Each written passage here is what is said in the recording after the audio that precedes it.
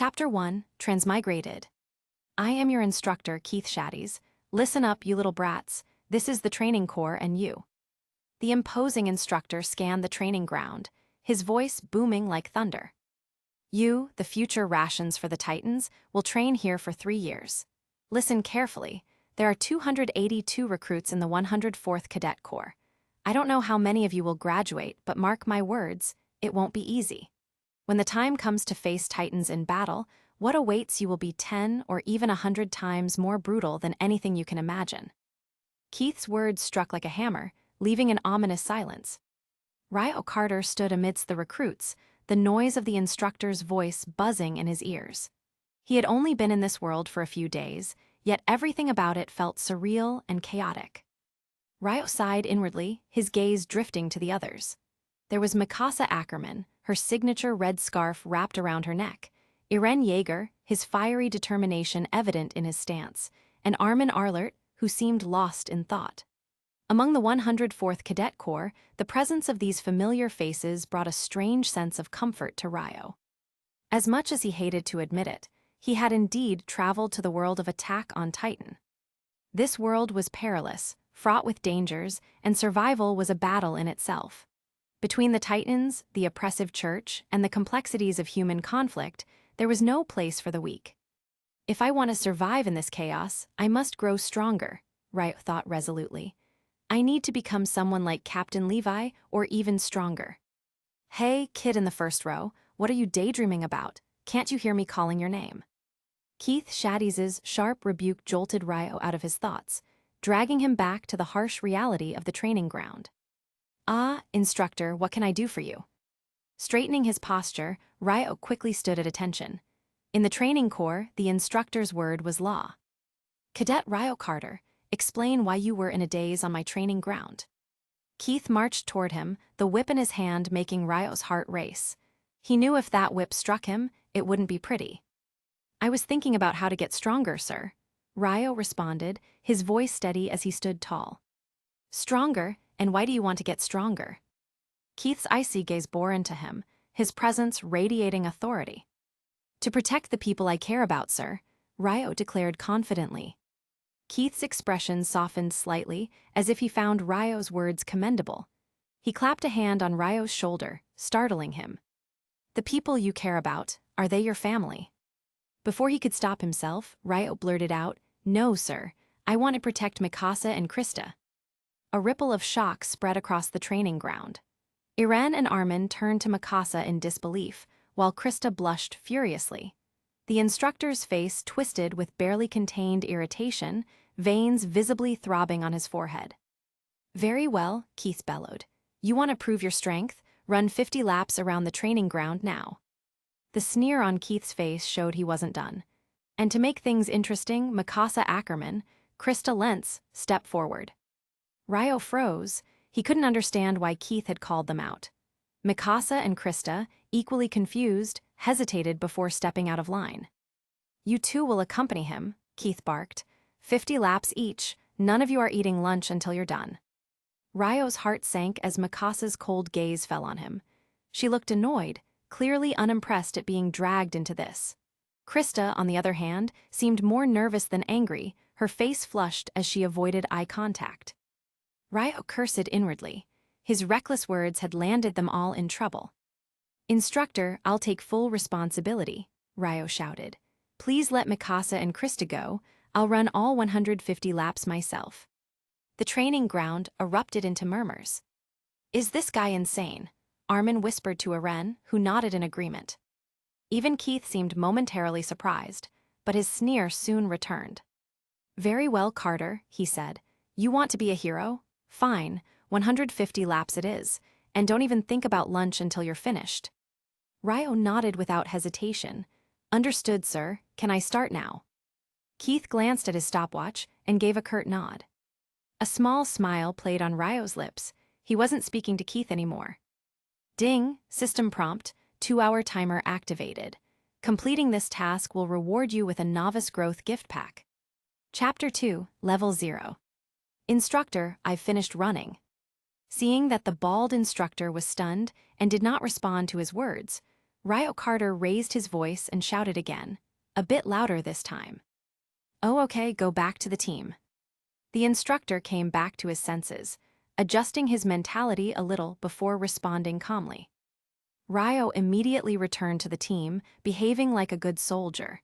He had made a mistake and was called out for it, but fortunately, the system had assigned him a task. He had completed it along the way. He couldn't afford to get messed up by the instructor again. Since all the recruits were new, the early training consisted mostly of basic exercises. The three-dimensional maneuver gear couldn't be equipped yet because they weren't familiar with theoretical knowledge or how to operate the equipment. At this point, they were limited to learning some basic and theoretical skills. The instructor went on to lecture them about the rules, belittling their skills and making them doubt their lives. Ryo understood that this was part of the training core tradition, breaking down the recruits' old values and outlook on life to help them build new identities as soldiers. Only then could they face the Titans, who were a terrifying threat. The Titans were brutal and deadly, feeding on humans. Once a person fell in battle, they were not just dead, they would become food for the Titans. That's why the instructors constantly referred to the recruits as the rations for the Titans. To fight the Titans, soldiers needed to overcome immense psychological barriers. The sight of comrades dying, or even being devoured, was a nightmare none of them could fully prepare for. Those who had never encountered the Titans, or understood their power, had a very low chance of survival when facing them for the first time. The mortality rate of the Garrison Corps was as high as 90%, and nearly 100% of recruits died on their first deployment. Even the Survey Corps, known for its elite soldiers, faced a 50% casualty rate. Hey, it's finally time to eat. After a grueling day of training, the recruits finally got their lunch break. Afterward, they would only have half an hour to rest before the afternoon field training. The training corps had many courses: theoretical knowledge, combat training, exploration courses, and field survival skills. All soldiers from the training corps were eventually assigned to one of the three military divisions: the Survey Corps, the Garrison Corps, or the Military Police Corps. It's really stingy. There's only one potato and one piece of bread. How are we supposed to get full on this? Isn't there some soup over there? Stop complaining. If you're not full, just drink more soup. Those soups are like water. They taste terrible. Whoever wants to drink it, go ahead. During lunch, the recruits began to complain. While their rations were guaranteed, unlike the refugees outside the walls, the food was barely enough to keep them going. They were not formal soldiers yet, so their treatment was minimal. The food mostly consisted of preserved items from the Rose Wall, many of which were close to expiring. While this helped clear out the inventory, it left the recruits with less than ideal meals. When Ryo first arrived, he couldn't stand the food. He was used to modern meals, and the half-cooked sweet potato and hard, smelly bread didn't appeal to him at all. But after being hungry for several days, he had to compromise. The food was bad, but it was still food. If he added a little seasoning, it was bearable. Ryo's seasoning of choice: a small jar of spicy seasoning mix. This jar was perfect, small, portable, and easy to carry. With just a little sprinkle, it made even the blandest meals taste better. System: how much supplies do I have left for this month? I still have that seasoning, right? How is it already gone? Did you take my things? Due to the scarcity of supplies in this world, the system provided a monthly allowance to help Ryo survive. While it wasn't enough to live on entirely, it made life in the training corps much more manageable. Ryo's current rating was only level 0 as a recruit, but as long as he completed more tasks and gained experience, he would level up and receive more supplies, including better food. For Ryo, a self-proclaimed foodie, gaining more supplies and delicious food was a major motivation to get stronger. Chapter 3: System Status. After taking his food and finding an empty corner to put down his plate, Ryo Carter couldn't wait to open the gift package given by the system. Ding! The system prompts that the host has completed the random training task and has obtained 10 experience points as a reward and a novice gift package. A golden light flashed, and Ryo Carter felt refreshed all over his body. He took a look at his level and found that he had upgraded. It feels great. Upgrading is great, and all kinds of abilities have been improved. Now the combat effectiveness seems to have improved a lot. But the most important thing is the gift package given by the system. The system said before that there are quite a few equipment in these gift packages. Although they are all novice equipment, these equipment are still very good for Ryo Carter. Novice equipment is at least better than the equipment of this training corps. After observing for a while, he found that no one noticed this side, so Ryo Carter carefully opened the novice gift package. Then he saw a bunch of equipment. Novice shoes, novice wristbands, novice vests, novice cloaks. Why are there only some clothes and shoes to wear, but no weapons? Ryo Carter was very disappointed. Without weapons, how can he become strong? Equipped with these things, at most, it increases the probability of survival. Without them, it will not increase his actual combat power. But it is better to have it than not. With this thing, at least he can improve his strength during the training stage. If he passes the training test smoothly, at least he won't suffer so much. So Ryo Carter accepted these things and equipped them according to the guidance of the system. These things are virtual reality equipment. If they are equipped directly on the body, they will not be displayed, so from the appearance, there is no difference from other people. This helped Ryo Carter a lot. With these things, it will be much easier for him to show off. Otherwise, if you wear shiny equipment all over your body to show off, others will know that you are only relying on the equipment and not your strength, and the effect of showing off will be much weaker. After equipping these 4 pieces of equipment, Ryo Carter felt that his attributes in all aspects have improved a lot. After a quick check, he found that his panel attributes are as follows. Strength, 65 points. Stamina, 74 points. Constitution, 70 points. Agility, 72 points. Spirit, 66 points. Among these data, the main things to pay attention to are strength, agility, and physical strength, which are very important in battle. Ryo Carter's data are all pretty good, at least above 65 points. Although it is not as good as Mikasa's almost perverted abilities at present, Ryo Carter is still much stronger than other students. These values of ordinary people are basically within 40, and those who can exceed 50 can basically be selected into the survey corps. For masters like Levi and Mikasa, the average value is generally more than 75, and some values must be more than 85. Moreover, Ryo Carter has just been promoted from level 0 to level 1, and he is still in the category of a recruit, so the panel data is a little worse. When he completes a few more tasks and raises his level, the panel data will not be so ugly. Thinking of this, he looked at his experience slot. After upgrading, the experience was cleared. Now the experience slot is still empty. Upgrading requires 20 experience points. 20 experience points is almost the experience of 2 novice tasks. It seems that we need to work harder and take more tasks. Armin, there's no one here, let's sit here. Ryo Carter had just shut down the system and exited from it when he saw Irene carrying a plate with Mikasa, Armin, and others to the table next to him and sitting down. After the 3 sat down, they found that Ryo Carter was looking at them, so they nodded to him and said hello. Ryo Carter also nodded to them and ignored them. Now was not the time to get close to them, he had to finish his food quickly.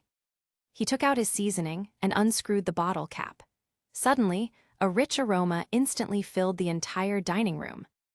Everyone stopped their chopsticks and looked in the direction of the fragrance in surprise, and then saw Ryo Carter coming. After a careful observation, there seemed to be nothing in Ryo Carter's plate. There was nothing special about it, except for a bottle of something unknown. Could it be that the fragrance that would whet one's appetite and make one drool came from this bottle? If we were to ask who among the 104th training soldiers is the most sensitive to food and cares the most about it, then Sasha would definitely be the first. She was the one who dared to eat sweet potatoes in front of the instructor during her first training session at the training ground. Swish! Before everyone could see clearly what was happening, they felt something like a gust of wind flying past them. Ryo Carter reacted quickly and had already grabbed the bottle before Sasha made a move. And under the bottle in his hand, an empty hand appeared awkwardly. "Student Sasha, what are you doing?" Ryo Carter asked, smiling at her. Everyone in the dining room looked at Sasha. This guy is so outrageous. It's too bad to grab things in front of everyone. Yes, I heard before that she always steals food from the kitchen. I thought it was a rumor, but now it seems that it may be true. That's right, how can such people still stay in the training corps? They should be sent back to reclaim wasteland like those who were eliminated. Everyone started to blame Sasha, but apart from these people, some others noticed something else. So fast. Mikasa whispered. Irene nodded. Sasha is like this, she can't control herself when she sees food, she's as fast as a wild beast. After saying that, he shook his head and felt more and more incredible about Sasha. He wondered what kind of past she had and why she was so obsessed with food. No, I'm not talking about Sasha, I'm talking about Ryo Carter, he was so fast just now. Mikasa looked at Ryo Carter and said blankly. Chapter 4, Ryo's Determination. Listen carefully, you two-legged beasts, you are a waste of food. You will go through a hellish training here to prove that you are qualified to live and have the right to survive. After the afternoon training began, the instructor's attitude became extremely bad again.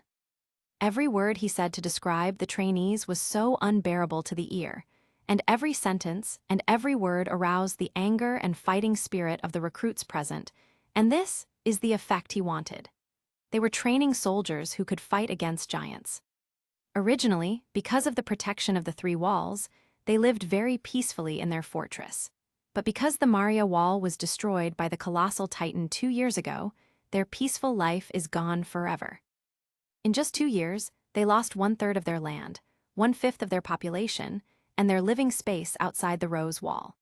This huge blow is unprecedented for the entire human race. Therefore, the training corps had to change their usual style of the past and began to change from slow training to cruel and strict training. They understand that if they do not strictly require soldiers to meet the standards on the training ground, then they will only become giants' rations on the battlefield. Use various means to temper them and torture them on the training ground. Even if they are eliminated, it is at least better than training them carelessly and then pushing them to the battlefield to die. Therefore, after the fall of Wall Maria 2 years ago, the attitude of the training corps became unprecedentedly strict. The number of students enrolled in the training corps increased a lot because there were more refugees outside, but their elimination rate was also unprecedentedly high. Among the 104 students in Ryo's period, there were more than 300 people who came at the beginning. In less than half a month, 20% of them have been eliminated, leaving only more than 200 people. And this is not the most cruel training. The next training will only be more cruel, and more people will be eliminated. All members are ready to start a 15-kilometer jungle march. Listen carefully, our goal is the camp below the distant mountains. We only have 3 hours. If we cannot reach the camp after 3 hours, you will know the consequences. 3 hours is a very short time for a 15-kilometer armed march. This is a mountain road, which is bumpy and rugged. In addition, they have to carry various equipment, including camping equipment, weapons and equipment, their own food and other things. The general load will be around 20 kilograms. The recruits are generally not very old. For example, Irene and Mikasa Armin are only 12 years old. Others like Reinur and Bertolt are only a little older. Therefore, this march is not a small challenge for them.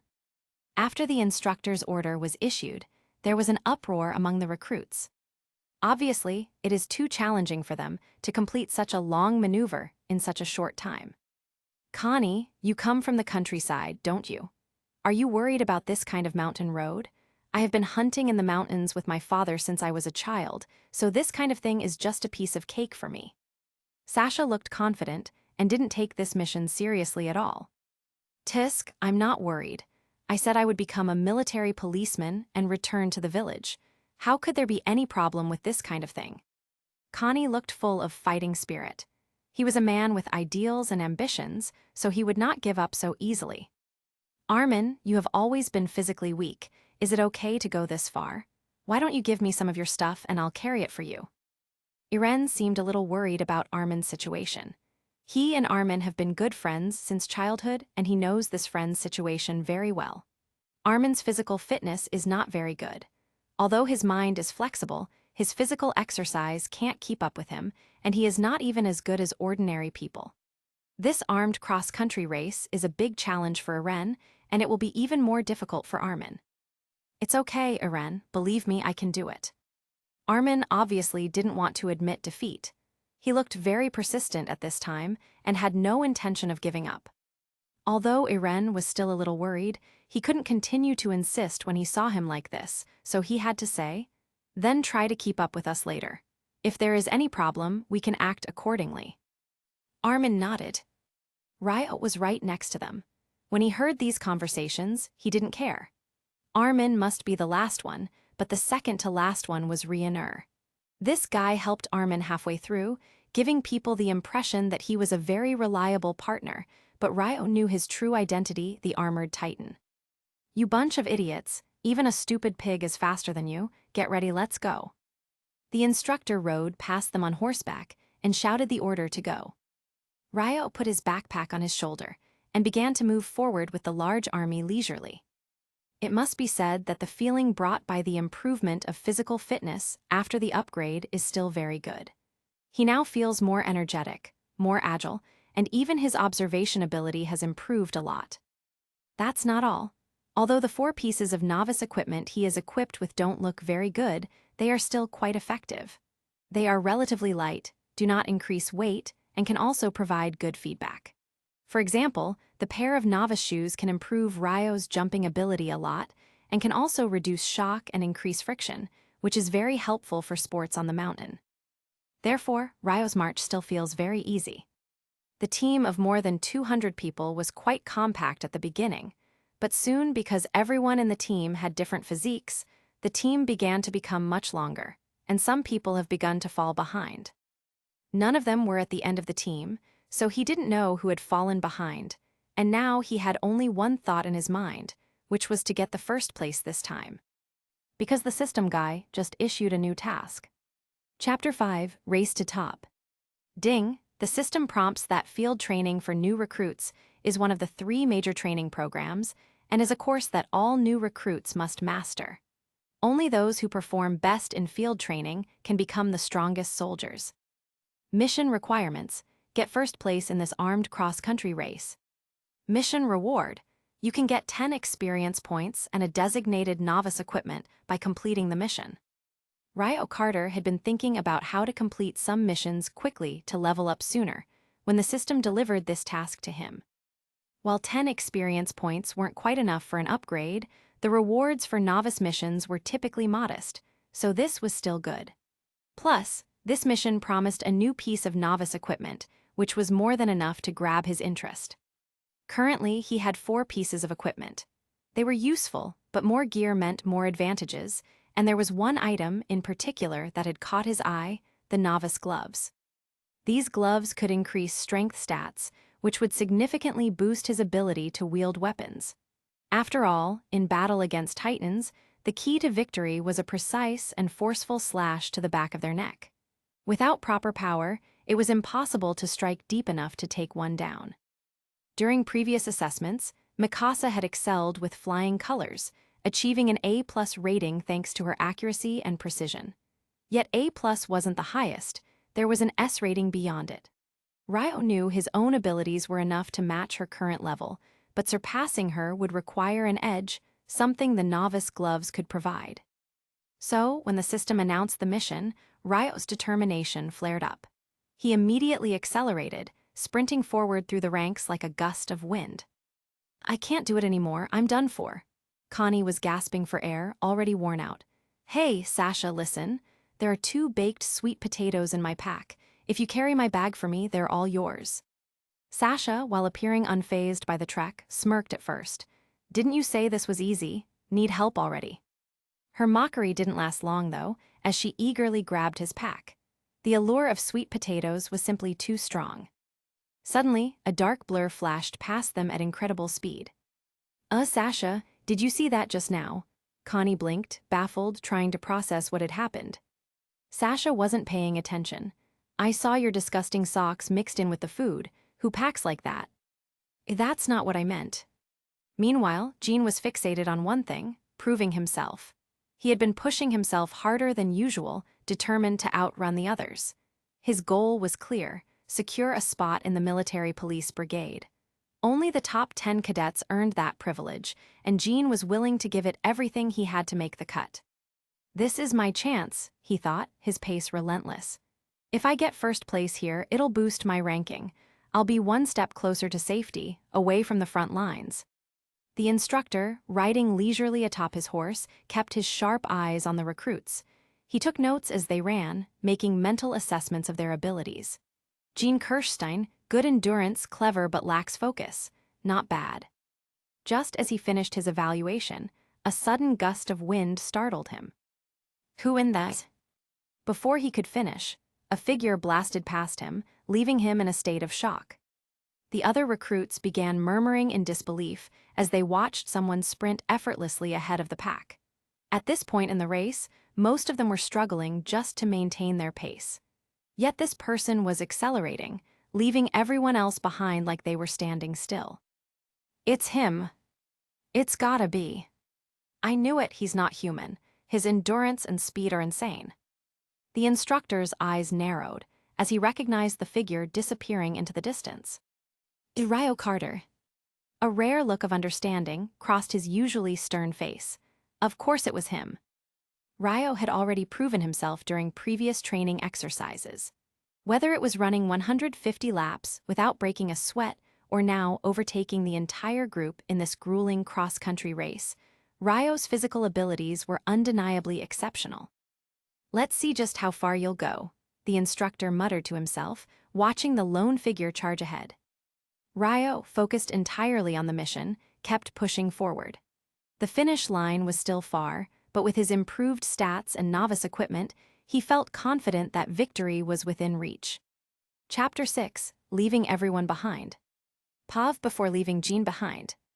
New recruit Ryo Carter has outstanding physical strength and endurance, is full of explosive power, has a rather eccentric personality, and has an A+ growth potential. His subsequent progress needs to be observed. The instructor originally wanted to give Ryo a higher evaluation, but since he didn't know him very well yet, he gave a more conservative rating. He planned to reassess after observing Ryo's performance further. Unbeknownst to Ryo, he was already the center of attention. Charging ahead, he had overtaken most of the recruits, leaving only 3 people ahead of him: Mikasa, Annie, and Jean. It was strange that Mikasa wasn't with Irene. Ryo had noticed earlier that Irene and Armin were still somewhere in the middle of the pack, while Mikasa had surged far ahead. He didn't dwell on it too long. There were less than 5 kilometers left. Ryo needed to focus. Increasing his speed, Ryo quickly caught up to and surpassed Annie. When he passed her, he turned his head and flashed a playful smile. Annie glared at him in return, her icy expression unchanging. "She's got a temper, huh?" Ryo thought, amused. He knew her to be ruthless and quiet, a girl whose calm demeanor masked her true strength. She was a deadly opponent, one Ryo knew to avoid antagonizing unnecessarily. A new Pav from Jean's perspective. Next on the list was Jean. Jean, still sprinting hard to stay ahead, gritted his teeth as he pushed himself. Damn it, how is this guy so fast? Jean had been clinging to the hope of first place. He was chasing Mikasa, thinking he could close the gap and claim victory. But just as he was mustering his last reserves of strength, Ryo shot past him like a bolt of lightning. Jean's hope shattered instantly. Up ahead, Mikasa remained a formidable challenge. Ryo's pace slowed slightly as he caught up with her, matching her stride and energy. "Hi Mikasa, you're running too, what a coincidence." Mikasa shot him an annoyed glare, as if questioning his sanity. "Of course we're running. The instructor literally ordered us to run." Unfazed, Ryo chuckled and added, "I noticed Irene's still in the middle of the group with Armin.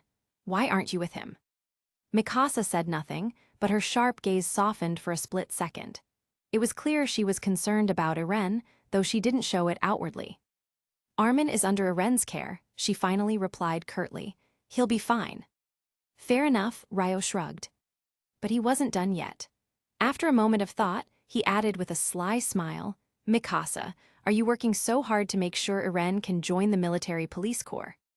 Mikasa's eyes widened in shock, and she turned to look at Ryo in disbelief. How do I know? Ryo grinned.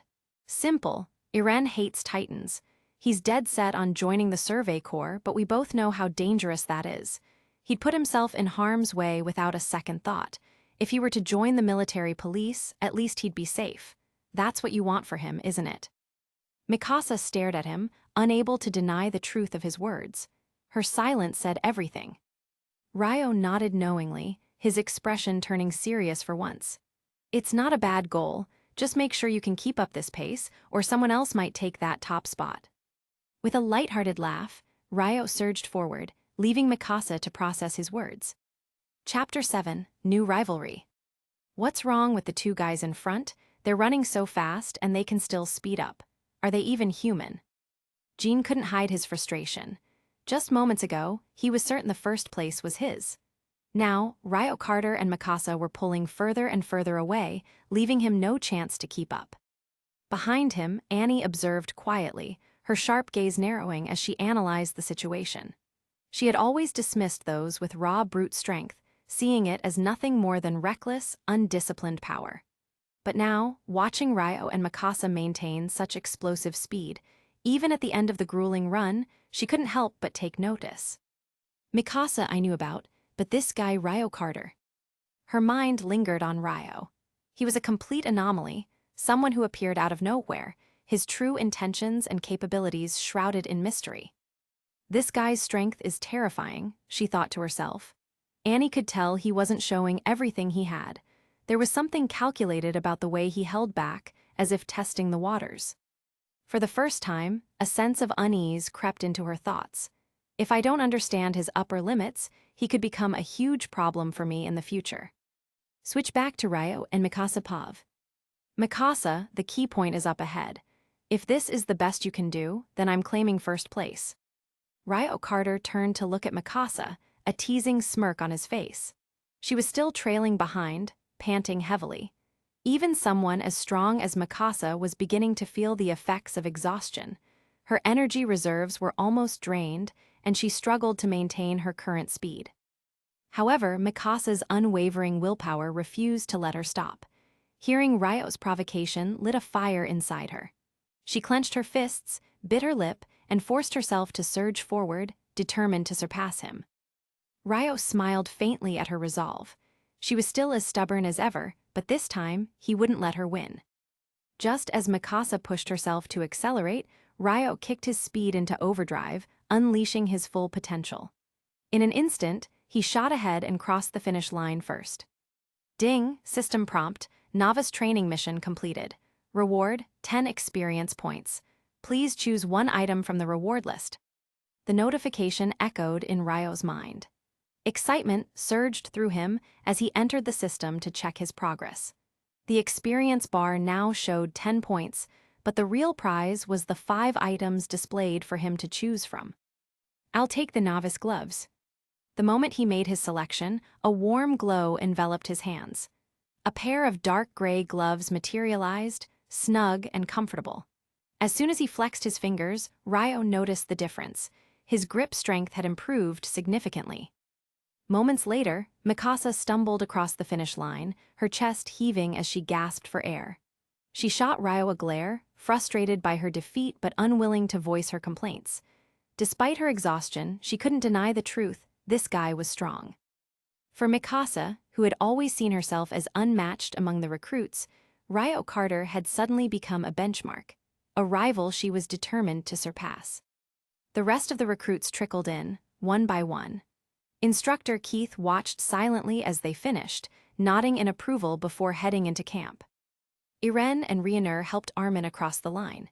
Despite his exhaustion, Armin managed a weak smile. "Armin, you did it. You beat your limits," Iren said enthusiastically, his pride in his friend evident. "Iren, thank you," Armin panted, his face flushed with equal parts exhaustion and triumph. He couldn't believe he'd made it, but the sense of achievement filled his chest with warmth. Reinur remained silent as he returned to his seat, Bertolt following close behind, his usual worried expression etched onto his face. Ryo, however, paid little attention to the small celebrations around him. He already knew Armin's value. He wasn't meant for the front lines. Armin's strength lay in his intelligence, his ability to strategize and analyze. Sending someone like him into the fray as an ordinary soldier would be a waste. With that thought lingering in his mind, Ryo carried his meal tray to a table and sat down next to Krista. "Little Angel, is this seat taken? If not, I'll sit here."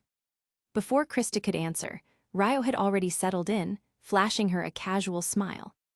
Krista blinked in surprise. She barely knew Ryo. While his exceptional skills had already earned him attention from their instructors, she was just another recruit. What did someone like him want with her? "Ah no, it's not taken," Krista replied softly, still taken aback. Ryo glanced at the piece of black bread on her tray and wrinkled his nose. "Is that even edible?" Krista followed his gaze and smiled faintly. "It's okay, I guess. Do you want it? You've been running all day, you must be hungry." She picked up her bread and offered it to him, her sincerity glowing like the warmth of a soft light. Ryo froze for a moment, surprised by her generosity. For an instant, Krista seemed to radiate a golden aura, just like the little angel he had jokingly called her. No, keep it. I was just worried you wouldn't have enough energy after training. Here, this is for you." He reached into his pack and pulled out fresh, golden bread, still warm, and a small jar of butter and sauce.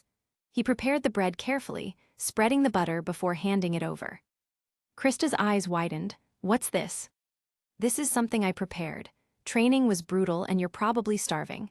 Eat up, take a hot shower, and get some rest. Tomorrow will be even tougher." Krista stared at the bread in awe, her stomach rumbling as the aroma teased her senses. For a moment, she was speechless. Then, her cheeks turned pink, and a small, shy smile tugged at her lips. "Thank you," she said softly, taking the bread from his hands. As she tasted the soft, buttery goodness, Krista glanced up at Ryo. In that moment, he seemed surrounded by pure white light. Was this her Prince Charming? Chapter 8, Ryo vs. Ymir.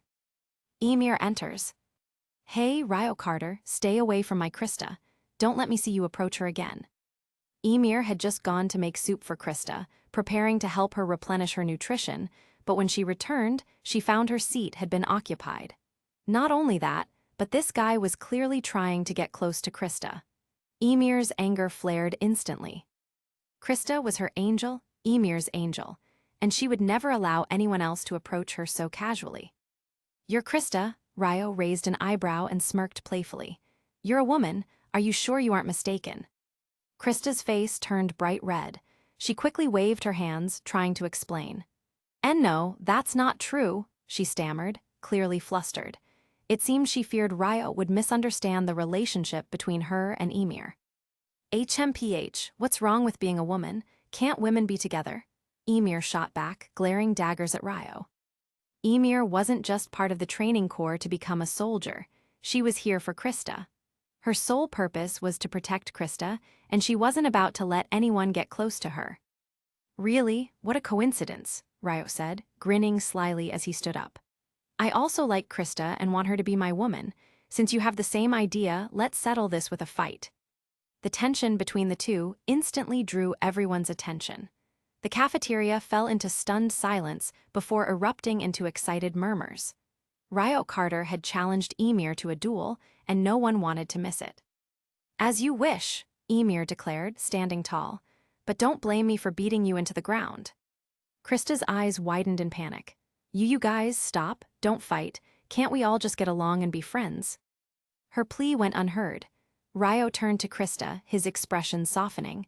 "Don't worry, little angel. I'll be back soon, just wait for me." With that, he strode out of the cafeteria toward the open ground outside, Ymir following close behind. The duel begins. The rest of the trainees poured outside, eager to witness the battle. Even Jean couldn't hide his curiosity. What's wrong with these two? They just finished training, and now they're fighting over Krista. Nearby, Annie crossed her arms and quietly observed. "They're fools," she muttered, though even she couldn't look away. Up on the second floor, Instructor Keith frowned as he watched the commotion. "These brats have too much energy," he grumbled. "But let them be. If things get out of hand, I'll step in." Irene stood with Armin, watching from the sidelines. Armin looked worried. "Irene, shouldn't we stop them?" Irene shook his head. No, it's not our place to interfere. Besides, Ryo Carter, that guy's strength is impossible to read. It's better to just let this play out. Mikasa, standing silently beside them, narrowed her eyes at Ryo. She was curious. Just how strong was he? Was he really more powerful than her? Ryo vs Ymir. Outside, Ryo stood casually, his expression relaxed. He crooked a finger at Ymir, taunting her. What's wrong? If you're not going to move, I'll assume you're afraid. Ymir scowled, gritting her teeth. You asked for this. If you lose, you're never allowed to approach Krista again. With that, Ymir charged forward. Her speed and strength were impressive, far above an ordinary trainee. It was clear she wasn't holding back. But Ryo barely reacted. At the last moment, he sidestepped her punch effortlessly, his movements fluid and precise. In a blur, he grabbed her outstretched arm, shifted his weight, and swept her legs with his foot. Before Ymir could react, she was flat on her back with a thud. The entire crowd fell silent. Ryo dusted off his hands and stepped back, smiling. How about it? Do you want to go again? Everyone stared, dumbfounded. Ymir, who'd looked so fierce moments ago, had been defeated in seconds. Jean clicked his tongue in frustration. Unbelievable, that guy is insane. Mark couldn't contain his admiration. Incredible, Ryo took her down so fast, I didn't even see what happened. Even Mikasa's eyes widened slightly. Ryo's strength and skill were undeniable. Chapter 9, Not Giving Up. It doesn't count, come again, this doesn't count. Although Ymir fell heavily, she didn't admit in her heart that Ryo Carter was stronger than her.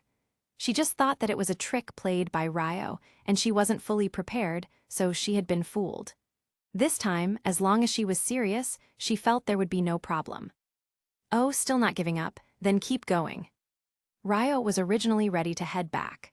After all, they were classmates, there was no need to beat her too badly. He had already seen from the previous exchange that Ymir had solid strength but lacked refined skills and vigilance, similar to Eren.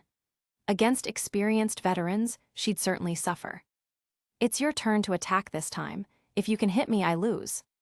Ymir hesitated this time and didn't rush to attack. She still couldn't figure out why Ryo tripped her so easily earlier, making it unwise to attack blindly. Oh, you found the key to the problem. Ryo smirked knowingly. It wasn't difficult for him to understand Ymir's hesitation, but if she thought he would only defend himself, she was gravely mistaken. Suddenly, Ryo moved. The speed was so terrifying it made the spectators' scalps go numb. His figure seemed to blur, moving faster than anyone could process. So fast. Mikasa and Annie both gasped inwardly at the same time.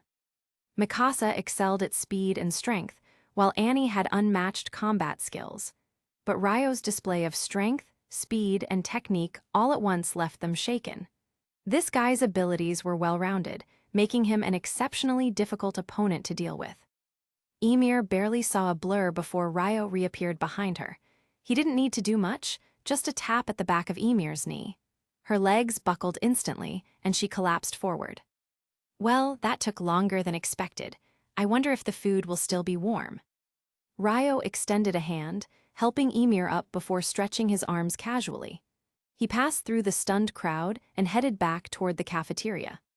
Behind him, the crowd remained in a state of disbelief. This guy, is he really that terrifying? Rhaenyra and Bertolt exchanged nervous glances, sweat beading on their foreheads. Ryo Carter was only 12 years old, yet his strength was already monstrous. If he trained for 3 years and mastered combat techniques fully, wouldn't he become completely unstoppable? The two shivered slightly. The tasks assigned to them back home seemed impossible now, not with someone like Ryo blocking their path. Oh my God, big sister, you ate it all. When Ryo returned to the cafeteria, his expression turned speechless. While Ryo had been dueling outside, Sasha had stayed behind. Seeing most people leave their food untouched, she was drawn to the leftovers like a moth to flame. By the time Ryo returned, his plate had already been cleared. Even his own bread was gone. Luckily, Krista's bread was still intact. Yeah, I heard you say the bread wasn't tasty, so I helped you clean it up, Sasha said, completely guilt-free, as if she'd done Ryo a favor. Ryo rubbed his forehead helplessly. After a moment, he sighed and gave up on scolding her. There was no winning against someone like Sasha. Ryo, I still have some bread left. Would you like to take it? Krista, who had been comforting Emir nearby, kindly offered him the bread Ryo had previously given her. Ryo waved his hand. Forget it, you eat it, I'll grab something later. Without waiting for anyone to respond, Ryo stood and left. It was just bread, after all. Worst case, he could trade for more through the system. What he needed most now was rest. After running over 30 kilometers in the morning and another 15 kilometers of armed cross-country training in the afternoon, even his body felt fatigued. Once back in his dormitory, Ryo showered quickly, retrieved some dried fish from the system, and began meditating. The system had provided him with a unique meditation method. By following its techniques, Ryo could absorb energy from the world around him to repair his body. If he trained hard enough, he could even reach a state where eating and sleeping became unnecessary, as the energy sustained his physical needs. This ability was incredibly useful, especially for fighting titans. Many soldiers were killed simply because they ran out of stamina. Humans had physical limits, while titans could regenerate quickly and overwhelm their prey. If Ryo wanted to surpass them, he needed to make himself far stronger. The door creaked open, and Armin entered, rubbing his hair with a towel. Armin shared the upper bunk opposite Ryo, while Irene slept below him. Seeing Ryo meditating, Armin paused as if he wanted to say something. But after opening his mouth, he hesitated and decided against it. Something about Ryo made him wary. Perhaps it was Ryo's extraordinary strength, or the mystery surrounding him, that left Armin feeling cautious. Ryo, focused on his meditation, didn't acknowledge Armin's entrance. His breathing remained steady, and his mind became clearer with every moment. Armin quietly lay in his bed, occasionally glancing toward Ryo with mixed curiosity and unease. Chapter 10, Three-Dimensional Maneuver. Armin decides to introduce himself. Well, my name is Armin. Please give me your guidance in the future. But after hesitating for a while, seeing Ryo Carter stop and look at him, Armin's face turned red. He could only bite the bullet and say hello to Ryo Carter. Ryo Carter smiled slightly and waved to him. My name is Ryo Carter. I will be your comrade after graduation. Ryo's smile instantly let Armin lower his guard. This guy's smile seemed harmless, and he didn't look like a bad guy at all. Okay, no problem. We will help each other in the future. Armin saw Ryo reach out his hand and immediately shook it. Making one more friend like this could only improve his future, which was very beneficial. Although Armin didn't know Ryo that well, they still had to stay together for 3 years. During these years, they had plenty of opportunities to gradually get to know each other. In short, let's take the first step first. Well, yes, the strength of this new student is indeed beyond our expectations. He stands out among this batch of students in terms of awareness, combat skills, physical strength, speed, and overall fitness. He's even stronger than any of the many students we have taught before. If he is trained well, he might even surpass Levi. Haha, is that so? That would be the best. In that case, we should begin three-dimensional maneuver training earlier. I want to implement the special training plan as soon as possible. Understood. The officer in the green cloak picked up his coffee cup, took a sip, and instructed his subordinates. Yes, we understand. Ryo Carter didn't know that because of his outstanding performance, the three-dimensional maneuver training plan for the entire 104th Training Corps was advanced by a full 6 months. Once this news was announced, different reactions from the trainees followed. Some were excited, believing they could start the three-dimensional maneuver training earlier so they could leave this hellish environment sooner. To many, this training corps was nothing but hell. Among them, several were determined to join the military police to change their destiny. Among the 3 walls, Maria was located on the outermost, Rose Wall in the middle, and Sina Wall at the innermost. Those behind the Sina Wall were mainly nobles and the royal family's relatives. If civilians wanted to get in, they had to join the gendarmerie, which was the only way for civilians to rise in status. However, joining the gendarmerie wasn't so easy. The number of positions in the gendarmerie was limited, less than 5,000. With special relationships, many people entered every year, and the remaining spots were for recruits. If you wanted to join the gendarmerie, you had to be in the top 10 of the current training corps. This was no small feat. This device looks quite sophisticated, but a little heavy. Ryo Carter had been very curious about the three-dimensional maneuver gear in this world before. Now, after learning its theoretical knowledge, they finally got to wear it. And it was different from what he'd imagined. On TV, the device looked cool, and it seemed like a lot of fun to wear, but after putting it on, Ryo realized it wasn't as enjoyable as he thought. First of all, mastering the three-dimensional maneuverability required solid theoretical knowledge. It was a boring process, involving subjects like mathematics, physics, and others. The three-dimensional maneuver device wasn't omnipotent. It could work wonders in cities or places with dense buildings, but in open spaces, its effectiveness was drastically reduced. For example, if the Survey Corps faced a Titan attack in the wild, they'd need to take huge risks to kill it directly, because maneuvering in the open couldn't be easily executed unless the Titan was used as a fulcrum. In such cases, if they weren't careful, they'd be caught by the Titan and perish. The high loss rate of the Survey Corps was mainly due to how dangerous the wild was. It wasn't ideal for operations. The mortality rate of new recruits in the Survey Corps exceeded 50%. The main reason for this was the inexperience of new recruits facing such situations for the first time. Surviving was much harder. Listen carefully, the training you're going to do now is balance training. Only after mastering this step can you proceed to adaptive training and combat training. Anyone who fails the balance training will be eliminated. Afterward, people from the Garrison Corps will come to pick you up and send you to the reclamation. That might sound like a good deal. At least you won't have to fight Titans with weapons. So if you want to quit, this is your last chance. The instructor looked seriously at each of them. Though he didn't curse anyone this time, his tone and presence made everyone understand his message. But those who had made it this far weren't about to back down so easily. Leaving the training corps for reclamation, that was a joke. How could anyone consider that? It might sound nice, going out for reclamation, but the truth was you were just signing up to be a refugee. Your personal safety wouldn't be guaranteed, and even the basic needs like food and water would be uncertain. Though training here was tough, at least they were safe and didn't have to worry about food. Most importantly, they still had hope and dignity here. If they performed well, they could join the military police. Even if they didn't perform well, as long as they graduated, they could still join the Garrison Corps. That was far better than becoming a refugee. Chapter 11, Natural Talent. Good, no one gave up. Very good. The instructor's voice boomed with approval. I am proud of your choice. In this case, everyone must cheer up and practice hard.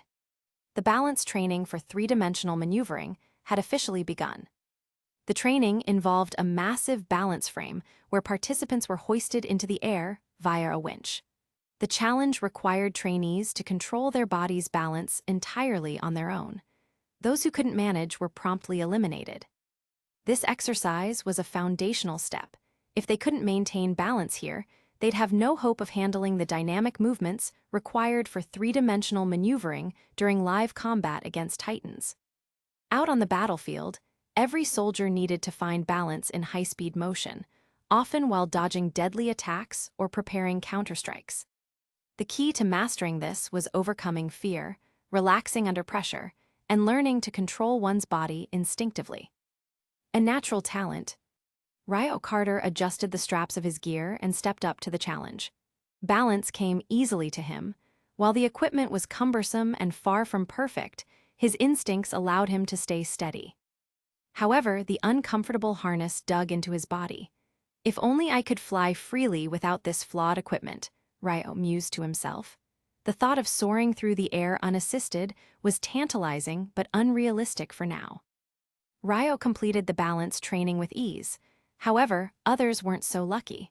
Trainees struggled to steady themselves, repeatedly crashing to the ground. Iren's struggles. Among the struggling students was Iren Yeager. He continuously lost his balance and fell, drawing laughter and mockery from his peers. Ha, he talks about killing Titans but can't even stand straight. Maybe he's the one who's going to get expelled, one student sneered. Iren clenched his fists in frustration, his face flushed with humiliation. His determination burned, but his faulty belt prevented him from stabilizing. Ryo observed silently, choosing not to intervene.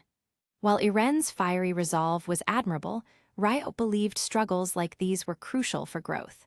Besides, Ryo harbored lingering resentment toward Iren for reasons tied to the future. A blossoming connection.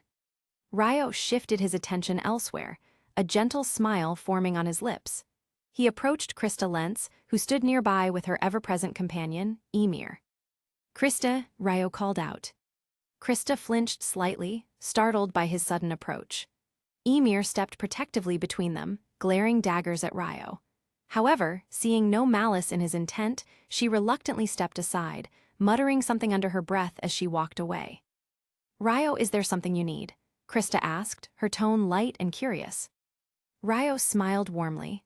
"Not much. I was wondering if you'd like to take a walk with me." Krista blinked in surprise. "Oh, sure, I'd love to." She clasped her hands behind her back, looking up at him with bright, expectant eyes.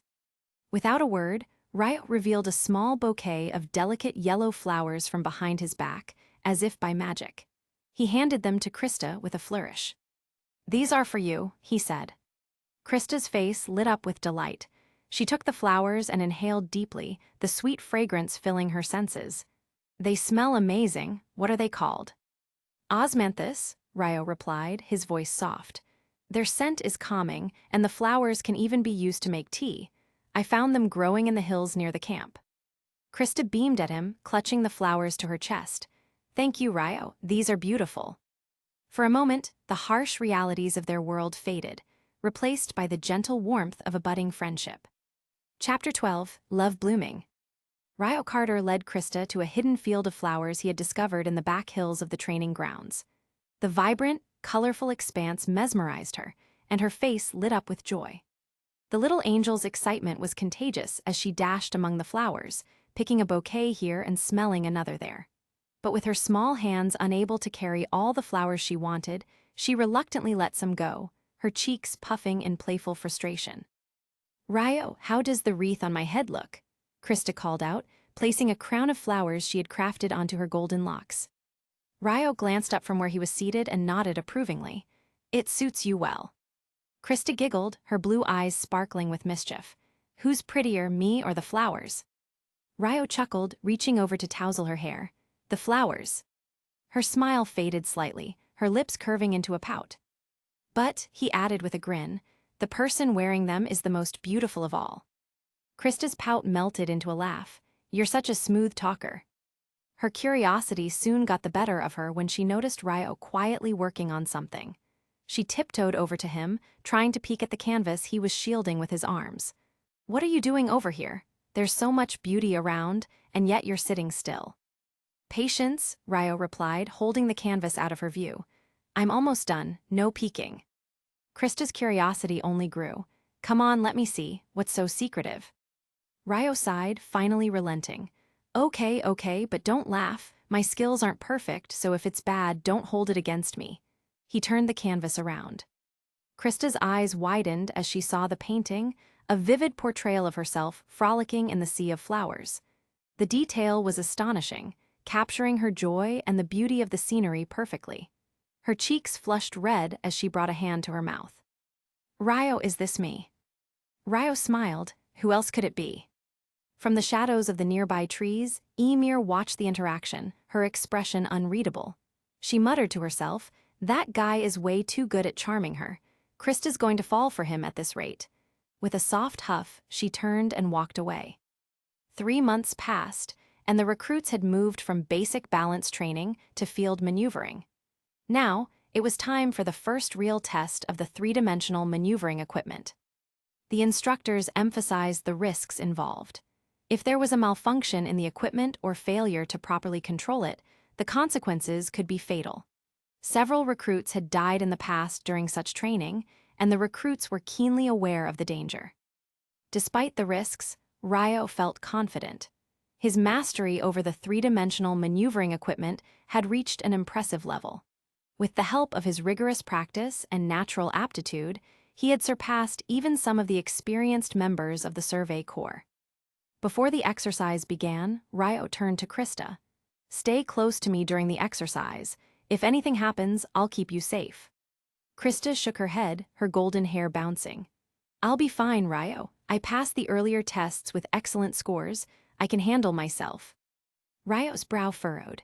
"Even so, I'll watch out for you from a distance." Krista smiled softly but didn't argue further. Though she appreciated his concern, she didn't want to rely on anyone. She wanted to prove she could hold her own. As the exercise began, the recruits took to the air, the hiss of gas from their maneuvering devices filling the forest. The primary propulsion came from the pressurized gas in their tanks, and they were instructed to keep the range within 1,000 meters to avoid running out.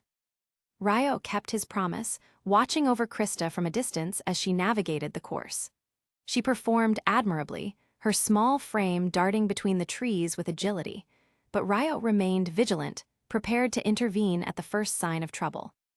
His own movements were flawless, each turn and strike executed with precision. He felt completely at ease, his mastery over the equipment almost second nature. Even so, his focus remained on Krista, determined to ensure her safety in this dangerous trial. Chapter 13, A Titan. A distance of 1,000 meters can be covered quickly, especially when using a three-dimensional maneuvering device. For experienced users, it often takes just a few minutes to reach the finish line. However, since this was training for recruits, proficiency levels varied. The instructors prioritized safety, making the goal simply to reach the finish line without mishaps. As the training began, Ryo deliberately hung back, positioning himself just behind Krista. His sharp eyes monitored her movements, ready to intervene if anything went wrong. "This device is amazing but incredibly troublesome," Ryo thought, feeling the weight of the equipment strapped to him. The three-dimensional maneuvering device was undoubtedly a genius invention, allowing humans to fight titans. Yet, its limitations were glaring to someone like Ryo. The sheer weight of the gas tanks, blades, and mechanisms made moving on foot exhausting, let alone flying through the air. Ryo couldn't help but imagine an alternative, moving with agility and speed, unburdened by heavy gear, like the martial arts techniques he had once admired. "System," he called out in his mind, "are there any skills that allow for high-speed movement or even flight without this bulky equipment?" "Such abilities can be trained," the system replied coldly. "However, the host must reach the rank of a fully fledged soldier before unlocking advanced combat skills." Ryo sighed but didn't let the setback bother him. He had recently discovered that experience points weren't limited to completing missions. Training consistently earned him experience as well. With every passing day, he grew stronger, steadily climbing toward his goal of becoming a top-tier soldier. As his thoughts wandered, a sudden cry pulled him back to reality. "Ah, be careful." Ryo's eyes snapped forward just in time to see Krista losing control of her gear. She plummeted through the air like a bird with broken wings. Without hesitation, Ryo launched himself toward her. Swoosh! He caught her midair, cradling her securely in his arms. "Krista, are you hurt?" His voice was filled with concern as he examined her for injuries.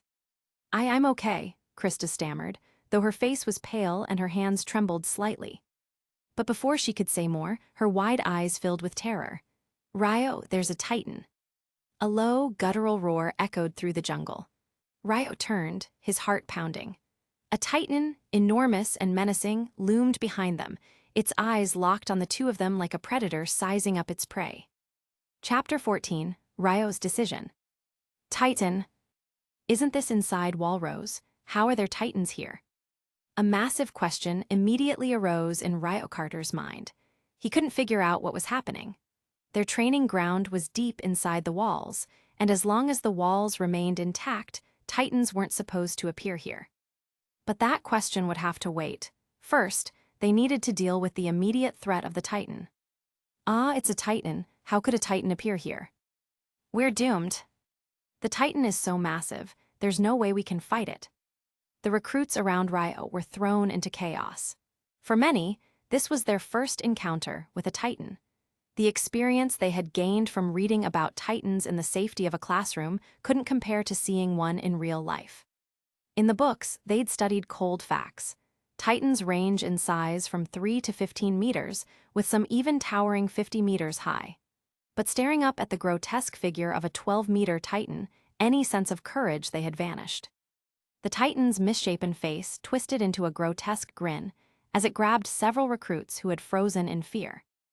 Snap! The gruesome sound of the titan biting into its victims echoed through the forest, followed by their terrified screams as they were chewed alive. Those who witnessed it turned pale, their courage utterly shattered. Even the bravest among them faltered. The sight of their comrades being devoured drained any will to fight. Legs trembled, hands fumbled at their maneuvering gear, and some recruits even fell from the trees, gravely injuring themselves in the process. In seconds, the group dissolved into chaos, with recruits scattering in all directions. Even Iren, who had long dreamed of eradicating the titans to avenge his mother, found himself frozen. The overwhelming fear paralyzed him, his limbs trembling uncontrollably. The titans from his dreams had always seemed defeatable, monsters that he could kill with enough resolve. But this was a nightmare brought to life. "Mikasa, let's go," Iren muttered through clenched teeth, his voice filled with shame and fear.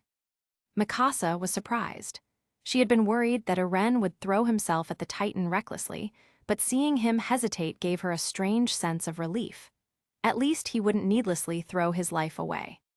"Stay close, Iren. The instructors will handle the titan," Mikasa said firmly, her focus now on getting them to safety. Meanwhile, Ryo turned to Krista, who had been injured during the chaos. "Krista, can your maneuvering gear still function? We need to move." I think it's fine," Krista replied hesitantly as she struggled to stand. But her attempt failed, her injured leg gave out beneath her. Ryo frowned, his concern growing. "You're in no condition to fly. I'll carry you." Without waiting for a response, Ryo scooped Krista into his arms. She gasped in surprise, her face flushing at their sudden closeness. As they soared through the trees with the help of his maneuvering gear, Krista's heart pounded uncontrollably. She wasn't used to being this close to someone, especially Ryo. She could feel the warmth of his arms around her and the steady rhythm of his heartbeat. "Are you okay?" Ryo asked, glancing down at her. "I am fine," Krista stammered, her blush deepening. Ryo raised an eyebrow but didn't press further. His focus remained on getting her to safety. When he reached Mikasa and Iren, he set Krista down carefully. "Krista's injured. I'm going back to hold off the titan. Watch over her for me," Ryo said, his tone firm. Mikasa nodded, understood. As Ryo turned back toward the battlefield, Krista called after him, "Ryo, please don't fight it." He gave her a smile before vanishing into the trees. Chapter 15, Fighting a Titan. Armin and Iren couldn't process what did just Ryo said before disappearing. What did he just say?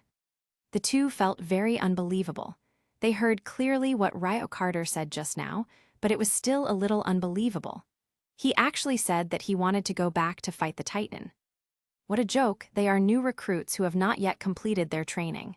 At this time, they don't even know the most basic combat skills. What should they pay attention to in the battle? How should they cooperate? They don't even know the weaknesses of the Titans. How can they defeat such a big Titan? They have no confidence at all. The size difference between the two sides is too huge. In their opinion, there is no hope of winning. He said he wanted to go back and fight the Titans. Mikasa seemed much calmer than Iren at this time, but she was also not optimistic about Ryo Carter's decision. Although this guy usually looks strong, this Titan is obviously more powerful than him. The two sides are not on the same level in terms of strength alone. Even Mikasa herself doesn't know how to defeat the Titan. "Krista, don't move. You are injured. We will take you to get bandaged." Armin was with Iren and Mikasa at this time. When he saw Krista struggling to stand up, he immediately stopped her. The wound on her head had not been bandaged yet and was still bleeding. The wound on her leg was also quite serious. The pain made her afraid to use force, so it was difficult for her to support herself to stand up. Even if she stood up, she could not stand steadily. "I'm going to help Ryo. He will be in danger alone." Krista thought that Ryo Carter was going to take her to a safe place, and then the two of them would stay there together. But she didn't expect that after Ryo Carter sent her here, he went back. And he also said that he was going to fight the Titan. But the Titan was so strong, how could he be the Titan's opponent? If he couldn't beat the Titan, wouldn't he become the Titan's food? Therefore, Krista was anxious and wanted to go back to Ryo Carter immediately to stop him. He asked us to protect you. You can't go back, it's too dangerous. Ryo Carter is very strong. If he goes to fight alone, he might have a chance to win. But if you, Krista, go there, Ryo Carter will be distracted.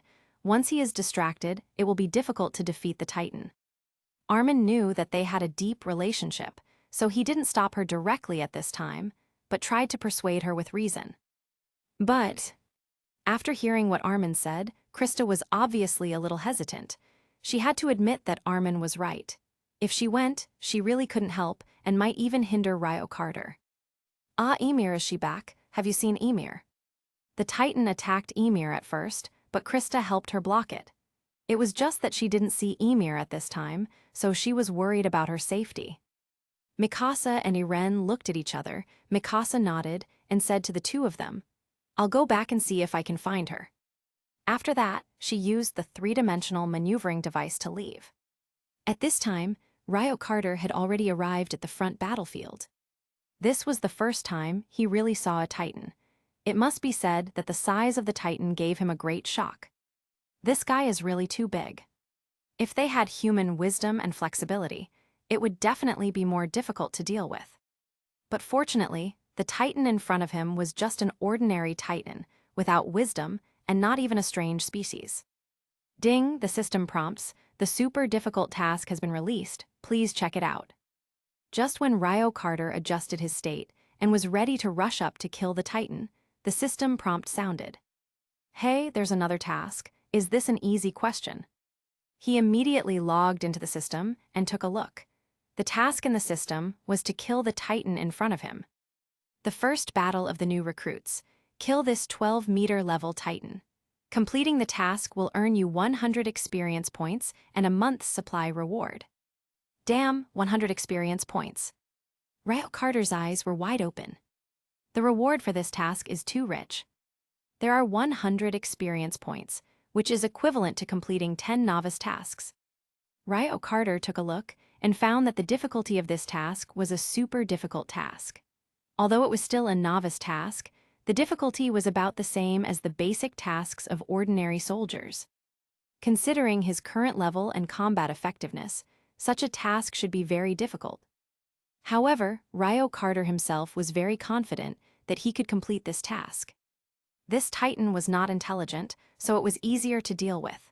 In addition, the other party was still busy eating, so there was no difference between him and Ryo Carter. Although he didn't know how he appeared here, Ryo Carter didn't need to figure it out. He just needed to go around its neck and chop it hard. If he got these 100 experience points, Ryo Carter could upgrade directly to level 4. He had gained 10 more experience points when he completed the upgrade just now. With the experience of this Titan, Ryo Carter could directly jump 2 levels. The reward of killing this Titan was too tempting. The more Ryo Carter thought about it, the more he felt that killing him was a good deal. At this time, the scene was in chaos. More than a dozen recruits were attacked by the Titan. The Titan's arms were very long and the speed was very fast. When the recruits could not adjust their status in time, they were very easy to be caught. Ryo Carter used the three-dimensional maneuvering device to adjust the distance between himself and the Titan. Fortunately, this is a forest. There are many trees in the forest that can be used as anchor piles for him to use the three-dimensional maneuvering device. If there were no trees, they would basically have no resistance on the plains.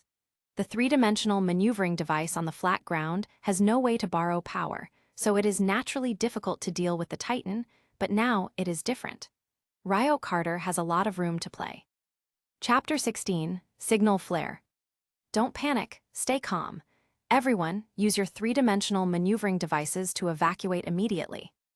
Instructor Keith gripped the reins of his warhorse tightly, his voice attempting to steady the rising chaos. His primary goal was to calm the students and ensure as many lives as possible were saved. Yet even Keith himself couldn't suppress the panic clawing at his chest.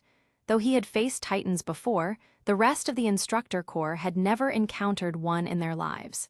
They stood frozen, their fear mirroring that of the trainees. Expecting them to fight was wishful thinking at best. If Keith went alone, he doubted his chances. His skills weren't what they used to be. Still, hesitation wasn't an option. Instructor Keith, fire a signal flare.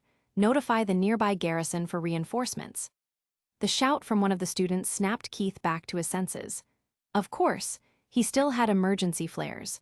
Without delay, he loaded and fired a red flare high into the sky. The crimson light blazed upward, reaching an altitude of nearly 200 meters, a clear cry for help.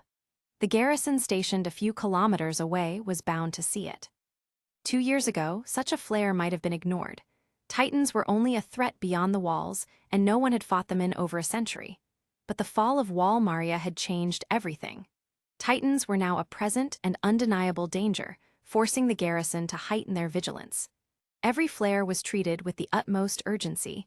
Any negligence could cost lives, and the responsibility would be unbearable. At the garrison corps outpost.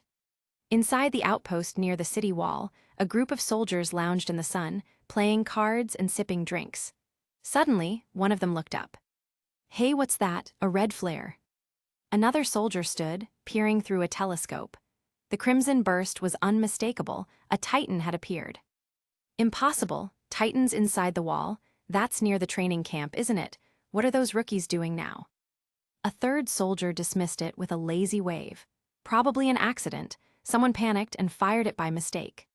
But the first soldier wasn't so dismissive. "We're on duty. If we ignore this and it's serious, we'll be held accountable. I'll go check it out." "You go then. I'm staying put," the lazy soldier muttered, reclining further into his seat. At the Survey Corps camp. The Survey Corps also noticed the flare. Its trajectory suggested it originated near the training corps, which initially puzzled the seasoned soldiers. "Captain," one soldier reported to Irwin, "a red flare has been launched from the training camp's vicinity. A titan might have appeared." Irwin's expression darkened. "Levi, take your squad and investigate immediately. If you confirm a titan's presence, use green flares to signal back." "Understood," Levi replied, his gaze sharp as he watched the distant flare. The implications of titans breaching wall rows were dire. Humanity had already lost a third of its territory and a quarter of its population after the fall of Wall Maria. Losing more land would be catastrophic. Levi turned to his squad. "Prepare to move out. Petra, organize the team. I'll head out first. Once you arrive, assess the situation and formulate a plan." "Understood." Petra snapped to attention. "Yes, Captain." Aluo, Eld, and Gunter nodded in unison, their resolve unwavering. To them, Levi was more than just a captain, he was a symbol of hope and strength. His orders were absolute. As the Survey Corps mobilized, the tension in the air was palpable. The red flares weren't just a call for help, they were a harbinger of the chaos to come. Chapter 17, Ryo's Battle. "You're powerful, but unfortunately you're too slow." As the Survey Corps and Garrison Corps raced to the scene, Ryo Carter had already engaged the Titan.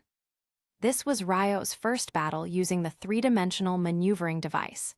Though his movements were initially clumsy, he adapted quickly, his confidence growing with each passing second. Fortunately, this wasn't an intelligent Titan. If it had been, like the female Titan Annie once transformed into, Ryo would have been crushed into paste in moments. Intelligent Titans were faster, more agile, and frighteningly strategic. Their combination of raw strength and cunning made them exponentially more dangerous, as evidenced by the devastation Annie inflicted on the elite Survey Corps. Even the best soldiers barely stood a chance against her. But the Titan before Ryo was ordinary. After circling it for a few moments, he had already identified its weaknesses. The turning speed is slow, the range of movement is large but clumsy, and its attention is easily diverted, Ryo muttered with a grim smile, gripping the hilt of his blade. "I've got you now." Mikasa arrived at the scene just in time to see the Titan behaving strangely. Its erratic movements made her pause, her sharp eyes scanning the situation. "What's going on?" she murmured, confused. Her gaze shifted upward, and she spotted Ryo leaping through the air. His blade gleamed, and his figure was streaked with fresh, steaming Titan blood. "Is he insane?" Mikasa hissed, her brows furrowing. "How does he expect to fight a Titan without knowing its weak spots?" The trainees hadn't yet been taught the critical knowledge of a Titan's vulnerabilities. This lack of information, coupled with the overwhelming size and power of Titans, paralyzed them with fear. To Mikasa, Ryo's reckless actions seemed like a death wish. Ryo gritted his teeth in frustration. He had aimed for the Titan's nape, but his timing was slightly off. The Titan turned just as he struck, causing his blade to sink harmlessly into its shoulder. "Too nervous," he muttered, retreating to a safe distance. He glanced at the blood coating his hands. It was hot and foul-smelling, already beginning to evaporate. The stench churned his stomach, but he forced himself to focus. Behind him, the Titan grunted, its massive hand lifting a struggling student toward its mouth. Without hesitation, it bit down, sending blood and viscera spraying across the ground. The student's agonized screams pierced the air, and Ryo froze for a moment. His hands trembled not from fear, but from seething rage. "Damn you," he growled, his knuckles whitening around the hilt of his blade. The Titan's dismissive attitude toward him, barely sparing him a glance before resuming its gruesome feast, only fueled his anger. "This ends now," Ryo spat, his eyes blazing with determination. Abandoning caution, Ryo drove an anchor from his maneuvering device directly into the Titan's massive body. The risky move left him tethered to the beast itself, a moving target. Previously, he had relied on trees and other stationary structures for support, ensuring he could retreat quickly if necessary. But this time, he was determined to end the fight, even if it meant putting himself in greater danger. "Go to hell," Ryo roared, launching himself toward the Titan. The beast finally noticed the small figure darting toward it, and raised a hand to swat him out of the air. Clang! Ryo's blade flashed, severing its fingers in a single, precise strike. He zipped past the Titan's arm, too quick for it to react. With a hiss, his second anchor fired, embedding itself in the Titan's neck. Using the gas propulsion and cable traction of his maneuvering gear, Ryo rocketed forward. His body curved smoothly through the air, circling the Titan's head to land squarely behind it. The Titan's sluggish reflexes couldn't keep up. Its massive form stumbled, trying to turn, but it was already too late. Ryo's movements were seamless, his timing perfect. His skills with the maneuvering device, though unpolished, showed remarkable promise. This time, there would be no mistake. Chapter 18, First Blood. So fast. Mikasa was watching very realistically from below, because she was not far from Ryo Carter and the Titan, so she could see everything completely. And just now, when she saw Ryo rushing towards the Titan, she was very surprised. When she saw that Ryo's forward route was completely blocked by the Titan, she was very worried. She thought Ryo would be caught by the Titan and become the Titan's bait. Because from the bottom, Ryo was almost completely covered by the Titan's palm. But Ryo pulled out the blade in time, cut off all the Titan's fingers, flew over his broken hand, and then refixed his position and adjusted it. The anchor pile of the three-dimensional maneuvering device landed easily behind the Titan. Mikasa was dazzled by this series of actions and was very surprised. Although they had learned the theory of the three-dimensional maneuvering device, today was the first time they put it into practice. Ryo was able to use it so skillfully in the first practice. How much time must he have spent on research, and how talented he is. Mikasa had always been bothered by the fact that Ryo was better than her, and she couldn't believe it in her heart. But this time, facing the facts before her, she had to admit in her heart that maybe Ryo was really better than her. At this time, Levi also rushed to the battlefield, but he was still far away and could not join the battle immediately. As expected, the recruits were very panicked. They were panicked and did not launch effective counterattacks. They did not even deploy the formation between the teams. It seemed that they were completely defeated. Levi sighed slightly in his heart. If they could not fight, they would only become food in the Titan's mouth, and it would be a pity to die in vain like that. Huh. Just as he sighed, he heard the roar of the Titan. He looked closely and found a black shadow rushing towards the Titan. Are the instructors in the training corps fighting the Titans? Levi wondered in his heart. In his opinion, this batch of students had too short a training period, so it was unlikely that they would be of any use. And most of their instructors were veterans who had mastered combat skills. Although they might never have been to the front line in their lives and had never really fought against Titans, they still had the ability to fight against Titans. And at this time, facing the attack of the Titans, they must stand up, protect their students, and assume their responsibilities as instructors. These people did not hide away from their responsibilities, but chose to fight against the Titans, which made Levi feel a little relieved. If it were the people inside the wall. If everyone in the army had the courage to fight the Titans, then they, the Survey Corps, would not have encountered so many problems. The purpose of the Survey Corps is to expel the Titans and fight for the freedom of mankind, so their pattern is the wings of freedom. The Survey Corps has the highest casualty rate among all the corps and is the most dangerous. Others are hiding safely in the wall, protected by the Gundam walls. If it weren't for the appearance of the colossal Titan, they wouldn't even worry about being threatened by the Titans. But the Survey Corps is an alien in their eyes. They have to live a good life and run out of the city walls to fight and investigate with the Titans in the wild. And their pursuers, begging no one else can understand.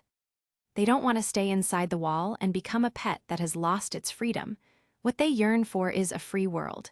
In pursuit of this world, they are willing to give their hearts and lives.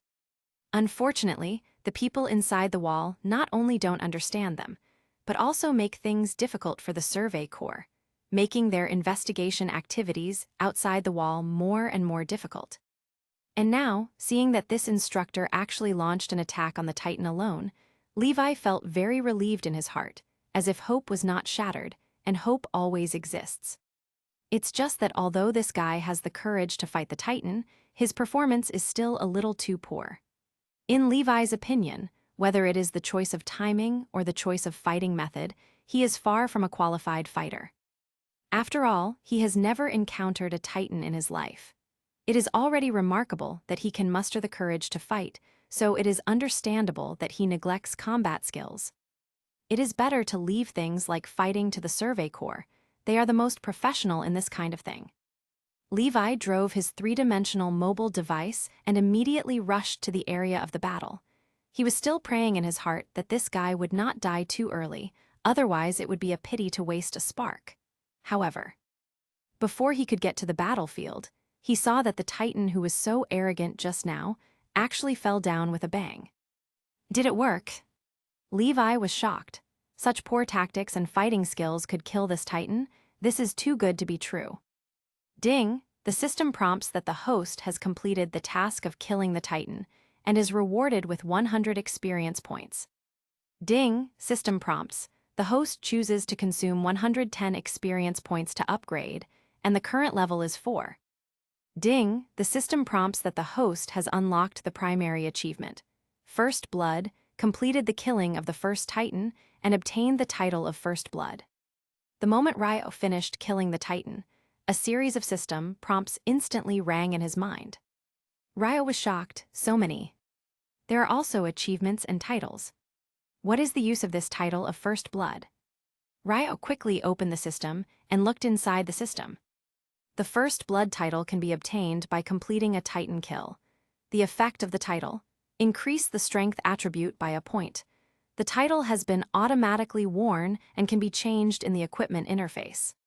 Oh, so that's how it is. It is an achievement obtained automatically, and it can also increase strength familiarity. That looks pretty good. Ryo nodded, and then he was curious about his various attribute data after he reached level 4. So he opened the status bar and checked it out. Chapter 19, First Meeting Captain Levi. Ryo Carter opened the data panel and took a look. The data was much higher than the previous level 1. Strength increased from 65 to 72 points. Stamina increased from 74 to 79 points.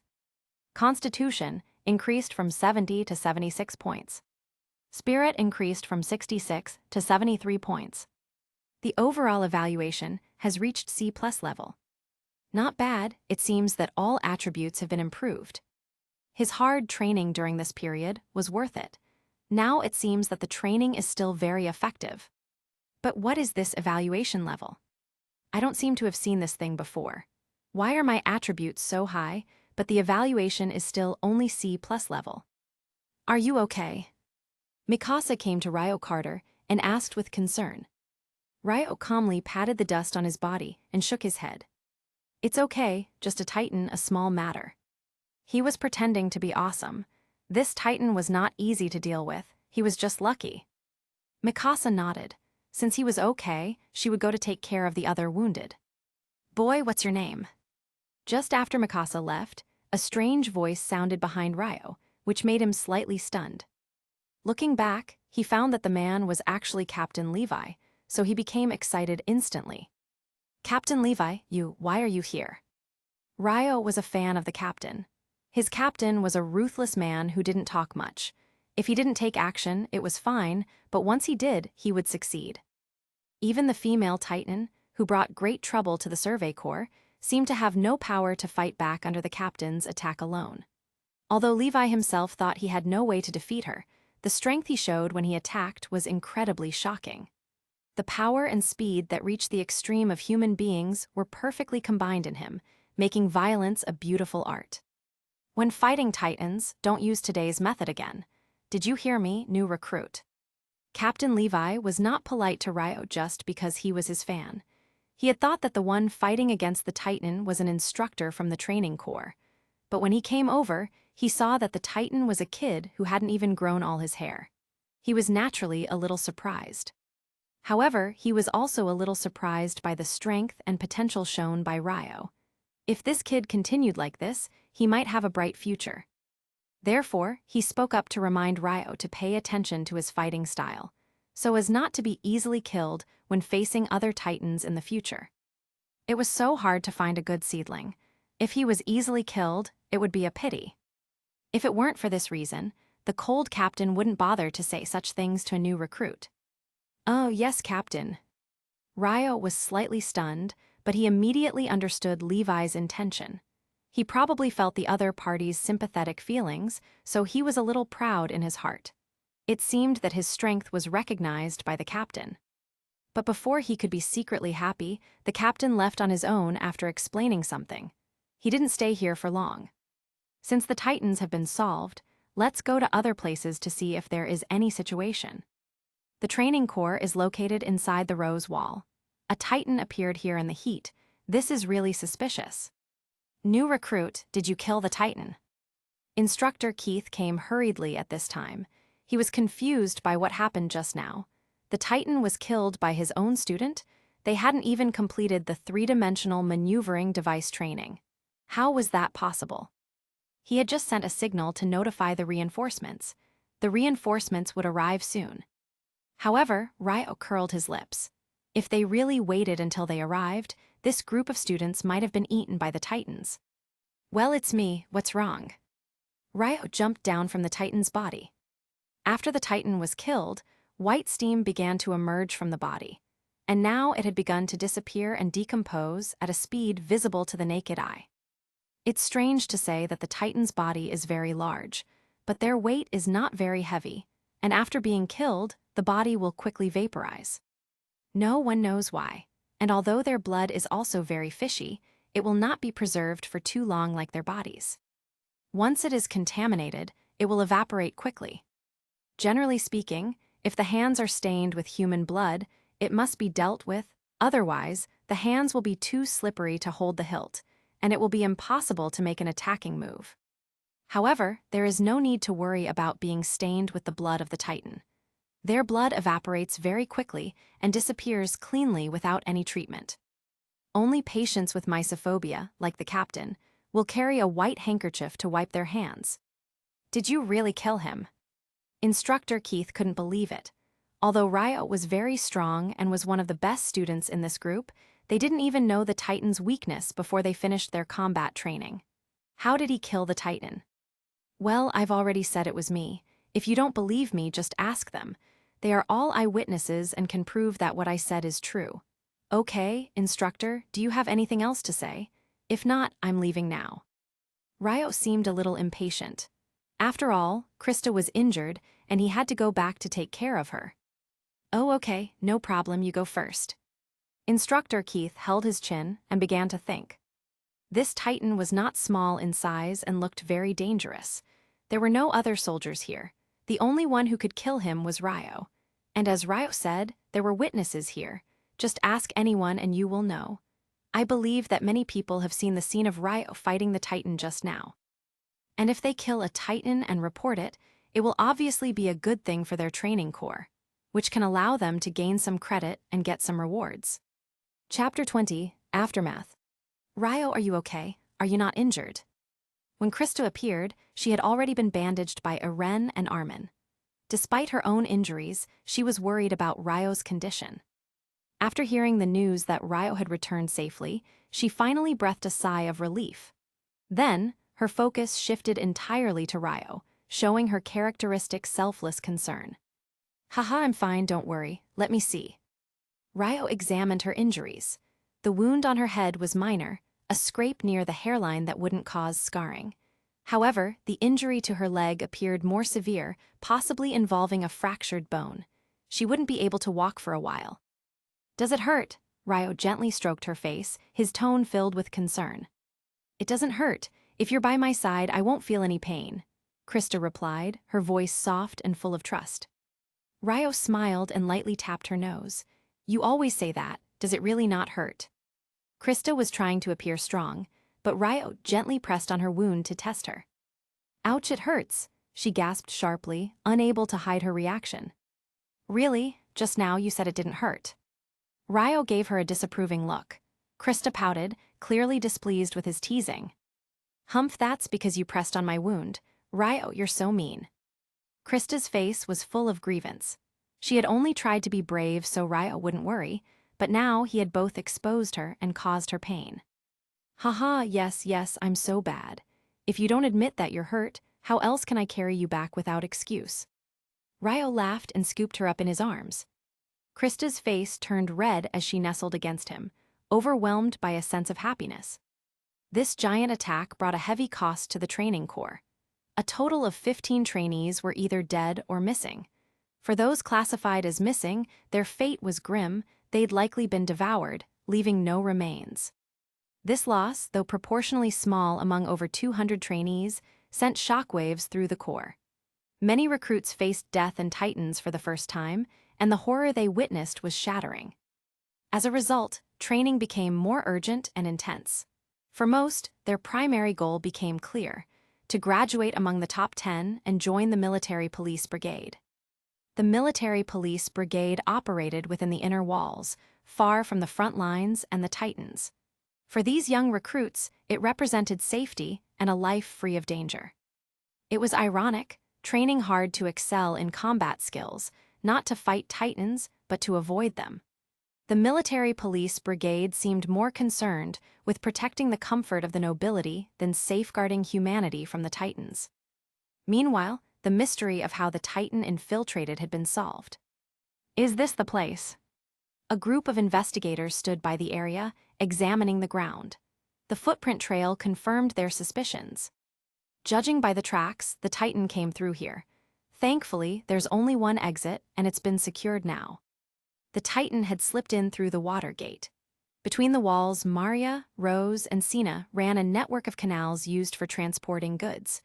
Normally, water gates kept these canals secure, but when the armored Titan attacked, the water gate on Wall Rose had been left damaged. During the increased supply shipments from Wall Maria, the damaged gate was left open. This oversight created a vulnerability, which the Titan exploited to infiltrate. The training corps camp was the closest location to the breach, leading directly to the recent tragedy. Though only one Titan had entered, the consequences were devastating. Behind Wall Rose, panic spread among the residents. Many feared this could be the start of a larger attack. For now, the canal had been sealed, and reinforcements patrolled the area. But this incident had left an indelible mark on the training corps and the recruits who survived. Chapter 21, Problem Solved. Now that the problem was found, the rest was easy. The garrison regiment immediately brought in a large amount of manpower and resources to repair the military police bridge water gate. Today, a 12-meter class Titan had slipped in. If this part wasn't blocked quickly, then tomorrow, several or even dozens of Titans might slip in. Once they completely broke through the water gate, it would pose a huge threat to the residents inside the Rose Wall. If the protection of Rose Wall was lost, humanity would have only the Sina Wall left, and their hope of defeating the Titans would vanish completely. The garrison regiment wasted no time and repaired the water gate promptly. Furthermore, they conducted thorough inspections of water gates across other areas, eliminating potential vulnerabilities to prevent a similar incident elsewhere. At the military police headquarters. Keith, are the reports you made true? At the military police regiment headquarters, the officer in charge of the training corps casually flipped through the report submitted by instructor Keith, and then asked him indifferently.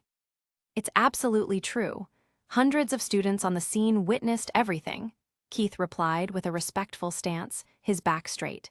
Years of discipline had ingrained in him a formal demeanor, especially when addressing superiors. The hierarchy within the military police regiment was rigid, demanding absolute obedience from subordinates. If that's the case, do you think he's the right person? The officer turned to the last page of the report, glancing at the name that stood out, Ryo Carter. Yes, I firmly believe he's a very suitable candidate, Keith replied with conviction, his tone resolute. Good, let's advance his training course and arrange special, targeted training. It's been a long time since the training corps produced someone this promising. Yes, sir, I understand, Keith responded sharply, standing at attention. Back at the training grounds. Open your mouth. Ryo Carter carefully scooped a spoonful of soup, blew on it to cool it, and held it up to Krista's lips. My leg is injured, not my hands. I can manage this myself. Krista's cheeks turned crimson as Ryo openly fed her in front of everyone. She felt embarrassed and flustered, worried others might notice. It's fine, I've got nothing else to do, so why not pamper you a bit? Ryo said nonchalantly, his tone playful and affectionate. Sasha, let's eat somewhere else. These two are drowning us in so much romance, it's unbearable. Connie rolled his eyes at Ryo and Krista, picking up his plate as he prepared to leave. Sasha nodded in agreement. They're worse than Titans, feeding us emotional overload without a second thought. Go on, Shu, the farther the better. Ryo waved dismissively, grinning as the two walked away. After they left, Ryo noticed Mikasa and Iren approaching. He waved to them. Hey, Mikasa, Iren, come sit over here. The two exchanged confused glances. Why was Ryo suddenly calling them over after driving away Sasha and Connie? What's up, Ryo? Need something? Iren asked directly, his straightforward nature showing. Not really. I just thought we should sit together. You know, couples hanging out with other couples. Ryo smiled, then added teasingly, Krista and I are a couple. France and Hannah are a couple. You two are a couple, right? So it's only natural. Iren's face flushed, and Mikasa looked slightly embarrassed. Ryo, Mikasa and I aren't like that. Iren blurted out, stumbling over his words in an attempt to explain. Ryo raised an eyebrow, clearly amused. Oh, really? In that case, you wouldn't mind if someone else pursued Mikasa, right? Iren froze, caught completely off guard by the question. Iren struggled to respond. He couldn't say he didn't care, because he clearly did. But admitting it felt like crossing a line he wasn't ready for. See, that's why you two should just make it official already, Ryo said, laughing as he continued feeding Krista. Mikasa remained silent but glanced at Iren. Her feelings were clear, but she wasn't going to pressure him. Iren, however, felt conflicted. While he cared deeply for Mikasa, his mind was consumed by thoughts of revenge and freedom. He couldn't allow his emotions to distract him from his goal of exterminating the Titans and avenging his mother. Chapter 22, Iren's Feeling. He didn't expect that his hesitation in expressing his feelings caused Mikasa so much pain. Liking someone whose attitude was unclear was a torment Mikasa had endured silently for years. Iren, don't you like Mikasa? Ryo Carter asked bluntly, trying to bring the two closer. Anyone with eyes could see the bond they shared, but Iren's obliviousness was unfair to Mikasa. Irene was completely caught off guard. The question was too direct, and he had no idea how to answer. Could he say he didn't like her? Absolutely not. Mikasa was dear to him, but Irene wasn't ready for such commitments.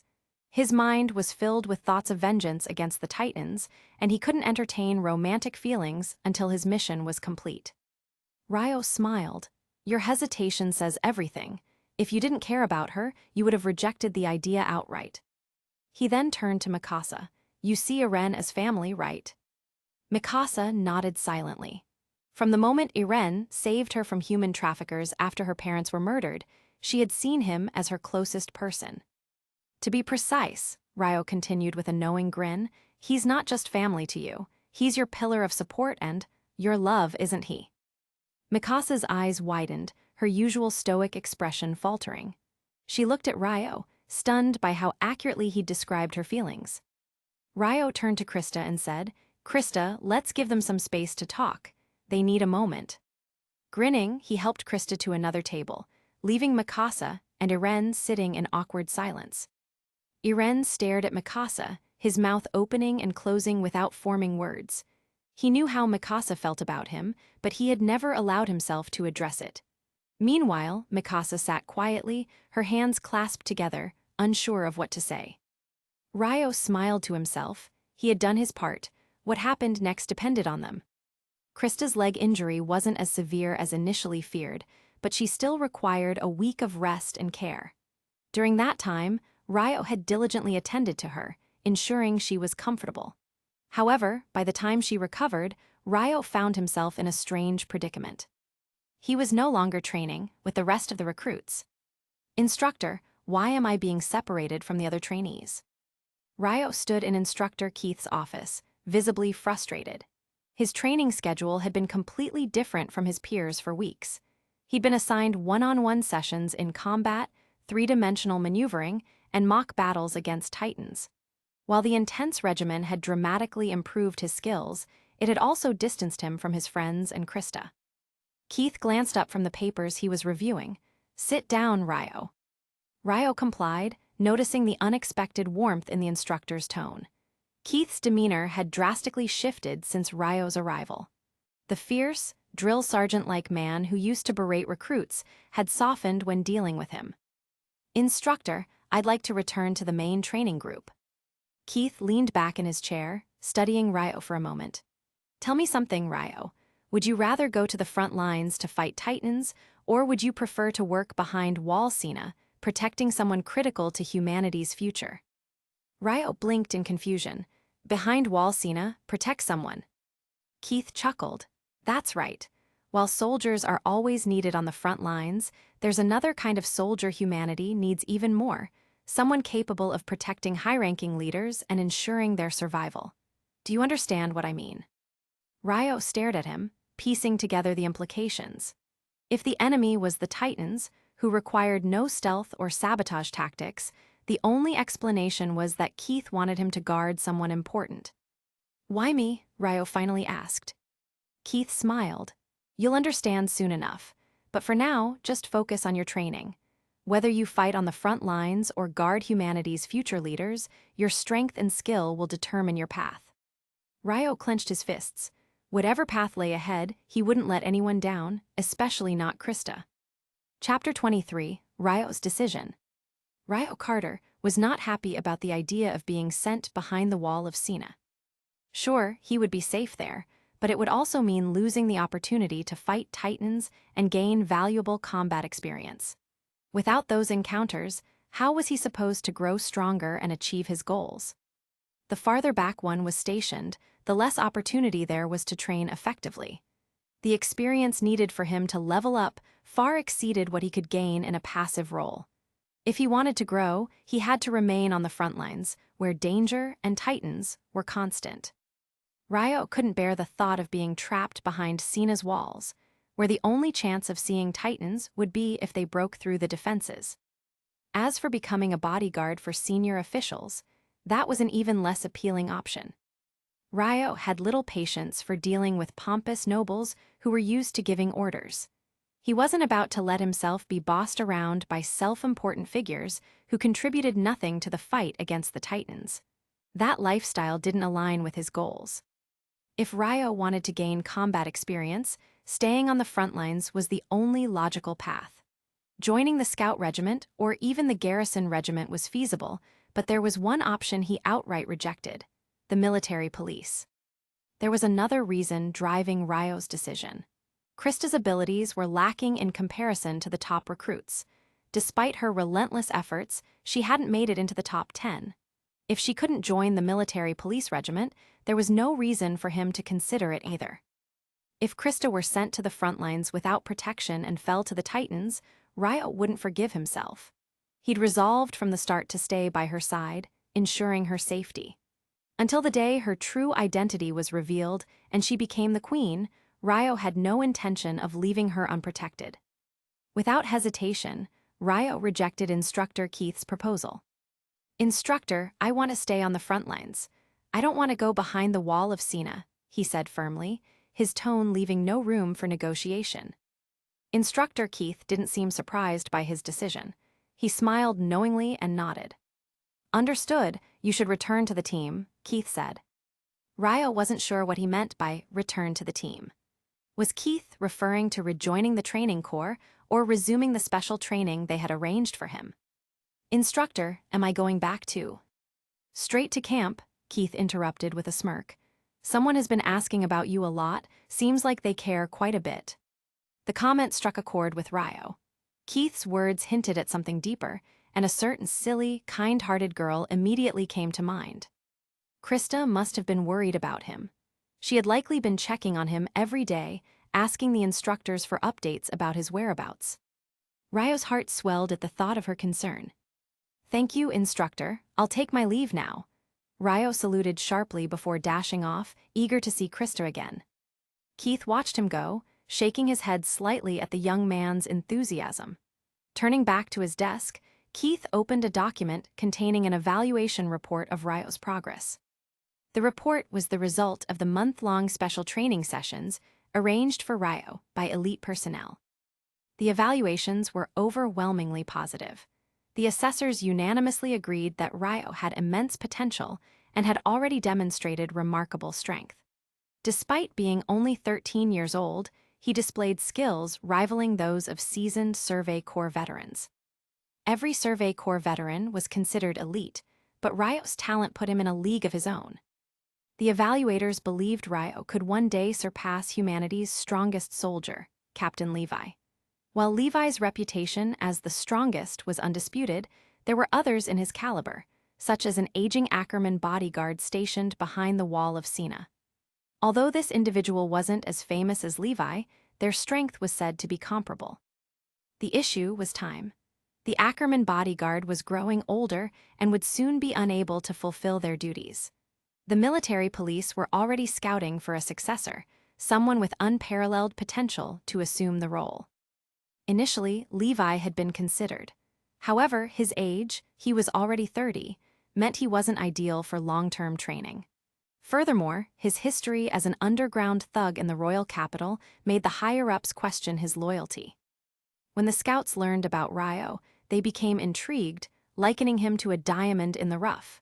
His performance in the battle against the Titan had only solidified their interest. Over the past month, they had tailored a specialized training regimen to gauge his potential. The results spoke volumes. Ryo was everything they were looking for in a successor. Now, an evaluation report sat on Keith's desk, awaiting his signature. Signing it would greenlight Ryo's transfer to the Wall of Sina for advanced training as a bodyguard to high-ranking officials. However, Keith hesitated. He thought back to Ryo's conviction, the fire in his eyes as he rejected the proposal. Keith put down the pen and, after a moment of deliberation, wrote a negative assessment of Ryo's loyalty. No matter how much potential Ryo had, Keith wouldn't force him into a role he didn't want. If Ryo wanted to stay on the front lines, that's exactly where he would remain. Chapter 24, Little Angel.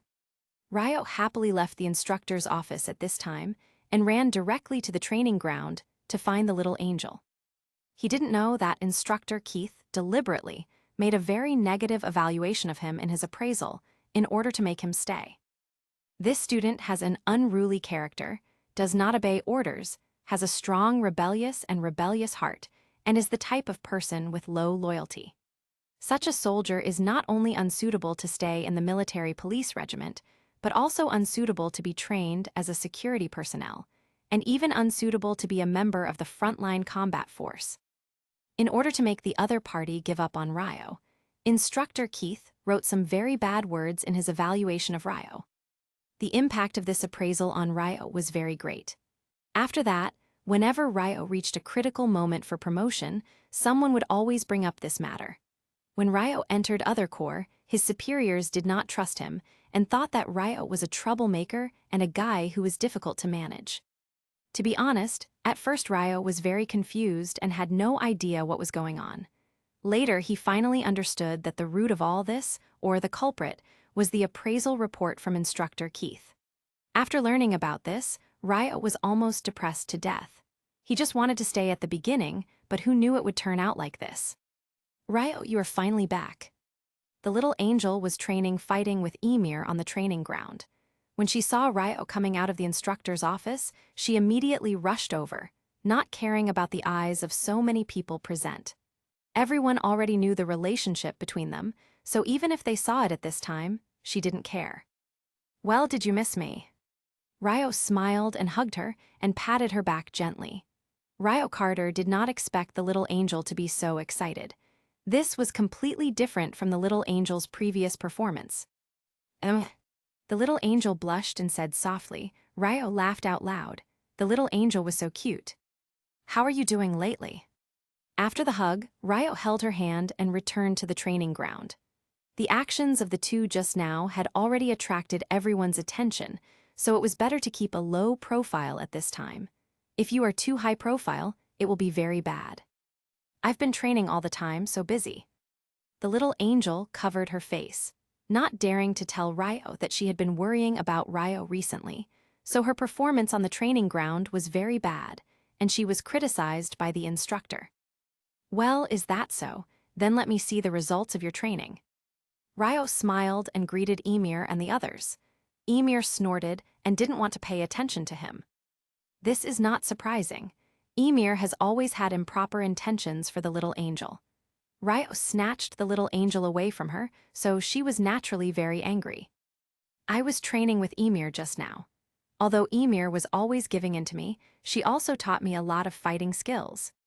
The little angel is very kind and caring to everyone, so she is very popular among the students and everyone likes her. During the team training, because the little angel is a girl and her physique is relatively weak, the general training targets are Ymir and Sasha. These two are also her best friends. As for Sasha, although she is very greedy, her strength is still very good. However, seeing that the little angel always shares her food with her, she basically gives in to the little angel when training with her. The little angel is of course very clear about all this in her heart, and Sasha's strength feels slightly worse than Ymir. Therefore, if Sasha also lets her go, she basically won't be able to get any improvement, so she has no choice but to continue training with Ymir. Although Ymir will let her go, considering that the little angel also needs to learn some skills to protect herself, the degree of her letting her go is not too serious. Although she will not let the little angel get hurt, she must also ensure a certain degree of confrontation, which is also helpful for the little angel to improve her strength. Well, then you guys train me, and see if there is anything that needs improvement.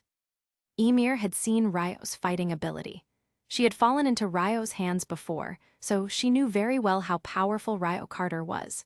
And seeing Ryo so serious at this time, Ymir also began to take it seriously. The two of them quickly got ready to practice. Ryo took out his watch and looked at the time. He knew in his heart that the little angel was definitely not Ymir's opponent, but he didn't know how long the little angel could hold out. He casually glanced at the training of others. Irene, who was determined to become stronger, went straight to Annie, the least active person on the training ground, and started a contest. Annie's fighting ability is very strong, but she doesn't have much interest in such training. If Reinur and Irene hadn't used a trick to get her to join the training. In other words, She would probably be like Sasha and Connie at this time, just dealing with it casually and going back to rest. As other students said, their combat targets are giants, and when facing giants, because of their size, they can't use fighting skills at all, so fighting skills seem to be completely unnecessary to practice, because it is useless after practicing. This statement is of course inaccurate. Fighting skills training is very helpful for soldiers to maintain a good condition and to be in better combat condition. And their combat targets may not be only giants. Maybe they also need to be sent to various places to maintain law and order. In this case, they may face ordinary thieves or murderers. At that time, fighting skills can still come in handy. Chapter 25, Annie versus Irene. Annie, come again. After being knocked to the ground by Annie again and again, Irene did not give up but stood up stubbornly. Ryo still admired his unremitting attitude. Such persistence is not something that ordinary people can achieve. And Irene's persistence may seem stupid, but in fact, he has gained a lot. At the beginning, when he was fighting with Annie, he was knocked to the ground by her in just one round, and after falling several times in a row, Irene began to learn some skills. These were the skills taught to him by Annie, that is, to be good at using his body and making full use of it when strength is not dominant. This way, he could achieve unexpected results. Although Irene is still falling down continuously, compared to before, he can take a few more moves in Annie's hands, and he doesn't look so defenseless. Of course, in this process, Irene was beaten badly, and the whole person looked bruised and swollen. Mikasa on the side was originally training with Ryunour. At this time, Ryunour had been beaten by her and couldn't stand up. Mikasa was very upset to see Irene being beaten so badly by Annie. She stood aside, and the coldness on her body made everyone shiver. Hee, it seems like there will be something interesting to watch. The guys around Ryo also obviously saw this scene, and they all looked very excited, as if they were looking forward to Mikasa and Annie fighting, so that they would have something interesting to watch. Not only were they looking forward to it, but Ryo himself was also looking forward to it. There have been descriptions of this scene in the animation for 2 consecutive seasons, and there was indeed a fight between Mikasa and Annie, according to Irene's memories. However, the author did not announce the result of the battle, so Ryo still didn't know who won this battle. Is it Mikasa, who seems to be more comprehensive in terms of strength, or Annie, who has more skills and experience? Ryo is not sure, but if he were to choose, he thinks Mikasa would have the advantage. Compared with Irene, Mikasa's strength is much higher, and her reaction speed and agility are far beyond Irene's. Some tricks that Annie can use to take advantage of Irene may not be effective in front of Mikasa. In addition to the technical advantages, the gap between Annie and Mikasa in other aspects is still very obvious. After all, the gap in combat power between the Ackerman family and ordinary people is too big. The 3 strongest people known so far are all from the Ackerman family: Kenny Ackerman, Levi Ackerman, and Mikasa Ackerman. The Ackerman family is known as a fighting family, which gives them the advantage of blood, making them more powerful than others. If it weren't for Ryo, who relied on the system, Mikasa would definitely be the best student in this period. She is top-notch in almost every aspect. Although Annie is also very strong, she is only 4th in the official evaluation, and Mikasa is 1st, so the gap between the 2 is naturally obvious. Krista, are you okay? Are you not hurt? Just as Ryo turned his gaze to Mikasa and Annie, Ymir's concerned voice came from behind him. Ryo looked back and saw the little angel sitting on the ground, covering her head with a painful expression. Ymir was squatting beside her worriedly, asking about her health and showing concern. Ymir, I'm fine, let's try again. The little angel was just hit on the head by Ymir. She didn't care about the pain at all. Instead, she was very happy that Ymir didn't go easy on her. But how are you injured?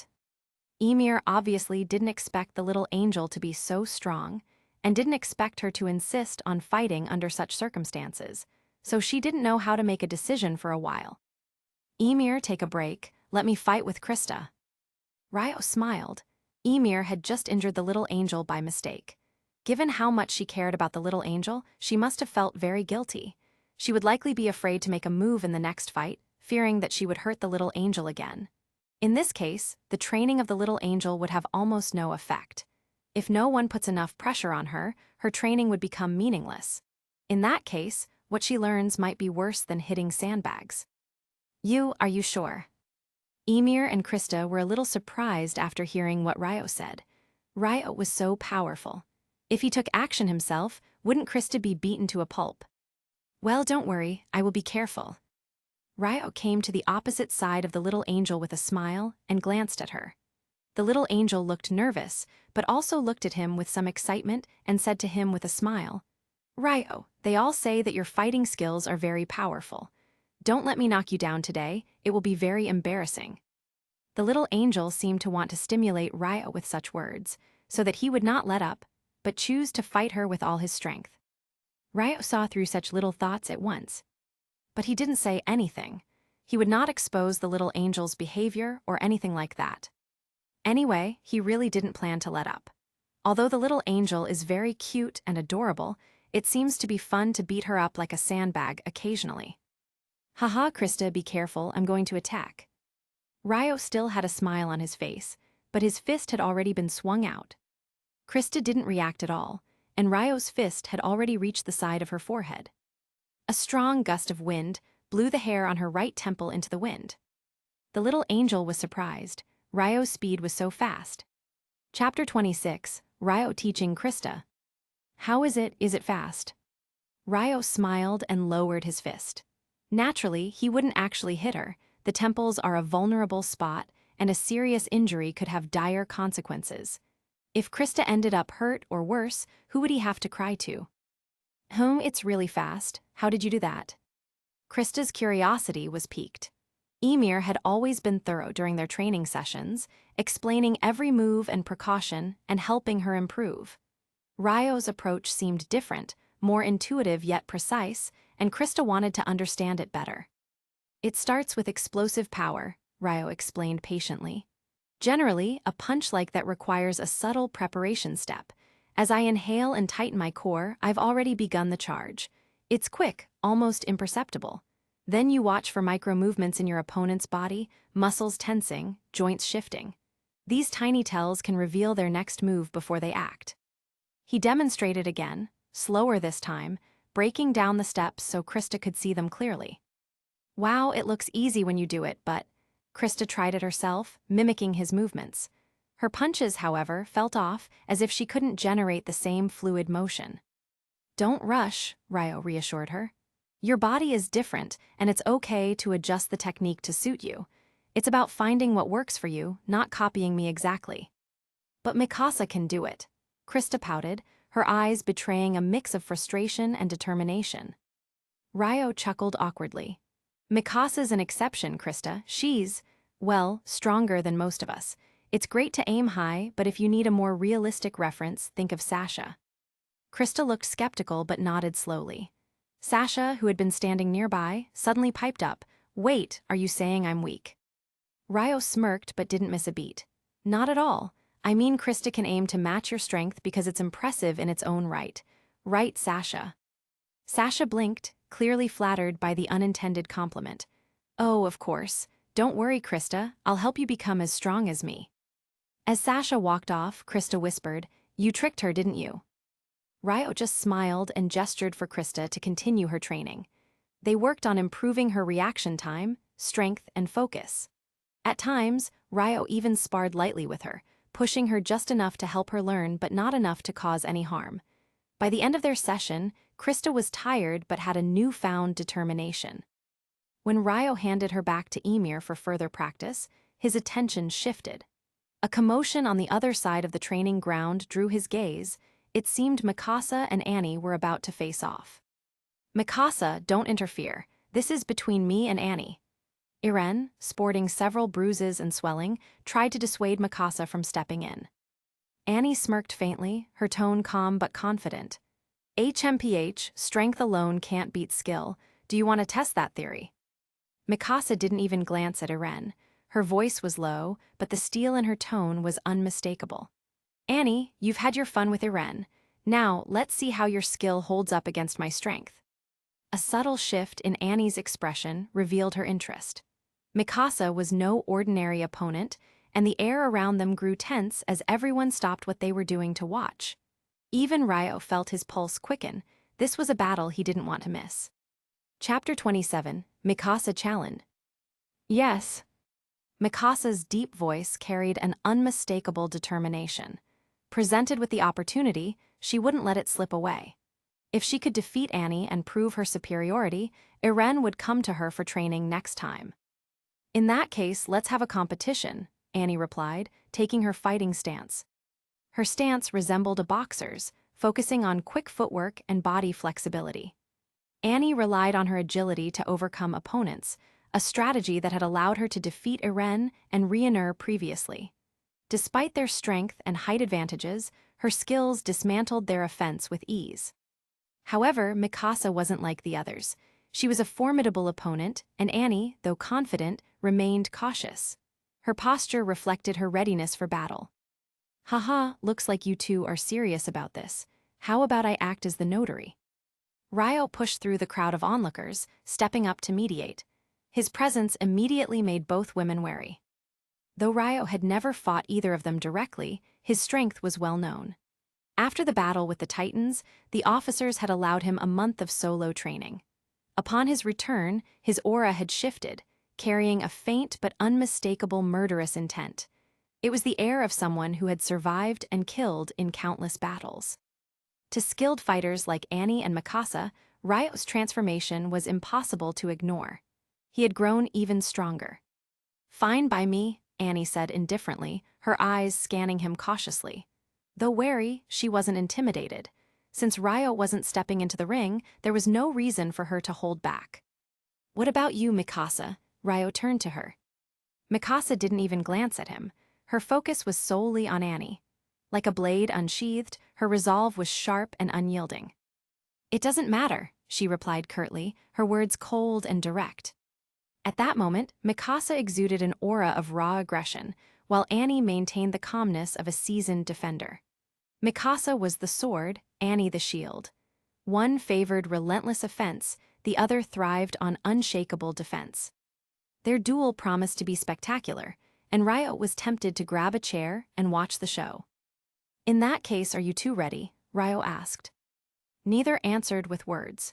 Instead, they lunged at each other simultaneously, the battle commencing without any formalities. Going straight for the fight, huh? Interesting, Ryo murmured, crossing his arms as he observed. Mikasa's strengths lay in her unmatched speed and raw power. Annie's advantage, however, came from her extensive combat experience and masterful technique. Both leaned into their respective strengths, trying to exploit the other's weaknesses. Mikasa's attacks were relentless and calculated, each strike designed to compress Annie's reaction time. Annie's usual counters, reliant on exploiting her opponent's openings, were rendered ineffective under Mikasa's sheer speed and precision. Though Annie's defense held strong, she found it nearly impossible to launch an effective counter. Ryo nodded in approval as he watched Mikasa's strategy unfold. It was clear she had analyzed Annie's earlier fights, including her matches against Eren. Mikasa's approach capitalized on Annie's defensive tendencies, forcing her into a corner. This strategy, Ryo noted, was something he himself might use. However, his own lower body training gave him an added edge. A stable center of gravity made him resistant to Annie's trips and throws, allowing him to press his advantage further. Mikasa, while impressively offensive, lacked the same defensive stability, though her raw talent compensated for it. The recruits watching the fight were awestruck. Mikasa's relentless barrage left Annie with no openings, and Annie's famous counterattacks were nowhere to be seen. Most spectators assumed Mikasa's victory was inevitable. Many began cheering for Mikasa, including her admirers like Marco and others who were enamored with her skill and presence. Meanwhile, a smaller group worried for Annie. Among them, Bertolt Hoover stood out. His concern for Annie wasn't merely that of a comrade. His admiration for her, both her stoic demeanor and her skill, was obvious to anyone who paid attention. As Mikasa's relentless attacks continued, Bertolt clenched his fists. Could Annie endure this? Chapter 28, Mikasa Ackerman. Although Mikasa's attacks had suppressed Annie in momentum, did that guarantee Mikasa's victory? Not necessarily. At least, Ryo wasn't so optimistic. And he wasn't the only one with this thought. "Iren, this isn't looking good for Mikasa," Armin whispered, concern evident in his tone. Iren frowned. "How? Mikasa's completely dominating." Armin shook his head. "No, this is Annie's strategy." Though he was rooting for Mikasa, their childhood friendship outweighed his regard for Annie. Yet, as much as Armin wanted Mikasa to win, his analytical mind couldn't ignore the reality. Mikasa's attacks are relentless, but Armin hesitated, glancing back at the field. Annie's defense, though seemingly faltering, wasn't collapsing. Armin had noticed something others might have missed. Annie's breathing rhythm was still steady. Her endurance and composure were untouched. Mikasa, on the other hand, was slowing. Though her strikes had weakened Annie's stance, the sheer effort was taking its toll. Her attacks weren't as sharp, and her breathing had become uneven. "If this keeps up," Armin said, his voice low, "Mikasa might tire herself out. That's when Annie will strike back." Iren's eyes widened. He turned his attention back to the duel. Sure enough, Annie's movements were shifting. She wasn't just defending now, she was baiting. A fierce determination had returned to her eyes. Iren clenched his fists. He recognized that expression. It was the same look Annie had when she defeated him and Rionur. Could Mikasa handle Annie's counter? Ryo, standing to the side, had already seen through Mikasa's plan. "Mikasa Ackerman," he murmured to himself, a slight smirk playing on his lips. "You never fail to impress me." Unlike most onlookers, Ryo had noticed the subtle deception in Mikasa's strategy. She wasn't truly exhausted. She had adjusted her attacks, slowly reducing her power and speed just enough to make Annie believe she was weakening. The bait was irresistible. Will Annie fall for it? Ryo wondered aloud. From his vantage point, he could see the risk Mikasa was taking. The margin for error was slim, but if Annie took the bait, victory would be Mikasa's. Then it happened. Annie blocked one of Mikasa's strikes with a calculated backhand, and in an instant, she seized the opportunity to counter. Her hand latched onto Mikasa's arm, yanking her off balance. Ryo's sharp eyes caught the motion. Tai Kai-style redirection, he murmured. Interesting. Annie pulled Mikasa forward, disrupting her stance and exposing her defenses. In a split second, Mikasa staggered, her right foot shooting forward to regain balance. "It's over, Mikasa Ackerman," Annie whispered as they passed each other. But Mikasa's sharp reply froze Annie in place. "Really, I think so too." Before Annie could process Mikasa's words, she felt a sudden shift. The arm she had grabbed was now locking her own, and Mikasa's free hand had already struck her body with precision. Annie's vision blurred as her world spun. Her center of gravity vanished, and before she knew it, she was airborne.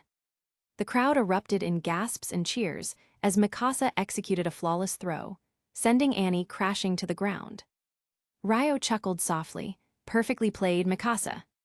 Annie lay on her back, her chest heaving as she stared up at the sky. Mikasa stood over her, calm and unwavering. "That's the difference between you and me," Mikasa said, her voice quiet but firm. Annie didn't respond immediately. She simply closed her eyes, a faint smile curling her lips. For the first time in a long while, she felt the thrill of being genuinely outmatched. Ryo clapped his hands, stepping forward to break the tension. "An impressive match from both of you," he said, his tone light but respectful. "It seems we've all learned something today." The recruits around them broke into applause, their cheers filling the air. While Mikasa's victory was celebrated, the duel had also highlighted Annie's resilience and skill. But one thing was clear: Mikasa Ackerman was a force to be reckoned with. Chapter 29, Annie is not weak. After watching this battle, everyone's hearts were full of ups and downs. At first, everyone thought Mikasa was sure to win. But then Mikasa's attack failed to break through the opponent's defense, and they began to worry again. Many people even thought that Annie would win with her sophisticated experience. And just when Annie saw the opportunity to launch a counterattack, she fell into Mikasa's trap again and was knocked down by Mikasa. The final winner was still Mikasa, but everyone seemed to have seen the degree of danger in the middle. Even if Mikasa won, it definitely wasn't easy. The strength of these two seemed quite close. These two are too scary. Sasha grabbed Hannah's arm and shook it vigorously. She was so excited she seemed like a ghost. This battle had nothing to do with her, but she acted as if she were fighting on the field. She was extremely nervous, her forehead covered with sweat. Yes, they're so strong, we don't know when we can reach their level. Hannah also said with some emotion. France, who was always by her side, immediately said, "It's okay, Hannah, you don't need to be as strong as Mikasa. With me by your side to protect you, you'll be safe." Hannah's face turned red, and she said shyly, "Having said that, if I can become a little stronger, wouldn't that help share a lot of your pressure, France?" "Hannah, you are so considerate. Whoever marries you will be the happiest." "France, you are so caring. Whoever marries you will be the happiest woman in the world." Hannah, France, seeing the couple around her, who didn't care about other people's feelings at all and were crazy about showing off their affection, Sasha said she couldn't afford to be hurt and pretended to vomit, leaving. If she couldn't provoke them, could she at least hide? At this time, Ryo came over and saw Annie patting the dust off her body, preparing to leave as if nothing had happened. Mikasa was about to walk toward Iren. He smiled and said, "You too, your fight just now was very exciting, but I hope you don't let this harm your relationship. We're all members of the 104th Training Corps." The recruits had gone through hard training during the massive giant invasion, so Ryo felt they should be more united and not bear grudges because of a small problem. "Don't you think so, Mikasa, Annie?" Annie's identity as the female Titan was a secret, and though there were other shifters like Rhaenyra, Bertolt, and Ymir, Ryo wouldn't confront them until their identities were revealed. Until then, they weren't enemies. Ryo wasn't rushing to confront them, but planned to be strategic. If he acted too quickly, no one would believe the truth about the Titans. He needed to gain their trust first. Plus, despite their role as enemies, the Titans had been with the 104th recruits long enough that they were starting to hesitate when it came to harming people like Iren, Armin, or Mikasa. For example, Annie had shown restraint in sparring with Armin. Ryo wasn't willing to let Annie be an obstacle for Mikasa's safety. He knew Mikasa wouldn't need his protection in most situations, but against the female Titan, her safety was his priority. "Well, of course, I don't see Annie as an enemy, but I can't let Iren train with her in the future." Mikasa didn't know Annie's true identity, so her hostility was purely from seeing Annie beat Iren during training. Now that Mikasa had defeated Annie, she'd proven her strength, and if Iren wanted a sparring partner, she would be the one to step in. "Tesk boring." Ryo was about to ask about Annie's attitude when she turned around, looked at Iren and Mikasa, said something casually, and left on her own. Clearly, she was very upset but didn't vocalize it. Mikasa had challenged her for Iren's sake, and Annie found it all quite dull. Ryo touched his nose. If Mikasa helped Iren with training, Iren would probably be dissatisfied. So he stepped forward and said, "Iren, if you need to practice fighting, you can come to me. Just be prepared to get hurt." Mikasa's face changed as she heard the word injured, but Ryo quickly added, Well, I'll be careful. I won't let you turn into a pig head." Chapter 30, Rose Wall. All Ryo wanted was someone to help him practice. He didn't care about getting hurt, because he knew that to grow stronger, he would have to pay the price. Ryo was stronger than Mikasa and Annie, and he was willing to help at this time. He had no reason to miss such a great opportunity. So without waiting for Mikasa to speak, Iren nodded and agreed. "In that case, I'll leave it to Ryo." Ryo waved his hand and glanced at the time. It was time for lunch. He quickly went to grab something to eat. Afterward, he had plans to take Krista out for a walk. Speaking of the special training for more than a month, he hadn't had the opportunity to go out with Krista for a while. He missed that peaceful time with her. Krista, with her gentle and well-behaved personality, always kept quiet and calm when they were together, and Ryo appreciated that a lot. As time passed, the panic about the Titans within the kingdom started to subside. The fact that nearly 200,000 people had been sent out to fight the Titans caused a massive trauma to the country. Many people feared that such situations would become more frequent if the situation worsened further. Once the Rose Wall was breached, they'd face the same fate as the over 200,000 people before, being sent out to die because of food shortages. Outside the walls, Titans roamed freely. While humans outnumbered them, the immense power gap between the two sides made any crusade a death sentence. Once anyone stepped outside the walls, it was essentially a one-way trip. However, 3 years had passed since the breach of Wall Maria. The Titans seemed to have stopped and were consolidating the territory they had taken. During these 3 years, although they harassed Wall Rose, they hadn't yet managed to break through. Life inside the walls slowly shifted from a state of panic to a dull routine. But if humanity grew complacent and forgot the fear of the Titans, they would suffer catastrophic consequences. Thus, the Survey Corps investigations outside the walls, which had once been dismissed as meaningless suicide missions, had become the hope of humanity. At one point, due to the high casualties in the Survey Corps, the people had been extremely dissatisfied. They believed that the Corps not only wasted their taxes but achieved nothing. It seemed like a senseless act of dying. But now, the pressure from the Titans was undeniable. Everyone understood the importance of the Survey Corps missions. Their efforts to gather intelligence were now critical. If they didn't unravel the mysteries of the Titans, humanity wouldn't have a chance in the long war ahead. The Survey Corps was now once again preparing to investigate outside the walls. Since the fall of Wall Maria, the strategy of the Survey Corps had changed. Their mission had shifted from gathering detailed intelligence on the Titans to preparing a battle plan to reclaim Wall Maria. They had scouted various areas and stockpiled the necessary supplies. This way, if war broke out, they could assist the Garrison Corps and reclaim Wall Maria as quickly and with as few casualties as possible. Once Wall Maria was reclaimed, the human population could be restored to its former levels. The increase in population would lead to more taxes, better military resources, and an enhanced war potential. All these factors would give humanity a much-needed advantage in the war against the Titans. When the Survey Corps departed for their investigation, the streets were lined with people cheering them on. The 104th recruits were also dispatched by the Training Corps to maintain order and assist with carrying equipment. Really, those guys are too enthusiastic, aren't they? Can't they stand still? It's hard enough for us to handle all this pushing and shoving.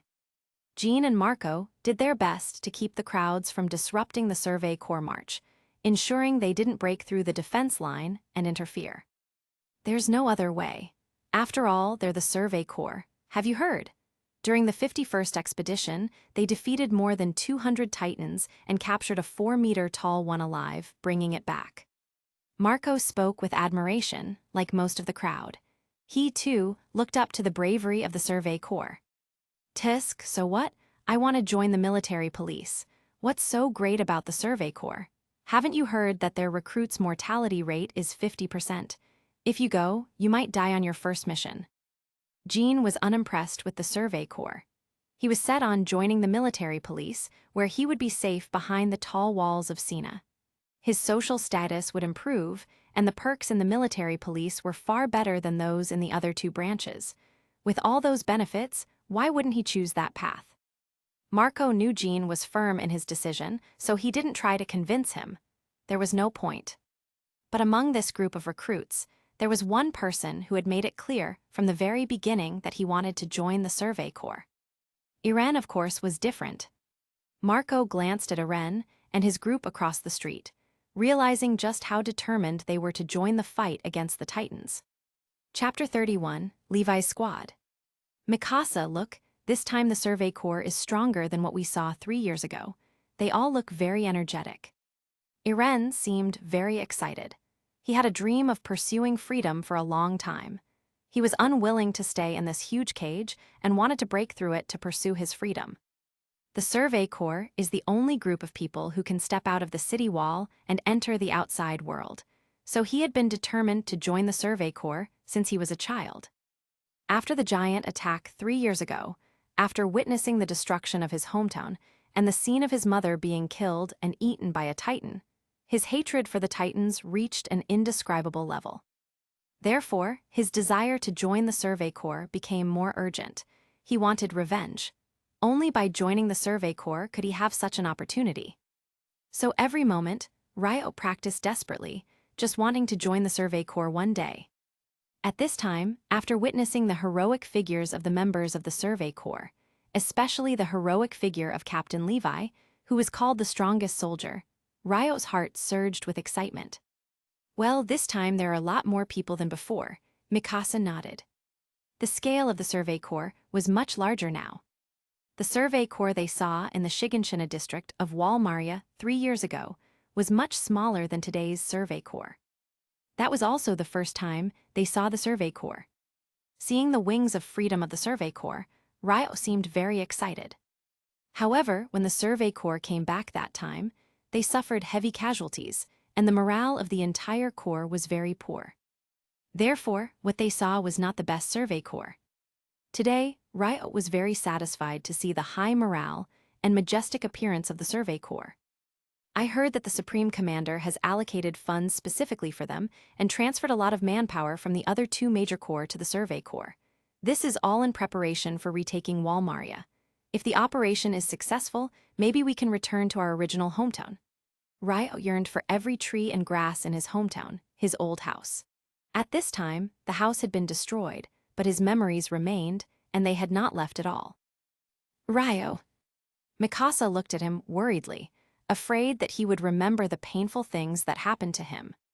Stupid, if this thing is too heavy, just let someone else move it, such as a handsome and strong man like me, and you can pick some simple ones for yourself. Ryo grabbed the big box that Krista was holding and lifted it up with one hand. The box probably contained all folding knives. The weapon reserves of the Survey Corps were very sufficient, and other supplies, such as gas, were also very rich. This was mainly because when they went out to fight, unlike the Garrison Corps that had a central control room to replenish on the spot, their things could not be replenished on site, and they had to carry everything themselves. The wooden box that Krista held contained stacks of folding knives. These steel swords were very sharp and could easily cut through the muscles on the back of a Titan's neck, causing a fatal blow to them. However, this thing wasn't completely without weaknesses. Its blade was relatively brittle. The blade was weak and could break easily. To reduce the weight and make it easier to carry, the blade was relatively thin. Therefore, when using it, it was easy to break, forming a gap or a rolled blade. In such cases, it needed to be replaced frequently. Generally, a soldier needed to prepare 2 sets of spare weapon boxes, each equipped with 5 pairs of blades. After use, the old blade could be discarded and replaced with a new one by simply opening the fixing device of the handle. There were about 4 or 5 such weapon boxes in this wooden box. Ryo felt it and found that the weight was about 30 pounds, which was still very heavy. Krista had not grown up yet. For her height, it was of course very difficult to carry such things. It's okay. If I go a little slower, I can still carry it. Krista took out a handkerchief and wiped Ryo's sweat. Ryo had been working for a long time. The weather was quite hot, so he sweated a lot and had a stinky smell. Stop it, it's itchy, I can just wipe it with my sleeve. If you dirty your handkerchief, you'll have to wash it yourself later. Ryo turned his head. He was sweating, and with the dust in the air, the sweat on his head was quite dirty. Krista had mysophobia, and her handkerchiefs were always very clean. If her handkerchief got dirty, she'd have to spend time washing it herself. It was better for Ryo to wipe it with his sleeve, as he would have to wash his clothes later anyway. It's okay. If you're willing, just let me wipe it for you. Otherwise, I'll seem useless. Krista stood on tiptoes, insisting on helping Ryo wipe the sweat off. Ryo had no choice but to bend his knees slightly and lower his body to avoid Krista's tiptoeing, which was very strenuous. Seeing that he was so obedient, Krista happily helped him wipe it clean carefully, then stood on tiptoes and kissed him on the face. Ryo was stunned for a moment, and when he reacted, Krista had already run away with a red face. Ryo shook his head. This girl, he must kiss her back next time, otherwise he'd suffer a great loss. Hey, kids nowadays are so precocious. The world is going downhill. Ryo heard the voice and turned his head to see 4 people riding horses passing by him, and a man was still talking to his companions. Obviously, the man who just spoke was the one who always liked to imitate Captain Levi and the one who liked to bite his tongue when talking on horseback. Levi's squad. Ryo didn't expect to meet them here. What a coincidence. This group of people was none other than the members of Levi's squad. The guy who just spoke was the one who always liked to imitate Captain Levi. Chapter 32, New Recruit. Aluo, are you envious? If you are, go find him yourself if you have the ability. Elder teased Aluo. Although it was wrong for Ryo and Krista to show their affection in public, Aluo, as a senior of the Survey Corps, was actually envious and jealous of the younger generation. Such a temperament was really unacceptable. Tisk, do I need to look for her? With my outstanding number of conquests, as long as I stand on the street, countless beauties will come to me, such as Petra. Right, Petra, I knew you were secretly in love with me, don't deny it, I know it all. Aluo seemed to be interested in Petra, but Petra didn't have him in her heart. Petra only had the captain in her heart. Don't be so self-indulgent. I'm afraid you'll bite your tongue again later. Petra rolled her eyes at him, unhappily. She didn't want to participate in his boring topic at all. How is that possible? I am a true warrior who has conquered dozens of titans. I have great skills. How could I bite someone on a horse?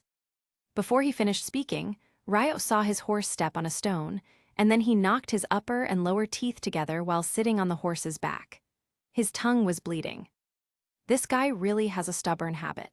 It seems that he will never change his tongue-biting habit until he dies. Ryo shook his head and prepared to leave. However, Captain Irwin and Sergeant Levi, who were walking behind the four people, appeared in front of him. Is it you? The captain raised his eyebrows slightly. Although he knew that the Garrison Corps would come to help today, he still didn't expect to meet Ryo here, so he was a little surprised when he saw Ryo. What's wrong? Who is he? Captain Irwin was a little surprised when he saw Levi stop, and asked. That's the new recruit I mentioned to you before. Levi tilted his head slightly and said to Captain Irwin. The captain nodded, glanced at Ryo, and asked, New recruit, are you interested in joining our Survey Corps after graduation? Ryo rolled his eyes and asked, Captain, is this how you get something for nothing? Although he wanted to say no, the system's tasks required killing more titans, and if he didn't join the Survey Corps, he probably wouldn't be able to kill titans, so he nodded and said, I should go, we'll see how the situation is when the time comes. Ryo did not give a definite answer because he still wanted to see how Krista would choose. If Krista did not go to the Survey Corps, he would most likely not go either. In fact, there were battles in the Garrison Corps. When they were about to graduate, the defense battle in the Tross district was a tough battle fought by the Survey Corps. Because the Survey Corps had just left, the main force of that battle was basically the Garrison Corps. In other words, in the early stages of fighting the Titans, even if Ryo did not join the Survey Corps, there were still many things he could do. Oh really? That's great, let's go Levi. Captain Irwin glanced at Ryo, then rode away. When Levi walked to Ryo, he glanced at him, not knowing what his eyes meant. Ryo didn't understand for a moment. He shrugged, who cares what he meant? Now it's still a long time before they graduate. Before graduation, they basically won't participate in any battles, so even if they really have to make a choice, it will be at least 2 years later. After helping the Survey Corps load and send out the supplies, the recruits returned to the training camp. Seeing that it was getting late, the instructors dismissed them. As the situation cooled down, the instructors were not as nervous as before. At this time, their lives seemed to have returned to the time 3 years ago when the Titans had not yet appeared. In addition, the basic courses of the trainees had basically been completed. The next thing to learn was mutual cooperation and systematic combat theory. There were not many courses, and the instructors needed to do less. They were not too busy. The instructors of the training corps actually came from the military police, so they generally have the problems of the military police. That is, they are more casual and like to enjoy. This kind of thing has both advantages and disadvantages for the recruits. The advantage is that they have more time and do not need to be managed as strictly as before. The disadvantage is that after they are no longer under the pressure of training, they learn less, and these things they lack may cost them their lives when they go to the battlefield. Ryo was sweating all over. He went back to the dormitory and prepared to take a shower. However, when he entered the bathroom with a towel and soap, he found a large group of guys queuing up. There were more men than women in the 104th batch of recruits, with a total of more than 200 people, including more than 160 men and less than 50 women. Such a ratio determines that it is difficult for boys to go to the toilet or take a shower. There are too many people. Ryo frowned and took a look. There were quite a few people in front of him, and the bathroom smelled stinky. Even if he used force to drive everyone away, he couldn't stand the smell when he went in. Forget it, let's go to the lake in the back mountain to take a shower. Armin, Irene, don't queue up, I'll take you to a good place. Seeing Armin and Irene standing in line stupidly at the back, Ryo walked over and bumped into them, signaling to them with his eyes. The two were a little overwhelmed, not knowing where Ryo was going to take them. However, considering Ryo's usual character, they chose to believe Ryo, so the two followed Ryo out in a daze. The instructor was probably playing cards in his office at this time. Ryo took a sneaky look and saw that no one was on guard. That was good, he could sneak past without being discovered. Let's go this way, hurry up, be careful not to be seen by others. Ryo crouched down and directed Irene and Armin to sneak out of the camp. Chapter 33, Fishing. Ryo, where are we going now? Irene was still thinking about going back to take a shower and kept asking questions that seemed pointless at the moment. Armin, quick-witted as always, noticed the path Ryo had chosen and understood right away. He was heading to swim in the lake behind the mountain. In this weather, swimming in such a clear and beautiful lake would be a refreshing escape. Let's go to the lake in the back mountain. There's no one there, just the three of us. We can wash up however we like, as comfortably as we want. If we're lucky, we might even catch a few big fish and grill them. Ryo's appetite stirred at the thought of grilled fish. The supplies the system had provided him were running low. His monthly ration was nearly gone. He'd given most of it to Krista, and on top of that, he needed to save some to buy gifts for her.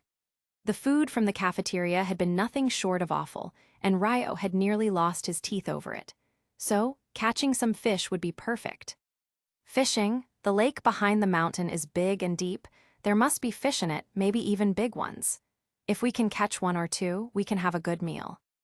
Armin also got excited, imagining the scene of catching fish and enjoying a feast. But we don't have any tools, how can we catch fish? Irene, ever the pessimist, pointed out the obvious problem: they were unprepared. Catching fish without any tools sounded nearly impossible. I don't know about that, but you should know I've got a trick up my sleeve, right, Ryo? Armin turned his gaze to Ryo, who, after hearing his friend's hopes, smiled knowingly. Haha, you're good at giving me tough questions. What about fishing tools? I've got them. Ryo grinned and pulled out a small knife from his body. It resembled the daggers they used, but it was a bit more unusual. As a child, Ryo had watched a famous martial arts TV series featuring a hero named Hawkeye, who used a skill called perfect aim. It was said to be 100% accurate and was one of the best weapons in the world. Inspired by this, Ryo had spent some time during his special training honing his throwing knife skills. While he wasn't quite at the level of Hawkeye's legendary accuracy, he had improved a lot and was confident enough that he could catch fish with his knife. What is that? Armin looked confused. Wasn't it just a regular knife? Surely it wasn't meant to catch fish. Haha, watch and see. Ryo raised his hand and flicked the knife. It flew through the air with a sharp swish. With a thud, it embedded itself into a tree trunk. Armin and Irene exchanged surprised glances. The tree was over 10 meters away, yet Ryo had thrown the knife with such precision that it lodged itself into the wood. It's not over yet, come take a look at what I hit. Ryo's voice was full of excitement as he gestured for them to come closer. When they did, they were shocked to see that the knife had pierced the wings of a butterfly resting on the tree, pinning it to the trunk without harming its delicate body. It was an impressive display of skill. At that moment, the two of them were completely confident that catching fish would be no problem for Ryo. The three of them made their way to the lake. The temperature was perfect, and the clear water was inviting. After a long day of training and moving supplies, they were eager to get clean. They stripped off their clothes in seconds and jumped into the refreshing water. The lake was a perfect spot, spacious, with no crowds, and the water was just the right temperature. Ryo pulled out his soap and towel and began washing off, humming a little tune as he rubbed the soap over his body. Meanwhile, Irene and Armin splashed around, engaging in a water fight instead of focusing on bathing. Ryo smiled at their antics, but soon he needed to wash his hair. He dove underwater to find a secluded spot to finish his bath. It was peaceful there, and he enjoyed the quiet. When he surfaced, he shook his head, ready to finish up. But then he heard something, voices coming from the side. At first, he thought it was just Armin and Irene coming to join him, but when he listened more closely, he realized the voice wasn't male. It was a girl's voice. Ryo froze. Could there be a girl secretly bathing here just like them? Chapter 34, Future Plans. Ryo was very curious, so he quietly swam over there, keeping his movements to the minimum along the way so as not to alarm the other party and be discovered, which would have been the end of him.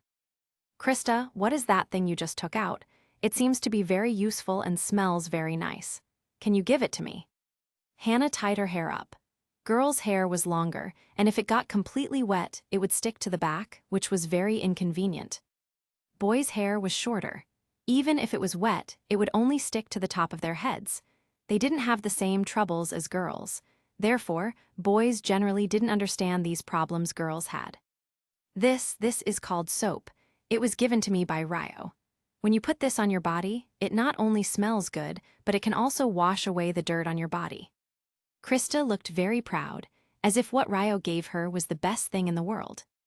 When Ymir heard her words and saw her expression, she could only roll her eyes in her heart. There was nothing she could do about Krista. It seemed that she would never be able to have a happy relationship with Krista again. Krista already had Ryo in her heart, and it seemed impossible for Ymir to ever squeeze in again. "Hee, it's your Ryo again. Krista, you and Ryo have a really good relationship." Ryo, hearing that he was being talked about, quietly slipped to a patch of water plants and poked his head out to take a look. What he saw made his jaw drop. These girls, do they have to be so bold? 1, 2, 3, 4, 5, 6, 7. Ryo counted them with a nosebleed. There were more than a dozen girls in total, including Mikasa, Krista, Sasha, Ymir, Hannah, and others. Even Annie was there. Basically, all the girls he knew were here. Moreover, these girls were really daring. They were almost naked, their snow-white skin exposed to the open air without reservation. The sight was so overwhelming that Ryo felt a wet sensation in his nose. He had started bleeding. Not only had he seen the beautiful body of Krista, his little angel, but also those of Mikasa, Sasha, and the others. The scene was so dazzling that he almost felt faint. "It's okay, not as good as you in France." Krista blushed slightly, though she didn't seem completely embarrassed. Even now, she still knew how to be shy. She looked so adorable when she was embarrassed. Krista gently smoothed her hair with her hands, then tried to hide the blush on her face with her arms. Ryo was stunned. The sight was so stunning that he didn't dare to look any longer. Krista had always been cute, but today she was even more charming than usual. Ryo shouted internally, "My health bar is almost empty. I need a medic's emergency blood bag to save me." "Mikasa, how are you and Irene doing now? Weren't you two a couple from the beginning? Why don't we ever see you two doing anything together?" Hannah blinked, feeling satisfied with Krista's earlier answer, but now her curiosity turned to Mikasa and Irene. In everyone's eyes, the relationship between Mikasa and Irene was always a bit strange. It was obvious to anyone with a discerning eye that their relationship wasn't simple. Mikasa was usually quiet, dedicating herself to training, but she was always attentive to Irene. She seemed to consider everything for him, even standing up for him when Annie beat him in training. Such care clearly crossed the boundary of ordinary friendship. Everyone assumed they were in a relationship, but their interactions felt distant compared to couples like Hannah and France or Ryo and Krista. Faced with Hannah's question, Mikasa hesitated, unsure of how to respond. "What's wrong? Can't we talk about these things? Let's not talk about it then. Let's discuss something else." Hannah noticed Mikasa's reluctance and quickly changed the topic. If Mikasa didn't want to say, she wouldn't press further. In 2 years, we will graduate. After graduation, where are you all planning to go? This question came from Sasha. She seemed like an optimist, always more focused on eating and drinking than anything else. Her sudden seriousness caught everyone off guard. What's the matter, Sasha? Have you been thinking about this too? Ymir looked at Sasha with a mocking expression. She didn't have a high opinion of the clumsy girl who often stuttered when speaking. If not for Krista's kindness toward her, Ymir might have bullied Sasha more often. I want to stay with Eren, no matter where he goes. Mikasa's sudden declaration was tinged with sadness. She knew Eren would most likely join the Survey Corps, a decision that would place him in constant danger. It was a situation she desperately didn't want to face. Chapter 35, Planning. After hearing Mikasa's words, the atmosphere among the group grew tense. Krista wanted to comfort her, but didn't know what to say. She couldn't possibly dissuade Eren from joining the Survey Corps, especially with his deep hatred for the Titans. If he couldn't be convinced otherwise, Eren would undoubtedly join, and the Survey Corps' dangerous missions outside the walls carried a high mortality rate. The thought of Eren facing such danger weighed heavily on everyone's minds. Krista, where are you planning to go after graduation? Ymir asked, breaking the silence. Ymir wasn't particularly concerned about Mikasa and Eren. To her, Mikasa was too fixated on Eren, who, while capable, was stubborn and oblivious to her feelings. Mikasa's unreciprocated devotion to someone so dense annoyed Ymir. By contrast, she held a grudging respect for Ryo. While she didn't like him much either, he was far more tolerable than Eren. Ryo was thoughtful, skillful, and considerate, especially toward Krista. His care for her left Ymir feeling a mix of jealousy and helplessness. I don't know, Krista replied softly. Ryo told me to aim for the military police. It's safer there. But the military police corps is stationed behind the wall of Sina. If I go there, I might not get to see any of you again. Besides, I'm not skilled enough to make it into the top 10. I'll probably end up in the Survey Corps or the Garrison Corps. Hearing Krista mention the Survey Corps caused Ymir's heart to clench, though she masked it well. Fortunately, Krista added the possibility of joining the Garrison Corps, which eased her tension slightly. True, Krista didn't have the strength to make it into the top 10, so she wouldn't qualify for the military police corps. But Ryo would never allow her to join the Survey Corps, leaving the Garrison Corps as the most likely option. If that happened, Ymir was determined to follow Krista. No matter where Krista went, she'd find a way to stay by her side and protect her. Ryo might be strong, but he couldn't always be there. His skills would keep him busy on missions against the Titans. Protecting Krista would be Ymir's responsibility. What about you, Ymir? Krista asked, her genuine concern shining through. As for me, Ymir's smirk returned as she leaned closer. I'll stick with you, of course. Someone has to keep you safe. And who knows, maybe one day you'll change your mind and decide a happy lesbian relationship with me isn't such a bad idea. She playfully reached out, her hands moving mischievously toward Krista. Ah, stop it, it's ticklish, haha, stop, Ymir. Krista giggled uncontrollably, tears forming at the corners of her eyes. Hidden among the water plants, Ryo seethed internally. Let go of Krista, that's my job, but he knew better than to reveal himself now. If the girls caught him spying, he'd be lucky to escape with his life. Suddenly, Mikasa's sharp gaze shifted. Why is the water red? The others followed her gaze, spotting a crimson trail floating on the surface. Yes, what is that? Krista asked curiously. It smells like blood, Sasha said, her hunter's instincts kicking in. The trail of blood stretched toward the water plants. Ryo paled. Damn it, my nosebleed gave me away. Realizing his mistake, he quickly dove deeper, hoping to escape undetected. There's someone over there. Annie's voice was cold and sharp as her eyes locked onto the disturbance. Who's there? Mikasa demanded, her tone icy as her killer instinct flared. The girls immediately sprang into action, determined to catch the intruder. Mikasa and Annie led the charge, but Ryo's quick reflexes and underwater agility gave him an advantage. By the time they reached his last position, he was already long gone. That was close, Ryo thought as he swam to safety, exhilarated by his narrow escape. Despite the risk and humiliation, he couldn't help but revel in the thrill. Meanwhile, back at the training camp, Irene and Armin were growing concerned. "Ryo's been gone for a while," Armin said, scanning the area. "Yeah, let's go check near the lake," Irene suggested. The two friends set off, unknowingly heading straight toward the chaos Ryo had just escaped. Chapter 36, The System. Irene's voice rang out clearly from a distance, causing the girls to panic. Moments ago, they had merely suspected someone was peeping at them, but now it was evident someone was approaching. Without a second thought, the girls hurriedly ran to the shore, scrambling to dress as quickly as possible. Underwater, Ryo could hear Irene and Armin calling out to him. He gritted his teeth, cursing inwardly. Of all the times to show up, it had to be now. Are they trying to get me killed? Meanwhile, Irene and Armin, freshly washed and dressed, strolled along the lake, oblivious to the tension.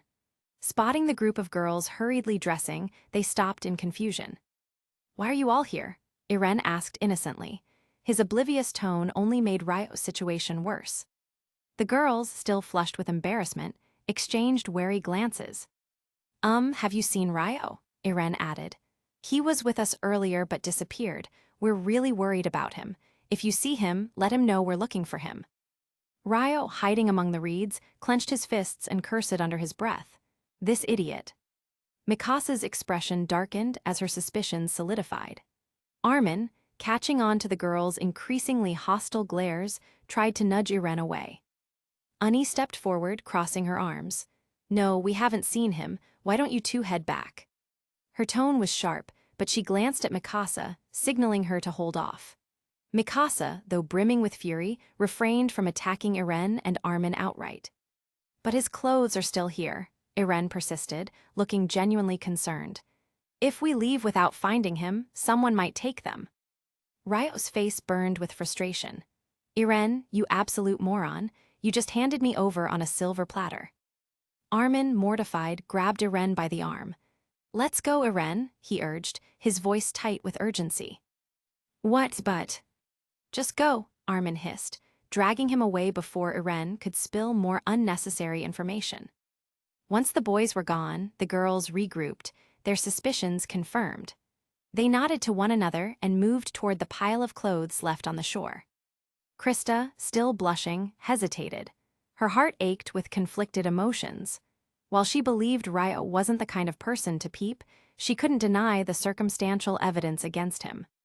"What should I do now?" Ryo muttered to himself, peering out from his hiding spot. The group of girls remained determined, clearly intent on waiting him out.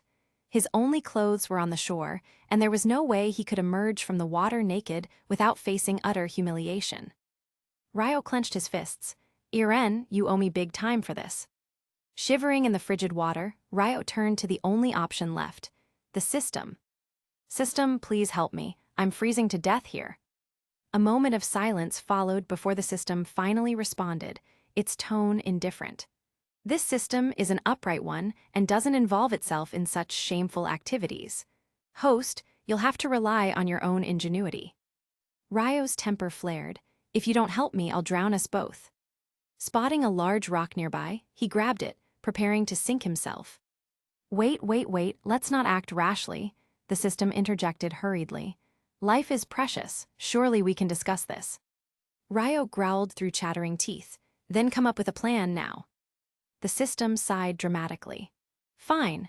The system's mall has an inventory of food, daily necessities, and even clothes. Normally, these items are locked due to your low access level. However, as this is an emergency, I'll grant you temporary access. Go ahead and redeem what you need." Chapter 37, Back to the Training Ground. The system's words made Ryo overjoyed. "Why didn't you say it earlier?" "Wouldn't it have been easier if you told me sooner?" Ryo hurried into the system store and took a look. Sure enough, there were clothes. These clothes looked quite rich. There were not only ordinary clothes, but also clothes from the three major corps, including the Survey Corps, the Garrison Corps, and the Military Police Corps. Ryo looked at the prices. They were quite steep. One piece of clothing required 5 days' worth of supplies. Under normal circumstances, he would never have considered buying them. Who would buy something so expensive? Only an idiot would. But right now, Ryo had no choice. Without clothes, he would be trapped here. So he gritted his teeth and bought a set of clothes. After changing into them, Ryo felt much better. He quietly walked along the lake and peeked over. The group of girls was still guarding the bonfire. He stuck out his tongue. These girls must be really angry. Next time he saw them, he'd make sure to take a detour. Quietly, he took a long way around, away from the lake, and returned to the dormitory. Ryo, are you okay? We were so worried. Armin and Irene were both very nervous, especially Irene. After he came back, Armin had told him about the mistake he made. He knew he had messed up, and now he wanted to apologize to Ryo. Forget it, it's not a big deal. I forgive you. Irene's apology was sincere, and since no one else in the dormitory knew about what had happened, Ryo decided to let it go to avoid making things bigger. Besides, he could see that it was Armin who had taught Irene how to apologize so seriously. Irene, after apologizing so earnestly, probably thought that would be enough for Ryo to forgive him. Though everything seemed to have passed without incident, Ryo's image among the girls was definitely damaged. Even though they didn't make it public, it wasn't something to be proud of. It was embarrassing, and though they didn't openly confront him, they couldn't help but glare at him when they saw him. Clearly, they hadn't forgiven him so easily. Ryo could only shrug helplessly, but it didn't matter. He had Krista, and Krista would forgive him. Ryo, are you okay? The next morning, Krista, with dark circles under her eyes from staying up all night, came to the boys' dormitory worried. When she saw Ryo was fine, she finally sighed in relief. I'm fine, but what's wrong with you? Why do you look like you haven't slept all night? Ryo touched Krista's face with some concern. What was she doing, staying up so late? It's nothing, Ryo, I'm just glad you're okay. Krista smiled, though she looked exhausted. Are you really okay? You should rest today, it's a holiday. You don't need to come out for training. Ryo had originally planned to take Krista into the city for a stroll, but seeing how sleep-deprived she looked, he decided it was better for her to go rest. She looked so pitiful. It would be better to send her back to rest than to have her pushing herself. Okay, I know, Krista smiled, her face brightening. Ryo was stunned for a moment. Krista was becoming more and more beautiful. Ryo, don't do that again in the future, or they'll be angry. Krista hesitated, her face turning red. If you want to see Krista's body, just tell her. Her voice trailed off, but Ryo completely understood what she meant. He was shocked. Did she just say? After saying that, Krista handed a pile of washed clothes to Ryo. Ryo, these are your clothes. You must take good care of them. If you lose them again, it won't be easy to find them. With that, she quickly ran off, her face still red. Ryo stood there stunned, holding the clothes she handed him. Then it hit him. The reason Krista hadn't slept all night was because she was worried that he was still out by the lake. She must have stayed by the lake all night just in case something happened to him. That girl was so silly, but so sweet. Ryo couldn't help but feel warm and moved. Krista was so thoughtful and caring toward him, and it made him feel incredibly lucky. Ryo silently vowed to take good care of Krista and never let her feel any pain. After putting the clothes Krista gave him back into his dormitory, Ryo walked toward the training ground. Even though it was a holiday, he had nowhere to go without Krista by his side. And training could help him gain experience to level up quicker. That's still a good deal. Ryo insisted on training for about 10 hours every day. Even when others were resting, he was out on the training ground, sweating and pushing himself. Though, as a transmigrator, Ryo had advantages. He knew more than others and had the system to back him up. He never slacked off because of it. It's one thing to have advantages others don't, but if your attitude isn't right and you're always looking for shortcuts, it won't work. If you want to get stronger, you have to have a strong heart. In this world, strength was far too important for a person. But when Ryo arrived at the training ground, something felt off. Why did it look like everyone was keeping an eye on him? Chapter 38, Favorability Points. Hi, how are you guys? Ryo greeted the people on the training ground awkwardly, then turned around, preparing to slip away quietly. But Annie had appeared behind him, blocking his path. What are you all doing? Ryo took a few steps back and found himself quickly surrounded by the group. He scratched his head. This wasn't going to be easy. These women were tough. But come to think of it, were they really this vindictive? I shouldn't have provoked them earlier. All of this was caused by that idiot Irene. When Ryo thought of Irene, he was so angry. Accept our challenge and defeat us, or be beaten by us and apologize in front of everyone, you choose. Emir's smug face showed that this idea was hers. With so many people on their side, including experts like Mikasa and Annie, if they all teamed up, Ryo wouldn't be able to resist, no matter how powerful he was. And knowing Ryo, he wouldn't accept the second option. They wanted him to apologize in front of everyone? Not a chance. If he did that, he'd lose all his face and his pride would be completely destroyed. There was no way he could live that down. The challenge seemed like his only option. The girls were still angry about what happened yesterday evening. While they were bathing at the lake, they had set up sentries, but Ryo had swum from the water instead, bypassing their watch, and saw them. Now, that was a source of embarrassment. They were blushing from the thought, but their anger outweighed their shyness. If they didn't get some revenge on Ryo, they wouldn't be able to feel satisfied. And if they just beat him once, it wouldn't be enough. They planned to challenge him and beat him every day until they'd vented all their frustrations. Dear sisters, aren't you going too far? Ryo looked aggrieved. He had just been checking out the lake, and now they were making it out to be a big deal. But he didn't dare say that out loud. With this group, if he spoke up, they might just eat him alive. Apologizing in front of everyone, that was out of the question. If you don't want to apologize, accept our challenge. If you beat us, we'll let it slide. But if you can't, you'll see the consequences. Ymir shook her fist, her expression one of determination. Ryo glanced around at the group. Except for Krista, who had gone back to rest, everyone else was here. Krista didn't know about this plan. If she did, she'd never agree to it. Ryo knew she would probably tell him to back out of this, so he couldn't let her know what was going on. The group of women wasn't something Ryo wanted to fight. There was no benefit in winning, and losing would be incredibly embarrassing. But since they insisted on it, he could only bite the bullet and accept. Fine, if that's the case, I'll accept your challenge. How do you want to compete? When it came to fighting, Ryo wasn't afraid of anyone. He had confidence in his strength, especially now that he had the system's help. He wasn't sure he could defeat Captain Levi or Kenny, but everyone else, he was confident he could win. Of course, we're going together. If we fought one by one, it'd be too easy for you. Sasha, holding half a sweet potato, spoke while chewing, clearly unfazed by the situation. Ryo looked at the sweet potato in her hand. It wasn't even cooked. Had she stolen that from the kitchen again? What, seriously? Ryo was taken aback. These girls wanted to gang up on him. This was too much. There were more than a dozen of them. With Mikasa and Ani already tough opponents, and Ymir joining in, Ryo felt the pressure building up. This wasn't going to be a simple fight. Ding, the system has issued a prompt.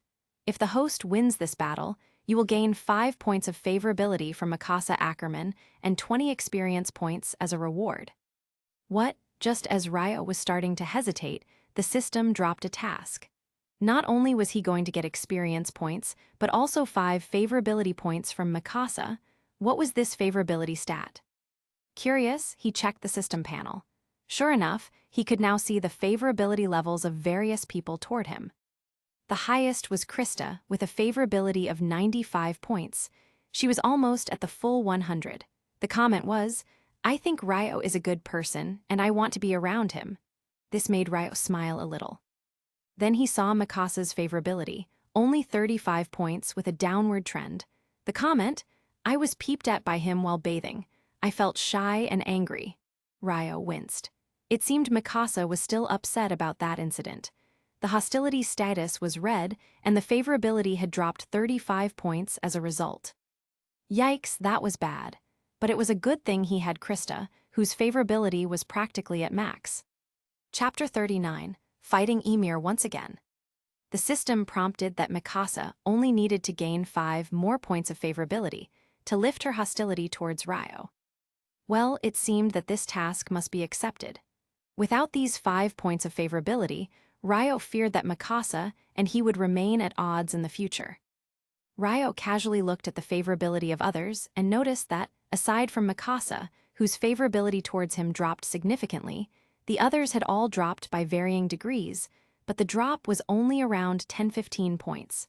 Mikasa alone had a sharp drop of 35 points. Was she really that sensitive? Hey, do you accept it or not?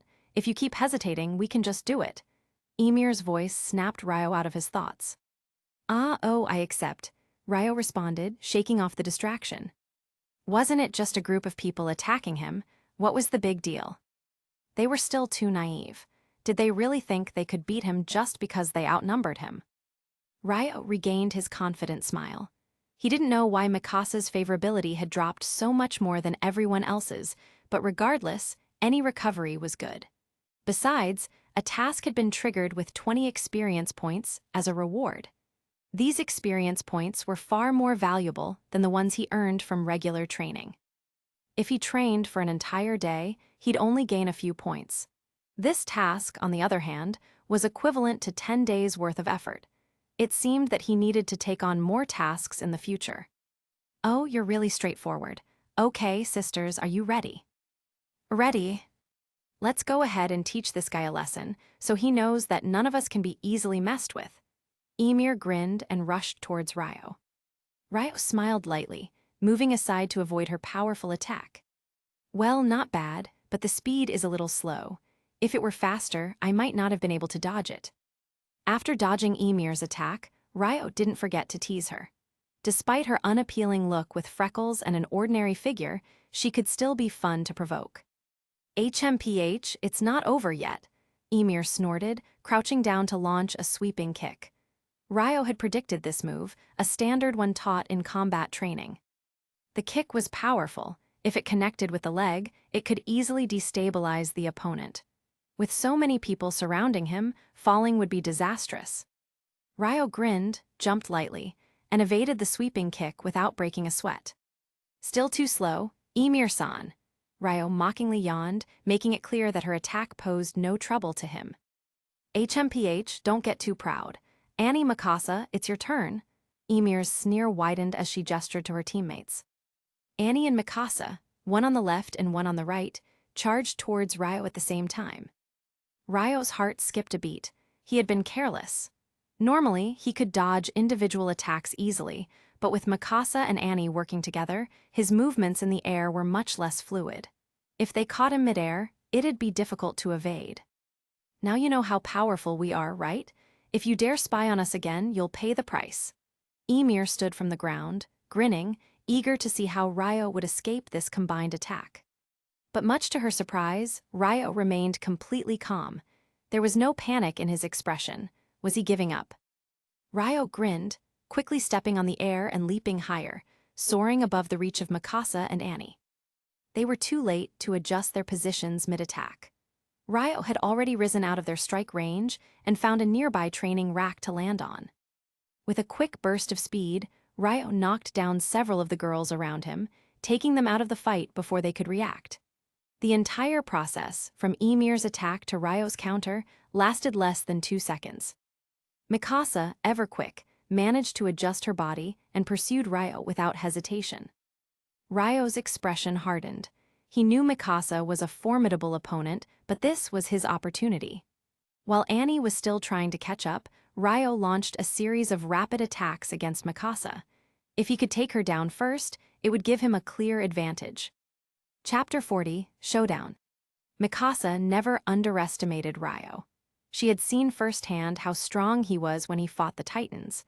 But even so, at that moment, she slightly underestimated his ability to control the situation. When Ryo took the initiative to attack despite being surrounded, it surprised Mikasa a little. Haha, this is not a good time to be distracted.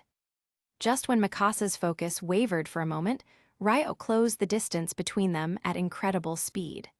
The gap between them was almost non-existent, and in the blink of an eye, they were about to exchange punches. Ryo had already put himself in a position where he didn't care if Mikasa hit him. He was going to deliver a more brutal attack, no matter what. If Mikasa was intimidated by his momentum and tried to retreat, Ryo would press forward and keep attacking. This was the first time Mikasa had seen someone use such an aggressive fighting style. Compared to the disciplined techniques and strategies she was taught in training, Ryo's approach was raw, chaotic, and unsystematic. It felt almost like the fighting style of a primitive, unrefined fighter. But somehow, it made Mikasa feel uneasy. In this close range, neither of them could dodge. The two sides were in each other's face, and Mikasa had no choice but to fight back head-on, just as Ryo had hoped. Annie was only a second behind Mikasa. If she didn't act fast, Ryo would have less than a second to resolve the fight. But that second was more than enough for Ryo. He unleashed a series of rapid punches, creating a solid, impenetrable wall of fists in front of Mikasa. Mikasa gritted her teeth and braced herself, trying to block Ryo's attacks, but his onslaught was too fast. Even with all her determination, Mikasa couldn't block all of Ryo's strikes. It was only a second, but for Mikasa, it felt like an eternity. "Retreat!" Ryo shouted, delivering a final, powerful punch. Mikasa felt the blow and staggered backward, losing her footing. By the time Annie arrived to help, Mikasa was already too far away to assist effectively. Ryo had bought himself enough time to face Annie alone. "I defeated Mikasa using the strength she excels at. Now I'll defeat you using the same tactics," Ryo declared confidently, with no hesitation or doubts in his eyes. Annie immediately adjusted her stance, ready to defend herself, but Ryo was already moving toward her. He quickly closed the gap between them, replicating the tactic he had used on Mikasa. However, there was a crucial difference. This time, Ryo used a technique he'd learned, using a smaller force to redirect Annie's much larger power, the art of Tai-Kai. By closing the distance, Ryo could now control Annie's movements. If he could neutralize her strength and control her joints, he could turn her power against her and take her down with her own force. Annie tried to fight back, just as Mikasa had done, but Ryo was too fast. He anticipated her move before she even executed it. Using the same technique the captain had used on Annie in the forest, Ryo moved quickly and smoothly, taking advantage of the slightest opening to disable her. He grabbed her extended arm and, with a slight jump, kicked her off balance, sending her crashing to the ground. However, Ryo was already under her, and in a split second, Annie tried to press her weight down on him, turning the situation around. But Ryo wasn't fooled. He twisted his body midair with remarkable agility and ended up on top of Annie, securing a dominant position. The impact from the fall forced her down hard, knocking the wind out of her and rendering her momentarily incapacitated. Ryo struck swiftly, hitting her back and damaging her spinal nerves, causing her to lose control over her limbs for a few crucial moments. She was effectively out of the fight. Mikasa, now back on her feet, rushed to intervene, but Ryo wasn't finished. He released his hold on Annie and shifted his focus entirely to Mikasa. The fight had begun drawing attention from the other students. What had started as a simple sparring session was now a thrilling spectacle. Curious students gathered, staring in amazement at the intense fight unfolding on the training grounds. They were mesmerized, their mouths open in awe as they witnessed the power and skill Ryo displayed. Chapter 41, Aura. With only Mikasa left standing, Ryo found himself much more at ease. Scanning the battlefield, he noticed that apart from himself and Mikasa, only Ymir remained upright. Everyone else had already fallen and was incapacitated. Ryo's attacks had been swift and precise, knocking down the others almost instantaneously. His speed was beyond their ability to react, and many were on the ground before they even realized what had happened. Thankfully, Ryo had been careful to measure his strikes, ensuring his classmates only experienced temporary losses in combat effectiveness without sustaining serious injuries. Now, his attention turned to Ymir. A faint smile appeared on his face as he suddenly closed the distance between them in an instant. His fist connected with her before she could even think to react. Ymir crumpled to the ground, unconscious. The force of the blow might have been a bit much, and Ryo briefly wondered if she'd end up concussed. But considering Ymir's unique nature, he dismissed the thought. She's a Titan shifter, after all. Even a blow like that shouldn't cause lasting harm. Now only Mikasa remained. Mikasa was still recovering from the earlier exchanges. Ryo's unparalleled speed and overwhelming presence had left her momentarily daunted. She knew he was strong. She'd witnessed him take down Titans with her own eyes. But only now, standing across from him in a direct confrontation, did she realize just how much she had underestimated him. "Mikasa," Ryo said, his voice calm yet unwavering, "your strengths are power and speed. Today, I'm going to defeat you using the very skills you excel in." Mikasa instinctively dropped into a combat stance, her knees slightly bent. Her sharp gaze locked onto Ryo as she prepared herself. If he tried another surprise attack like before, she intended to counter. "Why?" Mikasa finally asked, her voice steady but tinged with curiosity. Ryo's smirk deepened. "Because you've hit a bottleneck, haven't you?" Her eyes widened slightly, betraying her surprise. How could he possibly know that? "Your power and speed are incredible, but they've plateaued. You've been stuck at this level for a while now, haven't you?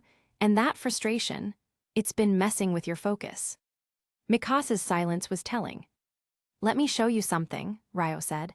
"Let me show you what true strength looks like." In the blink of an eye, he disappeared from her sight, leaving behind only a fleeting shadow. Mikasa's heart raced as she caught the faintest sound of movement to her left. Without hesitation, she threw a punch into the air. Bang! Her fist collided with Ryo's incoming strike, successfully blocking it. "Impressive," Ryo said, his tone carrying a hint of approval. "Using the sound of movement to predict your opponent's location, an excellent instinct. But sometimes, the sound of the wind can't keep up with speed." Before Mikasa could fully process his words, Ryo's figure blurred again, disappearing from view. Her sharp instincts were proving insufficient against his blistering speed. The faint sound of the wind grew too close, too quickly, leaving her no time to react. "Sometimes," Ryo continued, his voice coming from seemingly everywhere, "it's about sensing the enemy's presence, their aura. Once you can lock onto that, you'll always know where they are and what they're about to do." Ryo's fist connected lightly with Mikasa's arm, a strike devoid of real power, but enough to make its point. Despite her best efforts, her reactions were still a step behind his. "Breath?" Mikasa finally asked, breaking her silence. Though her tone was cold and her expression stoic, it was clear Ryo had piqued her interest. "Exactly," Ryo said, seizing the opportunity to explain. "Every person emits a unique aura. If you can sense it and remember it, you'll be able to anticipate their movements, sometimes even before they make them." Mikasa remained silent, her sharp eyes studying him. "Aura is something that takes time to master," Ryo continued, stepping back slightly to give her space. "But once you do, you'll understand how to truly dominate in combat." Though Mikasa didn't respond, her curiosity and determination were evident. For the first time in the match, Ryo sensed a slight shift in her demeanor, less hostility, more intrigue. Deep down, Ryo felt a flicker of satisfaction. Not only had he managed to teach Mikasa something valuable, but he'd also begun to chip away at the tension between them. Maybe her favorability isn't a lost cause after all. Chapter 42, Real Threat. Ryo's words struck Mikasa deeply, exposing her limits in a way she hadn't experienced before. Each move he made reinforced the gap in their strength. She attempted to retaliate several times, but no matter her strategy, it felt as if Ryo could predict every action she took. None of her attacks even came close to landing. "How can I sense this power?" Mikasa finally stopped. It was clear that Ryo wasn't trying to harm her, and she couldn't make any headway against him. Continuing to fight would be pointless. Instead, she decided to focus on learning something of value. "This takes some practice and understanding. If you're interested, I can teach you later," Ryo replied, lowering his fists. His gaze shifted to the training ground. The other students were either sprawled on the ground or struggling to get up. A pang of guilt crossed his mind. Perhaps he'd been too heavy-handed. These were his peers, after all, and it wouldn't reflect well on him if word got out that he had gone too far against so many girls. The fight hadn't gone unnoticed. A small crowd of students had gathered during the battle, their eyes wide with disbelief. By the time Ryo's match ended, everyone was talking about it. Word spread like wildfire. Ryo had single-handedly defeated the best fighters among the recruits, including Annie and Mikasa. People naturally gravitated toward strength, and Ryo's victory made him an almost mythical figure among the trainees. Mikasa and Annie, who had long been admired for their skills, now seemed like stepping stones to Ryo's rising fame. Meanwhile, not everyone viewed Ryo's growing reputation positively. "I didn't expect such a powerful person among the recruits," Reinner muttered, his expression grim. Bertolt, standing beside him, nodded. "This complicates things for us. If someone like Ryo is in the way when we move forward with our mission, it'll be a problem." The two were Marlian warriors sent to infiltrate the ranks of humanity. Their mission was clear: destroy the walls and retrieve the power of the founding Titan. Ryo's presence posed a significant threat to their plans. "And it's not just Ryo," Bertolt added cautiously. "Irene Yeager." Chapter 43, Krista and Ryo. "Of course you can." Armin smiled warmly. The camaraderie between them was strong. Though Ryo had built good relationships with many people, he seemed to have a special fondness for spending time with Armin, Irene, and Mikasa. Whether it was training or leisure, he often included them in his plans. "What are you all talking about?" Ryo approached, holding Krista's hand, and sat down beside them. His tone was casual, but his thoughts were elsewhere.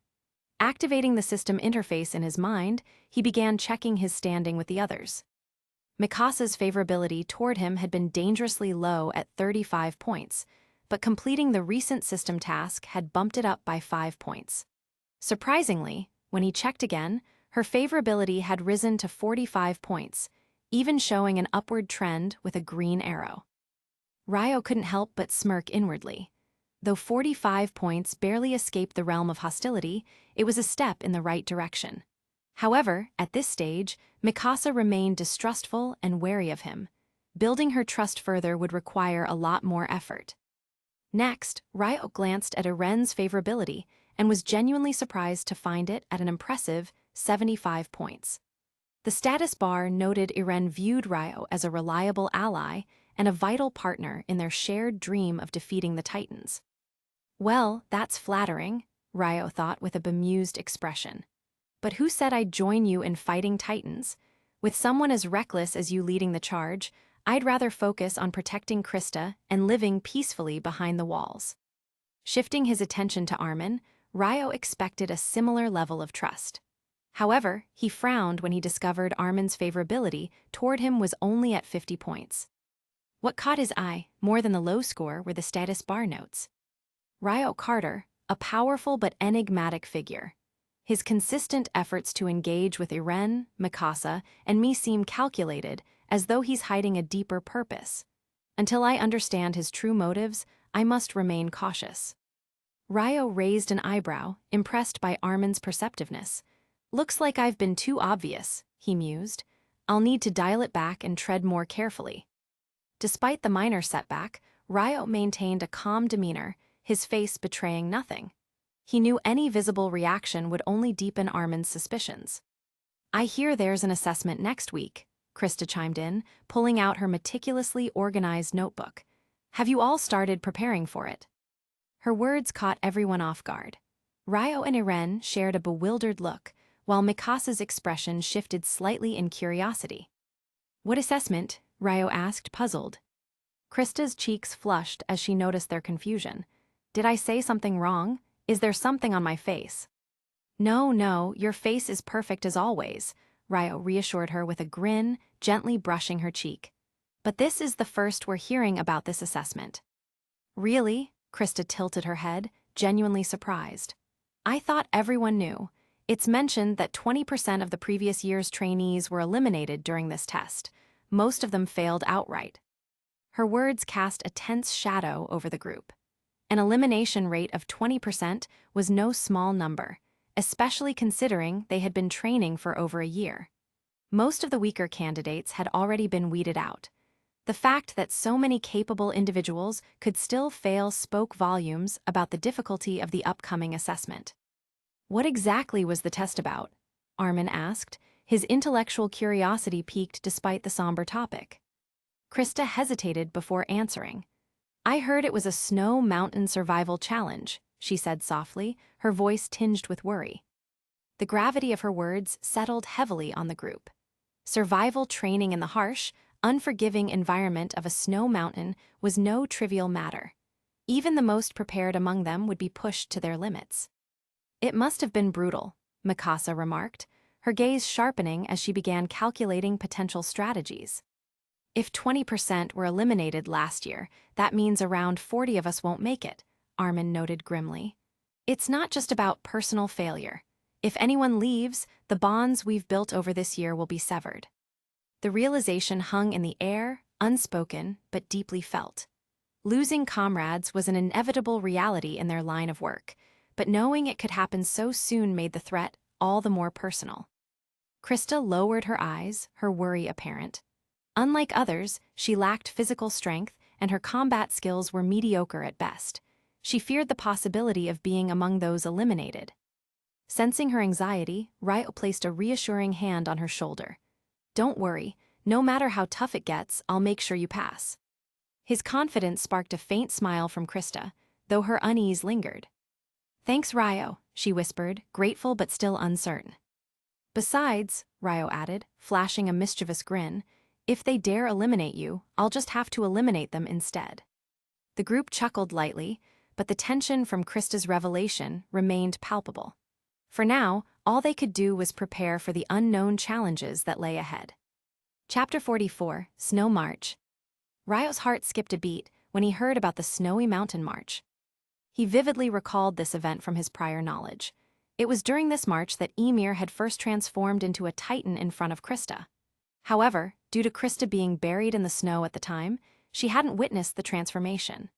That night had been pivotal in Krista's life, as Ymir uncovered a deeply buried secret of hers.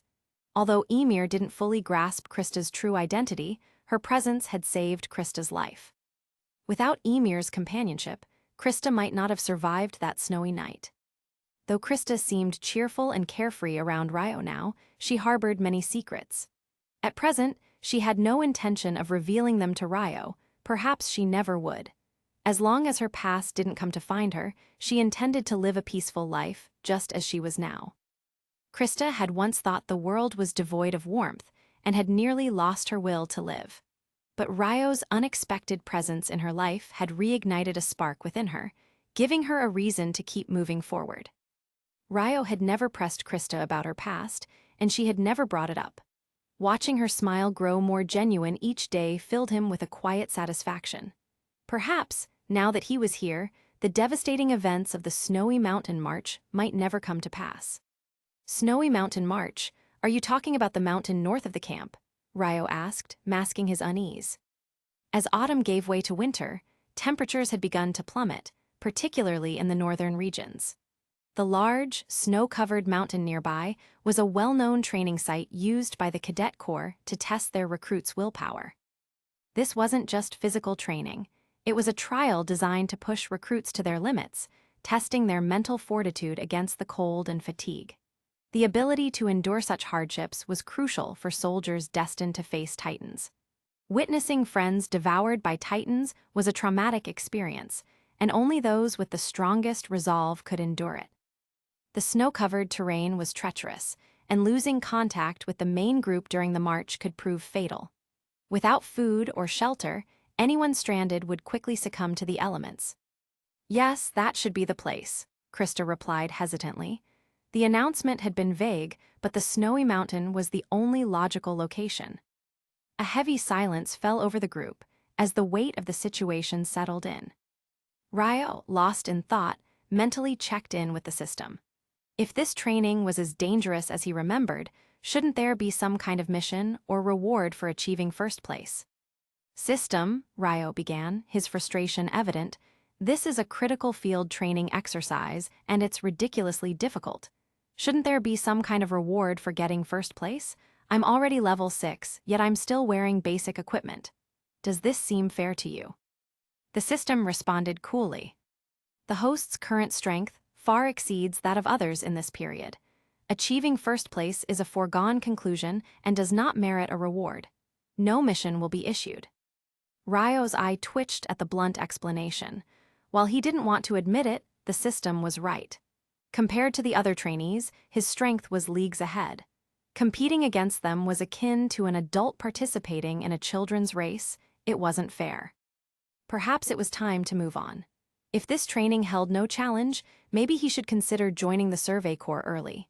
There, he could face Titans head-on and gain experience through combat.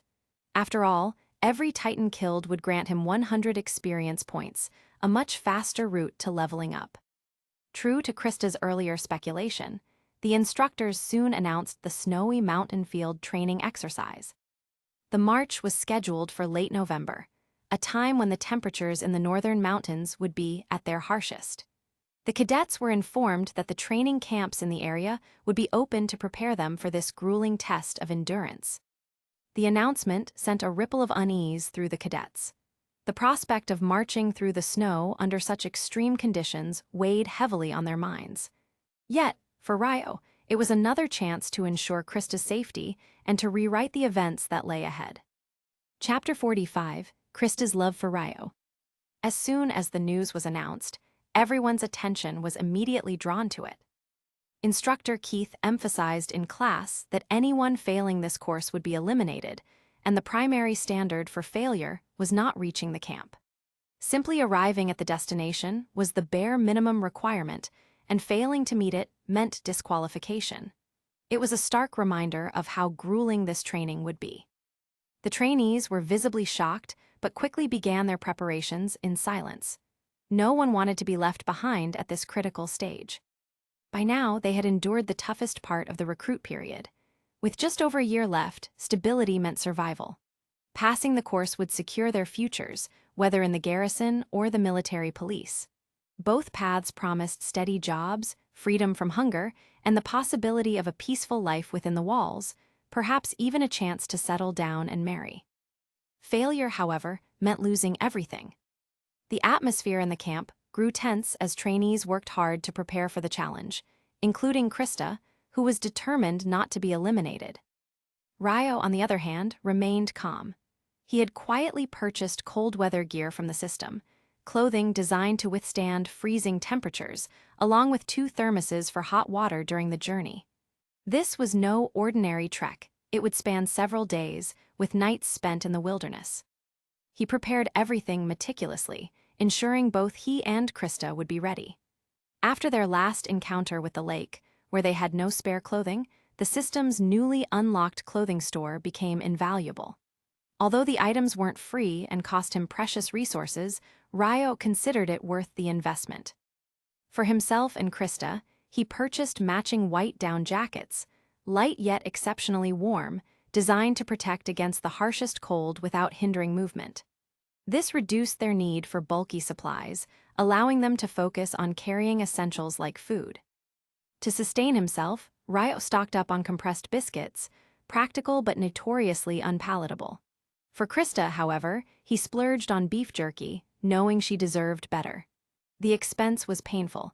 He had to sacrifice 2 months' worth of rations and even exchange some experience points for additional funds. "This training is bankrupting me," Ryo muttered, half joking to himself. "If this happens a few more times, I might not even have pants left." When Krista tried on the down jacket, her face lit up with delight. "Wow, this is so beautiful."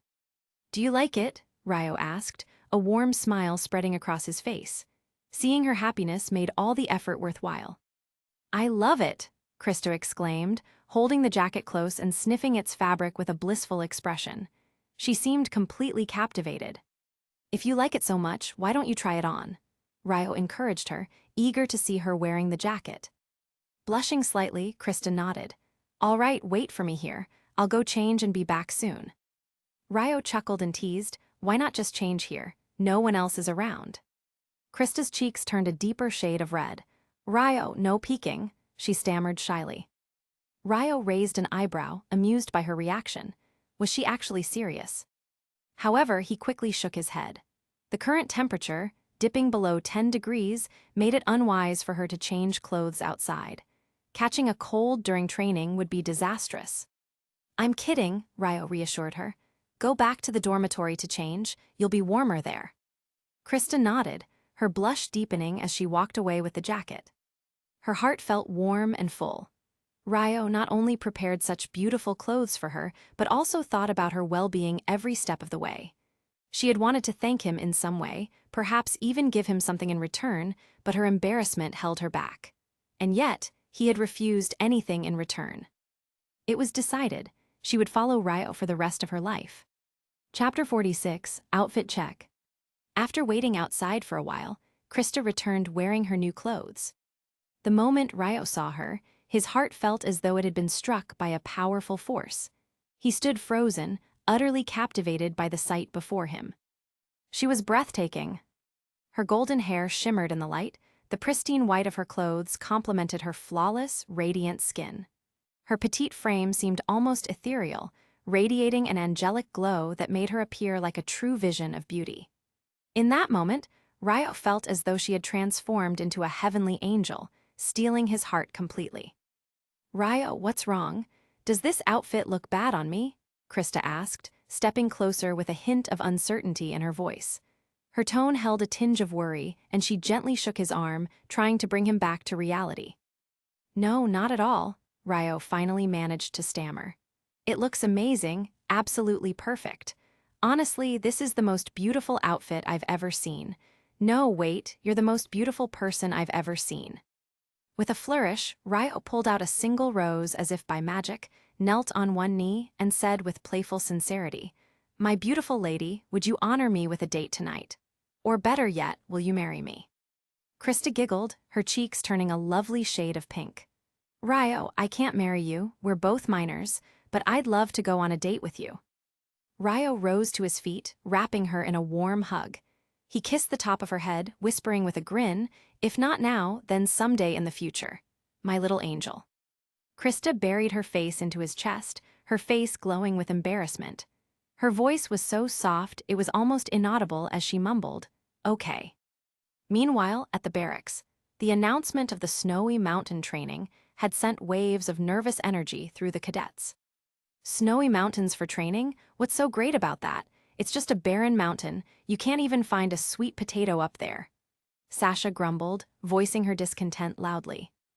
Though the training was compulsory, Sasha's love for food and disdain for discomfort made her enthusiasm understandably low.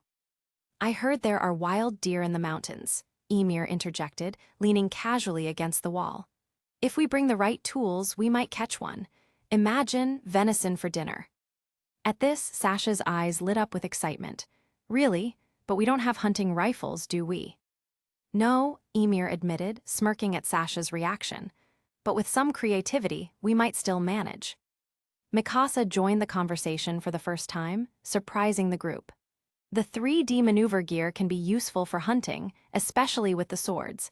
If we're fast and precise, we could catch something." "Wait, Mikasa," Emir interjected. "Carrying maneuver gear is already heavy, and we have to pack supplies for several days. Adding extra weight for hunting, that's just asking for trouble on a steep climb." "Exactly," Mikasa agreed, her tone becoming serious. "That's why I think it's best to focus on surviving this training rather than risking distractions. The climb will be difficult enough as it is." Sasha groaned, her brief excitement extinguished. "You've got to be kidding me, Mikasa. I was actually looking forward to venison." "I'm sorry, but this training isn't something to take lightly," Mikasa replied firmly. "The snowy mountains aren't just cold, they're dangerous. Reaching the camp safely is the only goal you should have." She turned toward the group, her gaze steady. "Even Ryo has been preparing for this for weeks. If someone as capable as him is taking it seriously, then you all should too." Her words left everyone thoughtful. Mikasa rarely spoke so directly, and when she did, her advice carried weight. Deep down, she felt a sense of urgency. With the recent increase in Titan activity and the heavy losses suffered by both the military police and the Survey Corps, it was likely that their training would be cut short. Graduation was looming closer than any of them realized, and soon, they might be thrown into battle much sooner than expected. Chapter 47, Breathtaking Girl. After waiting outside for a while, Krista emerged in her new clothes, a bright smile on her face. Ryo's heart skipped a beat the moment he saw her. It felt as though something had struck him hard, leaving him momentarily stunned. She was breathtaking. Her golden hair shimmered like sunlight, and the white, pristine coat highlighted her delicate features. Her smooth, tender skin and petite figure radiated an angelic glow, as if she were a heavenly being descended to earth. At that moment, Krista appeared like a true angel, stealing Ryo's breath away. Ryo, what's wrong? Does this outfit look bad on me? Krista asked softly, tilting her head in concern. Snapping out of his daze, Ryo shook his head quickly. No, you look amazing. This is by far the most beautiful outfit I've ever seen. No, you're the most beautiful person I've ever seen. With a flourish, he pulled out a small flower from his coat, kneeling theatrically before her. My dear lady, would you do me the honor of joining me for dinner tonight? Or better yet, will you marry me someday? Krista giggled, her cheeks glowing with warmth. Ryo, we're still minors. Marriage isn't an option yet, but I wouldn't mind going on a date with you. Ryo stood and embraced her, gently planting a kiss on her forehead. If not now, then someday in the future, my little angel, he whispered. Blushing furiously, Krista buried her face in his chest to hide her embarrassment, her voice a barely audible murmur. Okay. Not long after, the recruits gathered for their next challenge. Listen carefully, you bunch of giant bait and useless gluttons. You've been in the training corps for over a year now. Instructor Keith bellowed, his voice echoing across the training grounds. Even a pig would have learned something by now. The next assessment will test your willpower. You're going to cross that snow mountain.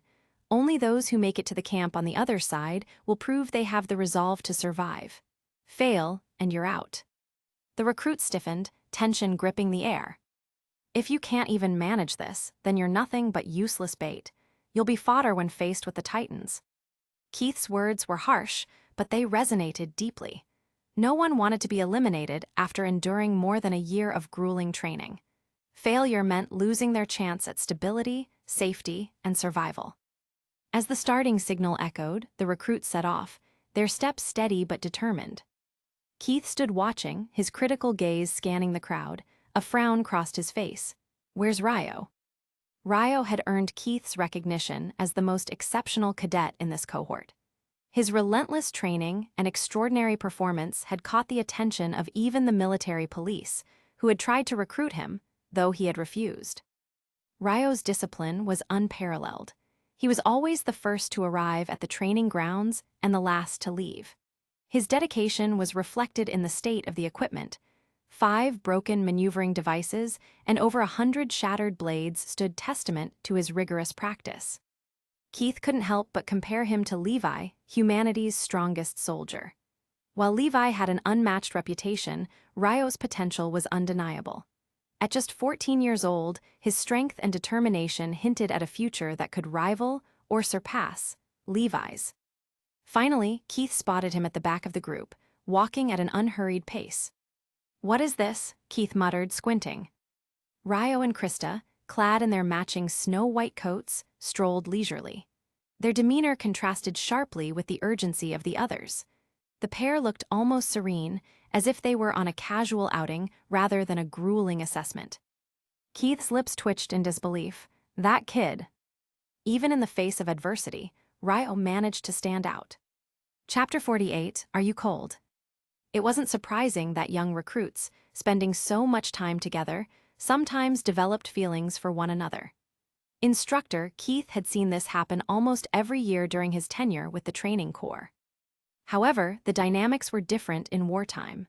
With far fewer female recruits compared to males, it took exceptional qualities to win someone's affection, and Ryo had both the skill and charisma to stand out. Yet, this also gave Keith a headache. Krista was a special case. Her background was a closely guarded secret, known only to a select few within the corps. Publicly revealing her lineage would place her in immediate danger. Thus, Krista's safety had been of paramount importance since her arrival, with quiet measures in place to protect her. With Ryo by her side, Keith felt reassured. The young man's unparalleled strength made him a reliable protector. But that same strength brought its own set of worries. Krista's destiny would likely lead her down one of 2 perilous paths. Either she would be eliminated by those in the capital who feared her, or she would rise to claim her birthright, plunging the realm into potential chaos. Neither outcome boded well.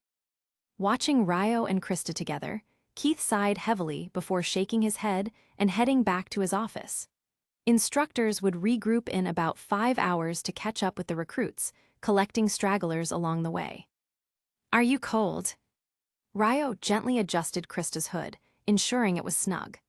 The down jacket had a built-in hood, and it framed her face in a way that made her look even more angelic. "I'm fine, Ryo, but why are we moving so slowly?" Krista asked curiously.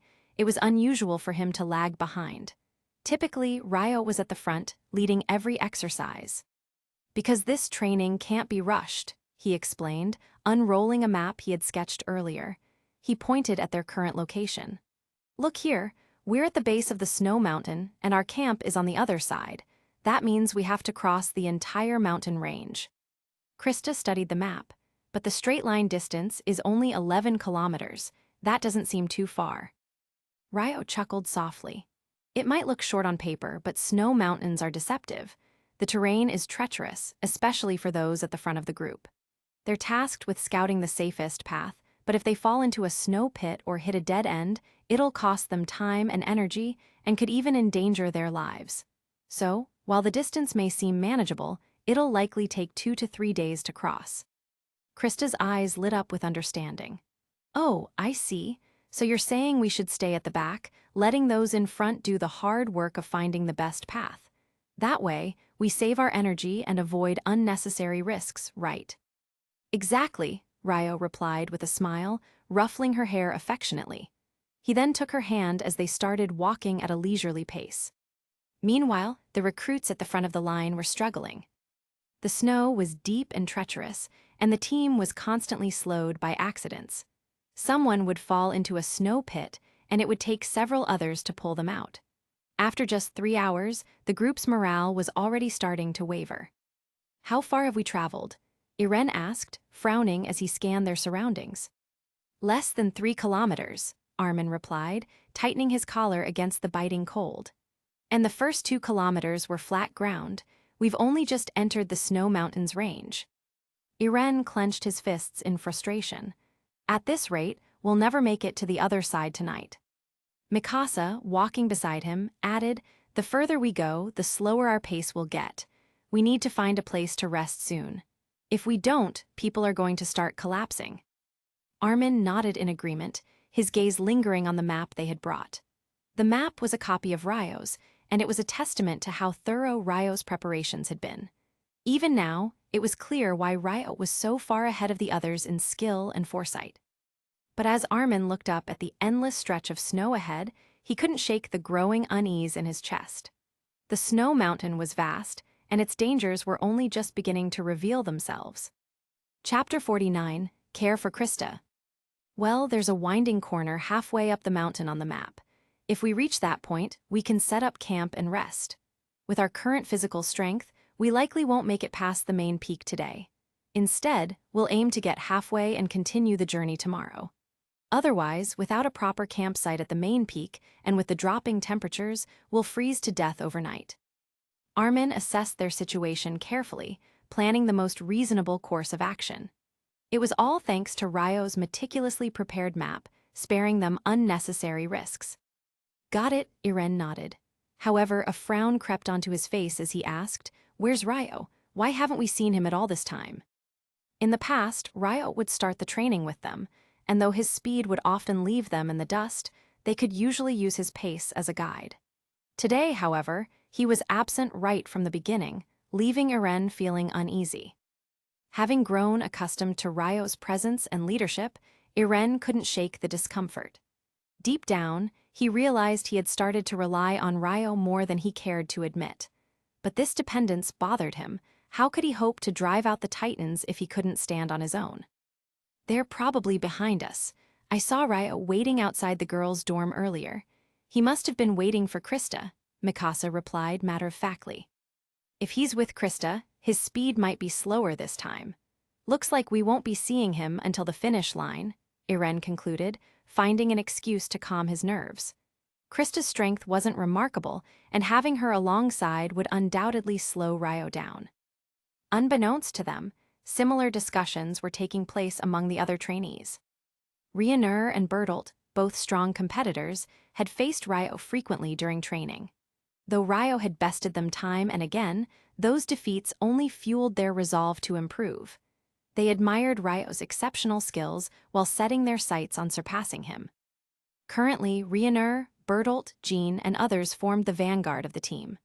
At first, morale was high, their steps light as they raced ahead with confidence. However, the terrain quickly shifted. The mountain grew steeper, and hidden snow pits scattered across the path turned their advance into a grueling ordeal.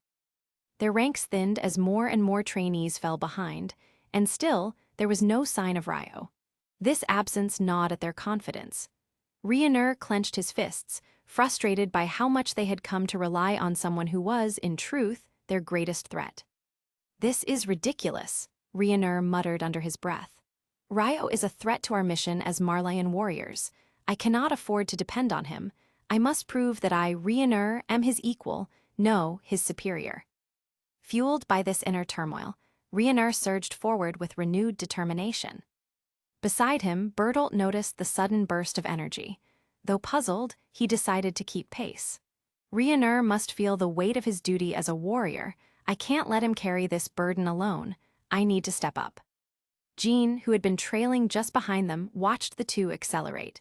Without their windbreak, the biting cold wind slammed into him, forcing him to slow. He glanced back and saw Marco and Connie struggling as well, their pace faltering under the relentless chill. "How are you holding up?" Jean called out, slowing his steps to let them catch up. "If you're pushing too hard, it's better to ease up and save your strength." Relieved, Marco and Connie collapsed onto the snow, grateful for the reprieve. The grueling journey had barely begun, and already they were at their limits. Chapter 50, A Terrible Liar. 5 hours had passed, and the afternoon sun cast long shadows over the snowy mountain.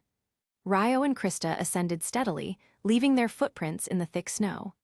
Despite their slow pace, the exercise kept them warm, generating enough body heat that Ryo, wrapped in his down jacket, was even sweating slightly.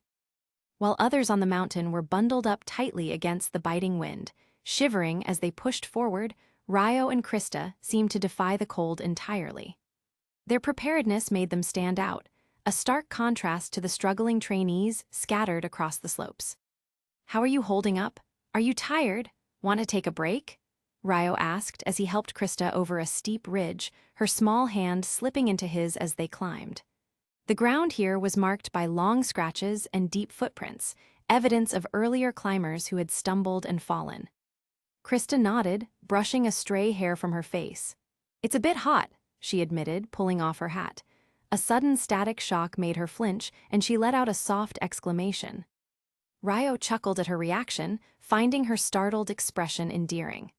"Come on," he said, leading her to a sheltered spot nearby. He unrolled a waterproof canvas on the ground and began unpacking the food he'd prepared. "Sit down and eat something.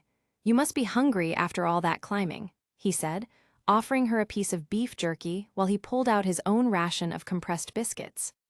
Krista accepted the jerky but hesitated, her gaze shifting to the biscuits in Ryo's hand. "Ryo, why is your food different from mine?" she asked, curiosity and concern flickering in her eyes. Ryo waved her question off with a grin. "This stuff isn't great. You'd better stick to the jerky. Didn't you say you like it?"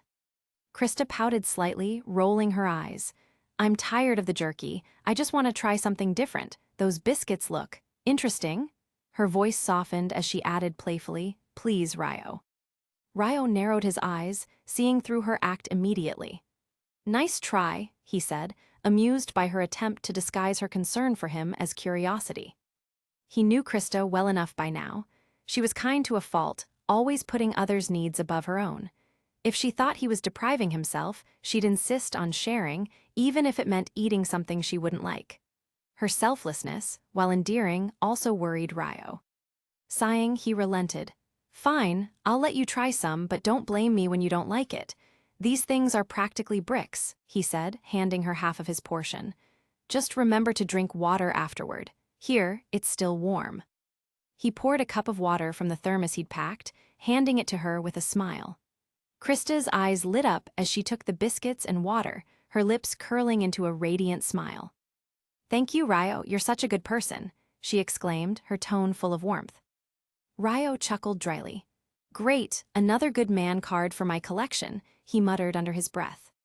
Krista took a bite of the compressed biscuit, her teeth sinking into the dense, dry texture. She chewed with visible effort, her smile faltering but still present. "How is it?" Ryo asked, a mischievous glint in his eyes as he watched her struggle. Krista forced a strained smile. It's okay, pretty good actually, she lied, though her tone gave her away. Ryo burst out laughing, shaking his head. You're a terrible liar, Krista. If it's bad, just say so. Krista blushed but smiled back, taking another small bite. Even if the biscuits were unpalatable, her determination to share Ryo's burden outweighed her discomfort. As they sat together, the cold mountain winds howled around them, but in their small haven, a sense of warmth and camaraderie blossomed, a moment of peace amid the harshness of their training. Chapter 51, Camping. 5 hours passed, and it was already afternoon. Footprints scattered across the snowy mountain marked the slow and steady ascent of Ryo and Krista. Despite their unhurried pace, the physical effort generated enough heat to keep them warm. Ryo, wrapped in his well-prepared down jacket, was already sweating slightly, while Krista had shed her hat, revealing her static-charged hair. Her startled yelp as the static shocked her hand made Ryo chuckle. That was cute, he teased, his eyes softening at her reaction. Finding a sheltered spot, Ryo laid out the waterproof canvas he'd brought and unpacked the food he'd meticulously prepared. Here, take a break and eat something. We've been walking for hours. Krista took the offered beef jerky but paused, noticing the unappealing compressed biscuits in Ryo's hands. Ryo, why is your food different from mine? Ryo waved dismissively. This stuff tastes terrible. Just enjoy the jerky. Didn't you say it's your favorite? Krista frowned, catching on to his self-sacrificing nature. You're giving me the best food again, aren't you? Her voice softened, and her determination sparked. I want to try those biscuits too. No need, Ryo replied, shaking his head with a smile. Trust me, you're not missing anything. But Krista was resolute. Flashing him her gentlest smile, she said, I've had enough jerky for now. Let me have a taste of what you're having. Ryo raised an eyebrow, seeing through her intent. You're unbelievable, he muttered, shaking his head in mock exasperation. He handed her a portion of the biscuits. Fine, here, but don't say I didn't warn you.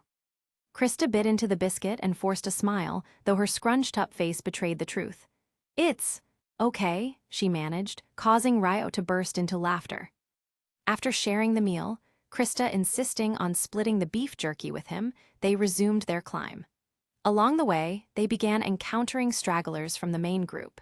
These were the ones who had fallen behind, their morale waning with every step. Krista's compassion quickly kicked in.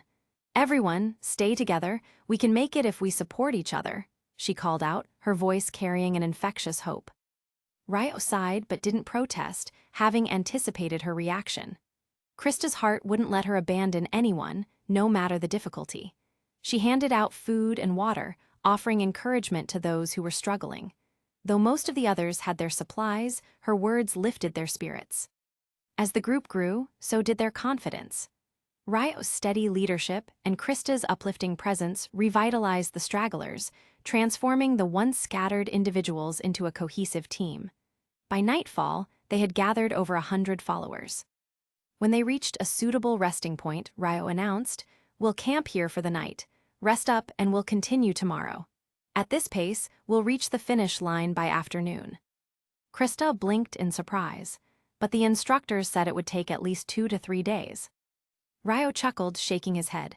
We're walking slowly, remember. Krista tilted her head, unconvinced.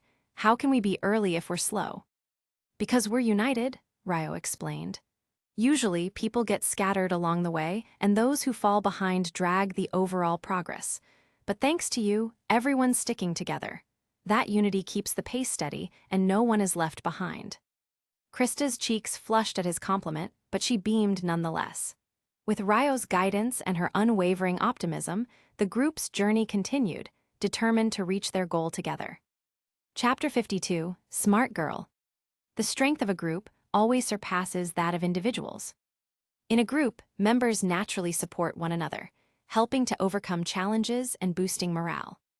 The disorganization earlier wasn't because people lacked the will to work together, but because the stronger ones at the front hadn't thought to organize or lead. They focused on their own speed and left the others behind.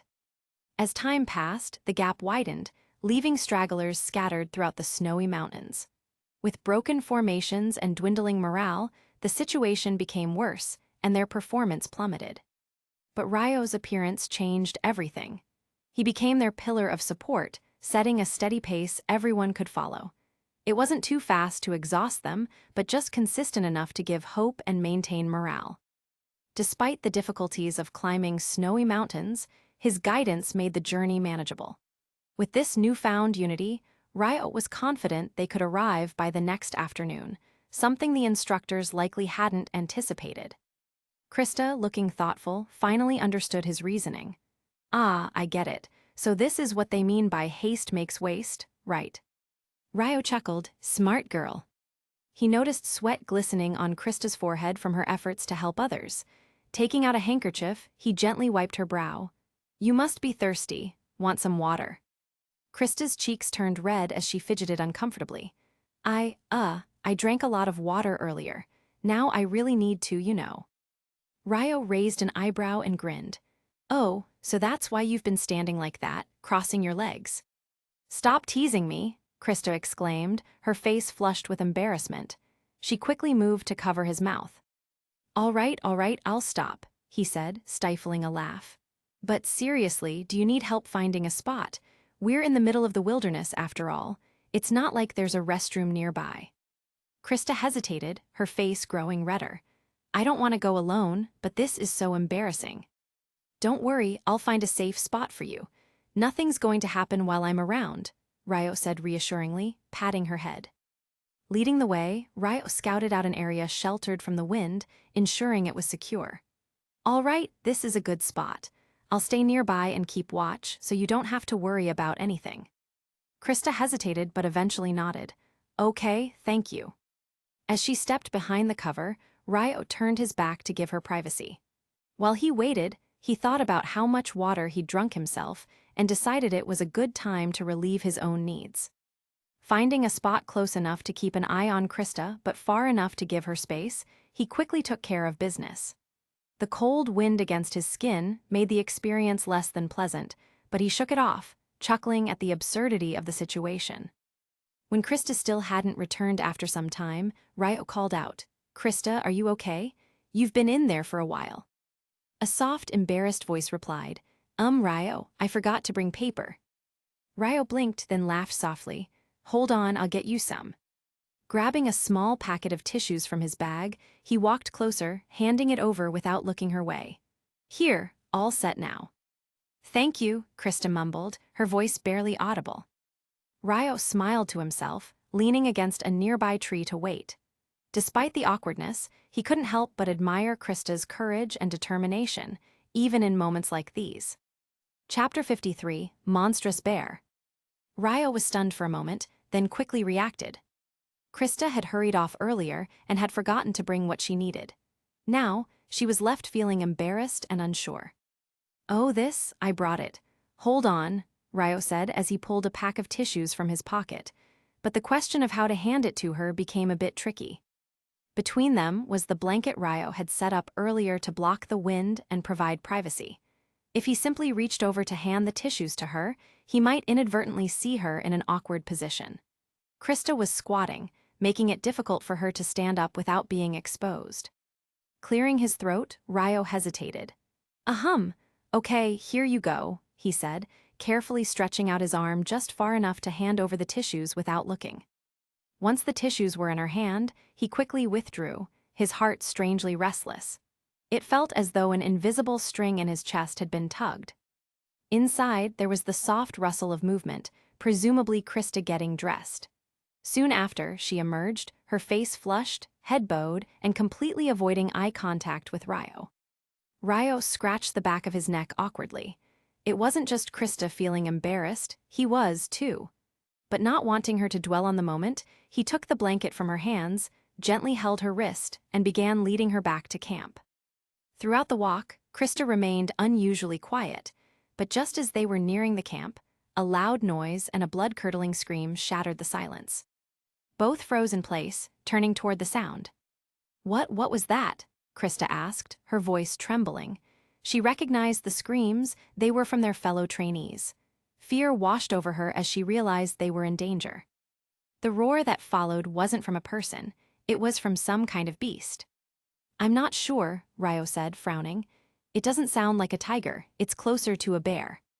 The sound was ominous, and the thick darkness made it impossible to discern exactly what was happening. But whatever it wasn't good. "We need to check it out," Krista urged, worried for her companions. Ryo shook his head. "I'll get you back to the camp first, it's not safe here." Krista hesitated. She wanted to help but knew Ryo was right. Her own strength wasn't enough to face whatever was out there. Reluctantly, she nodded and let him guide her back to safety. As soon as they arrived, a group of panicked trainees rushed up to Ryo, their faces pale with fear. "Ryo, Key and the others ran into a wild bear. They're trapped, and we don't know what to do." "Are they hurt?" Ryo asked, his expression sharp and focused.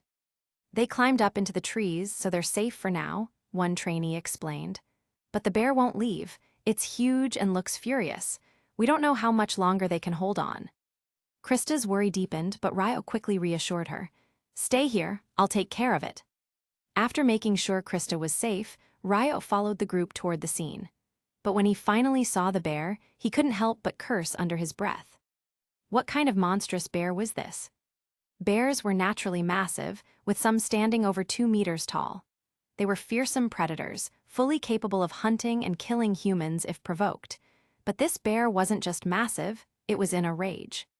Ryo's eyes scanned the area and quickly spotted the cause, a feathered arrow sticking out of the bear's rear. Someone had shot it, and now the animal was furious. The bear growled and swiped at the trees, its claws raking the bark as the trapped trainees clung to the branches above. Ryo sighed. "Why does it always have to be something like this?" he muttered before stepping forward, ready to confront the enraged beast. Chapter 54, Supplies. "Do you have weapons?" Ryo asked with a frown, scanning the group. The situation was dire. Despite their numbers, they were woefully unprepared. During training, most of them had left their weapons and equipment in the camp to carry more supplies. Now, they were essentially defenseless. Against an ordinary threat, they might have managed to resist by sheer numbers, pelting rocks, using improvised tools, but facing a bear was an entirely different scenario. Bears were natural tanks. Their thick fur acted like armor, and their sheer bulk made them impervious to most weapons. Even if they managed to injure the bear, it would likely enter a berserk rage, making it even deadlier. At the moment, they needed weapons, real ones, to stand a chance. "Does this count?" A soldier hesitantly pulled a bow and arrow from under a pile of snow. Ryo's eyes narrowed as he examined the weapon. It wasn't much, especially against a beast of this size, but it was a start. The soldier stammered, "We didn't mean to provoke the bear. We saw movement and thought it might be a smaller animal. We figured we could catch it and make broth for everyone. But we didn't expect a bear." The rest of the group looked guilty, like kids caught misbehaving. Ryo didn't blame them, their intentions had been good, but their execution had led to disaster. "The bow is too weak," Ryo said after testing it. "It won't penetrate deep enough to hurt this bear." "How about this?" Another soldier revealed a long, sharp dagger. Ryo tested its weight and balance, nodding in approval. "Not bad, do you have more?" Weapons began to appear from various trainees, daggers, small knives, even some improvised tools. By the end of it, Ryo had collected 18 daggers. "Good," Ryo said, examining his arsenal. "Now, all of you fall back. Things are about to get dangerous." "But Ryo—" "No arguments," Ryo interrupted firmly. "I'll handle this, go." The trainees obeyed, retreating to a safe distance. The stage was set, and Ryo stepped forward to face the beast. The bear was massive, its hulking frame radiating raw power. Its blood-red eyes burned with rage, and Ryo noticed the feathered shaft of an arrow embedded in its flank. The poor aim had only wounded it, enraging it further. "This should be fun," Ryo muttered, a grin creeping across his face. He drew one of the daggers, weighing it in his hand before launching it with precision. The blade struck the bear, embedding itself in its thick hide. The bear let out a deafening roar, turning its gaze on Ryo.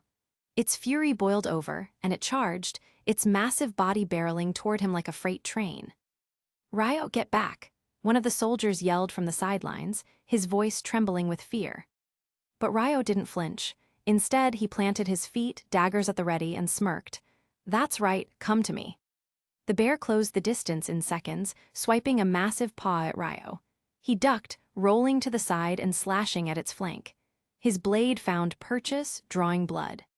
The bear roared again, twisting to strike him, but Ryo was already gone, moving with the fluidity of a seasoned warrior. One by one, the daggers flew. Each throw was precise, targeting the bear's vital points. The beast staggered under the assault, its roars turning into pained bellows that echoed through the forest. The trainees watched in awe, their fear mingling with disbelief.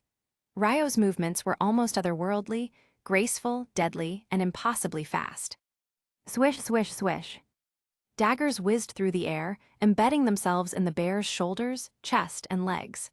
It stumbled, its massive frame swaying as its strength began to wane. In a final act of defiance, the bear reared onto its hind legs, roaring one last time before collapsing with a thunderous crash. Silence fell over the forest, broken only by the ragged breathing of the onlookers. Ryo stood over the bear's lifeless body, wiping blood off his hands with snow. He turned to the group, a calm smile on his face. "Well, that settles it." In the camp, Krista sat wrapped in the blanket Ryo had given her eyes fixed on the dark forest. Her heart was heavy with worry. "Ryo, please come back safe." Farther down the canyon, Mikasa, Irene, and Armin paused their journey, their eyes drawn to the mountainside. The distant roars had reached them, sending chills down their spines. "What's happening up there?" Armin asked, his voice uneasy. Mikasa narrowed her eyes. "Whatever it is, someone's fighting. Let's move." Chapter 55, A Fearsome Encounter. What on earth did they do to make such a big noise? Armin's voice trembled with worry as the chilling roar of a beast echoed through the mountains. The sound was eerie, and the thought of their companions facing such a threat sent a wave of anxiety through him. "I don't know, should we go check it out?" Irene asked, concern evident in his voice. His instincts urged him to help their friends despite the danger. Mikasa quickly interjected, her calm demeanor steadying them both. "No, it's night, and descending the mountain in the dark is far too dangerous. A single slip could be fatal." Armin nodded in agreement. "She's right, we can't risk it." Irene clenched his fists, frustration evident. "It's just like before, standing by while my companions might be in danger." Armin placed a hand on his shoulder. "Remember, Ryo is with them. With him there, they should be okay." Reluctantly, Irene nodded. "I hope you're right." Meanwhile, in the depths of the forest, Ryo stood over the colossal black bear's fallen body as the surrounding trainees erupted in cheers. "Killed, the black bear was killed. Amazing." As expected of Master Ryo, I didn't even see how he did it. "He just stood there and the bear went down by itself. Incredible." Ryo sighed at the newfound title of Master Ryo, feeling both amused and slightly awkward. "Here, your daggers." He handed back the weapons to their rightful owners, gesturing toward the 5 still lodged in the bear. "You can retrieve the rest yourselves." Though victorious, Ryo wasn't satisfied. He had hoped to test his precision with the throwing knives, but his accuracy left much to be desired. Striking the bear's heart required multiple adjustments, and even then, it wasn't until the beast was mere meters away that he landed a fatal blow. It was clear his skills with the flying knife technique needed significant improvement. Back at the camp, Krista's face lit up when Ryo returned. "Ryo, are you okay?" Ryo chuckled, easing her concern. "Worried about me, huh? It was just a bear, nothing I couldn't handle." The trainees approached Ryo with a respectful air. "Master Ryo, we've brought the bear back. How should we handle it?" Ryo frowned, considering their options. While he knew bear paws were edible, he wasn't certain about the rest of the meat. "What do you plan to do with it?" One of the hunters in the group spoke up. "The bear weighs around 800 pounds. With over 150 of us here, we thought cooking it into a soup would replenish everyone's energy after the long march." Ryo nodded. "All right, go ahead, just save a few pounds of meat for me. I've got other plans for it." He envisioned roasting the meat over an open flame, seasoned with cumin and spices. A hearty treat to warm the soul in the cold, snowy night. As the camp settled into preparation for the feast, Ryo glanced at the snowy mountains above. The beast was dealt with, but the challenges of survival in this harsh environment were far from over. Chapter 56, A Feast in the Wilderness. After hearing Ryo's arrangement, the man immediately went down to assign people to deal with the matter. A black bear weighing more than 800 kilograms surprised Ryo. He knew that black bears were strong, but he hadn't expected them to be this strong. It was probably due to their habit of storing a lot of fat before wintering. Black bears hibernate during the winter and stay in their caves for a long time. Even though their energy consumption decreases, they still need a lot of energy to maintain basic metabolic functions, which comes from the fat they've stored before hibernation. At this time, the black bear hadn't entered its cave yet, but it was fat and strong, with a lot of fat. With its huge size, it wasn't surprising that it weighed so much. After a group of people skinned and fleshed the black bear, removing its internal organs and bones, nearly 400 kilograms of meat remained. If divided, each soldier could get at least 2 kilograms of meat, and the bare bones could be used to make bone soup. Adding a little meat and seasoning would make it taste great, warming everyone's stomachs. Soon, a large pot was set up in front of the camp. The team had more than a dozen people who brought pots with them. They were truly prepared for anything. Without these pots, they wouldn't have been able to enjoy the bear meat meal. Ryo, this is the meat you requested. We'll also bring you the bone soup soon. This group had originally been led by Ryo. Having killed the ferocious black bear so easily, his prestige was at an all-time high, and the team respected him greatly, considering him their leader. This felt very good to Ryo. After all, he had done so much for them, so it was natural for him to receive such respect. Well, okay, you've worked hard. Go and do your own thing. Ryo patted the other person on the shoulder, offering a casual gesture of encouragement. He didn't expect the person to stand at attention, saluting in response. Yes, Lord Ryo. The soldier looked particularly excited. In his eyes, being acknowledged by Ryo was the highest honor. Ryo smiled and patted his head, not expecting such fervent admiration. Let's not eat dry food tonight. Let's have something fresh, Ryo said with a smile, quickly sharpening a few sticks with his knife before beginning to skewer the meat to roast over the fire. Grilling was an essential skill for any foodie. With it, Ryo could make the food in the wild much more flavorful. Yeah, okay. Krista smiled, eagerly agreeing. She'd grown tired of the dry food, especially the marching biscuits she'd shared with Ryo. After trying them once, she never wanted to have them again. Barbecue was definitely a luxury compared to their usual meals in the training camp. They rarely had the chance to eat fresh meat there. Ryo smiled slightly when he saw Krista's excited expression. The entire camp now had fresh bear meat, and for everyone, this was a big event that felt as festive as the new year. Even during the new year, they might not be able to enjoy such fresh, large amounts of meat. Each person was allocated 2.5 kilograms of bear meat, with no bones. It was a rare treat. At the same time, the water in over a dozen pots boiled. Once the bones were added, the fragrant smell spread throughout the camp. Everyone's appetite was awakened, and many started drooling in anticipation. Ryo laid out a variety of seasonings like cumin and pepper, building a fire with stones to keep the flames controlled so the food wouldn't burn. Without an iron grill, Ryo set up support pillars on both sides of the fire and placed a wooden rack on top. This method took a little longer, but the advantage was that the slower cooking process made the meat more tender. The fat from the bear meat dripped into the fire, creating a sizzling sound as the flames danced. Krista sat across from the fire, hugging her knees and watching with wide eyes as the food cooked. Her anticipation was evident. Is it fragrant? Ryo asked, skillfully sprinkling cumin and pepper on a skewer that was nearly done. Krista nodded eagerly. Even though Ryo provided her with a lot of good food, she rarely encountered something so delicious. Being in the wilderness made this meal feel even more precious. Hee, it will be ready in a moment. Ryo continued to roast the skewer, letting the heat intensify. The oil from the meat mixed with the spices, creating an irresistible aroma. Okay, here, you can eat it now. Chapter 57, A Warmth Shared. Thank you. Krista took the meat happily, carefully breaking off a piece with her hands and offering it to Ryo's mouth, looking as though she intended to feed him. "What's wrong? Do you want to feed me?" Ryo asked with a smile, all while turning over the other pieces of barbecue to keep them from burning.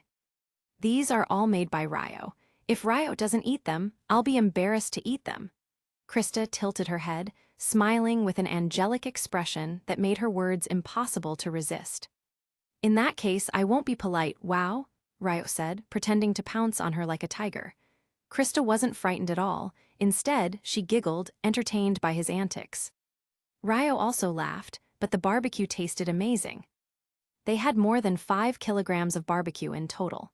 In fact, Ryo had been given more by the others, but he set aside the extra to roast into jerky for future meals, ensuring they'd have extra food for the camp. "Master Ryo, here's the broth. Please have some." Soon, the team members responsible for making the broth returned with their work.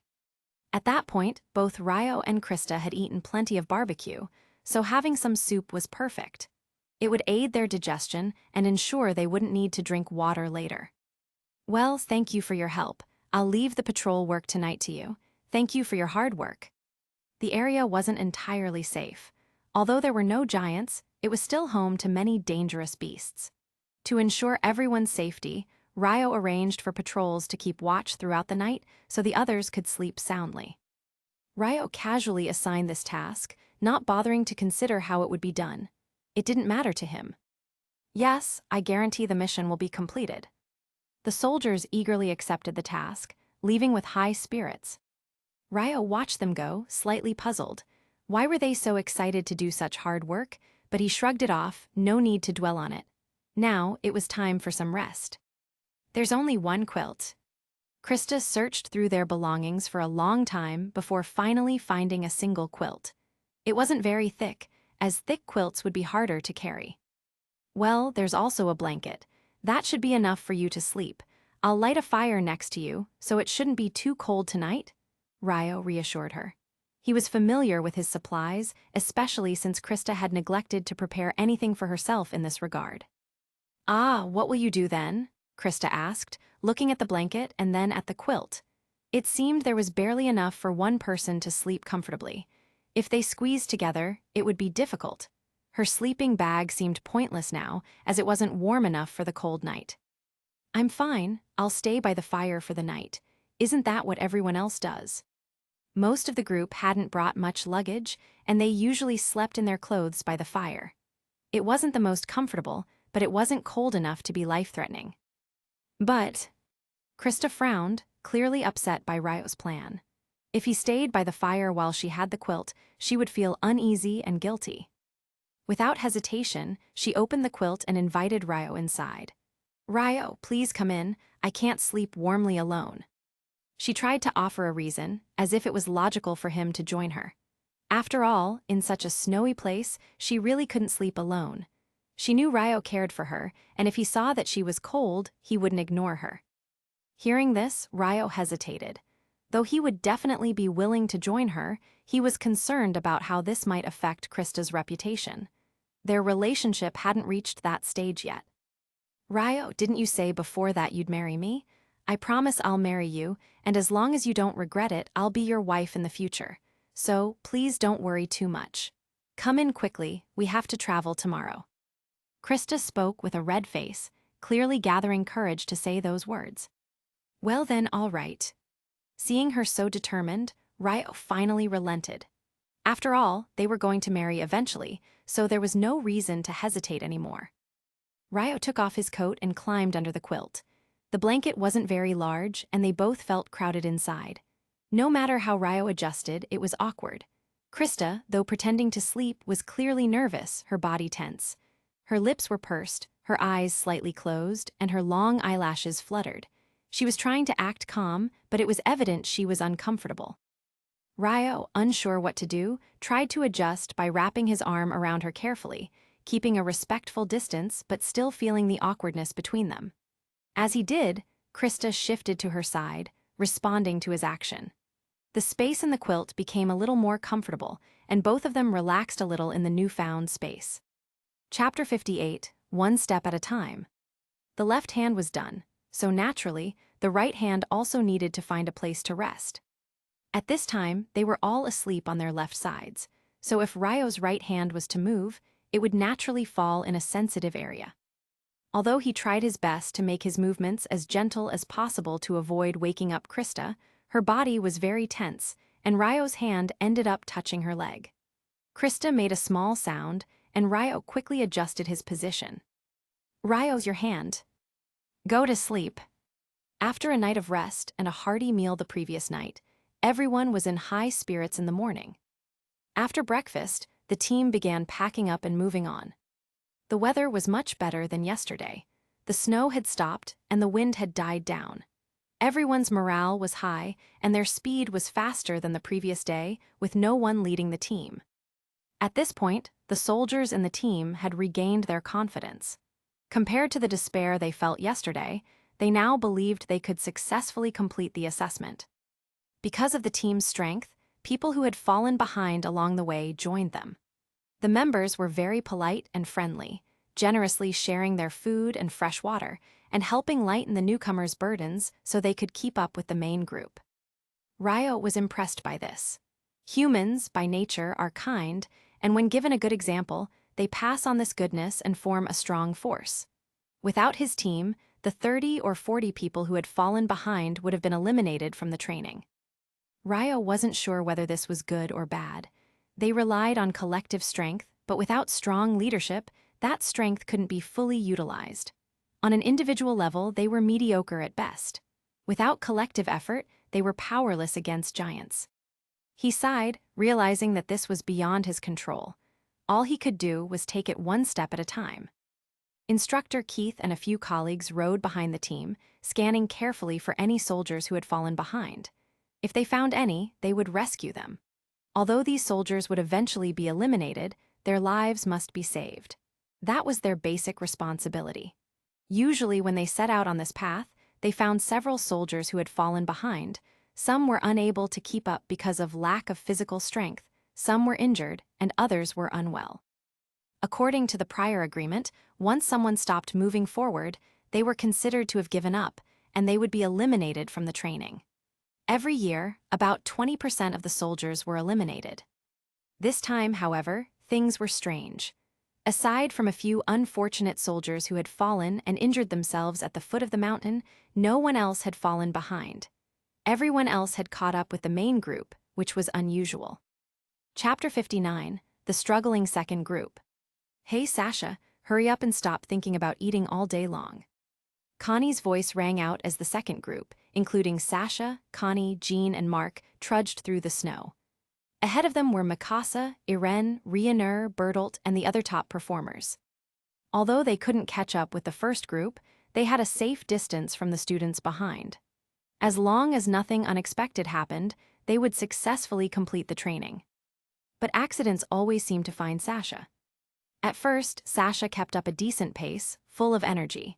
However, her enthusiasm quickly vanished once she ran out of food. With nothing left to eat, her strength waned and her pace slowed to a crawl. "Sasha, if you stop now and get eliminated, you'll become a refugee. And if that happens, do you really think you'll ever eat hot meals again?"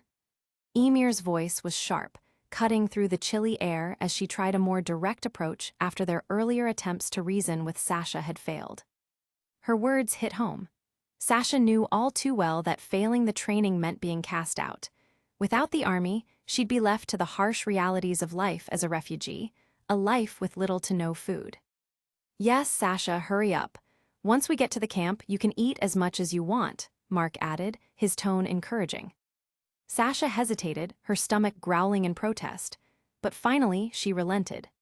"Fine, I'll keep going. I was just resting for a bit anyway," she grumbled, brushing snow off herself and reluctantly picking up her gear. Suddenly, a loud and spirited singing voice echoed from behind. "I am a soldier, I come from the common people. Defeat the foreign invaders and destroy the giant soldiers." The group turned around, startled. A column of soldiers marched towards them in perfect formation, their voices rising in unison. Their morale was infectious, their steps steady and purposeful.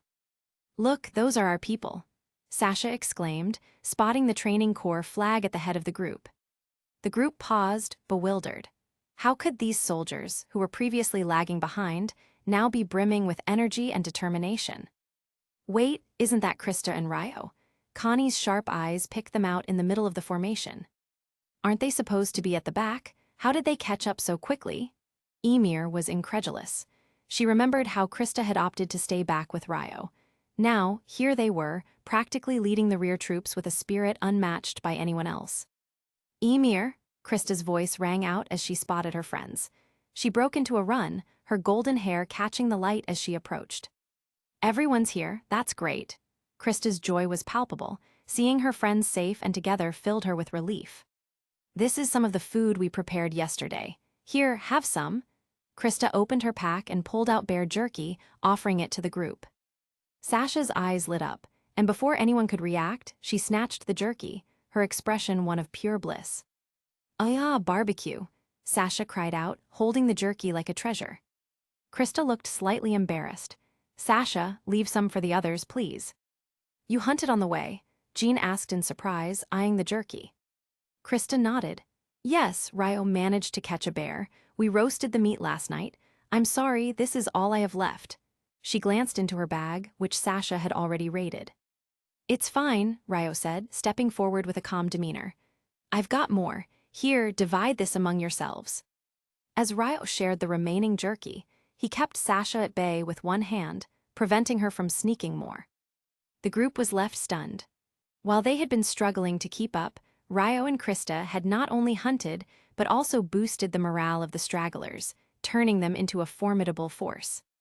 "Unbelievable," Emir muttered, watching Ryo hand out food with an air of quiet confidence. Sasha, chewing happily on a piece of jerky, gave him a thumbs up. "Best hunting party ever." The group couldn't help but laugh, their spirits lifted by the unexpected reunion. Chapter 60, Rally to the Ridge.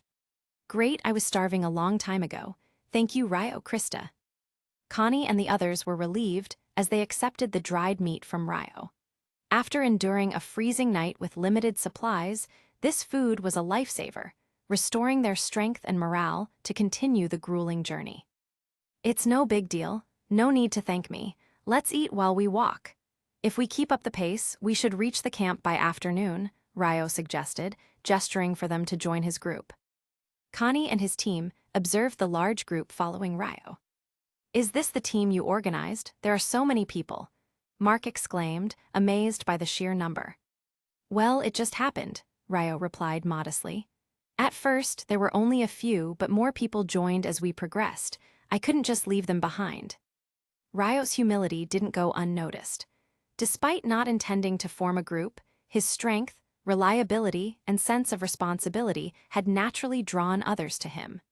His growing reputation as a leader among the 104th Training Corps was becoming undeniable. Seeing the opportunity, Jean stepped forward. "Let's join you. Honestly, it's impressive what you've done, Ryo. Everyone trusts you because they know how capable you are." "Yeah, count me in too. If there's food, even better," Sasha exclaimed, chewing on her jerky with enthusiasm. "Who cares about you? You only joined for the food," Connie snapped, pretending to snatch the jerky from her. Sasha quickly stuffed the rest into her mouth and jumped away, glaring at Connie like a cornered animal. Her antics drew laughter from everyone, lightening the mood. Emir, however, had remained silent throughout. The group turned to her, knowing her protective feelings for Krista might complicate things. "Well, what about you, Emir?" Jean asked, a mix of curiosity and apprehension in his voice. Emir shrugged. "What's the big deal? I have no objections." Her response surprised them, and the tension dissipated. With everyone on the same page, Ryo rallied the group. "All right, let's move. Once we cross the ridge ahead, we'll be at the campsite." His confident leadership reignited everyone's spirits. They quickly regrouped and began their trek anew, their energy renewed by the promise of food and rest at the camp. Meanwhile, not far behind, the instructors followed the trail on horseback, observing the unusually high morale among the recruits. "That's him, isn't it? Ryo has managed to unite almost everyone," one instructor noted. Keith nodded approvingly. "He's a natural leader, but the hardest part is yet to come. Let's see how he handles Broken Blade Ridge." "Captain Keith, the terrain ahead isn't suitable for horses," another instructor reported. Should we switch to the ODM gear? Keith turned to his team. Yes, prepare your gear immediately. We need to be at Broken Blade Ridge before the recruits arrive. If anything goes wrong, we'll need to intervene quickly. The instructors dismounted, swapping their equipment for three-dimensional maneuvering devices. From here, the journey would be more treacherous. Back with Ryo's group, the ridge loomed in the distance, its jagged peaks and sharp inclines a stark reminder that their journey was far from over. Yet with Ryo leading the way, the recruits pressed on, their resolve stronger than ever. Chapter 61, The Avalanche Challenge. Armin dangled precariously over the cliff edge, his hands clutching for anything solid, his face pale from the cold and terror. Above him, Irene reached out desperately, refusing to let go of his friend. Armin, take my hand, we'll pull you up, Irene shouted, his voice hoarse against the howling wind. But no matter how many times they tried, the gap between them seemed insurmountable. The slope was treacherous, and the relentless wind at the ridge's edge made every move a gamble. It's no use, Armin panted, his arms trembling with exhaustion. You need to go ahead without me. Irene's face darkened with defiance. No, I swore never to abandon my friends again. The memory of his mother's death haunted him, a stark reminder of his inability to save her. He clenched his teeth, determined that this time he would not fail. Mikasa, ever vigilant, scanned the mountain with a wary eye. Irene, the mountain's unstable. An avalanche is imminent, we need to leave. But Irene refused to budge, not without Armin. Below them, Armin considered the futility of their efforts. He hesitated, then said, Irene, take off your belt. We'll try one last time. Understanding dawned on Irene's face. Without hesitation, he unfastened his belt, wrapping one end tightly around his arm. With Mikasa anchoring him, he leaned over the edge, extending the makeshift lifeline as far as it would go. Armin stretched with all his might, fingers brushing against the belt. After a tense moment, he grasped it tightly. Mikasa now, Irene called out. With a guttural yell, Mikasa summoned every ounce of her strength, hauling both boys up in one powerful motion. They tumbled onto solid ground, panting heavily. But their relief was short-lived. The ominous rumble above them grew louder.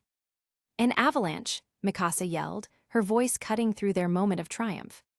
The three sprinted as fast as they could, snow kicking up behind them as the avalanche roared down the mountain.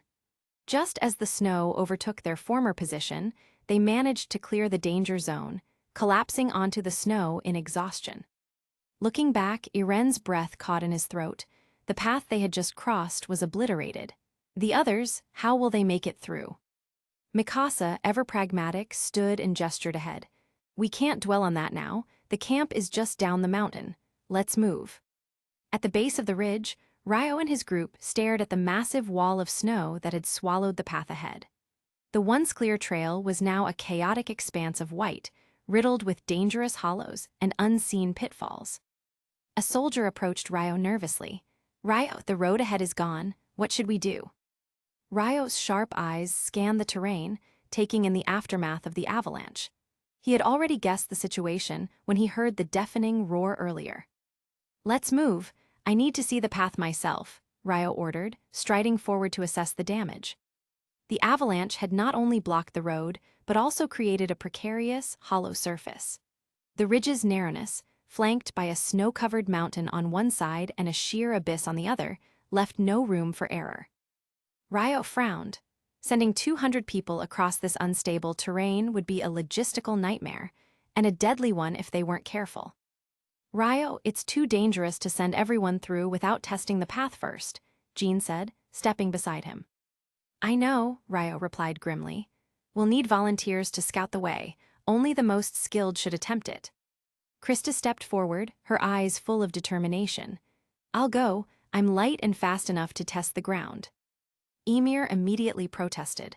No way, you're not risking yourself like that. Ryo raised a hand, silencing them both.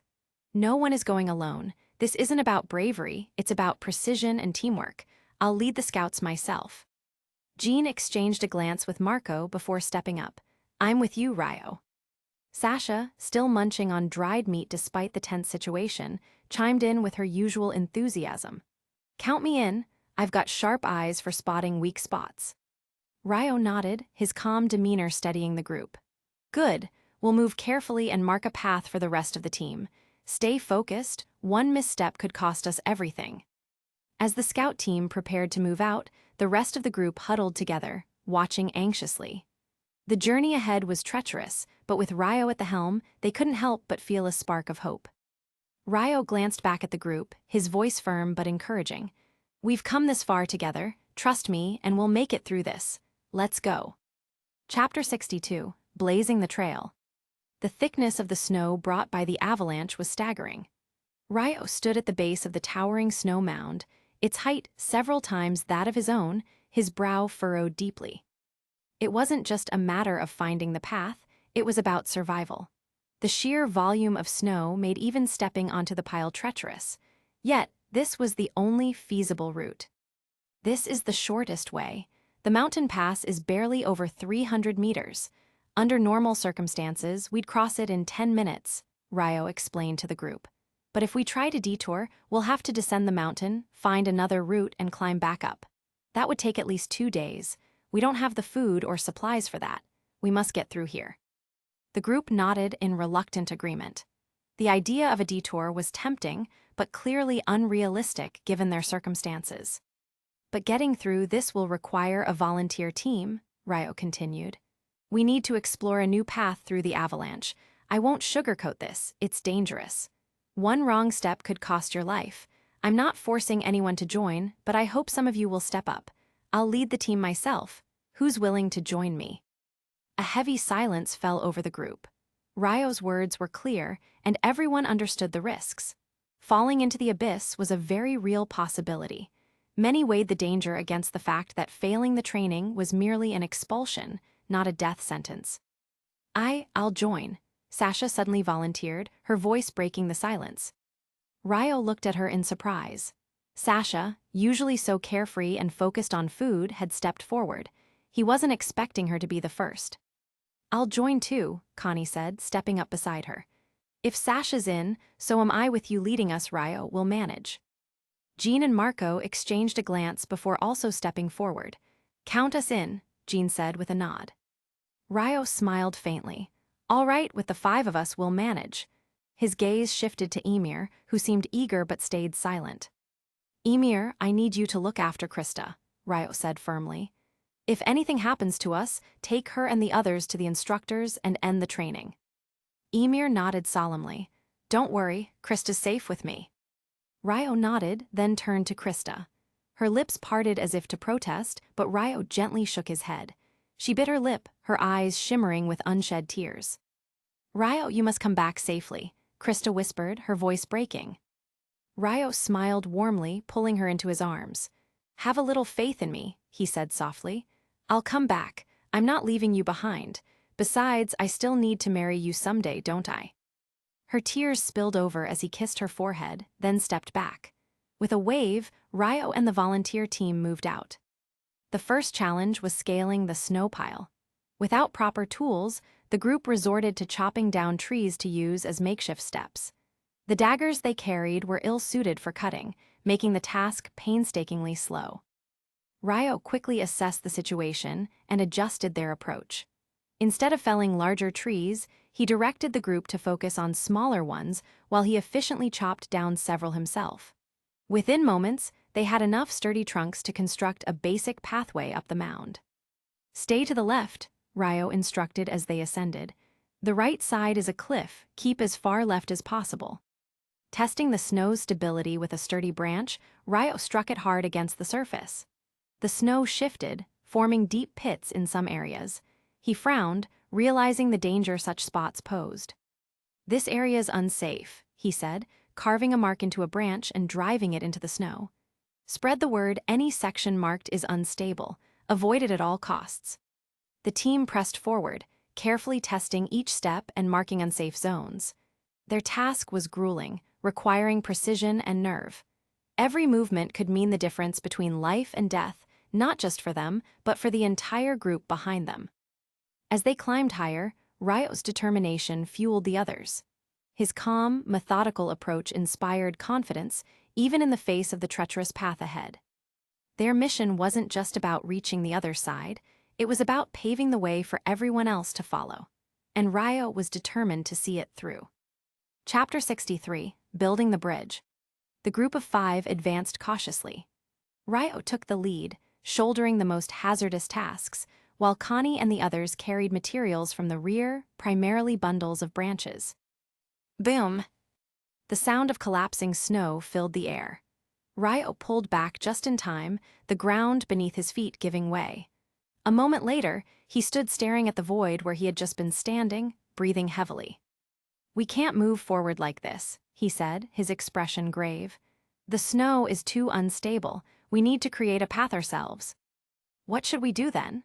Connie and the others exchanged uneasy glances, uncertain of their next move. Ryo frowned, deep in thought. "Go back and cut down some trees, gather all the ropes we have. We'll use the trunks to build a makeshift bridge." The group nodded, realizing this was their only option. They returned to the camp, where the rest of the team had been hard at work preparing materials. Several large trees had already been felled, but the challenge lay ahead, moving the hefty trunks through the narrow pathway and setting them in place. Each trunk weighed at least 300 kilograms. For most, moving them seemed an impossible task. The group looked at one another, unsure how to proceed. "Let me try," Ryo said firmly, stepping forward. The others quickly made way, watching as Ryo approached the nearest tree trunk. He crouched down, bracing himself, and then, to everyone's astonishment, lifted the massive log with a single hand. The crowd gasped. That thing weighs over 300 kilograms. Jean muttered, his eyes wide in disbelief. "Is he even human?" Connie whispered, equally dumbfounded. Ryo, oblivious to their amazement, tested the weight. Not as heavy as I thought," he said casually, supporting the trunk with one hand and placing the other on his waist as though to steady himself. His words only deepened the shock. The group had struggled to haul the trunk with 7 or 8 people, yet Ryo seemed to carry it effortlessly. Under his breath, Ryo realized his comment might have sounded insensitive. Let's just get this done," he said, hoping to redirect their focus. He began ferrying the trunks one by one, placing them carefully across the gap. After 5 logs of similar thickness were aligned, a rudimentary bridge took shape. However, Ryo knew this wasn't enough. The round surfaces of the logs were slippery, making crossing them dangerous. Ropes were needed to bind the logs together securely. The others insisted on tying a safety rope around Ryo, just in case he fell. Reluctantly, he agreed, knowing the drop below was nothing to take lightly. Once secured, Ryo climbed onto the logs and began fastening them together with practiced precision. He moved quickly, undeterred by the abyss beneath him.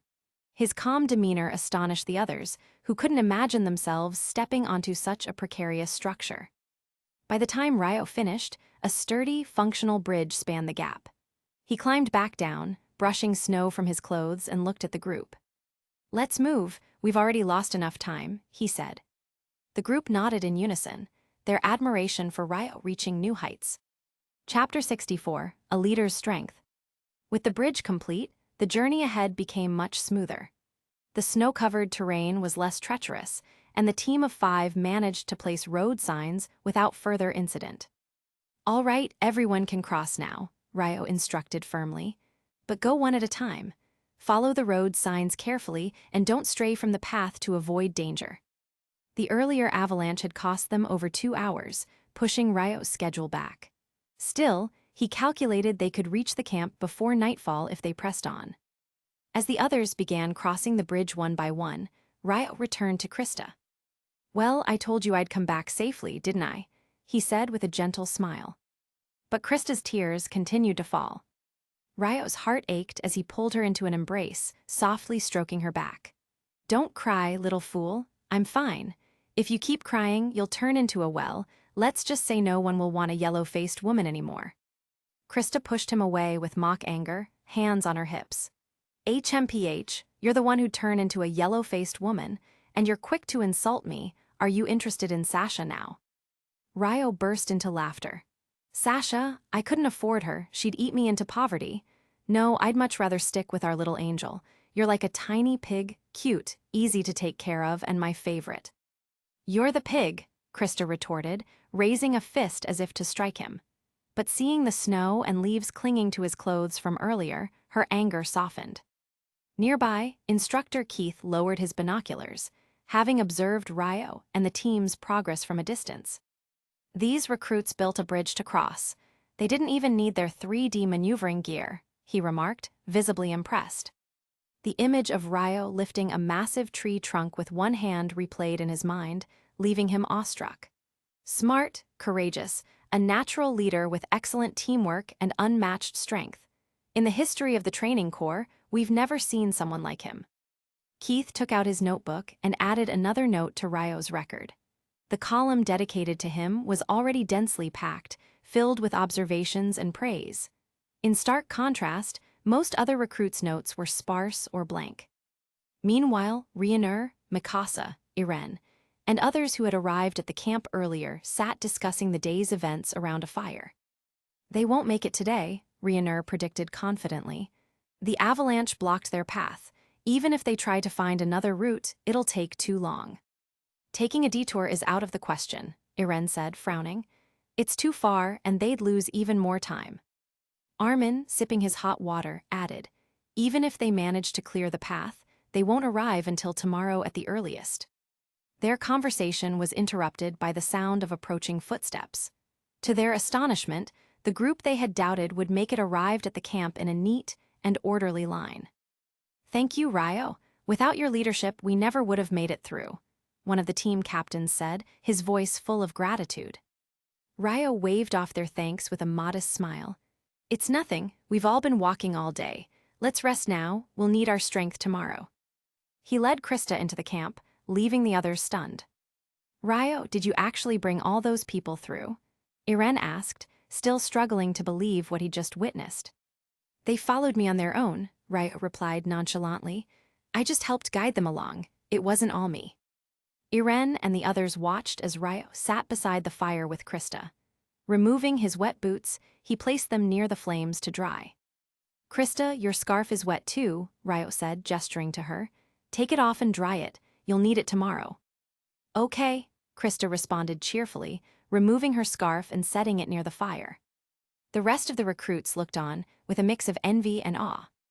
Great, he's showing off again, one muttered, though their admiration for Ryo's calm leadership grew with each passing moment. Chapter 65, The Chosen Ones. After the snow mountain training concluded, Instructor Keith addressed the training corps. His sharp gaze swept across the group, and his tone was laced with harsh approval. Very good, you cowards actually managed to find a leader, proving your brains aren't completely broken. The results of the training were clear. 256 started, and only 4 were eliminated, a record low 1.8% elimination rate. This was the best performance in the history of the training corps, despite the added difficulty of an avalanche that had blocked the way. The primary reason for their success? A strong leader who had stepped forward when others faltered. Keith's eyes rested momentarily on Ryo, whose actions had led the recruits to overcome their fears and challenges. But don't think you'll always have the luxury of relying on others, Keith declared coldly. From now on, things will get much harder. The crowd's murmurs quieted as Keith's expression grew serious. During the Survey Corps' last expedition, they suffered heavy losses. A shortage of personnel means they need reinforcements, and fast. Keith began to explain the situation, outlining that the Survey Corps required support from the Garrison Corps, the Military Police Corps, and the Training Corps. Out of the training recruits, 2 individuals would be selected to serve as combatants, one for 3 months and the other for 6 months. The room erupted in shock. The recruits hadn't even completed half their training, and now they were being sent into battle. Fear swept through the group like a chilling wind. But amidst the sea of anxious faces, 2 stood out, Irene and Ryo. Irene's eyes burned with determination, his hatred for the Titans fueling his resolve. Meanwhile, Ryo remained calm and collected, calculating the opportunity to gain experience by fighting Titans directly. Keith noticed their expressions and couldn't suppress a small smirk. Both were eager, but for very different reasons. However, Keith quickly dismissed Irene as a candidate. While his determination was admirable, his skills weren't yet refined enough to ensure survival. Besides, Keith felt a responsibility to protect him, knowing the connection between Iren's family and himself. Keith's voice boomed over the crowd. "A bunch of cowards, you're already scared before I've even announced the names. Pathetic." The recruits tensed, their fear intensifying. "The two selected will be those with the best performance and leadership abilities," Keith continued. "Their names are—" Before Keith could finish, all eyes turned toward Ryo and Mikasa. The two were the undisputed top trainees, with strength and skills far beyond their peers. Ryo's expression revealed quiet satisfaction, while Mikasa's was tinged with worry. Her thoughts weren't for herself, but for Iren. She feared what might happen to him without her constant presence to protect him. Armin noticed her concern and leaned closer. "It'll be okay, Mikasa. I'll watch over Iren while you're away." Mikasa nodded hesitantly, her trust in Armin slightly easing her mind. Nearby, Krista's worry was evident as well. Her voice trembled as she looked up at Ryo. "Please, don't go." She clutched his sleeve tightly, her tearful eyes pleading with him. "Krista," Ryo's tone softened as he placed a hand on her head. "I'll be fine, you don't need to worry about me." But the mortality rate, her voice broke. "I'll come back," he reassured her firmly. "I promise." As Keith finally called out the names, the recruits held their breath. The two chosen are Ryo Carter and Mikasa Ackerman. The room fell silent, and all eyes turned to the pair. Ryo's calm acceptance and Mikasa's quiet resolve stood in stark contrast to the unease spreading among the rest of the recruits. Keith closed his notebook with a snap. "You two have been selected. Make sure you're ready for what lies ahead. The Survey Corps doesn't tolerate weakness or hesitation." Ryo nodded, his mind already focused on the challenges to come. Mikasa glanced back toward Iren and Armin, her heart heavy but resolute. Krista stood frozen, her worry unabated despite Ryo's reassurances. She clenched her fists, silently vowing to support him however she could, even if it was from afar. The stage was set, and the battlefield awaited. Chapter 66, A Dangerous Assignment. That's right, their names are Mikasa Ackerman and Ryo Carter. Ryo frowned as Keith declared his name, particularly at the addition of Carter. Since when did his simple name require embellishment? He rolled his eyes, muttering internally about Keith's tendency to make things unnecessarily complicated. "Okay, everyone else is dismissed. Mikasa, Ryo, you two come to my office." The rest of the group exhaled in relief. No one envied the chosen duo, especially Ryo. His presence had become a cornerstone of the group's morale, and the idea of him going to the Survey Corps left many uneasy. As they trudged toward Keith's office, Mikasa glanced at Ryo, who seemed lost in thought. "Are you worried?" she asked. Ryo smirked, his tired expression betraying amusement. "Worried? No, I'm just trying not to burst out laughing." Mikasa frowned in confusion. Was he truly so eager to face the giants? Keith's office was a storm of maps, notes, and books, a fitting reflection of his rigorous demeanor. For over an hour, he lectured them on the dangers of the Survey Corps, from the logistics of expeditions to survival tactics. Ryo tuned out halfway, nodding occasionally to feign attention while Mikasa diligently absorbed every word. Finally released, Ryo sighed in relief. The mental exhaustion was palpable. That man should consider a second career in wind farming. He's got enough hot air to power a city. Mikasa, still pondering Keith's warnings, didn't reply. Her focus shifted to Iren and Armin, who waited nearby. Ryo headed to the training ground's quiet back hill. Krista stood waiting, her usual bright expression clouded by worry. As soon as she saw him, her eyes filled with tears. "Ryo, can you not go?" she whispered. Ryo's heart ached at her plea. He had never considered how his decisions might affect her. Though eager to join the battlefield, he now realized the emotional toll on those he cared for. Placing an arm around her shoulders, he gently pulled her closer. "Krista, I have to go. If I don't, someone else will. Someone who might not be ready. You know I'm strong enough to do this." Krista sniffled but couldn't argue. She knew he was right. The strongest candidates were chosen to minimize losses, and Ryo's strength was unparalleled. Yet the fear of losing him overshadowed all logic. Promise me, she said, her voice trembling. Promise me you'll come back safely. Don't talk about dying or anything like that. Ryo smiled and extended his pinky. Let's make a promise. 100 years, no breaking it. Krista linked her pinky with his, but the gesture broke the fragile hold she had on her emotions. Tears flowed freely as she cried into his chest. Ryo felt helpless but held her tightly. I'll come back, Krista, I promise. Nearby, Irene watched Mikasa with concern. Though he longed to be chosen for the Survey Corps, his desire paled in comparison to his worry for Mikasa. Mikasa, he said, his voice unusually soft. When you're out there, be careful. Promise me you'll protect yourself. Mikasa gave him a small nod. I will. Irene clenched his fists. He hated feeling powerless, especially when the people he cared about were heading into danger. But he knew Mikasa wouldn't waver. As the camp settled for the night, Ryo sat by the fire, lost in thought. Krista's tears and Mikasa's quiet determination lingered in his mind. He wasn't afraid of the giants, but he feared the possibility of failing those who believed in him. For now, he could only steel his resolve. The battlefield awaited, and he intended to return victorious, not just for himself, but for everyone counting on him. Chapter 67, The Farewell and Arrival. As the first light of dawn crept over the horizon, Ryo and Mikasa stood prepared to leave, their faces calm but their emotions carefully concealed. Mikasa turned to Irene, who, for once, had set aside his fiery determination to express genuine concern. Be careful out there, Mikasa. Stick close to the main group, Irene said, his voice laced with uncharacteristic worry. Mikasa felt a pang of warmth at his words, but couldn't shake her concern for him. Irene's impulsive tendencies often placed him in danger, and she had already asked Armin to keep an eye on him during her absence. I'll be fine. Just promise me you won't do anything reckless, Mikasa replied, her tone firm yet protective. Armin, sensing the weight of their exchange, quietly excused himself to seek out Ryo. Armin found Ryo packing his belongings under the watchful gaze of Krista.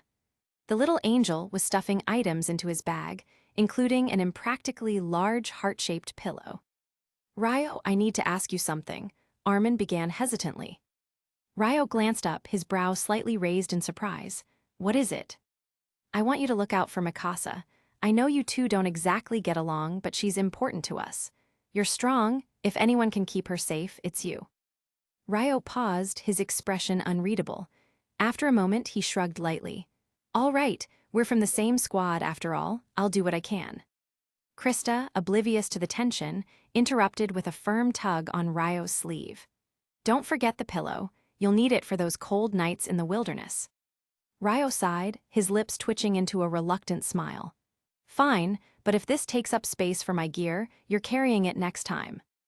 Armin, sensing he'd overstayed his welcome, offered a quick thanks and left, his apprehensions slightly eased. Before dawn fully broke, Ryo and Mikasa quietly departed the training camp, avoiding the emotional farewells they both dreaded. The stillness of the early morning wrapped around them like a shroud as they rode toward the Survey Corps base. Instructor Keith had given them a brief send-off, his voice gruff but tinged with unspoken emotion. Remember, stay with the main force. Erwin's leadership is unmatched, and his strategies keep casualties to a minimum. Make sure you come back alive. Ryo saluted crisply, his tone steady. We won't let you down, instructor. Mikasa nodded in agreement, her gaze determined. The journey to the Survey Corps camp was swift, their horses galloping across the open terrain. When they arrived, they were met with a bustling scene of soldiers preparing for another expedition beyond the walls. The Survey Corps, though small in number compared to the other divisions, exuded an air of quiet confidence. Their scars and hardened expressions spoke of countless battles against Titans. Ryo and Mikasa dismounted and approached the registration area. Today was a crucial day. The influx of reinforcements from the other corps would determine the strength of their next expedition. As they handed over their orders, the officer in charge gave them a cursory glance before directing them toward the barracks. You're here just in time. The next expedition begins soon. Get yourselves settled quickly, he said brusquely. Ryo exchanged a glance with Mikasa, both understanding the gravity of the situation. Their training was over. The real battle was about to begin. Chapter 68, Arrival at the Survey Corps. The recruits selected for the Survey Corps this time were no ordinary slackers. These were elite soldiers, each chosen for their exceptional skills. More than 3 years ago, when the Titans breached Wall Maria, the status of the Survey Corps shifted dramatically. Previously dismissed as a futile and expendable unit, they were now essential to humanity's survival. As plans to recapture Wall Maria loomed, it was evident that only the Survey Corps could shoulder this mission.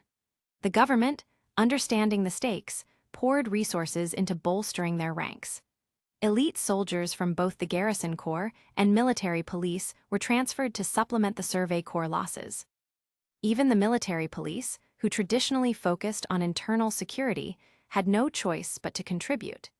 If the Titans advanced beyond Wall Rose, neither the garrison nor the military police could withstand the onslaught alone. Sending a small number of elite personnel was a small price to pay for survival.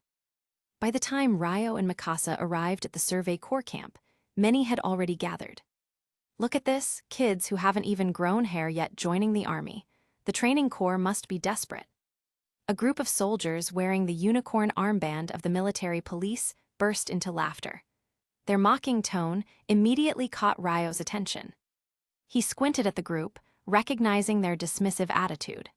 The military police, despite their supposed superiority, were known for their arrogance. Before Ryo could speak, Mikasa stepped forward. "One-on-one," she declared coldly. "Do you dare to accept my challenge?" The soldiers froze. Was this petite girl seriously challenging their strongest member, nicknamed Mad Bull? The man in question, Silk, stood up, towering over Mikasa. "You talking to me, kid?" he sneered, his voice dripping with disdain. "Scared," Mikasa replied, her eyes narrowing in contempt. Silk's companions burst into laughter, egging him on. "Looks like you've got no choice, Silk. Don't let her make a fool of you." Angered by Mikasa's taunt, Silk clenched his fists and charged, throwing a powerful punch aimed at her head. The wind from his swing whistled sharply, and Ryo couldn't help but raise an eyebrow. He's fast, Ryo thought, but not fast enough. Mikasa sidestepped effortlessly, her movements precise and controlled. Silk's punches kept coming, but Mikasa dodged each one with ease. For now, she remained on the defensive, studying her opponent's technique. "Hey, Silk, you can't even hit a little girl. How embarrassing," one of his companions taunted. "Just admit defeat and crawl under her legs already. Maybe you'll get to see her panties." Another jeered, prompting roars of laughter from the group. Ryo's face darkened. "Mikasa, stop wasting your time," he called out. "If you want to practice, practice with me. Don't bother with this loser." Mikasa glanced at him, understanding the hint. It was time to end this. Silk threw another punch, but Mikasa was already moving. She sidestepped, grabbed his arm, and used his momentum to pull him forward. Her leg hooked his, tripping him off balance. In the same motion, her elbow struck his back with force. Silk hit the ground with a thud, groaning in pain. His limbs twitched as he struggled to move, but his spine had taken the brunt of the attack. He wouldn't be standing anytime soon. The laughter from the military police died instantly. Ryo walked over and crouched beside Silk, his expression calm but firm. "Next time, think twice before mocking someone from the Survey Corps," he said, his voice low and threatening. Mikasa dusted her hands off and turned back to Ryo. "Was that enough, or do I still need practice?" Ryo smirked. "You're fine, let's head inside." As they walked away, the stunned military police could only watch in silence. Chapter 69, 1 against 14. After Mikasa finished her confrontation, she returned to Ryo's side, standing silently as if nothing had happened. Her expression was calm, but her aura carried an unshakable determination that silenced anyone considering further confrontation. The group of military police scumbags, however, wasn't willing to let the matter rest. "Silk, are you okay? Say something," one of them exclaimed, crouching near their fallen comrade. Another, emboldened by numbers, pointed at Ryo and Mikasa, shouting, "You two went too far. Apologize and pay for this now, or we won't let you off so easily." Ryo, unfazed, looked at the man with a calm smile. "Oh, you won't let us off. And what exactly are you planning to do? beat us. His steady pace forward seemed casual, but each step made the surrounding crowd feel an inexplicable tension. The man didn't notice the change in atmosphere, misreading Ryo's approach as submission. Emboldened, he sneered, "You attacked first. Everyone here saw it. If we retaliate, it's self-defense. How about this? Since you seem eager to fight, I'll take you on one-on-one. But if you lose, don't think we'll let this go." Ryo raised an eyebrow, his smile widening. "One-on-one? That's too much trouble. How about this? All of you come at me at once. There's 14 of you now. It'll save us some time, and I might even get the chance to enjoy myself." His words sent shockwaves through the crowd. Laughter erupted from both the military police and the bystanders. What a joke, 1 against 14. Does he even know who he's talking to? The military police might be slackers, but they're still elites. This kid's delusional. Even the Survey Corps soldiers, who generally respected bravery, shook their heads. No one believed Ryo could stand a chance against so many opponents. The military police, for their part, were incensed. Ryo's provocation was a direct challenge to their pride, and they had no intention of holding back. "Brothers, you heard him. He wants to fight all of us at once. Let's show him what the military police can do." The 14 men surrounded Ryo, their expressions twisted with anger and ridicule. One particularly burly man smirked. "You've got guts, kid, but you're about to regret your life choices. Let's see how long you last." Ryo stood with his arms crossed, still smiling. "You should be worried about yourselves. I'll end this in half a minute." His statement set off a fresh wave of disbelief and mocking laughter from the crowd. "Half a minute? He's insane. Does this kid think he's Levi or something?" The burly man charged first, swinging his fist with full force, but Ryo barely moved. With a subtle shift, he sidestepped the attack, his hands still folded across his chest. The man stumbled, missing entirely. "You're too slow," Ryo said casually. Angered by the insult, the rest of the military police lunged at him simultaneously. Ryo's smile vanished, replaced by cold focus. He stepped into the fray, his movements precise and fluid. One man swung at him with a baton, but Ryo caught the weapon mid-swing, twisting it out of the attacker's hand and using it to trip another man. A kick to the knee sent another opponent sprawling, and a swift elbow strike to the jaw knocked one unconscious. Each movement was calculated, efficient, and devastating. The crowd, initially jeering, fell silent. The military police, who had started with overwhelming confidence, now looked panicked as their numbers dwindled. By the time Ryo disarmed the last man, less than 30 seconds had passed. 14 men lay groaning on the ground, some unconscious, others clutching injuries. Ryo dusted his hands off and turned back to Mikasa, who hadn't moved from her spot. "That took longer than I expected. Must be out of practice." The crowd was stunned into silence. No one laughed now.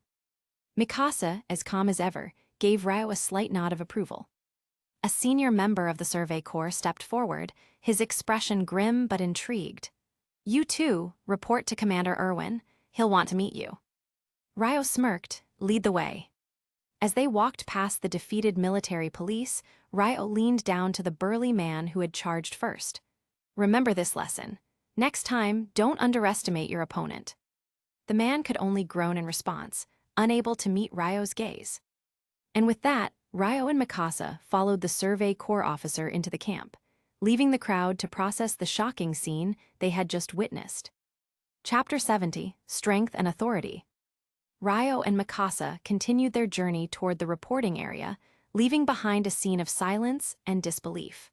Ryo's quick dismantling of the gendarmerie recruits left no doubt about his abilities, but his actions also carried a message. Strength was a currency here, and Ryo had made a down payment that no one would forget.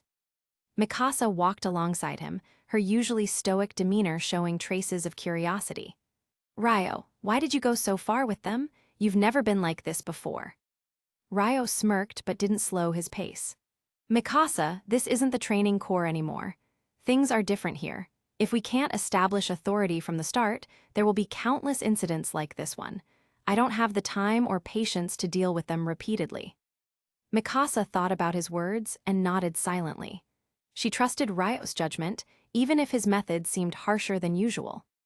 Behind them, the fallen recruits groaned in pain, barely able to move.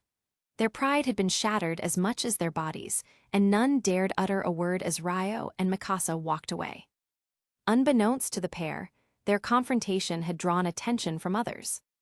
Hanji and several Survey Corps members had been watching the scene unfold from a distance. As Ryo and Mikasa disappeared into the camp, Hanji's face lit up with a mixture of curiosity and amusement. "He's got spirit, doesn't he?" Hanji remarked. "Not to mention raw strength. What do you think, Levi?" Levi, standing beside her, crossed his arms and kept his expression neutral. "Strength alone isn't enough. We'll see how he handles himself in a real fight." Nearby, members of Levi's squad were also observing. Aluo, ever the loudmouth, shook his head in amazement. "That kid's got guts. Do you think the captain will recruit him into our squad?" Petra glanced at him and sighed. "I doubt it. He doesn't seem like the type to take orders easily. Levi prefers discipline, not chaos." "Discipline or not, he's got potential," Aluo shot back. "I'd bet on him in a fight any day." As they approached the reporting station, Mikasa spoke again. "I didn't expect you to be so aggressive, Ryo. It feels different from how you handled things during training." Ryo stopped briefly and looked at her. "Mikasa, this is the Survey Corps. It's a completely different world from the Training Corps. Out here, survival isn't just about teamwork or following orders, it's about proving your worth every single day. If you don't show strength, people will walk all over you." Mikasa understood his reasoning but couldn't shake the slight unease she felt. She had known Ryo to be methodical, measured in his actions. This side of him, the one that left no room for second chances, was new. "Let's go," Ryo said, snapping her out of her thoughts. "We've already wasted enough time." As they walked into the camp, heads turned and whispers followed. The story of Ryo's fight with the gendarmerie recruits was already spreading like wildfire. For better or worse, his reputation was established, and the path ahead was sure to be anything but quiet. Chapter 71, Proving Their Strength. After enduring countless battles with Titans, the soldiers of the Survey Corps bore deep scars of fear and trauma. The psychological toll of constant loss and devastation demanded an outlet. Violence, hierarchy, and oppression often filled this void. Even under Erwin's careful leadership, such issues persisted. Veterans bullying recruits had become an unspoken rule, a grim reflection of military life. Ryo understood this harsh reality. The military police's attack wasn't random, it was calculated. The Training Corps had sent only 2 recruits to reinforce the Survey Corps, Ryo and Mikasa.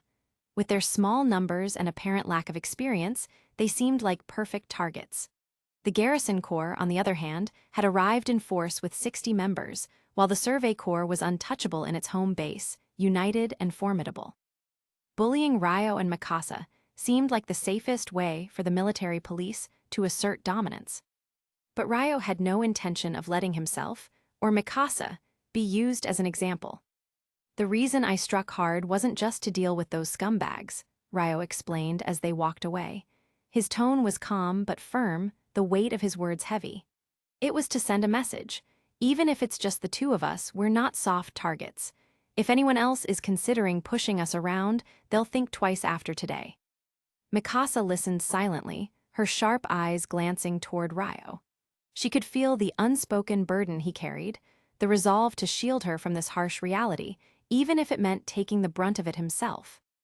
"Let's go report in," Ryo said, patting her shoulder lightly. His smile was back, warm and reassuring, as though the recent fight had never happened. Under normal circumstances, Mikasa might have been annoyed by Ryo's casual gesture, but this time she didn't mind. Somehow, she felt safe, protected by his unwavering determination. When they reached the Survey Corps registration area, they were met with indifference. The soldiers barely acknowledged them, their disdain clear. To the Survey Corps, rookies were little more than expendable cannon fodder. "Are you 2 from the Training Corps?" a soldier asked, eyeing them skeptically. "Yes," Ryo replied, his voice steady. "My name is Ryo, and this is Mikasa. Instructor Keith sent us to reinforce the Survey Corps." The soldier raised an eyebrow, clearly unimpressed. "Have you completed 3D maneuver gear training?" "Of course," Ryo said confidently, already anticipating what was coming next. The soldier gestured toward a nearby training area. Let's see what you've got.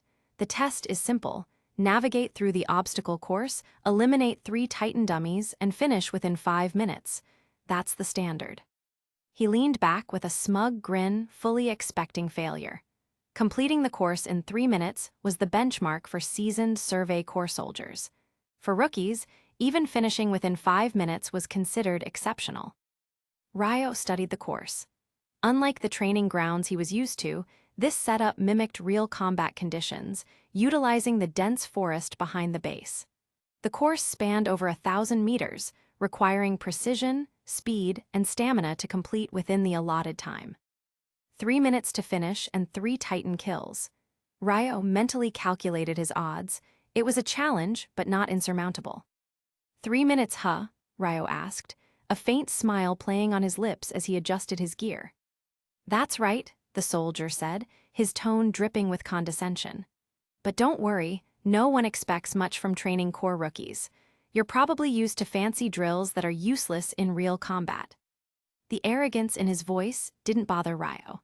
He had heard enough about the rivalry between the Empire's 3 major corps to know this was par for the course. Actually, Ryo said, his calm tone catching the soldier off guard, I wasn't asking about the standard. I was asking, what's the shortest record? Mikasa, standing silently by his side, smirked slightly. She knew that look in Ryo's eyes. The Survey Corps had no idea what they were about to witness. Chapter 72, Breaking the Record. What? The Survey Corps soldier was caught off guard by Ryo's question, clearly not expecting it. He blinked in confusion before stammering, the shortest record? Why would you even ask that?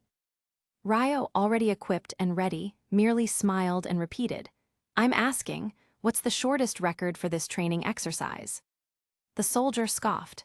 HMPH, you? Worry about breaking 3 minutes first. You're dreaming if you think you can beat Captain Levi's record. Despite his disdain, Ryo's unwavering gaze made the soldier uneasy. Reluctantly, he muttered, 1 minute and 53 seconds. Captain Levi didn't just complete the course, he also eliminated all 10 targets. The pride in his voice was unmistakable, as if he were responsible for the record himself. Ryo nodded with a faint smile. Impressive, he's worthy of his reputation. Without another word, he vanished into the training field. The spectators were stunned by his speed. He's not using the maneuvering gear yet. How is he that fast? Wait, was he running on foot? That's insane. The soldier, now fully invested despite himself, muttered, what's his deal? Is he really that good? The crowd murmured in awe as Ryo darted into the dense forest, his speed so blinding that the wind trailed behind him. The forest was the perfect replica of a battlefield, with towering trees, uneven terrain, and limited visibility. To break Levi's record, Ryo had to navigate over 1,000 meters, eliminate 3 of the 10 targets, and reach the finish line, all within a time frame that seemed impossible for recruits. But Ryo had no intention of settling for just enough. He wanted to shatter the record, to prove his worth not only to others, but to himself. As he entered the forest, he slowed down momentarily, his senses heightened. Titans, or their replicas, were massive, making them difficult to hide completely. By observing subtle shifts in air currents, the rustling of leaves, and faint echoes, Ryo pinpointed all 10 targets within moments. A plan crystallized in his mind. He wouldn't just break the record, he'd redefine it. When Ryo moved again, it was with calculated precision. Using the 3-dimensional maneuvering gear, he soared through the trees, his movements seamless and fluid. He used minimal gas, conserving his resources for bursts of speed when it truly mattered. The first target loomed ahead, a large dummy shaped like a titan. With a deft twist, Ryo closed the distance and sliced through its nape with one clean stroke. 1 down.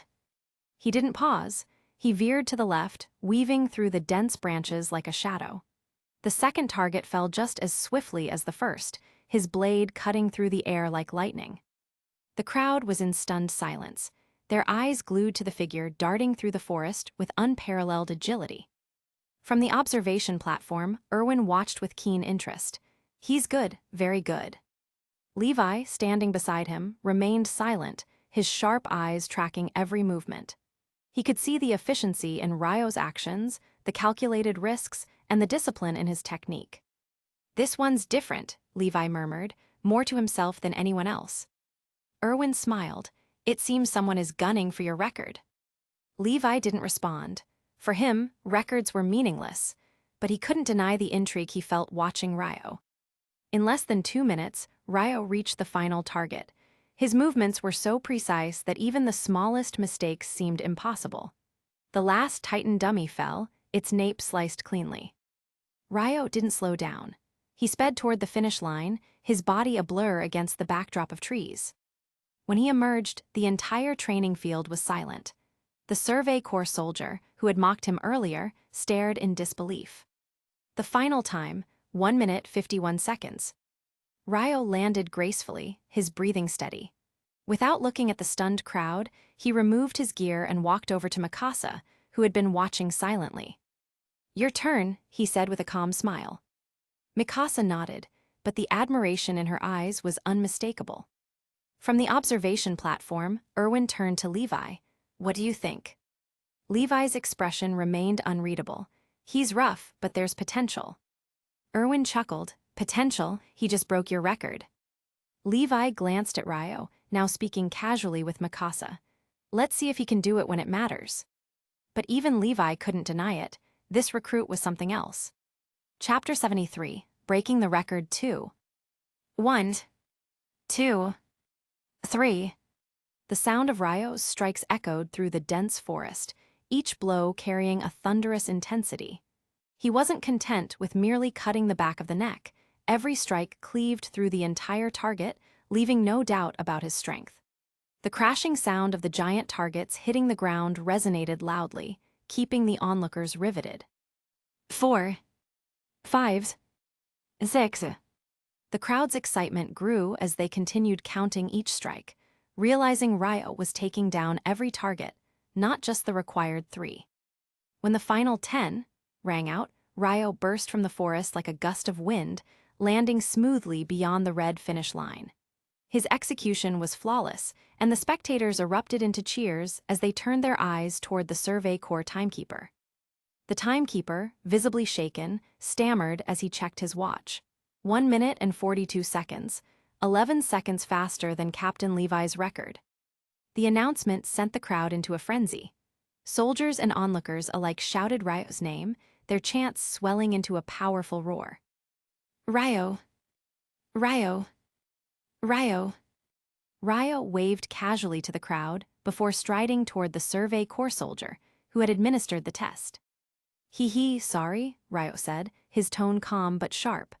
"I ended up destroying all the targets. It seems my companion won't get a chance to train today.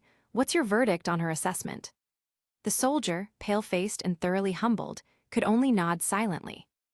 Ryo, satisfied, motioned for Mikasa to follow him. The quarters assigned to Ryo and Mikasa were modest but functional. The room was small but well-lit, with 2 separate beds. However, Ryo couldn't help but frown at the arrangement.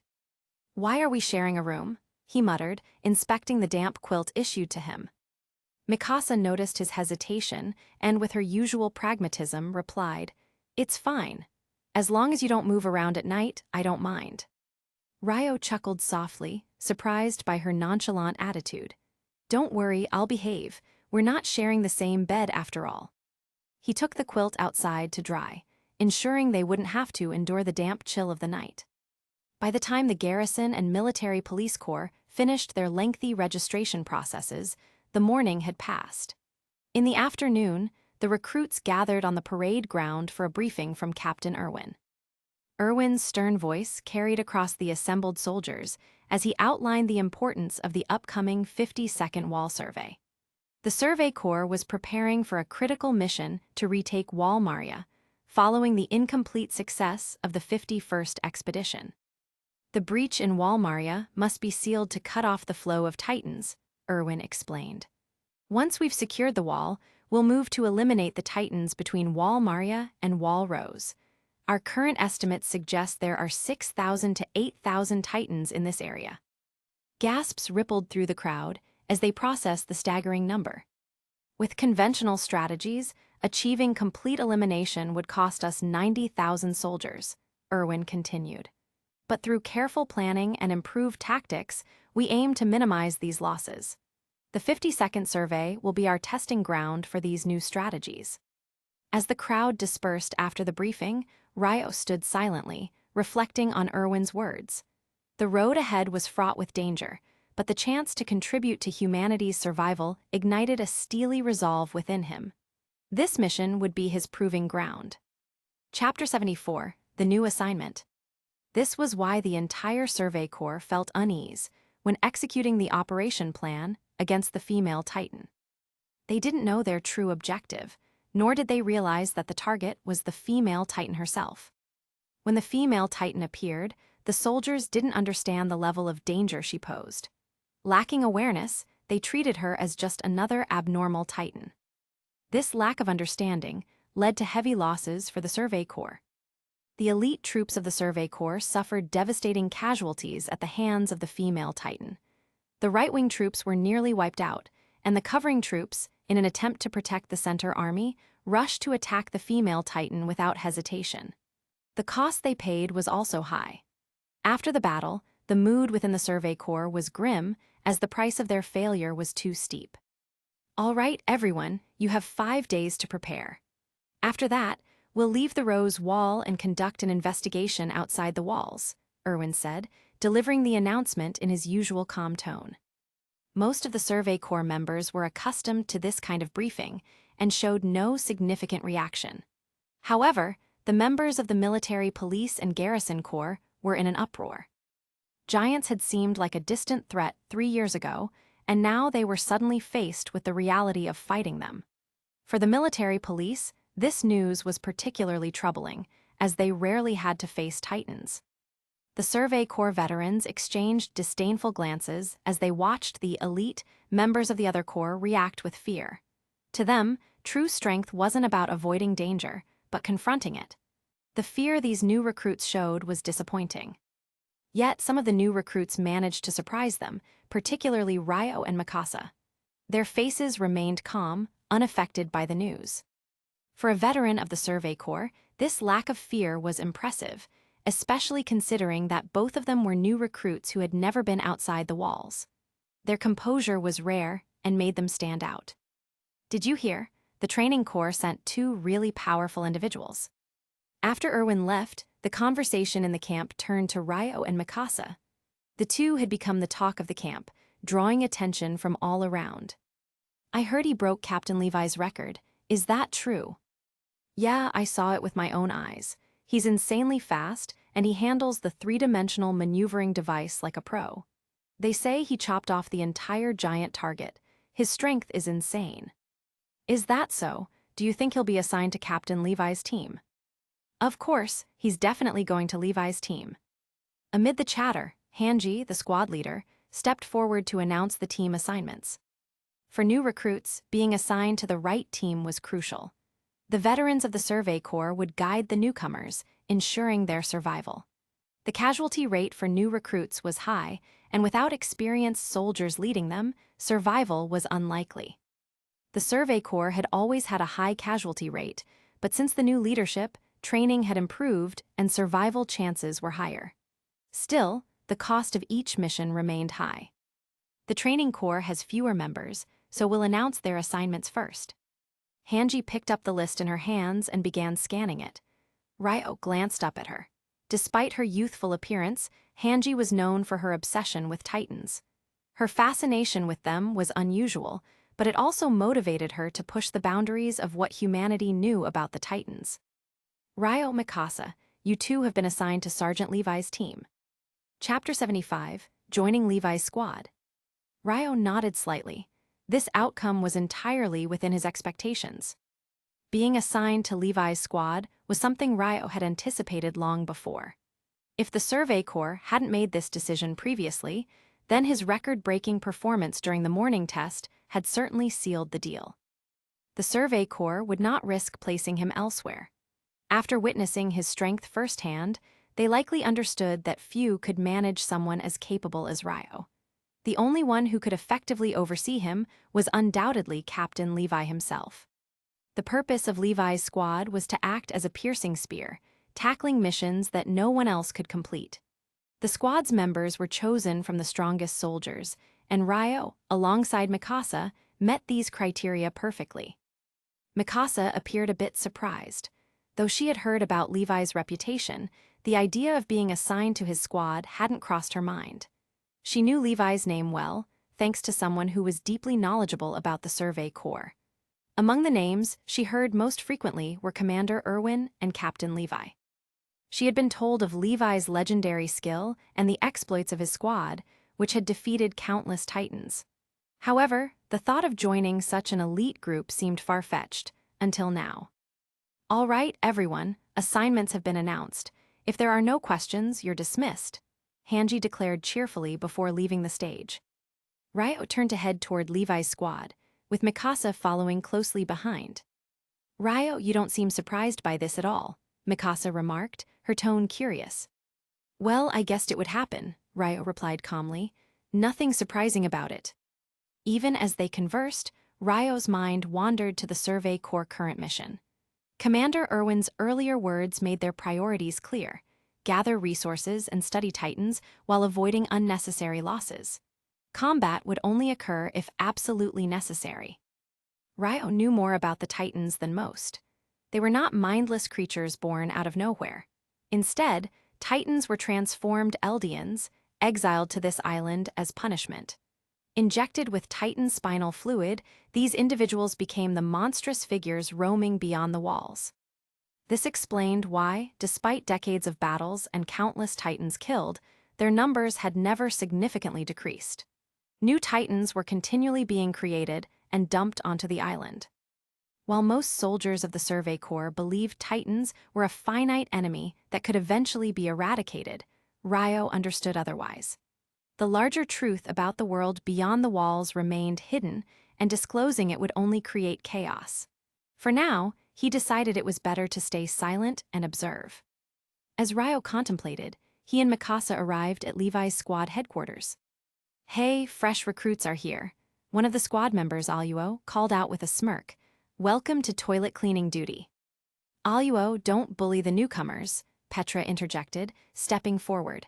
"The captain said we should welcome new comrades properly." Petra's warm smile immediately put Mikasa at ease. She extended her hand to them. "Hello, I'm Petra Ral, a member of Levi's squad. It's great to meet you both. We'll be fighting side by side from now on, so let's get along." If Krista radiated an angelic kindness, Petra exuded the comforting presence of a caring older sister. Her firm yet gentle demeanor made her an ideal teammate, someone who clearly valued camaraderie above all else. Ryo shook her hand, nodding slightly in acknowledgement. Despite the teasing and lighthearted banter, he felt a strong sense of determination among Levi's squad. These were soldiers who had earned their place through blood, sweat, and sheer willpower. He glanced at Mikasa, who returned his look with a faint smile. They had taken their first step into one of humanity's most elite combat units. The challenges ahead would be immense, but together, they were ready to face whatever lay beyond the walls. Chapter 76, A New Goal in Levi's Squad. "Yes, since you've joined the Levi squad, we'll be partners from now on. Let's work hard together," Elder King said warmly. "I'm Elder King, this is Genta Schultz, and that guy over there is Aluo Bazart. Don't be intimidated by his tough demeanor, he's actually quite amusing." As the squad gathered, they welcomed Ryo and Mikasa into their fold. Ryo extended a polite smile, shaking hands with each of them. "Hello, seniors. We're new here, and we hope to learn from you and work well together." Mikasa followed his lead, bowing respectfully, and her composed demeanor impressed the group. Seeing their humility and good manners, the members of Levi's squad exchanged relieved glances. They had worried that Ryo and Mikasa, being exceptionally skilled, might cause trouble or have inflated egos. However, their respectful attitude eased those concerns. Elder clapped Ryo on the shoulder. "No problem at all. We're teammates now, so no need to be overly formal. Let me show you around and explain a few things about our squad." He led Ryo and Mikasa through their quarters, explaining the team's duties. "Our primary task is to handle the most dangerous titans, like the aberrants. These are faster, smarter, and deadlier than the average Titan. Eliminating them is critical to ensuring the safety of the main force during expeditions. Because of this, our squad sees more battles than any other. Elder's words were meant as a warning, but Aluo saw an opportunity to boast. Bah, Elder, you're making it sound too grim. Listen, rookies, the Titans aren't that tough once you've got skill. Take me, for example. I've personally taken down 39 Titans. Impressed, aren't you? Mikasa's eyes widened slightly, clearly impressed, but Ryo maintained a calm expression. 39 Titans? That's quite a record, Ryo acknowledged, though his mind was elsewhere. He already knew of the incredible feats achieved by Levi's squad, and Aluo's boasting wasn't surprising. What intrigued him was the captain himself, Levi Ackerman.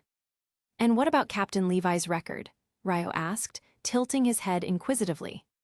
Aluo's smug grin faded as he realized Ryo wasn't giving him the praise he had hoped for. Why do you care so much about the captain's record? He muttered, clearly annoyed. Ignoring him, Ryo turned to Petra. Sister Petra, do you know?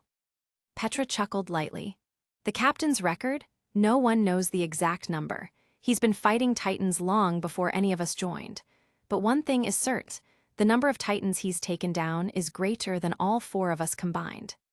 Her voice carried a tone of admiration, and her gaze softened when speaking of Levi. It was clear she idolized him, and perhaps there was even a hint of unspoken affection. Ryo nodded thoughtfully. That's incredible, truly awe-inspiring. As Petra continued to talk about Levi's unmatched skill, Ryo's mind drifted briefly. He remembered her tragic fate in the original timeline, the unyielding loyalty that ultimately led to her end. Seeing her now, full of life and enthusiasm, filled him with determination to change the future. Well, Ryo suddenly said, breaking the moment of reflection. Since surpassing the captain isn't measurable, I'll set a smaller goal for myself. The squad turned their attention to him, curiosity lighting their faces. What goal? Elder asked. Ryo grinned, his voice confident and steady. For my first expedition, I'll take down 100 Titans. The room fell silent. Then, after a moment, Aluo snorted. 100 Titans? Kid, don't get cocky. But Petra and Elder exchanged knowing smiles. There was something about Ryo's tone and demeanor that made them believe he wasn't joking. Well, Petra said, if anyone could do it, it might just be you.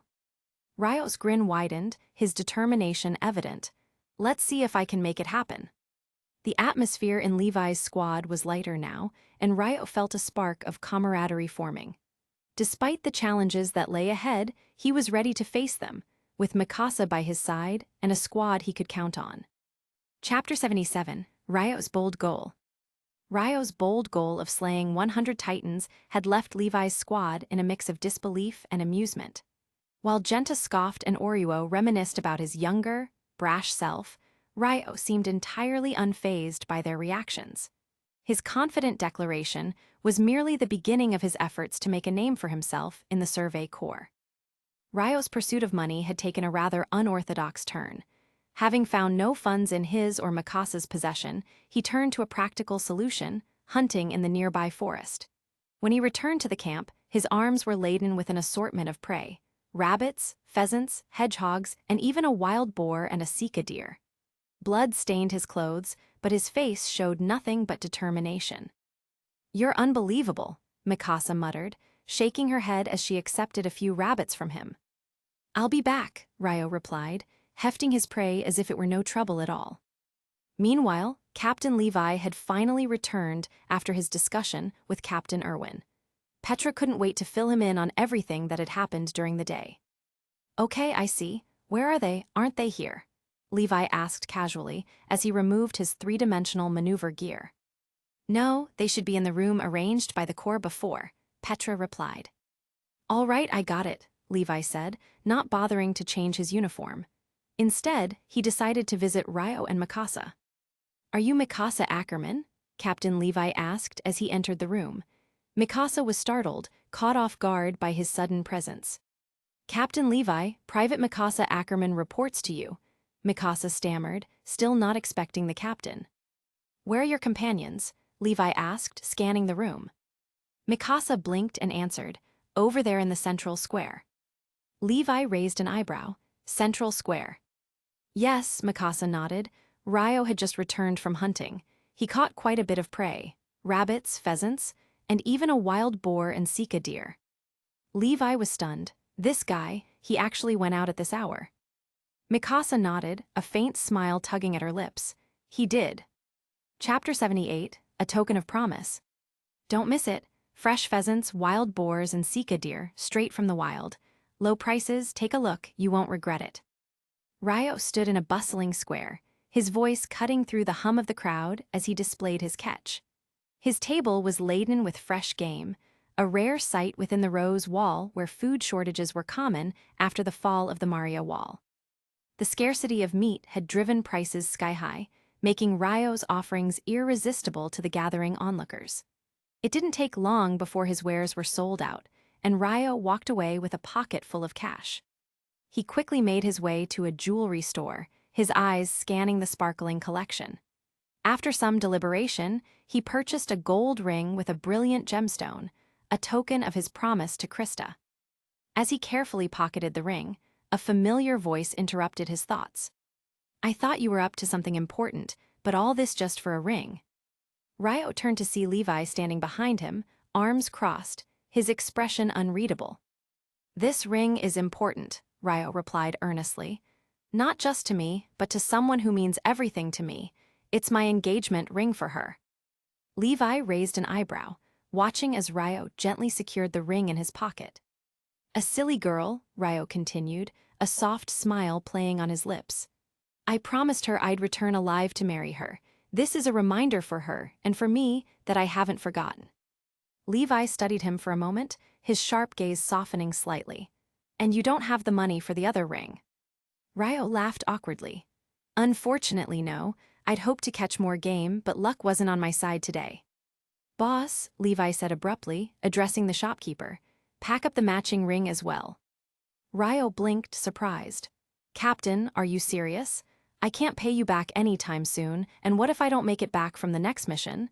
That'd be a waste of your money. Levi handed over the payment, taking the second ring and placing it in Ryo's hand.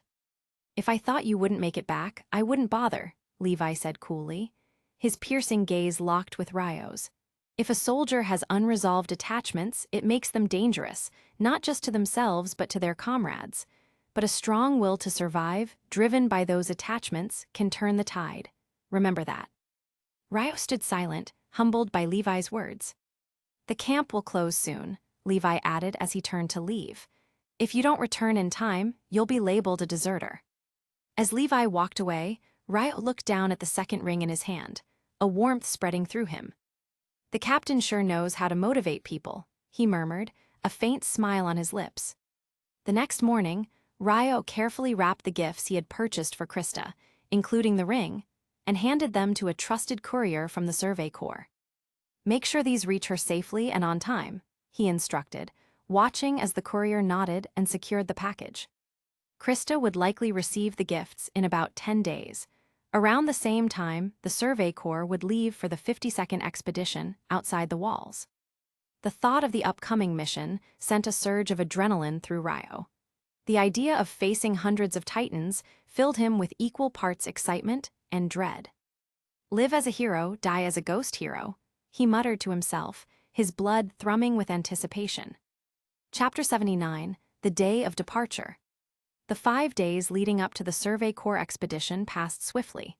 Soon, the day to head beyond the walls arrived. A vast procession unfolded before the eyes of humanity. Over 1,000 soldiers, more than 200 carriages, and upwards of 2,000 horses. The formation of the Survey Corps exuded an imposing and inspiring presence. For those living within the confines of Wall Rose, the fear and humiliation inflicted by the Titans were constants. These emotions turned into unyielding support for the Survey Corps. Early that morning, crowds lined the streets, their cheers reverberating through the air. Go, Survey Corps, humanity's hope rests on your shoulders. Captain Irwin, bring us good news. That's my son, he's serving humanity. Make us proud, son. The bustling streets were alive with fervent voices. Ryo sat astride his horse, positioned alongside Captain Levi and the others in their small unit near the center of the formation. Their duty was to guard Captain Irwin, a crucial role even inside the walls. While this was technically a safe zone, danger was omnipresent. Inside the walls, invisible enemies posed an even greater threat than Titans. Unlike the mindless Titans, these adversaries wielded intelligence and cunning, making them far more unpredictable and perilous. The royal family, ever fearful of the Survey Corps breaking free of their control, harbored strong opposition to the Corps' existence. Their spies were an ever-present threat. As the convoy moved, the cheers of the crowd deeply impacted the younger recruits. Many of them had never experienced such a display of support, especially those who had previously served in the garrison or military police. Unlike the Survey Corps, these divisions were often the subject of scorn rather than admiration. Mikasa, riding nearby, felt a swell of conflicting emotions. Years ago, she had stood among the crowd with Irene, watching the Survey Corps depart. Back then, they were filled with hope and admiration for those who ventured beyond the walls. Now, it was her turn to venture into the unknown. The thought of seeing the world beyond the walls stirred a mix of anticipation and apprehension. If there's freedom beyond the walls, I'll bring back that truth to Irene, she resolved silently. But if it's a hellish landscape of despair, I'll do everything to dissuade him from leaving the safety of the walls. Ryo, on the other hand, seemed preoccupied. While the world beyond the walls intrigued him, his thoughts were focused elsewhere. "System, show me my current stats," Ryo commanded inwardly. In preparation for the battle ahead, Ryo reviewed his attributes, which had improved significantly over time. Current stats: Strength 89, Stamina 92, Constitution 88, Agility 83, Spirit 79. He had accumulated 45 experience points and reached level 8. Another 95 points were needed to advance to the next rank. Curiosity struck, and Ryo checked the stats of those around him. To his surprise, Captain Levi's data was hidden, displayed as purple question marks. Even Mikasa's stats, though impressive with all categories above 80, paled in comparison to the captain's. The rest of Levi's squad also boasted formidable stats, most surpassing 75. "Why can't I see Levi's attributes?" Ryo questioned the system. "The opponent's total stats exceed the host's, rendering them inaccessible," the system replied. Ryo frowned. "How can his strength surpass mine? With my current stats, I should be among the strongest." "While your stats are remarkable, combat experience is a unique attribute granted at higher levels. The captain's experience far surpasses yours, granting him the edge." Understanding dawned on Ryo. Levi's strength wasn't just physical, it was honed by countless battles, a depth of skill that no raw stats could rival. Still, this revelation only fueled Ryo's determination. As the gates of the city loomed ahead, Ryo tightened his grip on his reins. The 50-second expedition beyond the walls awaited, and with it, a chance to prove his mettle against the Titans. He glanced at Mikasa and then at the crowd behind them. The cheers faded into the background as his resolve solidified. Whatever lay beyond the walls, he would face it head-on, not just for himself, but for the humanity counting on them. Chapter 80, The Favorability Dilemma. Ryo reviewed his current standing with the system. He had reached level 8, and with less than 300 experience points to gather, he was close to level 10. That meant killing 3 giants would likely push him to the next stage. Reaching the private rank would unlock the combat experience stats and finally allow him to uncover Captain Levi's mysterious data. Despite the missing stat, Ryo couldn't help but feel competitive. After all, he had broken Levi's record by 12 seconds, a feat that bolstered his confidence. However, he also acknowledged Levi's unparalleled combat experience, which remained an intimidating hurdle. The younger generation pushes the older forward, Ryo thought with a grin. Though Levi was unmatched now, time would eventually tilt the scales in Ryo's favor. His moment of self-congratulation was interrupted by Levi's sharp voice. "What are you grinning about like an idiot? Focus when you're writing. Don't start pulling an Oreo and biting your tongue every time you move." Levi's reprimand cut through the air, pulling Ryo out of his daydreams. Caught off guard, Ryo glanced at Oruo, who wore an embarrassed expression, but quickly schooled his face into indifference. This guy still hasn't mastered keeping a poker face, Ryo thought smugly. Meanwhile, look at me, I can take Levi's scolding like it's nothing. To distract himself, Ryo turned back to the system, curious about Levi's opinion of him. When he saw the captain's favorability score, his eyes widened in surprise. It was 75. A green upward arrow next to the score indicated that it was still increasing. 75, that high, Ryo muttered under his breath. What did I do to earn that? The system provided a note. A young, capable, and relatively reckless recruit with great potential. In him, it seems that someone's past is reflected. Ryo raised an eyebrow. So the captain thinks I remind him of his younger self. Interesting. Curiosity sparked, Ryo checked the favorability scores of his squadmates. The results were less impressive. Eld 55. Gunther 58. Oruo 51. Petra 52. Petra's low score caught him off guard. She seems like someone who'd be easygoing, Ryo thought. Why so low? He read the attached note. A new soldier who has strength but is rather arrogant. He seems to want to surpass the captain and lacks respect for him. What? That's unfair, Ryo nearly blurted out loud. Sister P, Petra, you've got it all wrong. I respect Levi plenty. But how could he explain himself? If he tried to clear the misunderstanding, Petra would likely question how he even knew what she thought, making the situation worse. Swallowing his frustration, Ryo moved on to check Mikasa's favorability.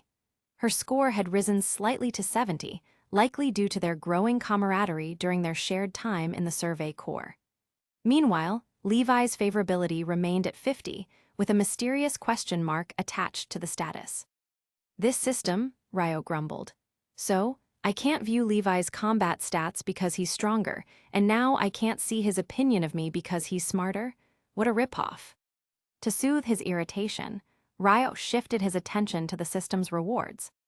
Hey, system, will I get anything after upgrading to private? He asked. The response came quickly.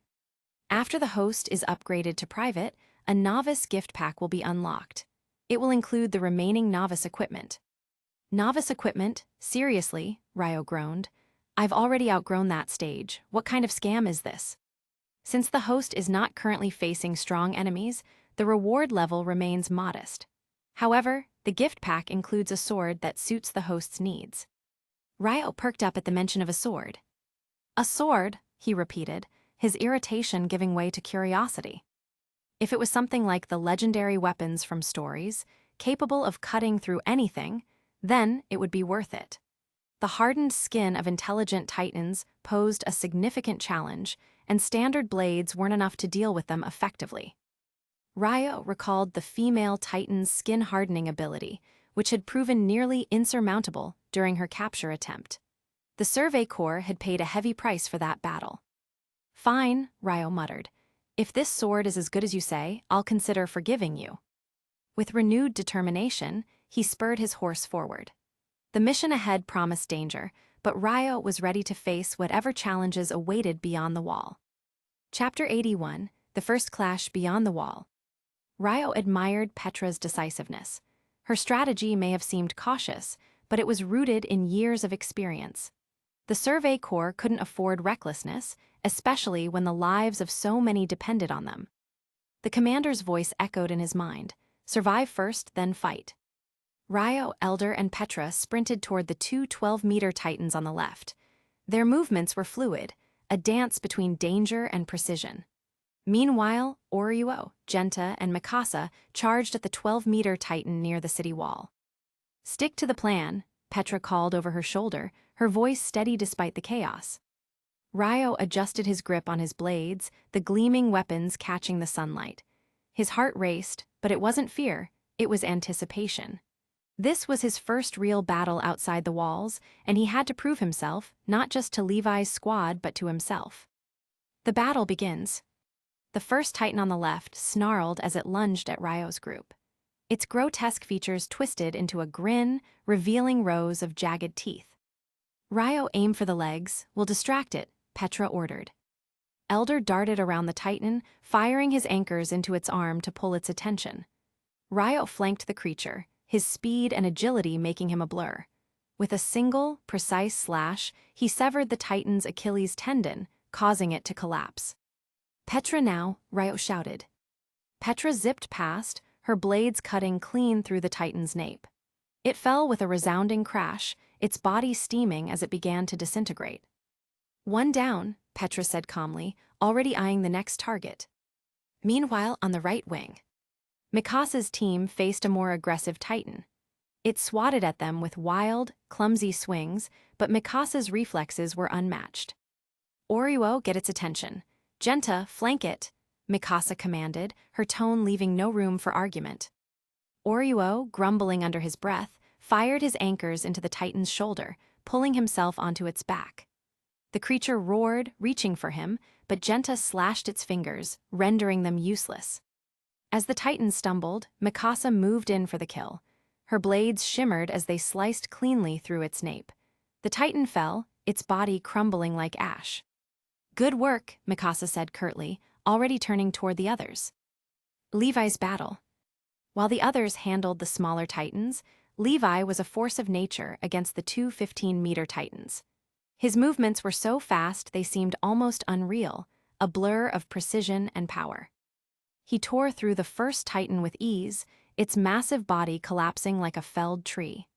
The second Titan tried to swipe at him, but Levi evaded effortlessly, his blades carving through its hardened skin as if it were paper. Within moments, both Titans lay lifeless, steam rising from their corpses. "Captain Levi has already taken care of the big ones," Elder noted, a mixture of awe and relief in his voice. Aftermath. The battlefield was littered with the remains of Titans, their steaming bodies a grim reminder of the danger they posed. Despite the chaos, the Survey Corps had managed to push through the initial wave with minimal casualties. Petra surveyed the area, her expression a mix of satisfaction and concern. "Good work, everyone, but this is only the beginning." Ryo sheathed his blades, his hands still trembling slightly from the adrenaline. He glanced at Mikasa, who seemed as composed as ever. "Not bad for your first time out," she said, a faint smile tugging at her lips. Ryo nodded, determination burning in his eyes. "This is just the start. We're going to win this." As the Survey Corps regrouped, Captain Irwin's voice rang out, rallying the troops for the next phase of their mission. The battle outside the walls had only just begun. Chapter 82, The First Battle. Ryo gave a firm nod to Petra as she issued their orders. Her command was clear: prioritize containment and teamwork, avoiding unnecessary risks. He admired her calm leadership, even in the face of two towering giants. Petra's strategy was meticulous. With their current positions so close to the wall, abandoning their horses for the three-dimensional maneuvering devices was the wisest move. The terrain here was restrictive, and battling the giants while mounted could lead to chaos. The maneuvering devices allowed for speed, precision, and the ability to strike vital points. As the team launched into action, Ryo felt Mikasa's gaze on him. Her silent concern was unmistakable, a rare but appreciated sentiment. He grinned briefly, whispering to himself as he glanced at the ring on his finger. "Krista, wait for me. I'll come back to marry you." With a burst of gas, Ryo propelled himself into the air, following Petra's lead. The sound of grappling hooks embedding into stone echoed as the team swiftly took to the skies. "Stick to the plan," Petra reminded, her voice steady but commanding. "Our goal is to contain them. No heroics, Ryo." "Understood," Ryo replied, though he couldn't help feeling a tinge of frustration. His instincts urged him to strike, to prove himself, but Petra's words weighed on him. As they engaged the giants, the situation grew more intense. The two 12-meter class Titans were relentless, their unpredictable movements making containment a challenge. Petra's calculated tactics ensured they remained focused, using their maneuvering devices to lead the giants toward the city wall, where they could be dealt with more efficiently. Meanwhile, Captain Levi's squad was tackling the 15-meter class Titans with characteristic precision. Levi himself darted between the behemoths like a blur, his blades cutting through with unparalleled speed and grace. From afar, Captain Irwin observed the battlefield with a strategic eye. When asked whether reinforcements should be sent to assist Levi's squad, his response was firm. "No, Levi's team can handle this. We must focus on advancing. The mission's success is paramount. It concerns humanity's survival." The officer relayed the orders, and the Survey Corps resumed their formation, pressing forward with unwavering determination. Back on the battlefield, Ryo found himself paired with Elder, who had noticed Ryo's restraint. Elder grinned as they maneuvered around the left-wing Titan. "Ryo, the giant's been led to the wall. Petra's busy with the other one, and Oryuo's team has already wrapped up their fight. This one's yours. I'll cover you." Ryo's eyes lit up at the opportunity. Elder's words were all the permission he needed.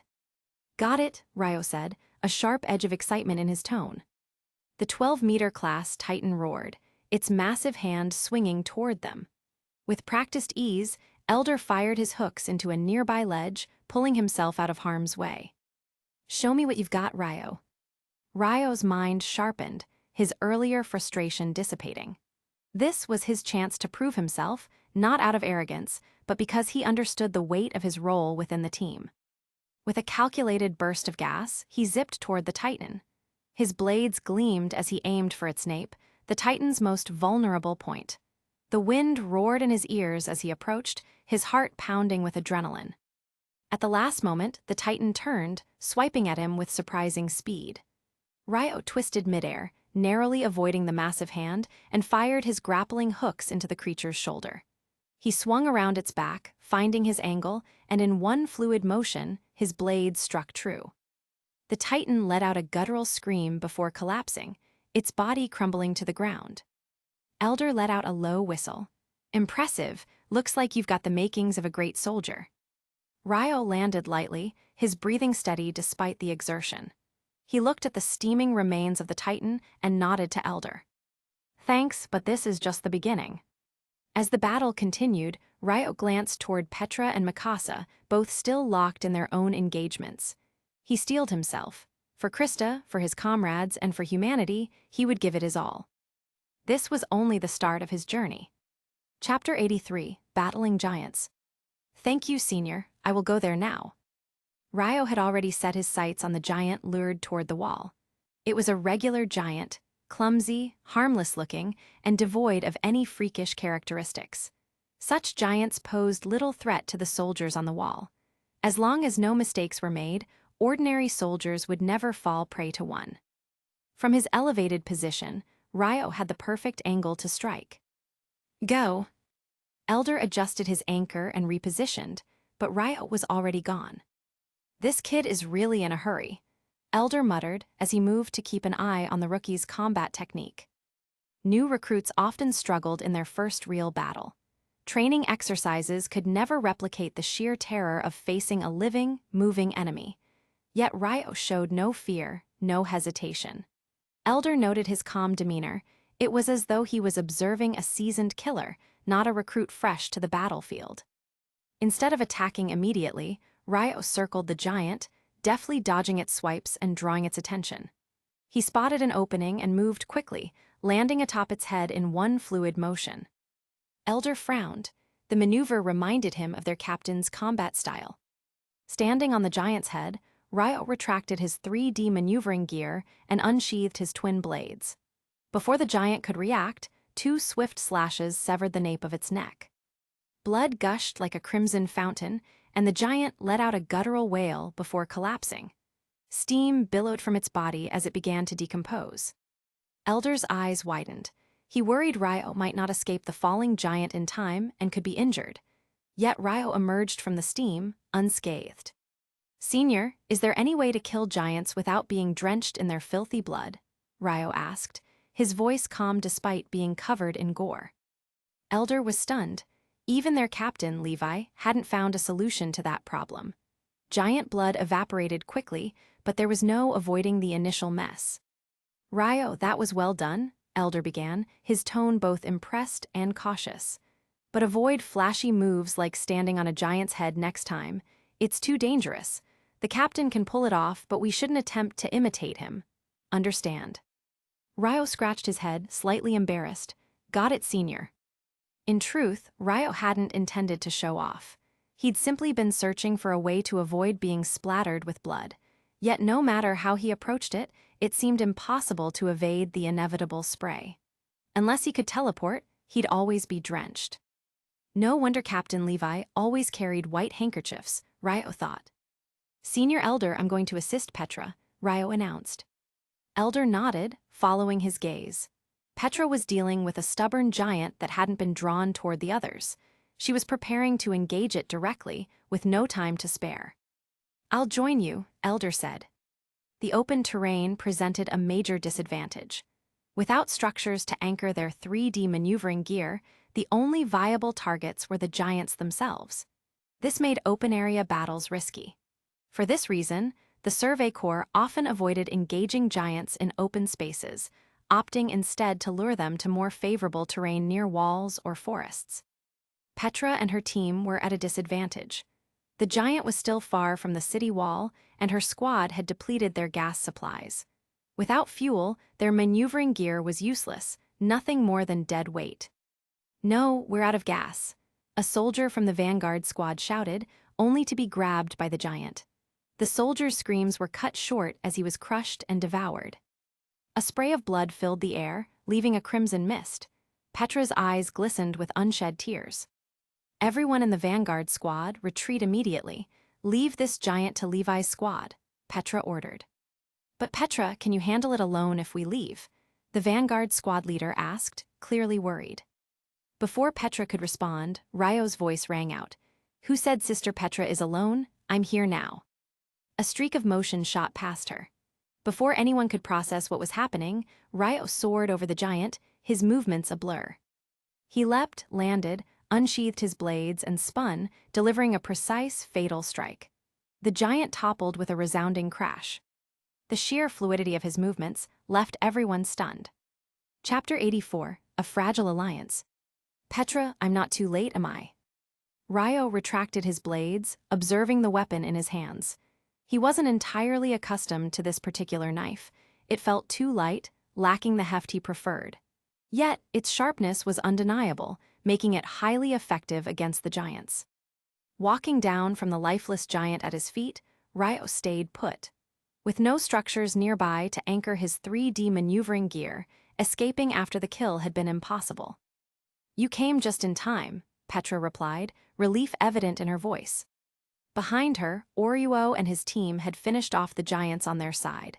The two remaining giants had fallen, and their mission was complete. They could now focus on supporting the captain.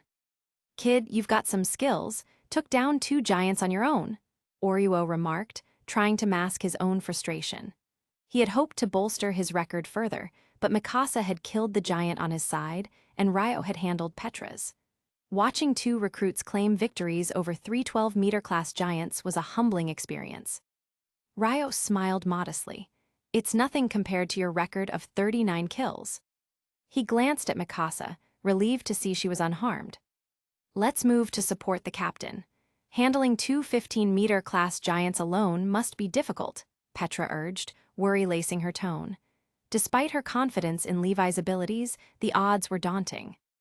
Elder chuckled. No need to stress, look over there. All eyes turned to see 2 massive bodies sprawled on the ground. Levi had already dealt with the giants. There was no mystery about what had happened, it was Levi's handiwork, as always. Assist the vanguard squad in moving their wounded to the city. Afterward, we regroup with the main force, Levi ordered, approaching on horseback with an injured soldier trailing behind him. The team nodded, turning their focus to battlefield cleanup. Despite the proximity to the city, the garrison soldiers showed no inclination to leave the safety of the walls to assist. Fear of the giants kept them confined, leaving the Survey Corps to handle the grim task of recovering their injured and dead. Ryo's thoughts darkened. Although all 3 corps, the Survey Corps, garrison, and military police, belonged to the same empire, their internal conflicts and lack of cooperation were glaring. These divisions hindered their ability to combat the real threat, the giants. The Garrison Corps had the largest numbers and superior equipment, yet their contributions in fighting giants were minimal. The issue wasn't just their scattered jurisdiction, but also their unwillingness to cooperate with the other corps. Even as the giants loomed as a shared threat, the people within the walls schemed and fought among themselves. It was a despairing reality, one Ryo found deeply troubling. Empires on the brink of collapse often succumbed to such internal decay. Were the Eldians now at that stage? After ensuring the vanguard squad was secured in the city, Levi led his team to regroup with the main force. They advanced swiftly, the organized formation of the Survey Corps reflecting their meticulous planning. The long-distance search formation was highly structured. The outermost layer consisted of the initial reconnaissance team, followed by the flanking units, support teams, and, at the center, the command squad. Behind them were the supply and carriage teams, with the Special Operations Squad positioned strategically. Each team had access to 4 types of flares. Red, signaling ordinary Titans. Black, warning of abnormal Titans. Green, command signals to change direction. Yellow, for emergencies or unpredictable events. These signals were part of basic training, mandatory for every soldier in the Corps. Mastery of these tools was critical not just for the Survey Corps, but also for the garrison and military police. Ryo's thoughts shifted to the grim reality of their work. During a previous expedition, the female Titan had infiltrated the formation disguised as a regular soldier. Using a green flare, she manipulated the direction of Levi's squad, ambushing and annihilating them in a calculated strike. It was a painful reminder of the stakes they faced. Levi's squad, though small, was vital to the Survey Corps' strength. Without them, the entire operation would falter. Limited manpower and outdated communication tools only compounded the risks. During the 52nd Outer Wall Survey, over 200 soldiers had participated, representing the elite of the 1,200-strong Corps. Yet even among the elite, survival was never guaranteed. Chapter 85, The Forest of Giants. Ryo rode alongside Levi's squad, the 2-horse formation ensuring speed as they raced across the flat terrain. The giants they encountered on the road were ignored.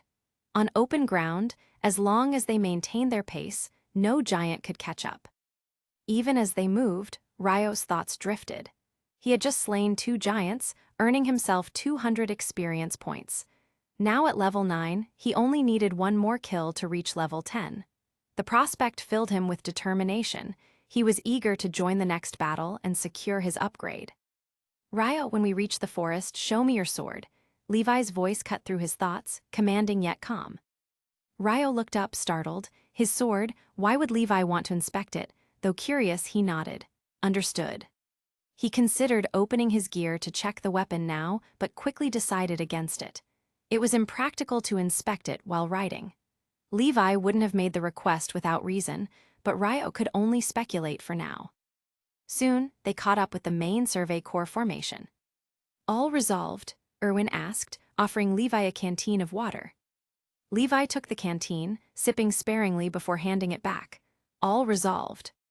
Ryo noticed how particular Levi was about cleanliness. It made sense now why Levi handed off his personal belongings before battles. He despised anything unclean, especially the filth of the giants. Even though Levi's position wasn't the safest in the formation, it was among the least likely to engage in direct combat. How did the new recruits perform? Erwin asked, his sharp gaze flickering briefly to Ryo and Mikasa. Very well, Levi replied simply. Of the 5 giants encountered, 3 were taken down by them. Erwin nodded, a rare smile crossing his face. If Levi praised someone, it was no small feat. Erwin trusted Levi's judgment, and now his confidence in these 2 recruits grew. Ahead, a vast forest loomed, the towering trees visible even from their distance. Erwin gestured toward it. That forest is an unusual terrain. We haven't fully explored it, but it could serve as an excellent supply station or refuge in the future, Erwin said, his tone thoughtful. Levi's sharp eyes narrowed at the sight. The trees were enormous, some towering hundreds of meters into the sky. Their sheer size and density made the forest a rare and ideal location. Ryo's gaze followed Levi's. The forest was mesmerizing and imposing. Such a terrain could indeed change the dynamic of battle, especially for the Survey Corps. The terrain here is perfect, Levi murmured. It gives us options we've never had before. Erwin nodded. Exactly.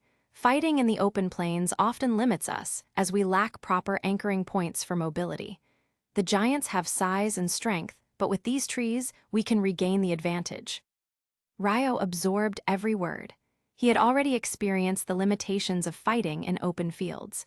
Without the proper terrain, even the Survey Corps' most skilled soldiers struggled. But this forest offered opportunities, a chance to level the playing field against the relentless giants. As they continued toward the forest, Erwin explained their strategy. The Survey Corps' long-distance search formation wasn't designed for constant combat. It prioritized evasion, reconnaissance, and strategic positioning. Giants were often avoided rather than confronted head-on, but the drawback was clear. Giants tended to pursue relentlessly. Ryo thought back to the earlier encounter. Strange species, in particular, were even more troublesome. Faster and more unpredictable, they were almost impossible to shake off once they caught a scent of human prey. This forest might solve that problem, Ryo murmured to himself. Levi overheard and glanced back at him, his eyes sharp but approving. Exactly. With the forest now within reach, the squad prepared themselves. The giants following the formation had to be dealt with, and the forest might be the best place to face them head-on. Stay sharp, Levi ordered. We're not out of this yet. Ryo tightened his grip on his reins, his resolve hardening. The forest ahead wasn't just a potential refuge, it was their next battlefield. Chapter 86, A Mysterious Forest. We've never set out from this area before, so we didn't know there was such a forest here. It seems we need to mark this on our map. The leader of the Survey Corps took out his map, marking the current location and adding an icon of the forest. He noted its strategic potential for future operations. We didn't notice it before because our research has always been outside Walmaria, Levi remarked, his tone flat. The captain frowned, recognizing the truth in Levi's words. For years, the Survey Corps had conducted investigations beyond Walmaria, the outermost of the three walls. But now, with Walmaria fallen, they were confined between it and Wall Rose. The once symbolically free Survey Corps had lost much of its freedom. They were essentially conducting missions, outside the wall, within the remnants of their own territory. Erwin sighed. If we don't put in the effort now, the situation will only deteriorate faster. He urged his horse forward, spurring the animal into a gallop as his subordinates followed closely. This forest is larger than I expected, Petra observed as they cautiously entered. She led the group in Erwin's absence, scanning the area for any signs of danger. Though majestic, the towering trees created an unsettling atmosphere. Unlike open terrain, where the giants' immense size made them easier to spot, the dense canopy and shadows in the forest could conceal dangers until it was too late. Be on high alert, Petra warned, her voice firm. Ryo couldn't help but feel a strange unease. He recognized the forest from his memories and knew its ominous reputation. Eld chimed in, his tone light in contrast to the tension. We've never explored this area before because we used to deploy from different cities. Back then, our focus was beyond Walmaria. Funny how we know more about what's outside than what's within. Petra's expression softened as she reminisced. There's a beautiful lake beyond Walmaria. The water is so clear, and the grasslands around it are breathtaking. Ryo caught the slight blush on her face and couldn't resist nudging Aluo for details. What's with Sister Pei? She looks sentimental. Aluo smirked, leaning closer. Well, there was this one time at the lake, someone was bathing and ouch. He bit his tongue mid-sentence, earning a glare from Petra, who clearly suspected she was the topic of discussion. Aluo, if you're gossiping about me, you deserve to bite your tongue, she snapped, her eyes narrowing. Percent, Aluo tried to respond, but his words were incomprehensible through the pain. The vast forest seemed eerily devoid of giants, an anomaly given their usual prevalence.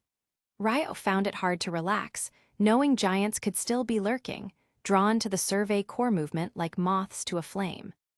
After several hours, a green flare soared into the sky, signaling that the front units had cleared the forest. Petra quickly responded with her own green flare, acknowledging receipt of the message. Moments later, orders came from the central command. The entire unit will rest on site, maintain vigilance. At last, the soldiers could breathe. They found sturdy branches to rest on, distributing themselves across the towering trees. Ryo sat on a branch, taking out his rationed bread and water. As he ate, he couldn't shake the strange feeling the forest gave him.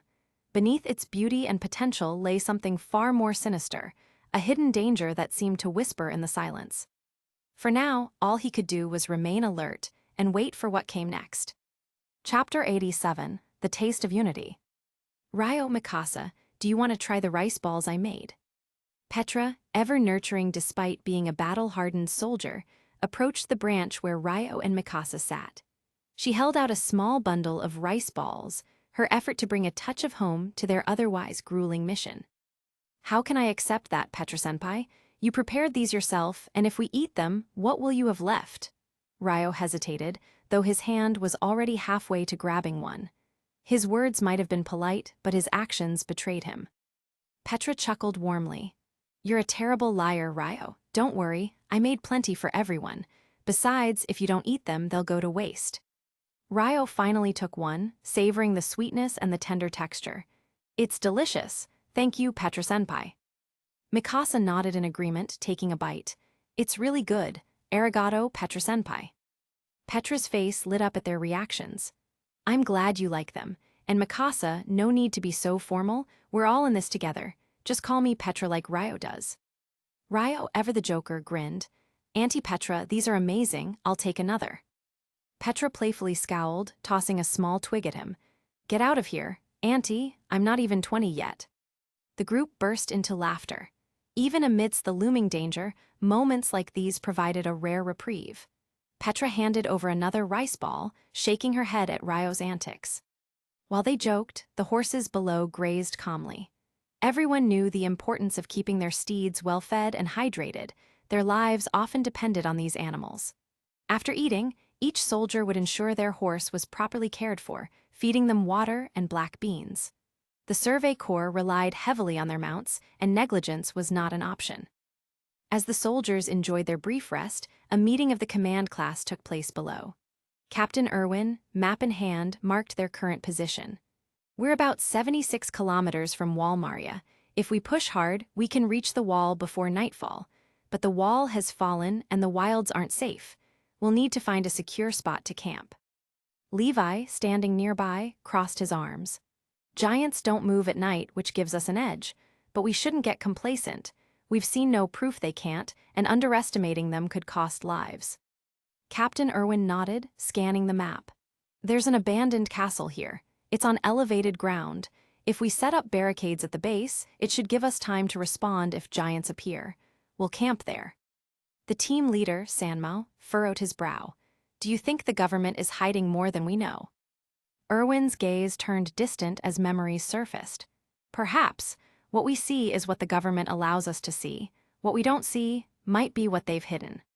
His voice carried the weight of years, spent unraveling truths others refused to face. Snapping out of his thoughts, he issued orders. Notify the vanguard to adjust their route. Reach the castle by nightfall. If giants appear, eliminate them swiftly, leave no room for error. The command squad stood at attention, fists over their hearts, and saluted in unison. Yes, Captain. Under Irwin's leadership, even in the face of uncertainty, they moved forward. Each soldier knew the risks, but they also knew the strength of unity. Together, they forged ahead, determined to reclaim what they had lost. Chapter 88, The Threat of Strange Species. Are we going to set off? As the flares from the command team signaled their next move, Ryo and his group quickly collected the water plants and handed them back to the supply team. All members of Levi's squad, listen up, mount your horses immediately and set off. Petra's clear voice rang out. She raised her signal gun, firing a green flare into the sky, signaling her squad to move at full speed and leave the woods. The cavalry of the Survey Corps surged forward like a torrent, pouring out from the narrow forest path. The urgency of their departure was palpable. Their scent would have undoubtedly drawn giants to their location. Delaying here could mean being cut off by approaching giants. A giant is approaching the team. 3 red flares shot into the sky ahead. Petra wasted no time, quickly replacing her bullets and relaying the warning to those behind her. The support team, in turn, fired 2 additional flares to pass the message down the chain. Is it just an ordinary giant? What a shame we just left the woods. If they had entered the forest, we could have taken them down, Oruo grumbled, clearly frustrated. His competitive streak burned bright, and he was still eager to bolster his record after Ryo's impressive performance during the last battle. Stop talking nonsense, Elder snapped. This is open ground, and it puts us at a severe disadvantage. Besides, giants can't ever truly be wiped out, can they? Ryo listened, feeling the weight of Elder's words. Giants couldn't truly be eradicated. While they could be killed one by one, their essence, Eldians transformed into mindless titans, meant their numbers could always be replenished. The Marlians across the sea ensured a steady supply of these creatures, creating an unending cycle. Oruo scoffed but grumbled, "Fine, but if that blind giant charges, I'm not holding back." Suddenly, 3 more flares rose on their left, this time black. "Strange species," Petra exclaimed, her face grim. The sight of black flares struck a chord of dread within the team. Strange species were far more dangerous than regular titans. They displayed erratic behavior and unique abilities, making them unpredictable and deadly. Some moved at incredible speed, others could leap long distances, and a few had even been reported climbing or flying. They were a rare but lethal presence, demanding immediate caution. "Petra, should we move to support the left wing?" Oruo asked, practically vibrating with anticipation. "Don't act rashly," Petra ordered sharply. Her disciplined tone left no room for argument. Replacing her flare with a black one, she fired it into the sky to alert the command team. Then she turned to her squad. "Prepare for battle, but our target may not be the left wing, it's likely the vanguard squad." The squad followed Petra's gaze, and what they saw made their blood run cold. Ahead of them, a swarm of at least 20 giants loomed in the distance. "How did such a large group of titans appear here?" Ryo murmured, stunned. Their disbelief was shared by all. These giants had seemingly materialized out of nowhere. Why hadn't they appeared when the Corps rested in the forest, an ideal battleground? Why now, as they moved across the open plain, where their maneuverability was compromised? Petra's jaw tightened as she assessed the situation. "If we continue in this direction, we'll be surrounded." Elder's voice cut through the tension. "We have to turn the team around, or at least halt our advance. Moving forward is suicide." Petra nodded sharply, determination in her eyes. "Everyone, prepare for evasive maneuvers. Wait for orders from the command team and stay alert." As the tension mounted, the threat of strange species and the encroaching horde of giants loomed heavily over them. Survival hinged on their unity and swift action, and Ryo couldn't shake the sinking feeling that the worst was yet to come. Chapter 89, Tactical Retreat. The situation was dire. The vanguard unit was struggling against the overwhelming number of titans. It was well known that fighting titans typically required at least 5-10 soldiers per titan, and with over 20 titans advancing together, this battle called for the full Survey Corps to engage. But even then, fighting in open terrain without cover or mobility was a gamble they could hardly afford to take. Ryo assessed the scenario. A retreat to the forest would be ideal. The dense trees provided strategic advantage, allowing their maneuver gear to work effectively. On flat ground, however, they were sitting ducks. Yet, the decision was not his to make. Bang, bang, bang. The ominous sound of flares echoed in the air. Red signals rose from the left flank, indicating a giant threat. The left-wing support team quickly relayed the information back. "We've got movement on the left now too," Oruo muttered, his usual bravado tinged with unease. Ryo's gut twisted. If the titans ahead were a coincidence, the left-wing attack was too coordinated to ignore.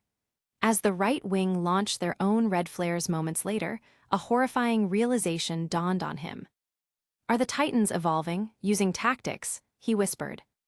It seemed impossible. For over a century, titans had been creatures of mindless destruction, but their sudden, strategic positioning, blocking the Survey Corps' retreat from multiple angles, suggested otherwise. And in Ryo's mind, only one explanation fit: the Beast Titan. Though he had not seen this particular titan yet, the stories of its cunning and ability to command brainless titans were no secret. If the beast titan was truly behind this ambush, then their predicament had gone from dangerous to catastrophic. The command squad fired a green flare, signaling an immediate change in plans. "Fall back, retreat to the forest," Petra shouted, her voice cutting through the chaos. She wasted no time, turning her horse toward the forest. Ryo followed, his mind racing. He glanced at the support squad heading to the left and right flanks in an attempt to secure the retreat. Oryuo scowled, frustration etched into his face. "We're really retreating? This is humiliating." "There's no choice," Eld replied sharply. "You want to throw your life away? Look around. We're outnumbered and surrounded." Oryuo grit his teeth but said no more. Even he couldn't deny the truth.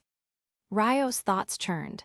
If the beast titan was truly orchestrating this, their retreat to the forest might not be enough. There was a nagging feeling that worse was yet to come. "Mikasa, has anything like this ever happened before?" She shook her head. "This is my first expedition beyond the walls. I don't know what's normal for this."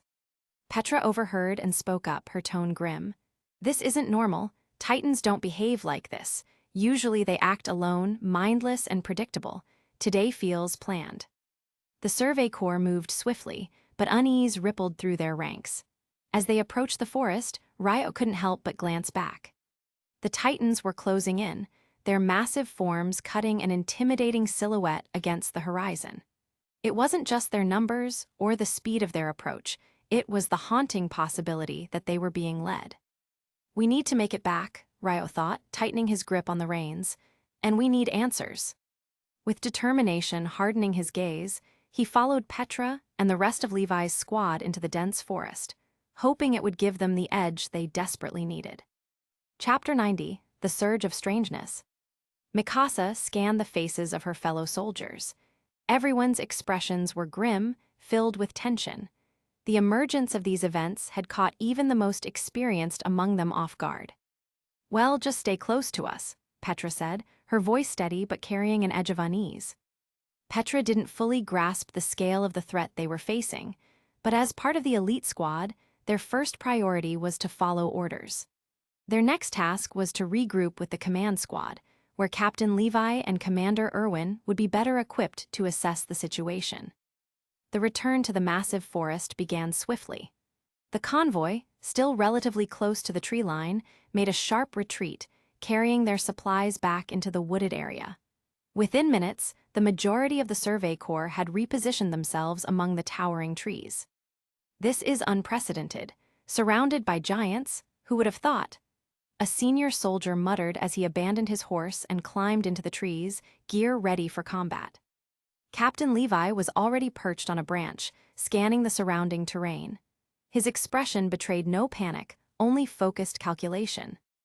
"The situation is bad, yes," Levi said, breaking the tense silence. "But look at it this way. This is valuable intel. We now know giants are capable of coordinated attacks.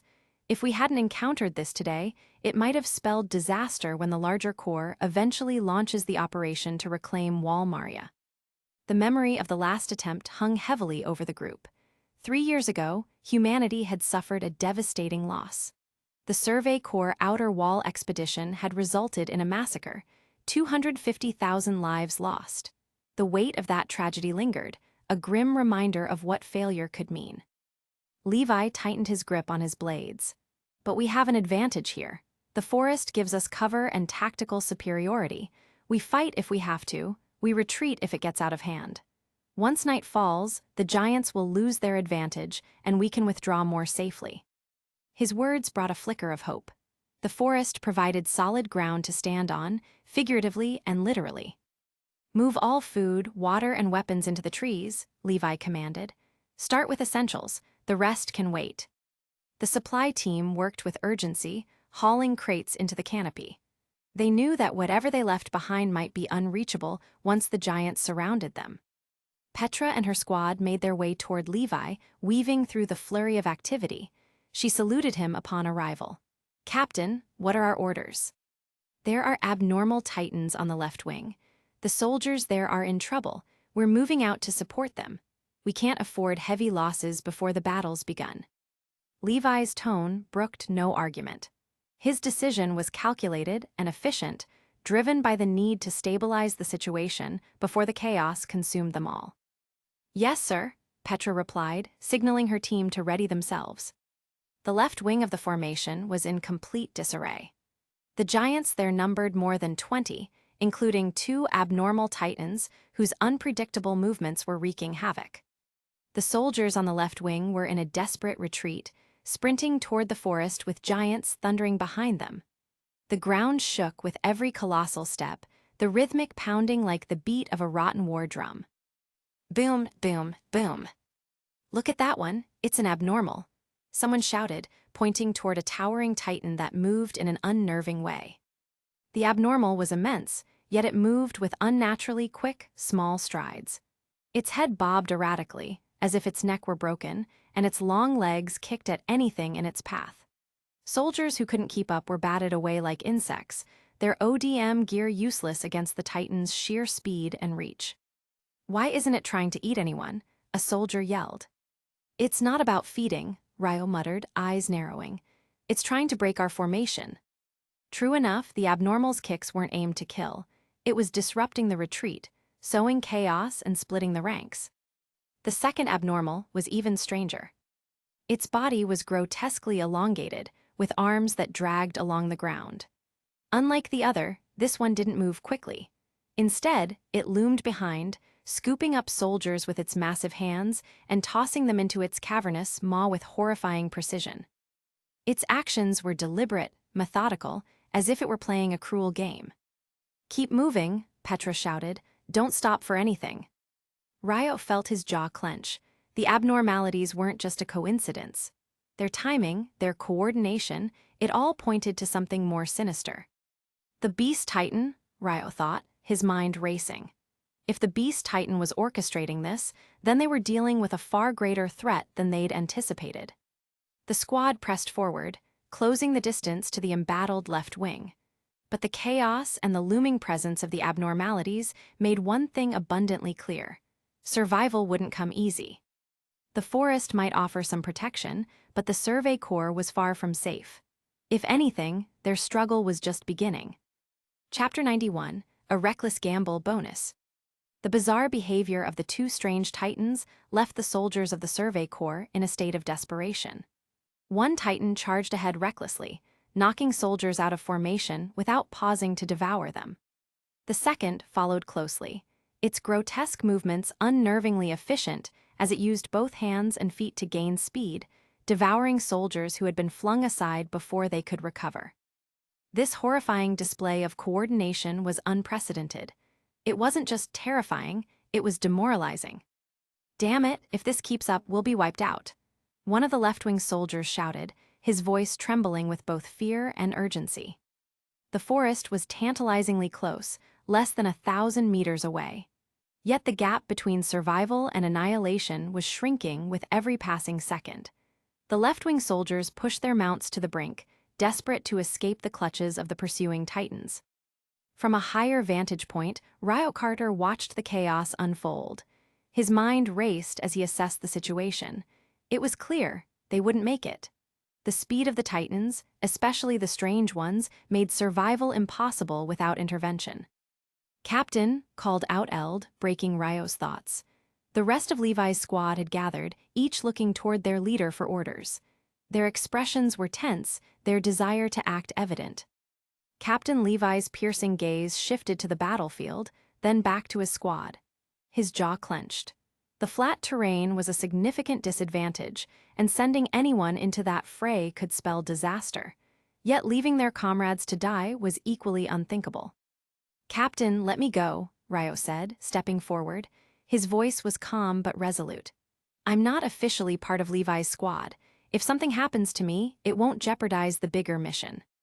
Levi's cold stare bore into Ryo. "Your chances of survival are less than 10%. You realize that, don't you?" Ryo smirked. "I've faced worse odds. Besides, I broke your record in training, remember?" His attempt at humor wasn't appreciated. Petra scowled. "This isn't training, Ryo. It's real. You don't know what it's like to fight on flat terrain like this." "She's right," Oruo interjected, puffing his chest. If anyone's going, it should be me. I'm second only to the captain in kills. I can handle a couple of freak titans. Stop it, Eld snapped, silencing the group. His gaze turned to Levi. Captain, the decision is yours. Levi's eyes narrowed. He was weighing the risk, and every second counted. Finally, he turned to Ryo. You're ready, aren't you? Ryo grinned. Even if there are tens of thousands of them, I'll go. Levi nodded grimly. Do what you must. As Ryo launched himself toward the left wing, the forest around him blurred. His three-dimensional maneuvering gear whirred to life, the sharp sound of compressed gas punctuating the air. Behind him, Levi's squad watched in silence, their faces a mixture of worry and reluctant admiration. The battlefield grew louder as Ryo approached, the ground trembling beneath the feet of the Titans. He caught sight of the two strange Titans wreaking havoc. The first was barreling forward, its erratic movements scattering soldiers like leaves. The second, with its horrifying speed, was devouring those left behind. Let's see how tough you really are, Ryo muttered under his breath, drawing his blades. As he descended toward the chaos, he locked eyes with the first strange Titan. Its head tilted unnaturally as it noticed him, its gaping maw twisting into a grotesque imitation of curiosity. But Ryo wasn't afraid. If anything, he felt alive. The odds were against him, but for Ryo, that only made the fight more thrilling. Chapter 92, A Desperate Charge. The captain hesitated at first. After all, it wasn't his style to let his subordinates die like this. But Ryo was right. As the hope of the Survey Corps, Levi's team couldn't just stand by and watch others die when they were in desperate situations. The strange creatures are a big threat. There is no need to fight them head-on, just ride on your warhorse. The captain seemed to agree with Ryo's request to fight. Not only did he agree, but he also pulled him aside to personally teach him his unique secrets. Well, I understand, don't worry. Ryo nodded confidently. Although the captain's suggestion was good, he misjudged his own strength.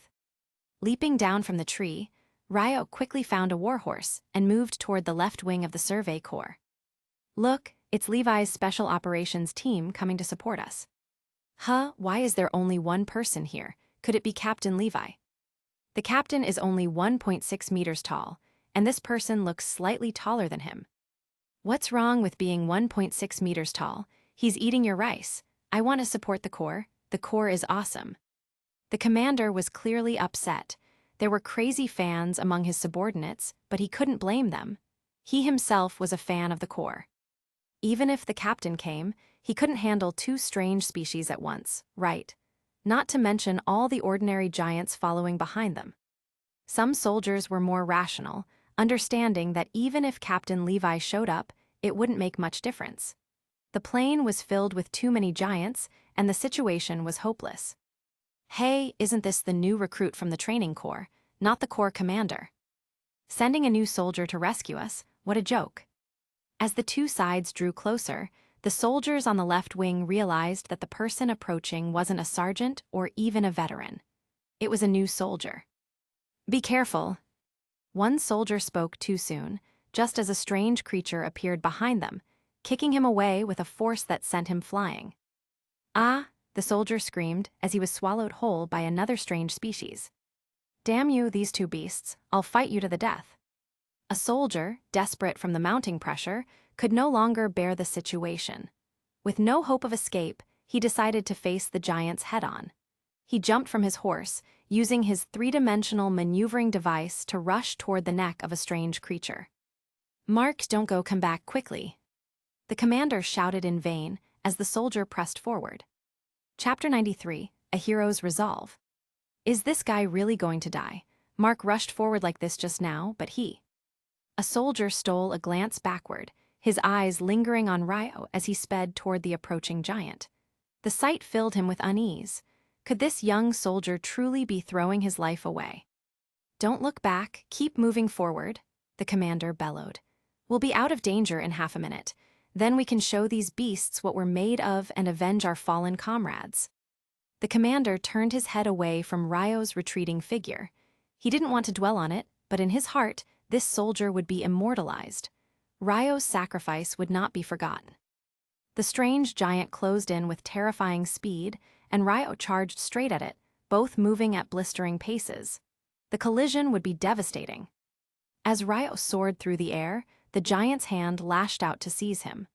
The speed and accuracy of its movement betrayed an intelligence beyond that of ordinary titans. This wasn't just a mindless brute, it was a calculating predator. The soldiers of the left-wing unit had seen this before. The same giant had snatched Mark moments earlier, crushing him in its grasp before swallowing him whole.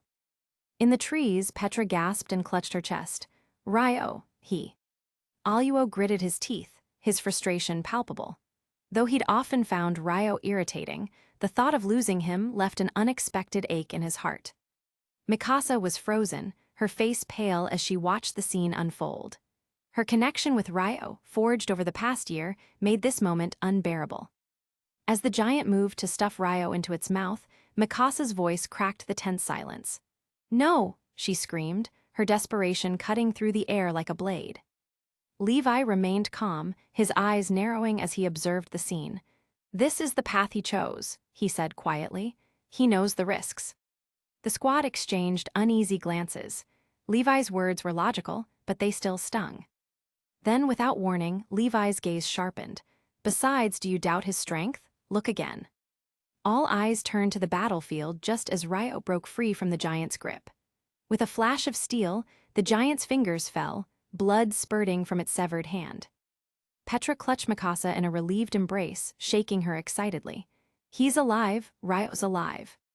"This kid's got guts," Aluo muttered, wiping sweat from his brow. "But I swear, when he gets back, I'm going to give him a piece of my mind." Eld and Gunter exchanged relieved smiles, though their curiosity grew. How had Ryo managed to escape? Meanwhile, on the ground, the left-wing commander and his troops heard cheers from the trees. Turning to see what had happened, they spotted Ryo in action. "He's alive, that soldier, he's still alive." The commander let out a breath he didn't realize he'd been holding. His earlier plans to memorialize Ryo in his heart shifted to admiration.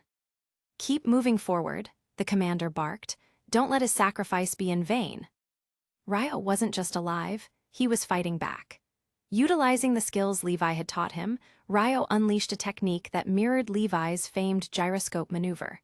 Spinning like a whirlwind, he used the giant's arm as a springboard, his blades carving upward with precision and power. Each strike propelled him forward, maintaining his momentum. His larger frame made the technique uniquely his own, less a small gyroscope and more a storm of blades. From their vantage point in the trees, the rescued soldiers watched with awe. They had escaped to safety, but their eyes remained fixed on the battlefield. "That guy, he's incredible," one of them murmured, unable to look away. Ryo, undeterred and focused, pressed his attack. For him, the battle was far from over. Chapter 94, The Unpredictable Battle. "This kid, is he really that strong?" The crowd was dumbfounded as Ryo executed the spinning top maneuver. It was a signature move, unique to Levi, admired for its devastating precision. To see Ryo perform it so seamlessly left many questioning their own abilities. In the entire Survey Corps, no one but Captain Levi had ever mastered the technique. It wasn't for lack of effort. It required exceptional strength, speed, and balance. Oruo, famous for his mimicry of Levi, had tried and failed miserably, hindered by his height and lack of finesse. Yet here was Ryo, completing it as if it were second nature. Oruo's pride stung. "How is this possible? Is his strength really greater than mine?" Petra, who had the most insight into Levi's fighting style, was equally astonished. She whispered, "Even the captain rarely uses this move, and Ryo, he's never seen Levi demonstrate it. Could he have figured it out on his own?" The rest of Levi's squad exchanged glances, their awe mingled with disbelief. They could see now that Ryo wasn't just another recruit, he was something else entirely. As Ryo leaped from the first abnormal's head, slicing through its nape, a geyser of blood and steam erupted. But his work wasn't done. Another abnormal was barreling toward him on all fours, its ferocity unrelenting. Ryo quickly adjusted, using his gear to dodge the beast's grasp. He landed on its arm, propelling himself upward and slicing its nape with a powerful swing. The abnormal let out a gurgling roar as its body collapsed, sending tremors through the earth. But the fight wasn't over. Just as Ryo was catching his breath, the second abnormal stood on its hind legs. It glared at him, its eyes filled with an unsettling intelligence. Ryo froze. Those eyes, they're not like a normal giant's. They're human. The abnormal's next move confirmed his fears. It launched a coordinated attack, swiping at him with both hands in an attempt to crush him midair. Boom! The hands collided with thunderous force, but Ryo had already moved. Too slow, he taunted, anchoring his gear to the giant's shoulder and swinging around its massive torso. The abnormal roared, snapping its jaws in an attempt to catch him. Ryo smirked. You think you can eat me? Dream on. He spiraled upward, reaching the back of its neck. This ends now, he declared, ready to deliver the killing blow. But then the abnormal did something no one expected. It twisted its torso with unnatural speed, reaching for Ryo with one hand while shielding its nape with the other. What? Ryo exclaimed, his trajectory thrown off. From the trees, the soldiers who had escaped the left wing were watching in stunned silence. Is that even possible? One muttered. How can a giant defend its weak spot like that? Another whispered. The commander clenched his fists. This isn't an ordinary abnormal, it's like it knows how we fight. Ryo might be in serious trouble. The abnormal lunged again, forcing Ryo to retreat. He hovered midair, recalculating his approach. It's learning. This isn't just a mindless beast, it's adapting. He gritted his teeth, determination burning in his eyes. Fine, if you're smart, then I'll just have to outsmart you. The battle wasn't over. But as the soldiers watched Ryo face off against an opponent that seemed almost human, they couldn't help but feel a spark of hope. This wasn't just a fight for survival, it was a testament to the will and ingenuity of humanity. And Ryo, standing against the odds, was leading the charge. Chapter 95, The Strategist Behind the Chaos. How is this possible? The soldiers watched in disbelief as the Titan actively shielded the back of its neck. It was a sight they had never seen before. Titans never exhibited such behavior, defending their weak point as if aware of its vulnerability. This guy actually knows his weakness. It's not an ordinary Titan. This one is smart, someone murmured in shock. The revelation sent ripples of unease through the ranks. If Titans could learn such tactics, humanity's survival would face an entirely new level of threat. Commander Levi's expression turned grim. The implications of such intelligence in a Titan were too dire to ignore. Kill it, no matter what. None of these creatures can escape today, he ordered, his voice cold and resolute. Hanji, standing nearby, was brimming with excitement. Amazing, this behavior is unprecedented. I need to study it. Levi cut her off sharply. Not now, if this behavior spreads, we're finished. Focus on eliminating it. Meanwhile, Ryo stood atop the Titan's back, undeterred by the creature's defensive stance. Instead of frustration, a sly grin spread across his face. Ha, you think this will stop me? I'll show you what I'm capable of. The Titan remained focused on protecting its neck, leaving its offensive capabilities diminished. Ryo seized the opportunity, diving headlong into battle with renewed confidence. Before his attack, Ryo had made a calculated decision. He had been holding off on something critical, a system upgrade. He accessed it now, knowing the time had come. Ding, the host has reached level 10. Promotion to private achieved. Ding, standard private equipment unlocked. Auto-equipped. Ding, title unlocked. Little combat expert. Strength increased by 5 points. The upgrades were instantaneous, coursing through Ryo's body like a surge of pure energy. His movements became sharper, his reflexes faster, and his strength surged to a new peak. Perfect timing, he muttered, feeling the enhancement. He dropped his three-dimensional gear temporarily, opting instead to charge on foot. The Titan, noticing his approach, stood tall and straightened up, attempting to shake him off. You're smarter than the average Titan, but that's not enough to stop me, Ryo said, his voice steady and determined. As the Titan swayed to throw him off balance, Ryo's instincts kicked in. He leaped across its shoulders with precision, gripping his blades tightly. The Titan reached for him, but Ryo anticipated the movement, using the momentum to swing himself onto its back. Once again, the Titan's protective stance blocked its nape. It guarded itself fiercely, leaving Ryo momentarily unable to strike the fatal blow. "Let's see how long you can keep this up," Ryo muttered. The soldiers on the ground were in awe. The spectacle of Ryo's agility and strategy gave them hope in the face of what felt like an impossible enemy. Many of them began cheering his name, their voices echoing across the battlefield. As Ryo continued to analyze his opponent, he began piecing together the truth. The Titan's behavior wasn't random, it was calculated. This isn't just a typical Titan, he thought, it's being controlled. The realization hit him like a thunderbolt. This had to be the work of an intelligent Titan, perhaps even the Beast Titan himself. "Looks like I'm fighting more than just this big guy," Ryo murmured under his breath. Summoning every ounce of his enhanced strength, Ryo launched himself at the Titan's back once more, determined to break through its defenses. "This ends now," he thought. The fight was far from over, but one thing was clear: Ryo would not back down. Chapter 96, The Beast's Tactic. Ryo knew that this was no ordinary Titan. This strange species was far more powerful than others, which made it the perfect choice for the one controlling it. Its speed, strength, and adaptability were far superior to standard Titans, making it a true challenge to defeat. If not for Ryo's intervention, the left wing of the Survey Corps would have already fallen, and the surrounding Titans would have closed in. Even if the surviving soldiers sought refuge in the forest, they'd eventually run out of supplies, and the Titans would strike again with devastating results. Ryo's instincts told him that this Titan wasn't acting on its own. Its calculated moves hinted at a manipulator, most likely the Beast Titan. The idea sent a chill through him. If the Beast Titan could coordinate such cunning tactics, the danger to humanity was immeasurable. Yet there was no time to dwell on this. Ryo had to focus on the immediate threat before him. "You're guarding your neck to avoid getting killed? Clever," Ryo muttered under his breath, a smirk forming on his lips. "But you're underestimating me." He darted onto the Titan's massive shoulder as its left hand swiped toward him. Ryo had been anticipating this move, and with precise timing, he dashed toward the Titan's right arm instead. Swish! The dual blades in his hands gleamed as they slashed through the Titan's flesh, leaving deep wounds on its right arm.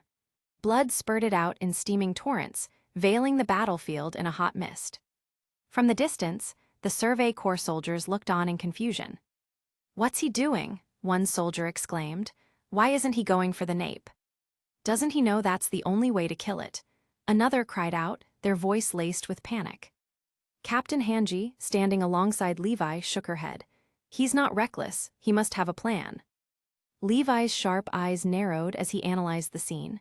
The Titan's movements are a trap. Ryo saw that. He's targeting the arm to disrupt its attacks. The steaming blood obstructed the Titan's vision and dulled its movements, but it also created an unexpected advantage for Ryo. The Beast Titan, controlling this monstrosity from afar, couldn't see Ryo clearly through the mist. The Titan's sensory system was crude, and without the ability to feel pain, its reactions were delayed. Ryo, meanwhile, continued his assault, slashing relentlessly at the Titan's right arm. He wasn't aiming to kill, yet. His strikes were calculated, focused on disabling the Titan's joints to render its arm useless. The Beast Titan, observing from the shadows, grew agitated. It realized Ryo's intent and knew it had to act fast.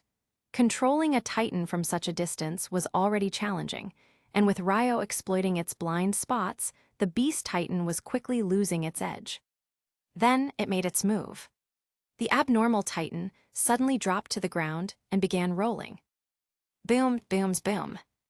Its massive body tumbled forward, crushing everything in its path. The ground trembled under the weight of the 13-meter giant as it rolled with astonishing speed. Ryo's eyes widened in realization. It's trying to crush me. From a distance, Levi's normally stoic face betrayed a flicker of alarm. Damn it, that thing's rolling like a boulder. Ryo won't have time to move out of the way. The Titan's rolling maneuver wasn't just destructive, it was strategic. By lowering itself, it eliminated potential anchor points for Ryo's maneuvering gear, drastically reducing his mobility. And with each roll covering at least 10 meters, escape seemed nearly impossible. Ryo gritted his teeth, his mind racing. He couldn't retreat now. If he failed to stop this titan, the entire left wing would be wiped out. Think, Ryo, there has to be a way. As the titan barreled toward him, Ryo's lips curled into a determined grin. He wasn't done yet. Let's see if you can keep up, he shouted, launching himself into action. Chapter 97, Triumph Amid Despair. Captain Irwin watched the chaos unfold, his expression betraying a flicker of alarm. The abnormal titan's erratic movements, combined with its sheer size and ferocity, presented an unprecedented challenge. This wasn't just brute force, it was tactical. If this titan rolled through a formation on flat ground, the Survey Corps would face devastating losses. But what truly unnerved him was the creature's apparent intelligence. Its tactics were unlike anything seen before. Were these evolved titans? Or worse, were they being directed by something, or someone, with a higher level of strategy? As the titan rolled across the ground, the devastation was staggering. Churning up dirt and debris, it created a chaotic scene of destruction. The grooves left in its path stretched 70 or 80 meters, a grim testament to the havoc it could wreak if it reached their formation. The mood among the Survey Corps grew tense. They scanned the ground, searching desperately for any sign of Ryo. He couldn't have, Mikasa whispered, her voice trembling. The sight of blood pools scattered on the ground deepened the dread. Mikasa's emotions spiraled from sadness to a vengeful fury. Her grip tightened around her blades, and her eyes glimmered with resolve. If Ryo had fallen, she would destroy every last titan in his memory.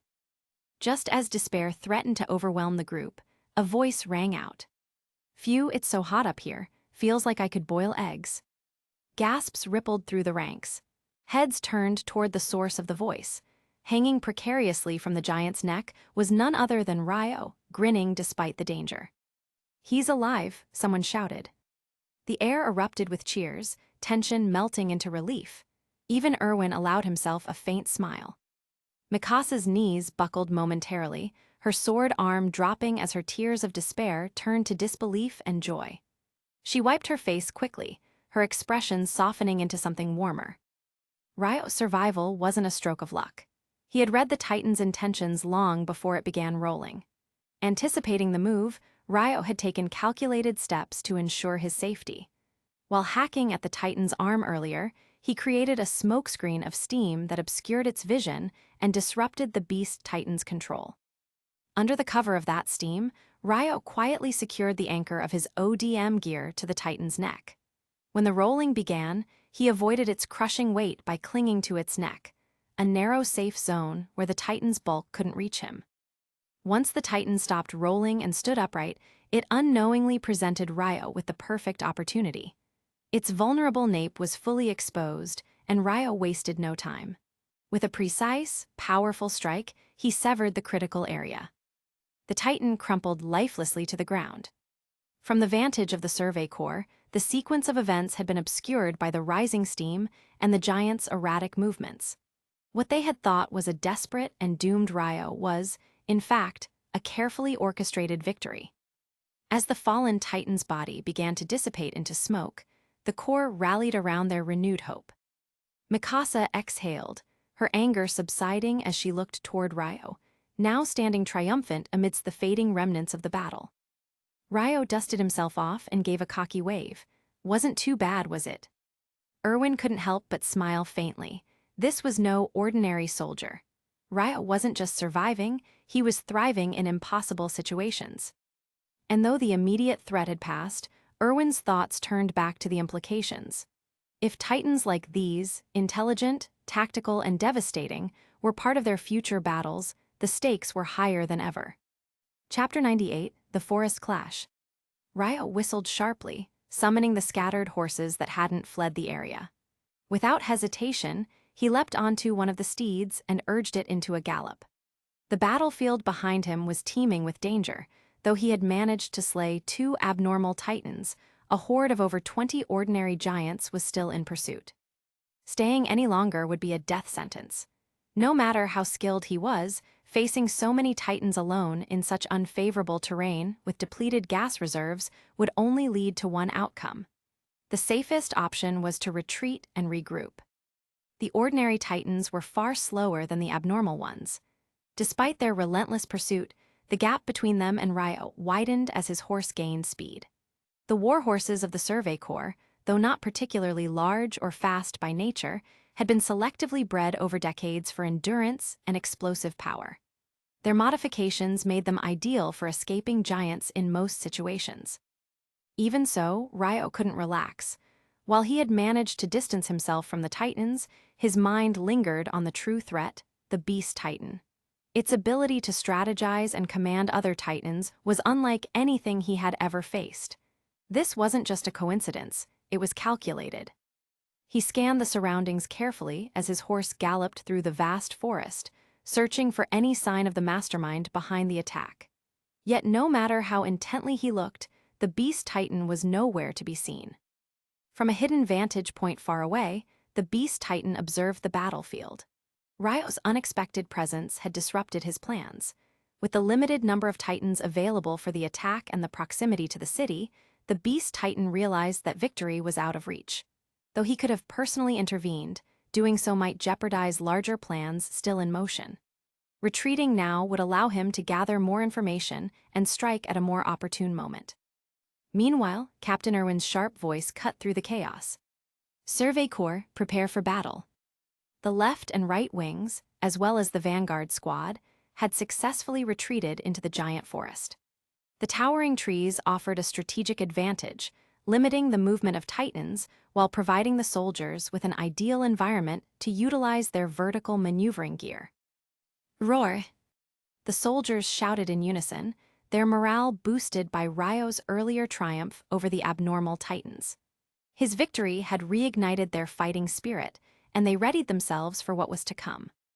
Ryo urged his horse forward, racing into the depths of the forest before leaping from its back. He deployed his maneuvering gear, soaring into the trees to rejoin the others. New recruit Ryo, the battle is over, and I am applying to return to the team, he reported formally. The sergeant glanced at him with a calm expression. Return to the team. Yes, Ryo replied, falling into formation beside Mikasa and Pei. The two stood at attention, but their eyes betrayed their relief. Pei gave him a discreet thumbs up, while Mikasa's reddened eyes spoke volumes. Though she said nothing, her gaze conveyed a simple message: I'm glad you're safe. Without the Beast Titan's guidance, the horde of ordinary Titans lost their cohesion and charged blindly into the forest. This disorganized attack made them easier to deal with, but their numbers, approximately 70, were still daunting. Irwin issued his next command. Levi squad, follow me, attack the left wing. With a swift motion, Levi drew his blades, his voice as calm and cutting as steel. Let's go. One by one, the members of Levi's squad launched themselves into action, their maneuvering gear propelling them toward the oncoming Titans. The battle raged for hours, stretching from the afternoon into the darkening evening. The massive trees provided both an advantage and a challenge as the soldiers darted through the forest, dispatching Titans with precision. The air grew thick with steam as the slain Titans' bodies began to decay, filling the battlefield with a sickly, oppressive heat. By the time the last Titan fell, the forest was a scene of chaos. Though the Survey Corps emerged victorious, the cost of the battle was high. Corpses of comrades lay scattered among the steaming remains of Titans, a grim reminder of the price of survival. In the distance, Hanji had managed to capture one Titan alive for research. Her excitement over the rare find contrasted starkly with the somber mood of the others as they tended to the wounded and counted their losses. As the setting sun cast long shadows across the battlefield, the soldiers of the Survey Corps regrouped, battered but resolute. The battle was over, but the war against the Titans was far from finished. Chapter 99, Aftermath of the Battle. The Survey Corps had paid a steep price. Out of over 200 soldiers, more than 40 had fallen in the fight to eliminate 70 giants. Counting earlier losses, nearly 60 soldiers had perished. With a casualty rate exceeding 30%, the Survey Corps was nearing its breaking point. Ryo, retrieving supplies from the team, made his way to Mikasa. Placing the extra gear aside, he sat beside her on a branch. He pulled out gauze and began carefully bandaging her arm. Hiss, Mikasa winced as he worked. Although her wound had been cleaned, the pain was still sharp. Around them, the groans and cries of injured soldiers punctuated the heavy atmosphere. "Bear with it, it'll be over soon," Ryo reassured her, his voice gentle as he tied off the bandage. Sweat beaded on Mikasa's forehead. The combination of pain, exhaustion, and grief made her feel drained. She looked at the improvised dressing and nodded. "Thank you, Ryo." Ryo laughed lightly. "No need to thank me, just rest and eat something. You've been fighting all day, you need to recover. Don't worry, I'll be here to watch over you." He handed her some food, the standard rations of the Survey Corps. Mikasa shook her head slightly. "I don't have much of an appetite." "You still need to eat," Ryo insisted. "You'll need your strength." Though reluctant, Mikasa accepted the food. Her body was sore, her lips dry. Ryo noticed her discomfort and handed over his water flask. "Here, drink, you've earned it." She hesitated before taking it. "Thanks again," she murmured, her voice softer this time. The battlefield still felt raw. Bloodied bodies, rising steam from decaying giants, and the crushed hopes of the dead lingered in the air. Though victorious, the cost was staggering. Ryo glanced at the recruits, former members of the garrison and military police, many of whom had joined their ranks just days before. Now, their numbers were greatly diminished. Mikasa's thoughts were clouded with guilt. She recalled her mistakes in battle, particularly when blood slicked her hands and caused her to lose grip on her blade. Her water bottle had shattered, and the injured giant she failed to kill had retaliated. Had Ryo not intervened in time, her life might have ended there. Ryo noticed her silence. "Don't dwell on it," he said, his voice steady. "You fought well. Surviving this fight is a victory in itself." Mikasa nodded, though her flushed cheeks betrayed her lingering embarrassment. She had been strong, but her inexperience had shown. At only 14, she lacked the stamina for prolonged combat, a skill that came with time and survival. As the sun dipped below the horizon, painting the forest in hues of orange and red, the toll of battle was evident. Veterans knew to replenish their strength after a fight, no matter how drained they felt. For the living, there was still hope. For the dead, only silence. "Rest now," Ryo said softly. "We've made it through another day." Around them, the forest still carried the stench of death, the aftermath of a hard-fought battle against insurmountable odds. Yet in the quiet moments, there was a faint glimmer of resolve. Even in despair, humanity's fight continued. Chapter 100, No Record. As night fell, the Titans usually quieted down, becoming less active than during the day. However, Captain Irwin still found it difficult to calm his mind. After this battle, the Outer Wall investigation plan was essentially impossible to carry out. The Survey Corps had suffered a casualty rate of nearly 30%, with more than 40 soldiers killed and over 30 wounded. These injured soldiers could no longer continue fighting and had to be cared for by others. Additionally, the casualties were mostly from the peripheral combat sequences, which significantly diminished the combat effectiveness of their team. But this wasn't what weighed most on Captain Irwin's mind. What truly unsettled him was the intelligence and strategy displayed by the Titans during the battle. They seemed to have suddenly gained a level of awareness and even began employing tactics. It appeared as though they knew the Survey Corps would rest in the forest and had arranged a blockade from 4 directions to trap them. Such behavior was unimaginable. The Titans had never acted this way before. It was the first time they had shown such strategic thinking. Moreover, during the battle with Ryo, the 2 abnormal Titans had displayed behaviors that left Irwin deeply uneasy. Abnormal Titans were already difficult to deal with, but if they were allowed to think and use their strengths strategically, even the well-trained Survey Corps would likely pay a heavy price against them, as they had seen in the left-wing formation during the day. Intelligence. The lack of intelligence about the Titans had always been one of humanity's greatest disadvantages. This gap in knowledge made progress difficult and dangerous. Captain Irwin glanced at the captured Titan lying in the distance. Perhaps the safest course of action now was to withdraw the troops, take the captured Titan, and let Hanji and her team study it. It could provide invaluable information. After all, the current situation was far from what they had expected. Irwin closed his notebook, noting the events of the day, and wrote the time along with his signature. Even as the leader of the Survey Corps, he was not invincible. he had to face the very real threat of the Titans. If something happened to him, he hoped that this notebook would provide useful insights to whoever found his body. It might prove essential for humanity's survival. After the Beast Titan left, no other Titans approached that night, and they were relatively safe. The next morning, the Survey Corps packed up their supplies, abandoned their original plans, and began the return to the city, taking the bodies of the fallen soldiers, the injured, and the captured Titan with them. "Mikasa, is your arm okay?" Ryo rode closer to the carriage. Mikasa's left arm had been injured, making it difficult for her to ride, so Sister Pei had arranged for her to travel in the carriage. Ryo and the other members of Levi's team were guarding the carriage, ensuring the safety of the convoy and the supplies, including the captured Titan. This Titan had significant value. "It's fine, the wound doesn't hurt anymore, thank you for asking." Mikasa moved her left arm slightly. As long as she didn't move it too much, the pain was manageable. However, it would likely take some time to fully recover. Thankfully, her right arm was unharmed.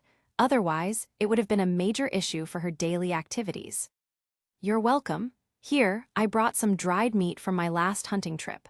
I had planned to eat it during this investigation, but things ended so quickly that I didn't get a chance to finish it. Take it to pass the time on the road." Ryo smiled and handed Mikasa a bag of roasted dried meat. "No, thank you." Mikasa was about to politely refuse, but she noticed that Ryo had already ridden off. She looked down at the dried meat and smiled slightly. It was clear that he hadn't touched it. He had probably said it was leftovers to make it easier for her to accept. Although she teased him in her mind, she felt a warm sense of gratitude. It was a feeling different from what she had with Iren. She couldn't quite define it, but it made her heart feel lighter. Ryo rode away from the carriage and toward Sister Pei and the others. Before he got close, he overheard a quarrel between them. Curious, Ryo leaned in to listen. "Tisk, I don't remember, but it was probably about a dozen," Aluo said, pretending not to care but clearly still interested in the conversation. "Is that so? In that case, we'll have to count your subjugation as an unknown number. Aluo, you should think about it. If you report those numbers, your subjugation record won't change." Sister Pei held a small notebook, scribbling something in it. Aluo, angered, retorted, "No record. How can that be?" In the past, the record of subjugating 39 Titans would have been impressive. But with Ryo now on the team, his record was rapidly rising. Before the battle in the forest even started, Ryo had already killed 4 Titans, actually 5, as he had also killed one during training. If Aluo's record remained unchanged, Ryo would soon surpass him, and that was something Aluo couldn't accept. So he reluctantly confessed, "All right, actually it was 6. Chapter 101, The Record Breaker. "That's about right. It matches the reports I've received from other eyewitnesses," Petra nodded, smiling. "And after examining the Titan's wounds, it all lines up. The evidence confirms the accuracy of their statements." Defeating 6 Titans in one battle was an impressive feat. With over 200 soldiers in the Survey Corps taking down 70 Titans in total, Oruo alone accounted for nearly 1/10 of the kills. This achievement solidified his position as one of the most efficient Titan killers in the squad. Oruo's strength was undeniable. While not quite on par with Captain Levi or Ryo, his boldness and knack for identifying Titan weaknesses set him apart. His reckless yet effective combat style enabled him to land devastating blows when it mattered most. For this reason, when Levi was unavailable, Oruo often served as the tactical core of the squad, while Petra handled command responsibilities. With his experience and instinct, it was no surprise that his subjugation record remained unmatched among the team. 39 subjugations plus the 6 from this battle. "Oruo, congratulations on defending your first place," Petra said with a grin as she updated the tally in her notebook. Oruo exhaled a small sigh of relief, grateful to maintain his lead. But he couldn't ignore a nagging worry: Ryo. This new recruit was fighting outside the city for the first time, yet he had already proven himself by taking down multiple Titans, including abnormal ones. Oruo knew that if Ryo kept up this pace, it wouldn't be long before his record was overtaken. "Heh, you're incredible, Oruo. Aside from Captain Levi, you're probably the first in the Survey Corps to surpass 40 Titan subjugations. Elder teased, nudging him playfully. Such a big achievement deserves a celebration, right? A feast. Drinks on you. Oruo snorted. Not happening. My salary barely keeps me afloat. You think I have money for that? Elder laughed but then asked, all right, but who's in second place? Historically, second place had always belonged to Captain Mitch. Though second only to Levi in strength, Mitch wasn't focused on subjugation numbers, leaving his record slightly behind Oruo's. However, his assist count was unparalleled, 128 Titans killed with his support, a record unlikely to ever be broken. Petra flipped through her notes. Let's see. Captain Mitch defeated 3 Titans this time, Captain Levi got 12, Mikasa defeated 5 and Raya, wait, 21? Is this number correct? Her voice faltered as she read the number aloud, and everyone nearby froze. Even the usually quiet Gunter spoke up, 21 Titans? In one battle. Petra hesitated. I'm not sure, we'll need to confirm it with him. Oh look, here he comes now, perfect timing. Ryo had overheard their conversation as he approached on horseback. 21, he thought. The number seemed excessive, but he had lost track during the battle. What's going on, Petra? Ryo asked as he rode closer. How many Titans did you kill in the forest battle? She asked directly. Ryo scratched his head. I didn't keep count, but it's probably around 18 or 19. Petra tilted her head. 18 or 19, you're not sure. I don't really focus on numbers during a fight, Ryo admitted with a sheepish smile. But yeah, that sounds about right. The others exchanged stunned glances. Even Oruo's usual smug expression faltered, replaced with concern.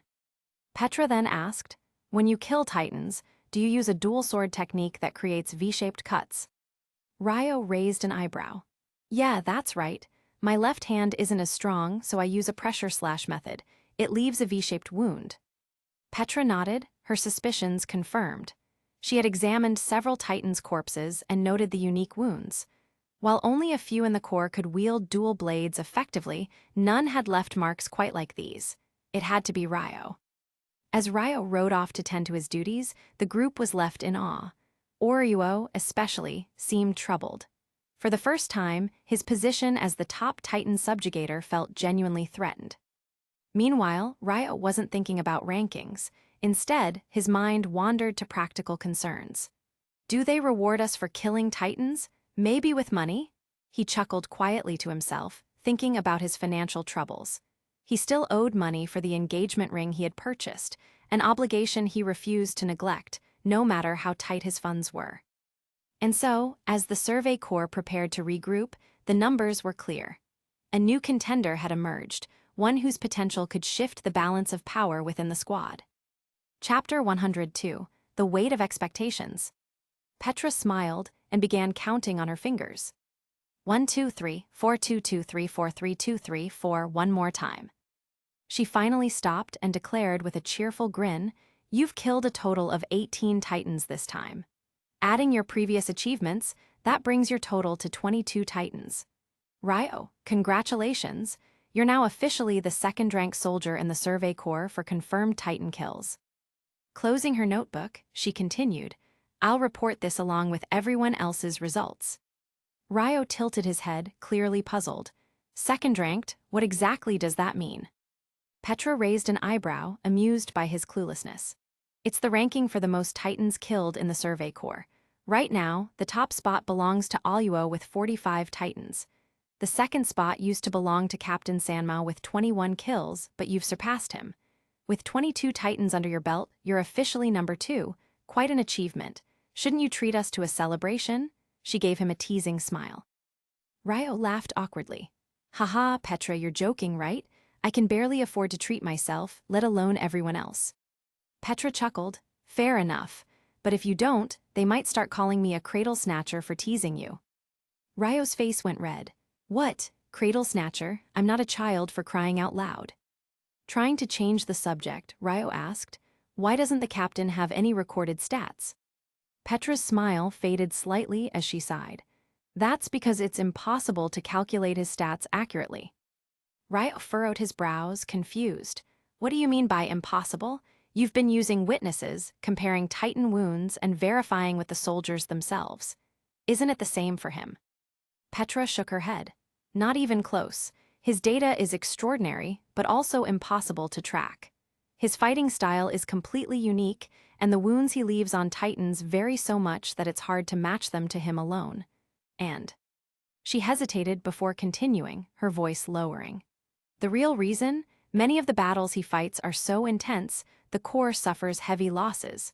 Sometimes, the bodies of soldiers can't even be recovered, let alone the tally of the Titans killed. Counting the captain's kills would mean keeping a grim record of those losses. He specifically asked us not to track his data. Her words left Ryo deep in thought. He nodded slowly, piecing things together. That makes sense. I guess if people always relied on the captain to save them, they'd lose their own will to fight. That's dangerous in a place like this. Petra smiled at his insight. Exactly. The captain carries enough on his shoulders without needing to deal with the pressure of stats. It's why we try to handle things ourselves when we can. Ryo clenched his fists. I understand now. I'll keep growing stronger so I can carry some of that burden too. Petra chuckled softly. I have no doubt you will. You've already proven yourself out there. Even the captain must be taking notice. Your performance during this expedition has silenced anyone who doubted your place in the squad. She paused and added thoughtfully, to be honest, Ryo, I think you're someone with the potential to surpass even Captain Levi one day. Her words hung in the air, leaving Ryo stunned. It wasn't praise he took lightly. But deep down, he knew one thing: he'd keep fighting, growing stronger, and earning the trust placed in him. Chapter 103, A Symbol of Hope. The journey back to the city went smoothly, without any accidents. By the afternoon, the Survey Corps had returned to their starting point. The Survey Corps is back, open the gates. The soldiers on wall rows quickly recognized the Corps flag fluttering in the distance. Word spread, and the garrison at the gate prepared to let them in. The sight of the returning Corps piqued the curiosity of those stationed on the wall. Didn't they say they were heading for Walmaria? Why are they back so soon? They must have failed again. Typical, wasting resources with nothing to show for it. A few snickers followed this remark, though others looked uneasy. You might want to hold your tongue. If they can't win out there, what hope do we have if the Titans break through these walls? Still, murmurs of doubt lingered among the garrison and civilians. Why do they always come back like this? Injuries, losses, and no real victories, one soldier muttered under his breath. Another sighed, shaking his head.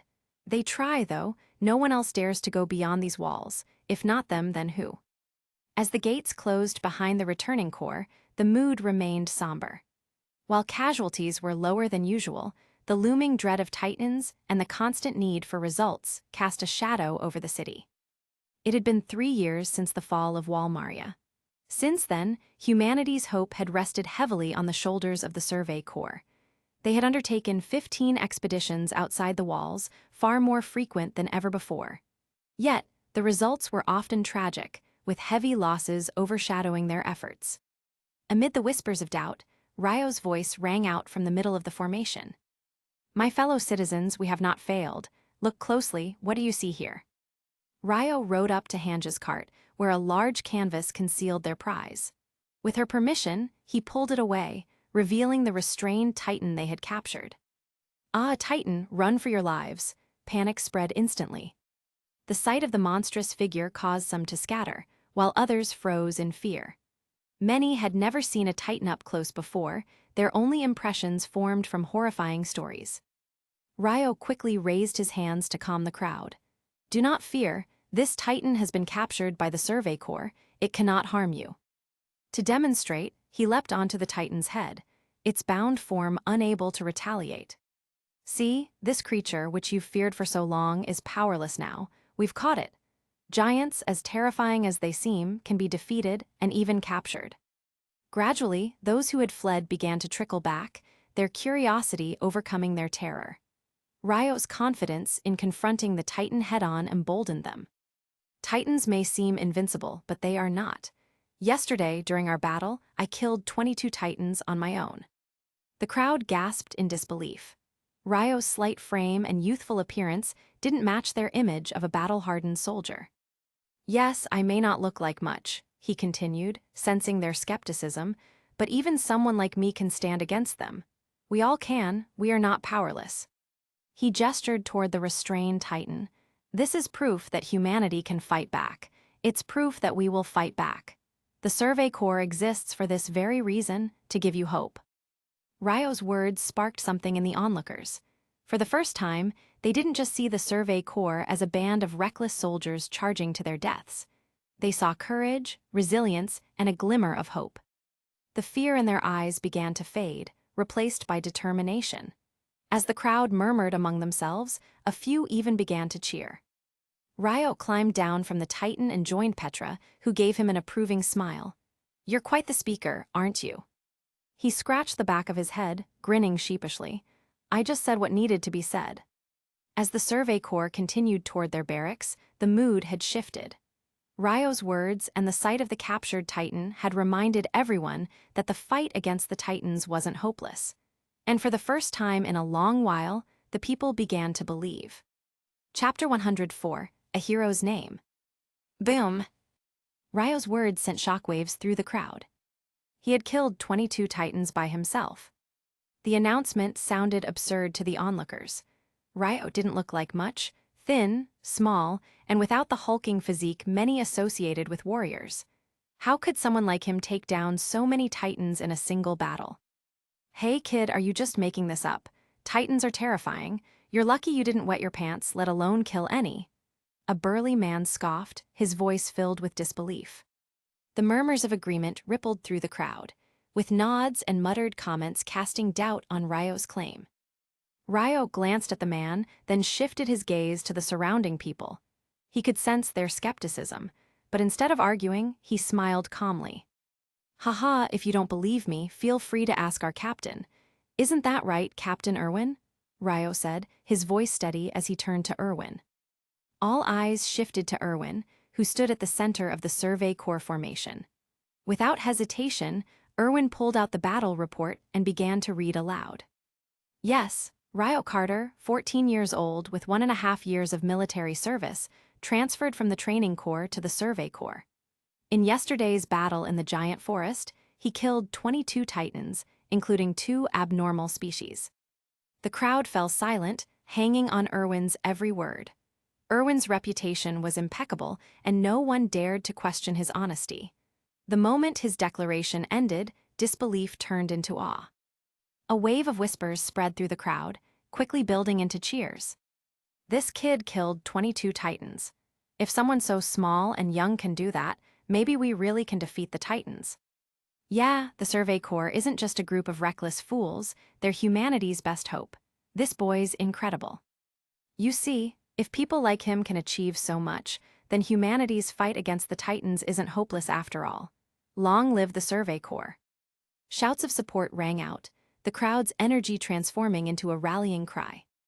"Long live Captain Irwin," some yelled. "Long live Captain Levi." Others chimed in, showing their admiration for the strongest warriors of humanity. The civilians' once wary gazes were now filled with gratitude and hope, invigorating the Survey Corps soldiers. Standing straighter, with their chests puffed out, they soaked in the crowd's admiration. For once, the weight of their sacrifices felt lighter. As the crowd roared in celebration, a burly man pushed through, his expression somber. Towering over Ryo, he asked, "Hey, kid, what's your name?" Ryo hesitated.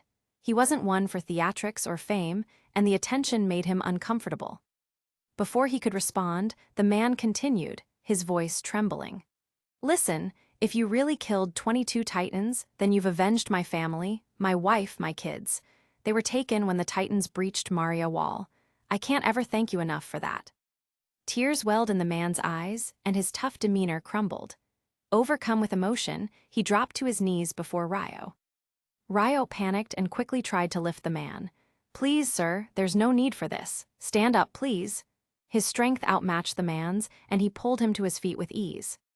The man wiped his tears, visibly moved by Ryo's humility and strength. Straightening up, he took a deep breath and shouted with all his might, "Long live the little hero Ryo. Long live the Survey Corps." "Long live Ryo," echoed the crowd.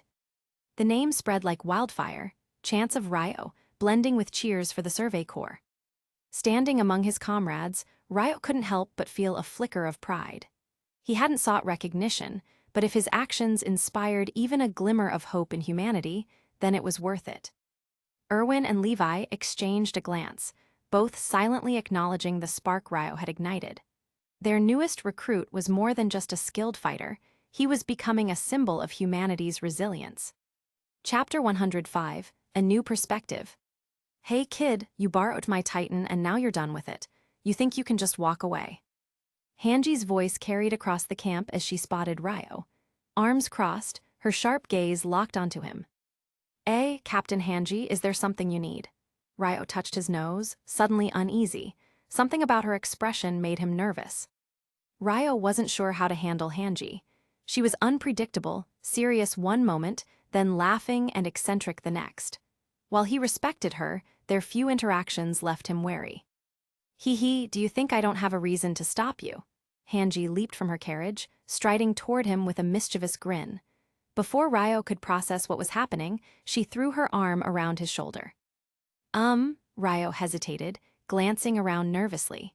He dismounted from his horse, aware it would be improper to remain on horseback while a superior addressed him. I see potential in you, kid. How about joining my squad to help us out? Hanji's tone was casual, but her grip on his shoulder was firm. Ryo opened his mouth to respond, but Hanji continued before he could speak. Oh, right, you're in Levi's squad. No problem, I'll talk to him. We go way back, so I'm sure he won't mind. Wait, Captain Hanji, Ryo began, but she was already dragging him along. Let's go find him. He's probably with the commander right now, Hanji said cheerfully, completely ignoring his protests. Ryo, meanwhile, didn't dare move a muscle. Not only was she his superior, but she was also a woman, and the last thing he wanted was to accidentally offend her. He resigned himself to being pulled along, his awkward posture making him look like a reluctant duck caught in a hunter's grasp. Inside the command tent, Commander Erwin was deep in discussion with a clerk. His sharp eyes scanned the battle statistics laid before him, his brow furrowed. Once the casualty count is finalized, notify the other corps. We owe them a report, Erwin instructed. Yes, sir, what about Levi's request? The clerk asked, glancing at Levi, who stood nearby with Mike. Erwin leaned back in his chair, steepling his fingers. I'll personally write to my old contact. He should be willing to assist us. With a dismissive wave, he sent the clerk on their way. As the tent emptied, Erwin pulled out a map and laid it on the table. The markings on it caught Levi and Mike's attention. What's this? Mike asked, stepping closer. Erwin smirked faintly. Our latest discovery. He began cross-referencing the map with a standard issue, adjusting the scale and adding new annotations. Mike frowned. Captain, isn't this approach a bit risky? It might seem that way, Erwin admitted, but after what we encountered, this step is necessary. Mike studied the map for a moment longer before nodding. Understood. Erwin turned to Levi.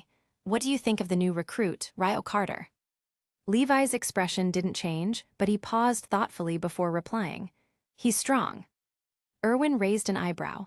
I know he's strong, but is he trustworthy? Before Levi could answer, Hanji's voice rang out from outside the tent. Captain, can we come in? All three men turned toward the entrance as Hanji burst in, practically dragging Ryo behind her. Her arm was slung around his shoulders, nearly choking him as he awkwardly tried to maintain his balance. Come in, Erwin said, his previously serious expression softening into a faint smile. Hanji marched in, grinning from ear to ear. Ryo, on the other hand, looked like he wanted the ground to swallow him whole. Chapter 106, A Choice to Make. You're saying you want to bring Ryo Carter to your research class. Is that what you mean? Commander Erwin raised an eyebrow, his curiosity piqued as Hanji's request echoed in the room. He couldn't quite grasp why she was so keen on recruiting the young recruit. Yes, exactly, Hanji responded without hesitation. She wasn't one to mince words, especially when she had already set her sights on a potential asset like Ryo. His strength and agility had caught her attention, and she envisioned how his abilities could assist her in capturing larger and more dangerous titans. Well, I understand your reasoning, Erwin said thoughtfully before turning toward Levi. What do you think? After all, he's currently under your command. Levi crossed his arms, glancing briefly at Ryo, who stood uncomfortably as Hanji hovered near him. "Ryo's strong," he said plainly. His tone carried weight, but everyone in the room waited for more. After a pause, Levi continued, "But not strong enough. If he wants to reach his full potential, he should stay in the Special Operations Squad. That's where he'll have the best chance to refine his skills." Erwin nodded. "Understood. Ryo," he said, shifting his gaze to the young recruit. "While we've heard differing opinions, the decision ultimately rests with you. Do you understand why?" "Yes, Commander," Ryo replied, his tone steady. "You want me to take responsibility for my own choice." Erwin smiled slightly. "Exactly, so what will it be?" Ryo hesitated, scanning the faces in the room.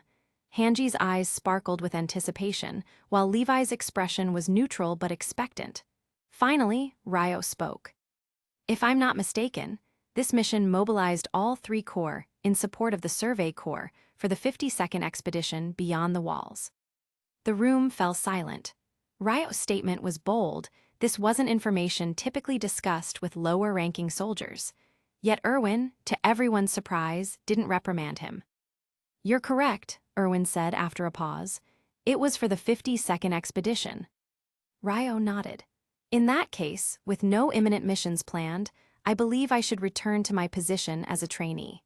After all, I'm still officially part of the 104th Training Corps and have over a year left before graduation."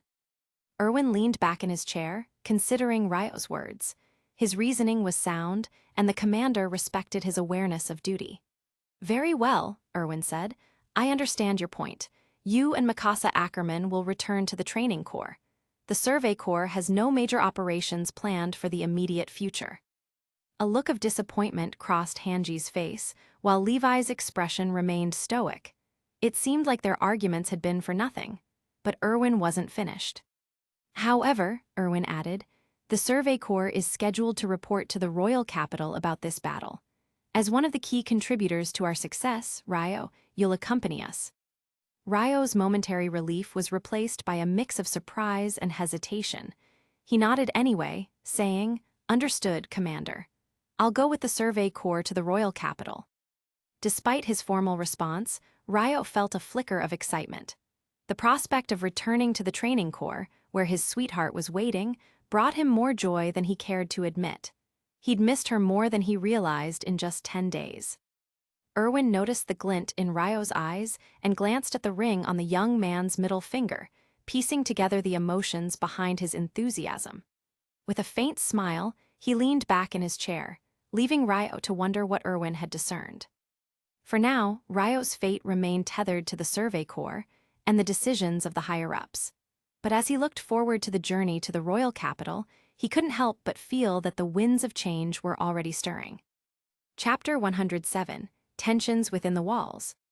After the Survey Corps entered Wall Rose through the Trost district, they set up camp at a garrison outpost. However, their activities were severely restricted due to the tense relationship between the Survey Corps and the Garrison Corps. The history between the two divisions wasn't harmonious. Years ago, the Garrison Corps begrudged the Survey Corps for their dangerous expeditions outside the walls, which often required the Garrison Corps to risk lives dispersing Titans along their path. The constant casualties bred resentment. However, after the fall of Walmaria, the dynamic shifted. The threat of annihilation hung over humanity, forcing the Garrison Corps to acknowledge the importance of the Survey Corps efforts. Even so, the distrust lingered, and the Military Police Corps maintained strict surveillance over the Survey Corps camp. "Can you believe this? We can't even step outside the camp," one of the soldiers grumbled, glaring at the military police guards stationed nearby. Ryo and the rest of Levi's squad had been preparing to explore the city. Eld had planned to visit his family, and the group thought it would be a rare opportunity for relaxation. However, the sight of military police blocking the exits dashed their hopes. "Are these guys treating us like criminals? We're being monitored like we're enemies." Aluo spat, his rebellious nature bubbling to the surface. Petra sighed, knowing trouble was brewing. Aluo don't. But it was too late. Aluo marched toward the guards, frustration written all over his face. Ryo exchanged a wary glance with Eld. We should follow him. If we leave him alone, this could get worse. Eld nodded. Let's go. Petra, stick close to Aluo. The group trailed after their impulsive teammate, determined to prevent the situation from spiraling out of control. When Aluo reached the guards, he stopped in front of them, fists clenched. Hey, why are you stopping us from going out? The military police, armed with muskets, didn't budge. One officer, wearing a smug expression, stepped forward. We're just following orders. Cooperate or there'll be consequences. Aluo's temper flared at the condescending tone. Orders? Let me guess. Your orders are to harass the people actually risking their lives for humanity, right? You sit behind your fancy muskets and walls, safe from titans, while we fight to keep you alive. The officer sneered. The military police exists to maintain order and protect humanity's leadership. We're stronger and more disciplined than you lot running around outside the walls pretending to be heroes. Ryo stepped forward, his tone calm but firm. Stronger? You think hiding behind walls and pointing guns at your own people makes you strong? The officer narrowed his eyes, clearly irritated by Ryo's composed defiance. Aluo, emboldened by Ryo's support, added, Exactly. If you're so strong, why don't you fight the titans outside the walls, or are you too scared to face them? The officer's face turned red, but before he could respond, Petra stepped between them. Enough, we didn't come here to fight. Let's not make this worse for everyone. The tension in the air was palpable. The military police guards looked ready to escalate the situation, but Petra's measured tone and sharp glare seemed to make them hesitate. We're done here, Ryo said, his gaze locked on the officer. Let's go back. Aluo grumbled under his breath but reluctantly turned away. The group retreated, the military police watching their every step. As they walked back to camp, Eld shook his head. That could have gone bad fast. Petra sighed. Aluo, you need to learn to control your temper. One wrong move, and they wouldn't have hesitated to shoot. Aluo scowled. I'm just tired of being treated like dirt after everything we've done. We all are, Ryo said quietly. But letting our emotions get the better of us won't change anything. We have to pick our battles. The group fell silent, the weight of their situation settling over them. Though they avoided a confrontation, the encounter left a bitter taste in their mouths. Back at camp, Ryo glanced at the towering walls surrounding them, a determined look in his eyes.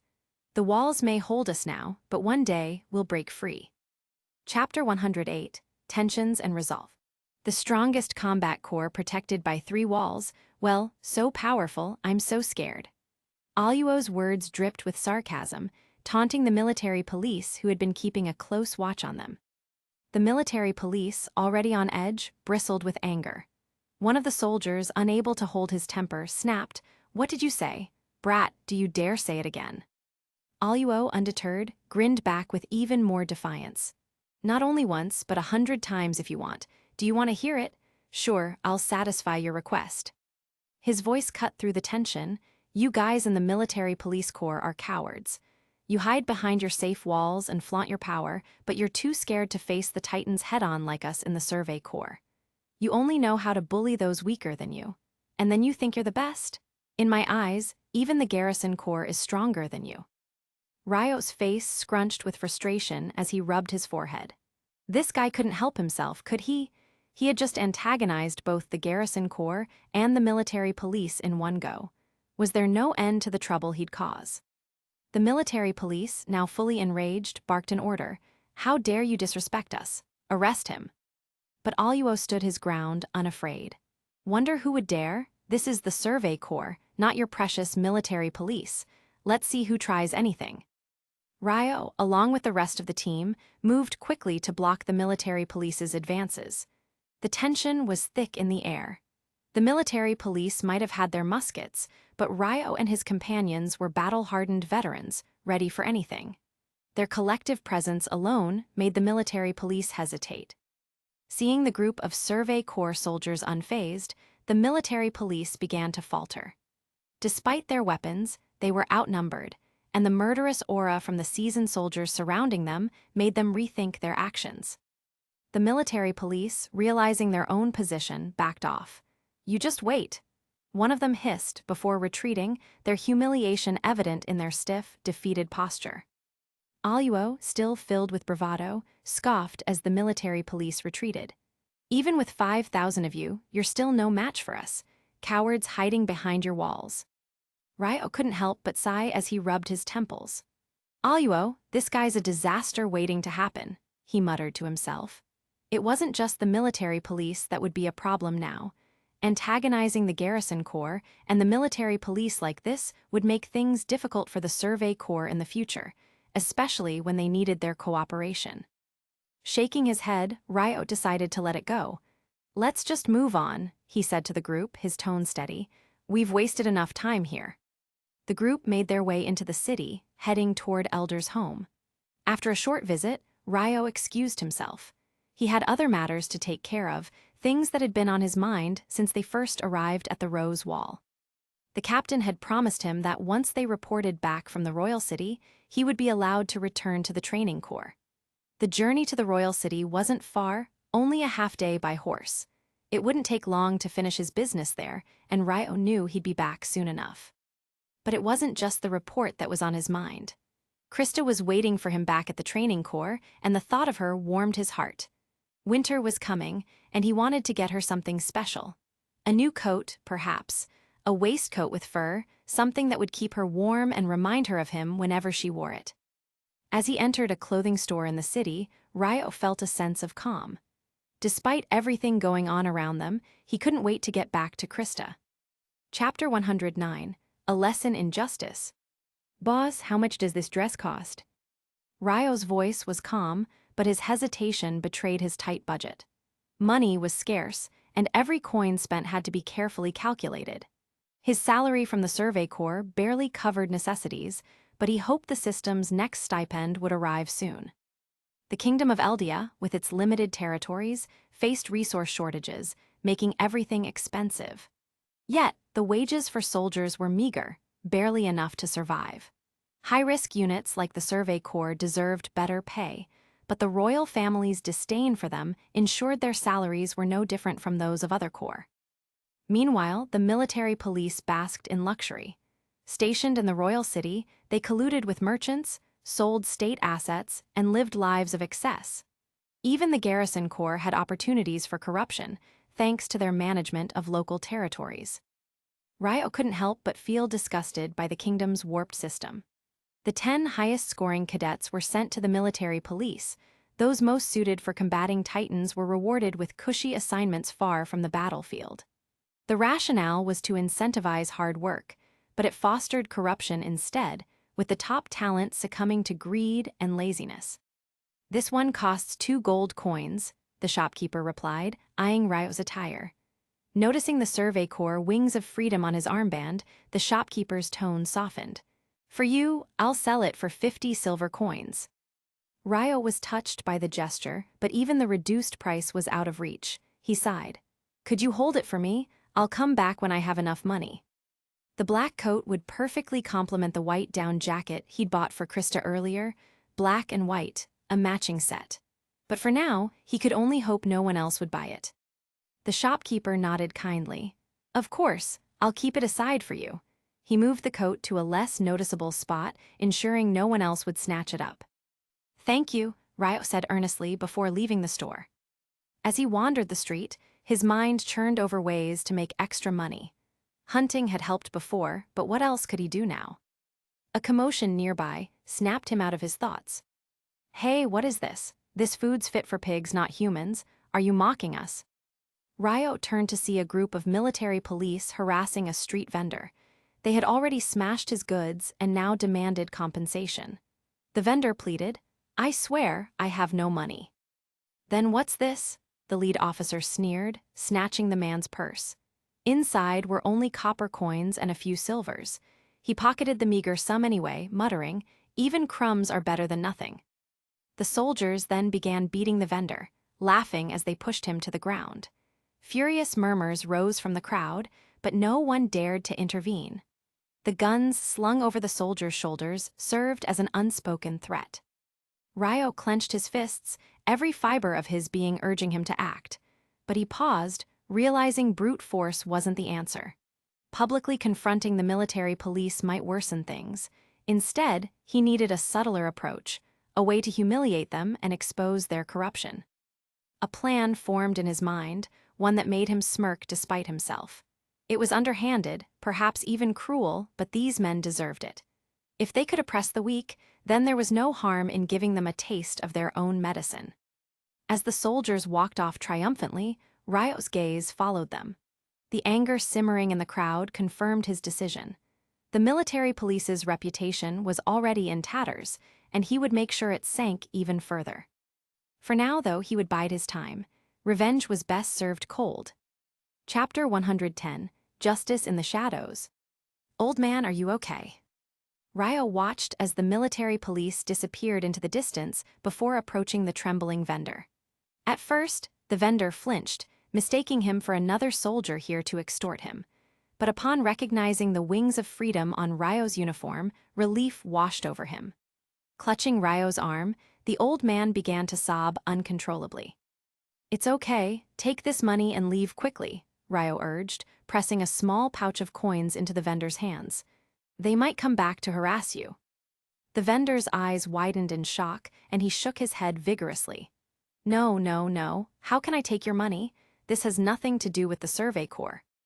A murmur rippled through the crowd, as onlookers began to voice their agreement. "Young man, this isn't your responsibility. You're already risking your life for humanity. You shouldn't have to pay for this." An elderly man stepped forward and placed a reassuring hand on Ryo's shoulder. "Listen, you and the Survey Corps are the only ones standing between us and those titans. Your sacrifice means everything. We can't let you spend your hard-earned pay on this. Let us handle it." The crowd nodded in unison. They pooled together what little they had, passing coins from hand to hand until the vendor's stolen money was replaced. The vendor, overwhelmed with gratitude, bowed repeatedly. Thank you all so much." He clutched the coins tightly and hurried away. Ryo watched the scene unfold, his chest swelling with emotion. The genuine support and respect the people had for the Survey Corps deeply moved him. Despite the hardships, their belief in the Corps as humanity's hope remained unshaken. As he walked away, Ryo couldn't help but feel a renewed sense of pride in his uniform. The sacrifices made by countless Survey Corps members over the past century had earned them this reverence, and it reminded him of the weight of his role. But there was little time to dwell on such thoughts. His focus shifted to teaching the military police a lesson they wouldn't forget. "Silk, you're saying you got beaten by a single guy? Seriously?" Several veterans of the military police were strolling through the streets when they encountered Silk, a soldier temporarily seconded to the Survey Corps. Silk, still nursing his bruised pride, recounted his humiliating encounter. "That guy was strange," Silk muttered. "We couldn't touch him, but if you guys step in, I'm sure you can handle him." The veterans sneered. "He's just a kid, leave it to us. We'll remind him where the Survey Corps stands in the pecking order." Unknown to them, Ryo had already caught up and overheard their conversation. He smirked, recognizing Silk among them. "Well, isn't this convenient? Looks like I won't have to search for you after all." Silk flinched upon hearing Ryo's voice, but quickly hid behind the others. Ryo followed the group as they wandered into an empty alley. Once they were out of sight, he pulled his jacket inside out to conceal the wings of freedom and adjusted a scarf to hide his face. With a calculated swiftness, he attacked. The first man fell before he even realized what hit him. "Who's there?" another shouted, reaching for his weapon. But Ryo didn't give them a chance. His fists flew in a blur, each strike landing with precision. The military police were slow and untrained for combat, their arrogance leaving them defenseless. One by one, they crumpled to the ground. When the dust settled, Ryo dusted off his hands and surveyed the scene. The alley was silent, and no one had witnessed the scuffle. Perfect. He crouched beside the unconscious men, rifling through their pockets for the money they had stolen and confiscating their weapons.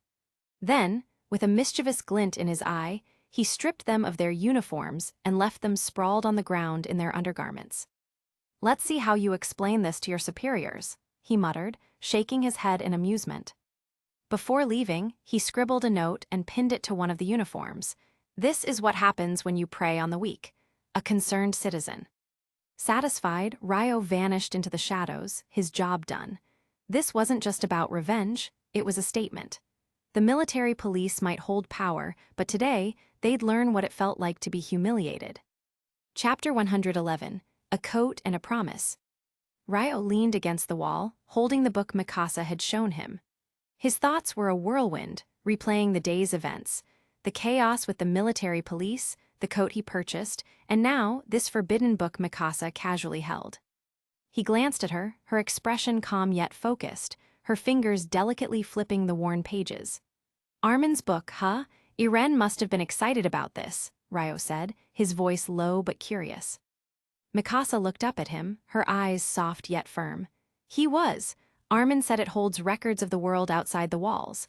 Iren's always been obsessed with these stories, dreaming of oceans, deserts, and mountains we've never seen. She closed the book gently, the faded cover worn from countless reads. Books like this, they're forbidden now, aren't they? Ryo nodded, his eyes narrowing slightly. Yeah, the royal family doesn't want people knowing about the world outside, makes it harder to keep everyone in line. He sighed, running a hand through his hair. But it's good someone like Armin kept it. It reminds us there's more out there, beyond these walls. The conversation drifted into a comfortable silence. Ryo placed the coat and matching attire he had purchased earlier on the table. Mikasa's gaze shifted to the items, a flicker of curiosity in her eyes. This, Ryo said, gesturing toward the clothes, is for Krista. I figured she deserved something nice. What do you think? Mikasa studied the outfit for a moment, the black coat and matching boots standing out with their sleek, dignified look. It's perfect, she said simply, a faint smile appearing. Krista will love it. Ryo chuckled softly, leaning back in his chair. Good to hear. The shopkeeper thought I was buying it for a girlfriend. I didn't bother correcting her. His tone carried a trace of amusement, though his mind wandered back to Krista's shy but warm smile. Mikasa raised an eyebrow but didn't comment, instead returning to the book. Hanji came by earlier, by the way, she said, her voice steady. She said you promised to help her with something. Ryo groaned slightly, dragging a hand down his face. Right, I did. I guess I'd better go find out what she wants. Before you go, Mikasa said, her voice softening, thank you, Ryo, for everything. Ryo blinked, caught off guard by her words. What's that about? She hesitated for a moment, then shook her head. Nothing, just thank you. Ryo nodded, his expression serious. Anytime. As he left their shared space, his thoughts drifted to Hanji and her latest eccentric project. But beneath the surface, he felt a flicker of pride, a sense that, despite everything, he was making a difference in his own way. For now, that was enough. Chapter 112, A Captain's Odd Fascination. Really? Is there really such a place? Ryo asked casually, placing the gifts he had prepared for Krista on the table. Mikasa glanced up from the book she was reading. I don't know, but it's described in this book. The book, a banned one on the island, had captured Mikasa's attention. It spoke of places far beyond the walls, snow-capped mountains, vast deserts, and massive saltwater lakes. To her and others like Armin and Iren, these tales offered glimpses of a world they could only dream of. Ryo chuckled. Banned books are probably banned for two reasons.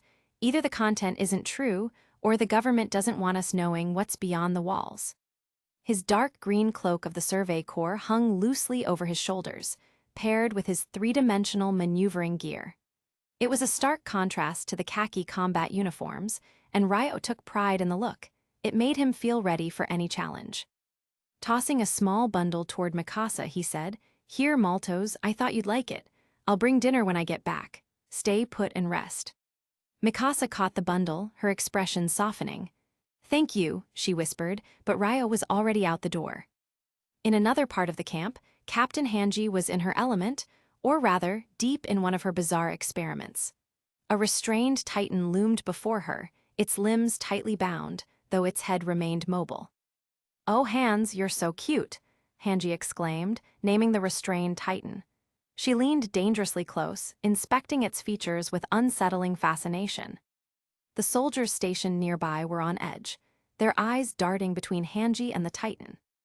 Captain Hanji, please step back, it's too dangerous, one of them shouted. Yes, Captain, be careful, what if it tries to bite? another soldier added. Almost on cue, the Titan snapped its massive jaws at Hanji, narrowly missing her by a hair's breadth. She activated her maneuvering gear just in time, darting away and landing gracefully on the ground. Wow, that was close, Hanji grinned, brushing herself off like nothing had happened. Hands, you're cheeky, aren't you?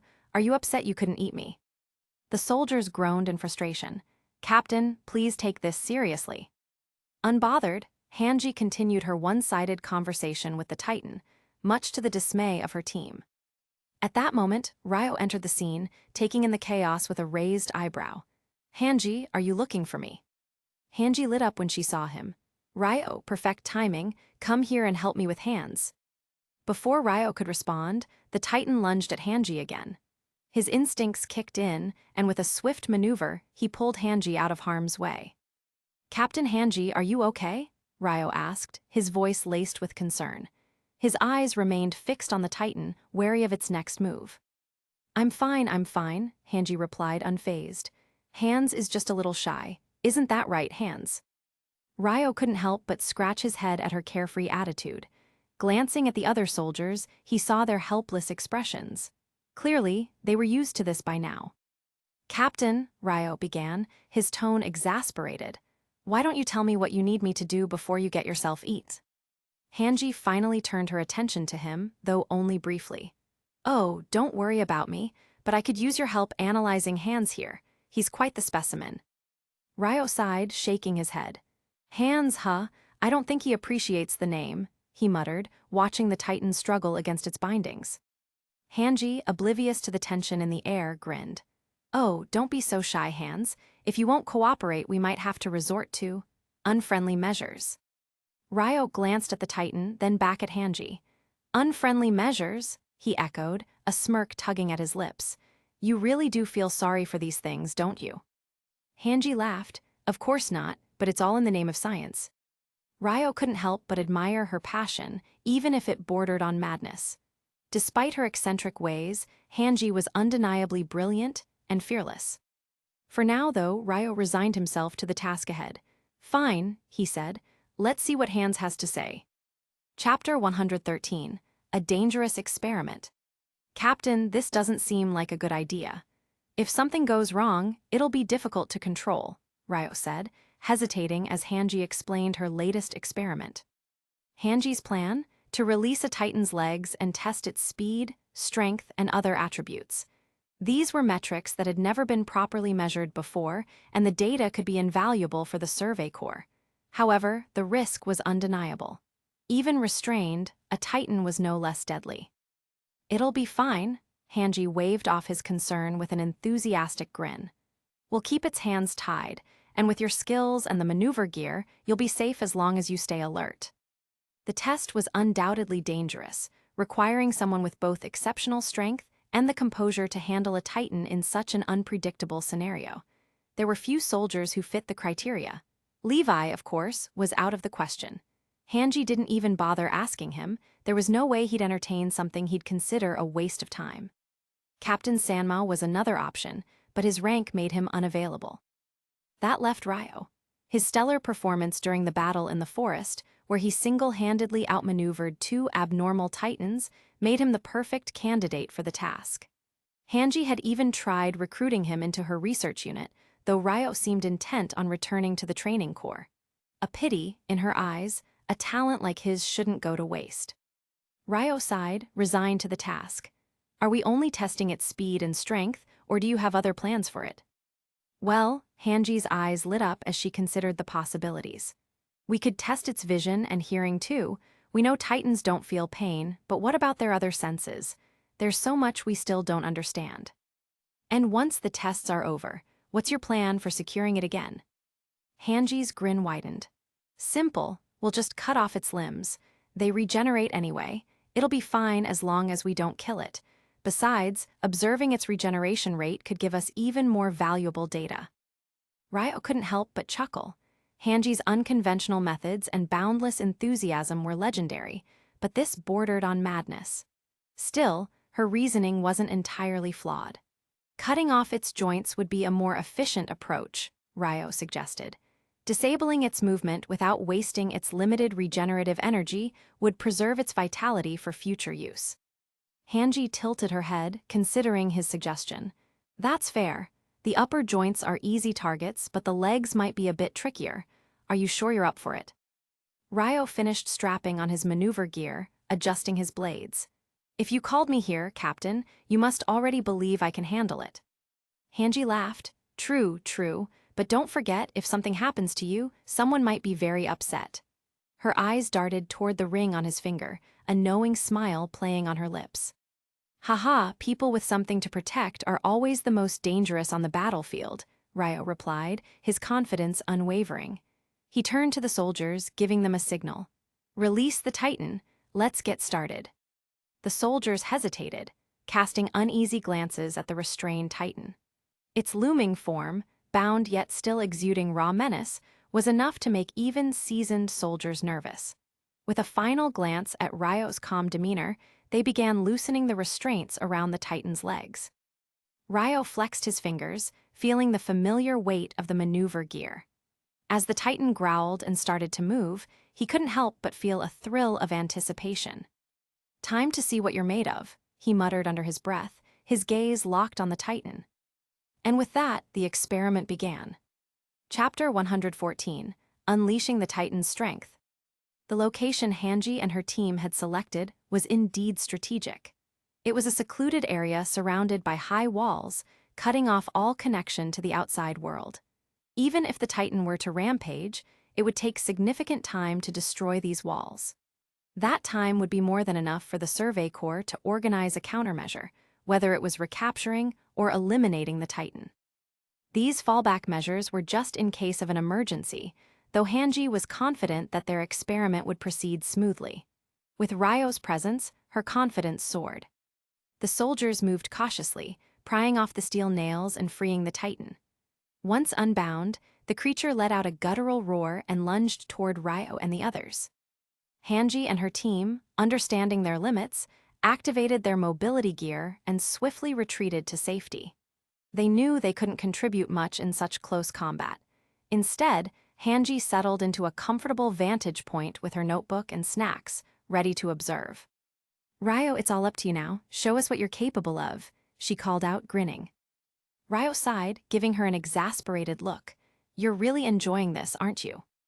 The Titan roared again, charging toward Ryo. Without hesitation, Ryo activated his gear, zipping into the air to avoid its grasp. Ryo had to avoid harming the Titan. They needed accurate data on its speed and strength. For now, his goal was to bait it into chasing him. However, something felt off. The Titan's movements were sluggish, its stride awkward. Ryo noticed immediately that this wasn't the creature's full speed. Why is this guy so slow? He muttered, zipping to a high wall to observe. It didn't take long to spot the issue. Its arms are still tied. No wonder its movements are so strange. Smirking, Ryo muttered, guess I'll fix that. Instead of continuing the chase, Ryo made a sharp turn, heading directly toward the Titan. Hanji, who had been watching closely, froze in surprise. Wait, that's not part of the plan, she exclaimed, her eyes widening as Ryo drew his blade and dove toward the Titan. The Titan, seeing Ryo approach, attempted to swat him, but its bound arms threw off its balance. With a deafening crash, it toppled forward, exposing its back. Perfect, Ryo said with a grin. In 3 swift strikes, he severed the restraints binding the Titan's arms and stepped back, his blade already sheathed. Hanji let out a breath she hadn't realized she was holding. For a moment, she thought Ryo was going to kill the Titan, ruining their experiment. Wait, did he just? Hanji's voice trailed off, her expression shifting from relief to disbelief. The other soldiers, however, were less composed. What is he doing? He just freed the Titan. The group exchanged panicked glances, their eyes filled with a mix of confusion and anger. Capturing the Titan had been a grueling task, and now it was fully unbound. Haha, now you can show me your true strength, Ryo muttered, smirking at the Titan. He jumped onto its head, stomping a few times, though it was more to provoke than to injure. The Titan, now realizing its newfound freedom, let out another deafening roar. Using its arms to push itself upright, it scanned the area, its eyes locking onto its target once more. Ryo. Good, Ryo said, readying his gear. Now we can really get started. Chapter 115. The Experiment's Aftermath. The Titan lay subdued, its limbs rendered useless, and its jaw entirely removed to prevent further resistance. Ryo stood calmly, brushing the blood off his hands as if the entire ordeal had been little more than a warm-up. Around him, Hanji and her team of researchers scrambled to collect data and ensure the Titan was restrained properly. Thank you for your hard work, Ryo. You've been a huge help today. Hanji approached him with a bright grin, holding a towel and a fresh set of clothes. Heh, Captain Hanji, you're too polite, Ryo replied, taking the towel to clean himself off. Instead of a simple thank you, how about giving me something more substantial? His tone was teasing, but there was a glint of frustration beneath it. After all, the effort he'd put in seemed to outweigh what he was getting back. Hanji chuckled mischievously. Well, our research team has a variety of Titan specimens and materials. How about I pack some up for you as a token of appreciation? Ryo rolled his eyes at her offer. No thanks, Captain. I'd rather not bring any of that filthy stuff home. Really? That's a shame, Hanji said, dragging out her words. Then, with a sly grin, she added, unless. Unless what? Ryo asked warily, his brow furrowing at her mischievous tone. Unless I offer myself as repayment. What do you say? I'm only a few years older than you. Surely, that's a tempting offer, right? Hanji nudged his shoulder playfully and leaned in closer with a teasing smile. Ryo's eyes widened in alarm, and he jumped back as if she'd just unleashed a Titan on him. Stop joking, Captain Hanji. You should focus on studying your Titan. I'd rather not end up as one of your experiments. Hanji laughed loudly at his reaction, clearly enjoying his discomfort. Oh, don't worry, Ryo, I'm very gentle. Ryo waved his hands furiously, already retreating. Nope, I'm out. You guys carry on. I've got other things to do. See you later. Before anyone could respond, Ryo turned and made a hasty exit, putting as much distance as possible between himself and Hanji's antics. Watching him flee, Hanji smirked and muttered to herself, "This kid, am I really that scary?" Behind her, her subordinates exchanged glances, unsure whether to nod in agreement or pretend they hadn't heard anything. Chapter 116. Shadows Behind Sina's Wall. A week after the 52nd Outer Wall Survey, the Survey Corps prepared to depart for the Royal City. It was a routine combat report, an event usually unrelated to Ryo, but his exceptional performance in the battle had garnered the captain's attention. As a result, Ryo was invited along as a combat hero. The delegation comprised the entire Levi squad, Hanji, and the captain, along with around 30 others. Their journey was marked by anticipation, although the conversations among some soldiers leaned toward less honorable topics. I heard the royal city is prosperous, and the women there are elegant and noble. Do you think? One soldier mused.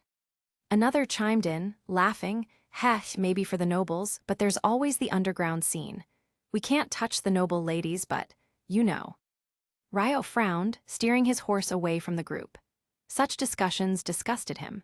The aristocracy within Sina's walls, living in luxury and ignorance of the world outside, stirred nothing but disdain in him. Meanwhile, a different conversation took place nearby. Hey Petra, what do you think they'll reward us with for this mission? I mean, I took down 6 Titans. Aluo boasted, grinning. Petra chuckled softly. I don't know, Aluo, maybe the same as last time. Aluo pressed on, seemingly oblivious to the teasing tone in her voice. Ryo couldn't help but notice how Aluo's exaggerated demeanor resembled Captain Levi's, albeit poorly executed. It didn't take much to guess why Aluo clearly admired Petra and thought imitating Levi might win her over. Yet Ryo silently shook his head. Wasn't this strategy only making Petra think more highly of Levi? A counterproductive effort, to say the least. As the conversation shifted to potential rewards, Petra mentioned the 51st expedition. Last time, we were rewarded for securing supply points. It wasn't easy, but it laid the groundwork for future missions. This time, though, we didn't achieve our objective, so who knows? Aluo's enthusiasm waned, especially when he glanced at Ryo. He grumbled inwardly. With 22 Titan kills under Ryo's belt, the newcomer would likely claim the lion's share of any reward. Don't be too excited just yet, Eld interjected, his tone serious, which drew everyone's attention. "Why not?" Mikasa asked, her interest piqued. She had performed admirably, taking down 5 titans. The thought of a reward excited her. It would allow her to bring back supplies for Eren and Armin. Eld's gaze swept across the group before resting on the streets ahead. "There are soldiers watching us," he said gravely. Ryo's eyes narrowed as he followed Eld's line of sight. The crowd lining the streets within the Sina Wall's special zone appeared festive, but among them were individuals who seemed out of place. Their stiff movements and observant gazes were unmistakable signs of soldiers in disguise. "Military police?" Levi asked, his voice calm but laced with an edge. Eld nodded. "Most likely. This is their territory, after all. The garrison stays outside the wall, and only the military police operate within." Mikasa frowned. "Are they spying on us?" "Spying or worse," Eld muttered. His eyes darted to the rooftops. "If they have any ill intent, those rooftops are the perfect vantage points for an ambush." The air grew heavy. Even Hanji, who had been daydreaming earlier, fell silent, her usual carefree demeanor replaced with a calculating expression. Ryo's grip on his reins tightened. The royal city, far from being the beacon of civilization it claimed to be, harbored shadows even darker than the titans outside the walls. Here, humanity's true enemy wasn't just titans, it was the corruption that festered within. Chapter 117, The Tension of Politics. A week after the 52nd Outer Wall Survey, the Survey Corps delegation left their base and prepared to head to the royal city. This was a routine combat report, which had nothing to do with Ryo, but who could blame him for his outstanding performance in this battle? So, as a combat hero, Ryo was also brought along by the captain. The people heading to the royal city included the entire Levi squad, Hanji, the squad leader, and the captain. There were about 30 people in the group. "I heard that the royal city is very prosperous, and the women there are all dressed very beautifully and nobly. I don't know if I can." "Hee, that depends on your ability. However, I heard that most of the people in the royal city are nobles, so this kind of thing is unlikely. But there must be underground brothels in places like this. We can't get those noble ladies, but we can look for those underground ones. It seems that it may be possible." After surviving the catastrophe, some soldiers began to think about the issue of women. For the Titans, it seems that they fight on the battlefield for money and women. Ideals, beliefs, and the responsibility to save all mankind don't have much impact on them. The Survey Corps is slightly better than other corps. After all, the original intention of many people joining the Survey Corps is to contribute their strength to expel the Titans, while the corruption in other corps, such as the Garrison Corps and the Military Police Corps, is very noticeable. Ryo frowned slightly and drove his horse a little away from these people. He didn't want to hear such discussions. It was meaningless. The people in the royal city are all royal relatives or upper-class aristocrats. Their lives are completely different from those of the people outside the wall of Sina. For Ryo, there is only disgust, but no good feelings towards such people. "Hey, Petra, what do you think the higher-ups will reward us based on our performance this time? After all, I am the strongest man who has conquered the most Titans. If I am not rewarded with some good things, I will not be happy." Aluo was really bored along the way and kept pestering Petra with questions. Ryo was a little strange. Why did he feel that Aluo seemed to like Sister Petra? He usually liked to pretend to be the captain and imitate the captain's behavior. Did he see that Sister Petra liked the captain? Pretending to be the person loved by the person you love, and then trying to please the person you love and impress her, isn't this method a little too stupid? Wouldn't this constantly strengthen the impression of the captain in Sister Petra's heart, and unconsciously compare the two of them, then conclude that the captain won? This guy Aluo really doesn't use his brain. I don't know, but it stands to reason that there should be a reward like last time. During the 51st investigation outside the wall, the Survey Corps suffered heavy casualties, but successfully completed the material storage work at 3 storage points, laying the foundation for the future counterattack. So people including the king and the president commended them and gave them a lot of materials. Of course, there are also many money rewards. But the reward that time was based on their completion of the set task. This time, although they won a great victory in the battle with the Titan, their goal was not achieved, so no one knows whether they can still get a reward. Hee, it's not bad to have money. Speaking of which, my wallet has been poor for many days. If there is a bonus, I will treat everyone to a meal. This is the news that Aluo wanted. He conquered 6 Titans. According to the previous bonus, 1 Titan is 10 gold coins, so he can get a reward of 60 gold coins, which is basically several years of military pay. It is a small fortune for him. However, when Aluo thought of Ryo killing 22 Titans, if calculated according to the standard of this reward, this kid will get 220 gold coins at once. Basically equivalent to more than 10 years of salary. In comparison, his bonuses seem to be insignificant. So Aluo became dejected again. Don't be so happy too soon. Elder's voice sounded serious, pouring cold water on the people who were secretly happy. What's wrong, Elder Senior? Mikasa was actually quite happy just now. She defeated 5 Titans. According to the previous bonus distribution rules, she can get 50 gold coins. With this money, when she returns to the training corps in the future, she can bring back a lot of good things for Eren and Armin. Therefore, she was very concerned about Elder's words at this time. Look, are there a lot of soldiers hiding around us? At this time, everyone was passing through the special zone of the Sina Wall. There were many people watching on the street here, and among the crowd, there seemed to be many people with bad intentions. The movements and expressions of these people could be distinguished as soldiers. Therefore, after Elder discovered this situation, he had a bad feeling in his heart. He instinctively felt that this time, things were not that simple. It seemed that this time they went to the royal city, and they would not be welcomed as before. Are these people from the military police?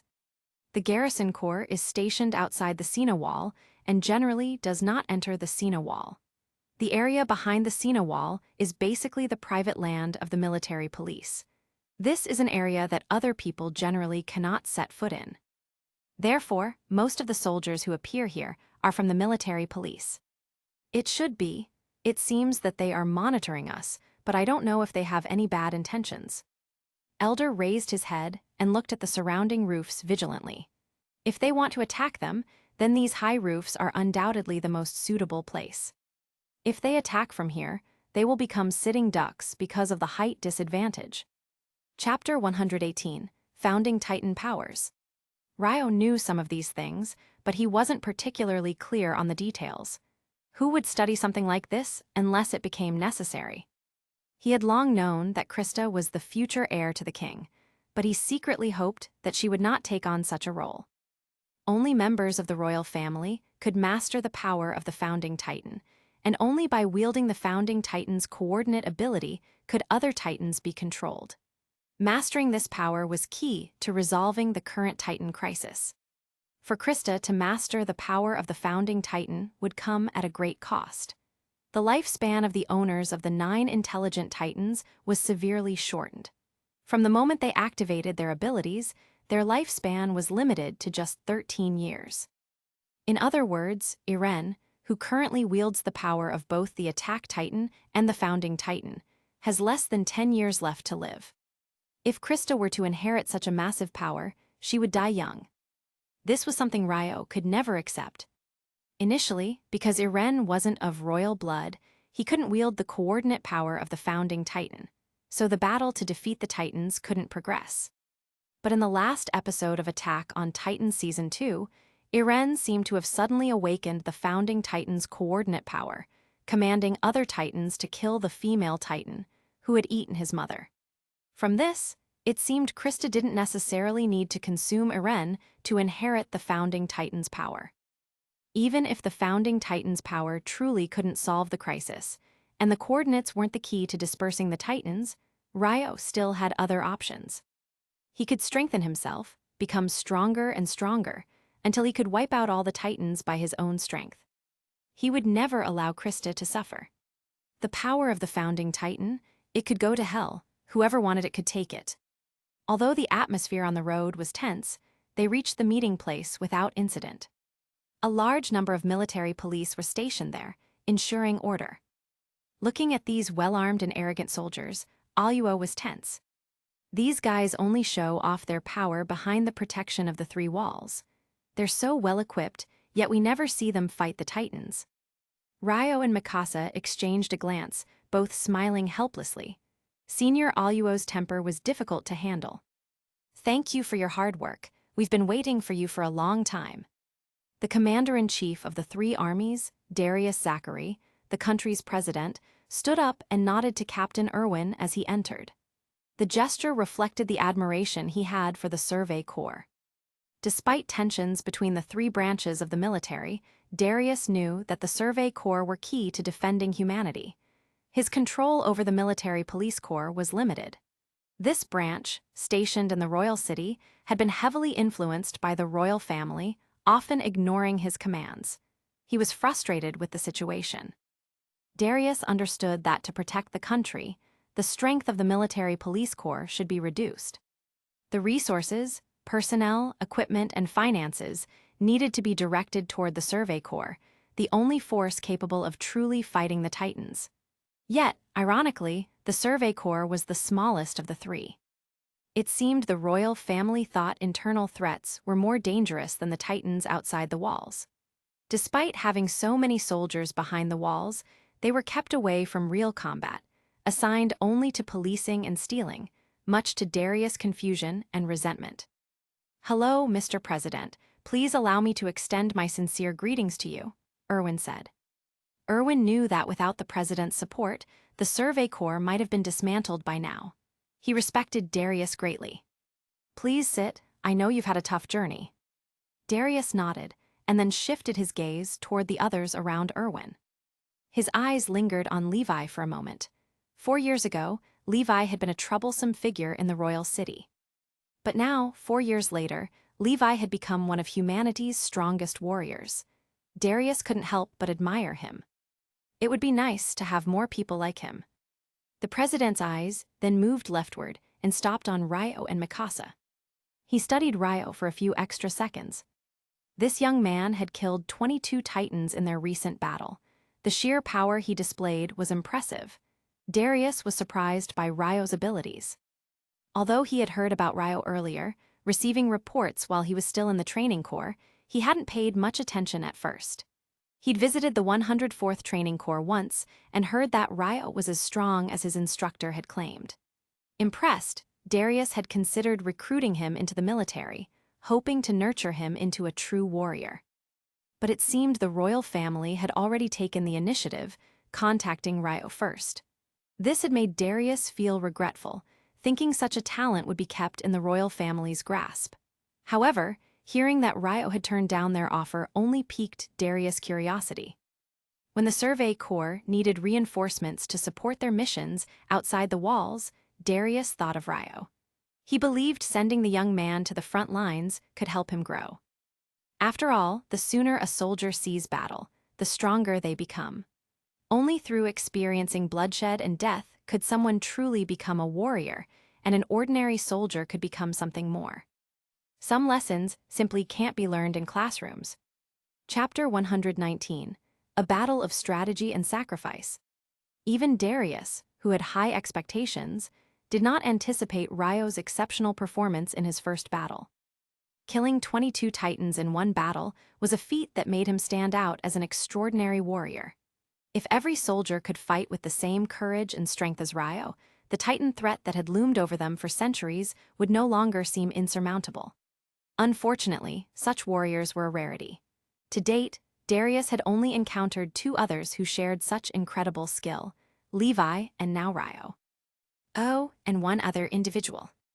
Thinking about that particular person brought a sneer to Darius's lips. That man, consumed by revenge, didn't deserve to be called a true warrior. His strength, though undeniable, was clouded by personal vendettas and lacked the disciplined purpose of someone like Ryo or Levi. Darius's gaze lingered on Ryo as he silently acknowledged the young man's potential. "Irwin, I've read your previous battle reports," Darius said, his tone measured. "But I haven't seen your detailed combat summary. Did you bring it this time?" Irwin nodded, rising from his seat. "Of course."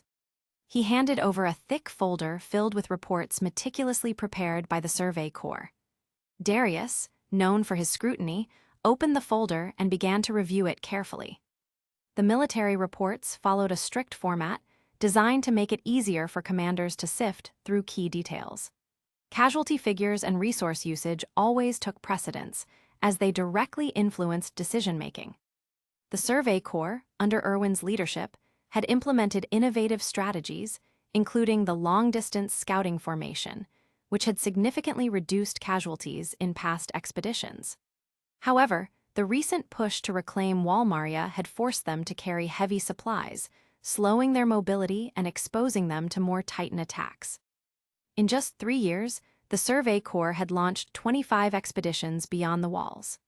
The frequency and intensity of these missions were taking their toll, and Darius often wondered how much longer the Corps could sustain itself before it was bled dry. But today, as he read through the casualty numbers from the latest mission, he felt a momentary sense of relief. The losses were lower than he had expected. Still, the mission's ultimate objective, to advance and establish a stronghold in Walmaria, had not been achieved. Placing the report on the table, Darius looked up at Irwin. The operational objective wasn't achieved this time. What's the Survey Corps plan moving forward?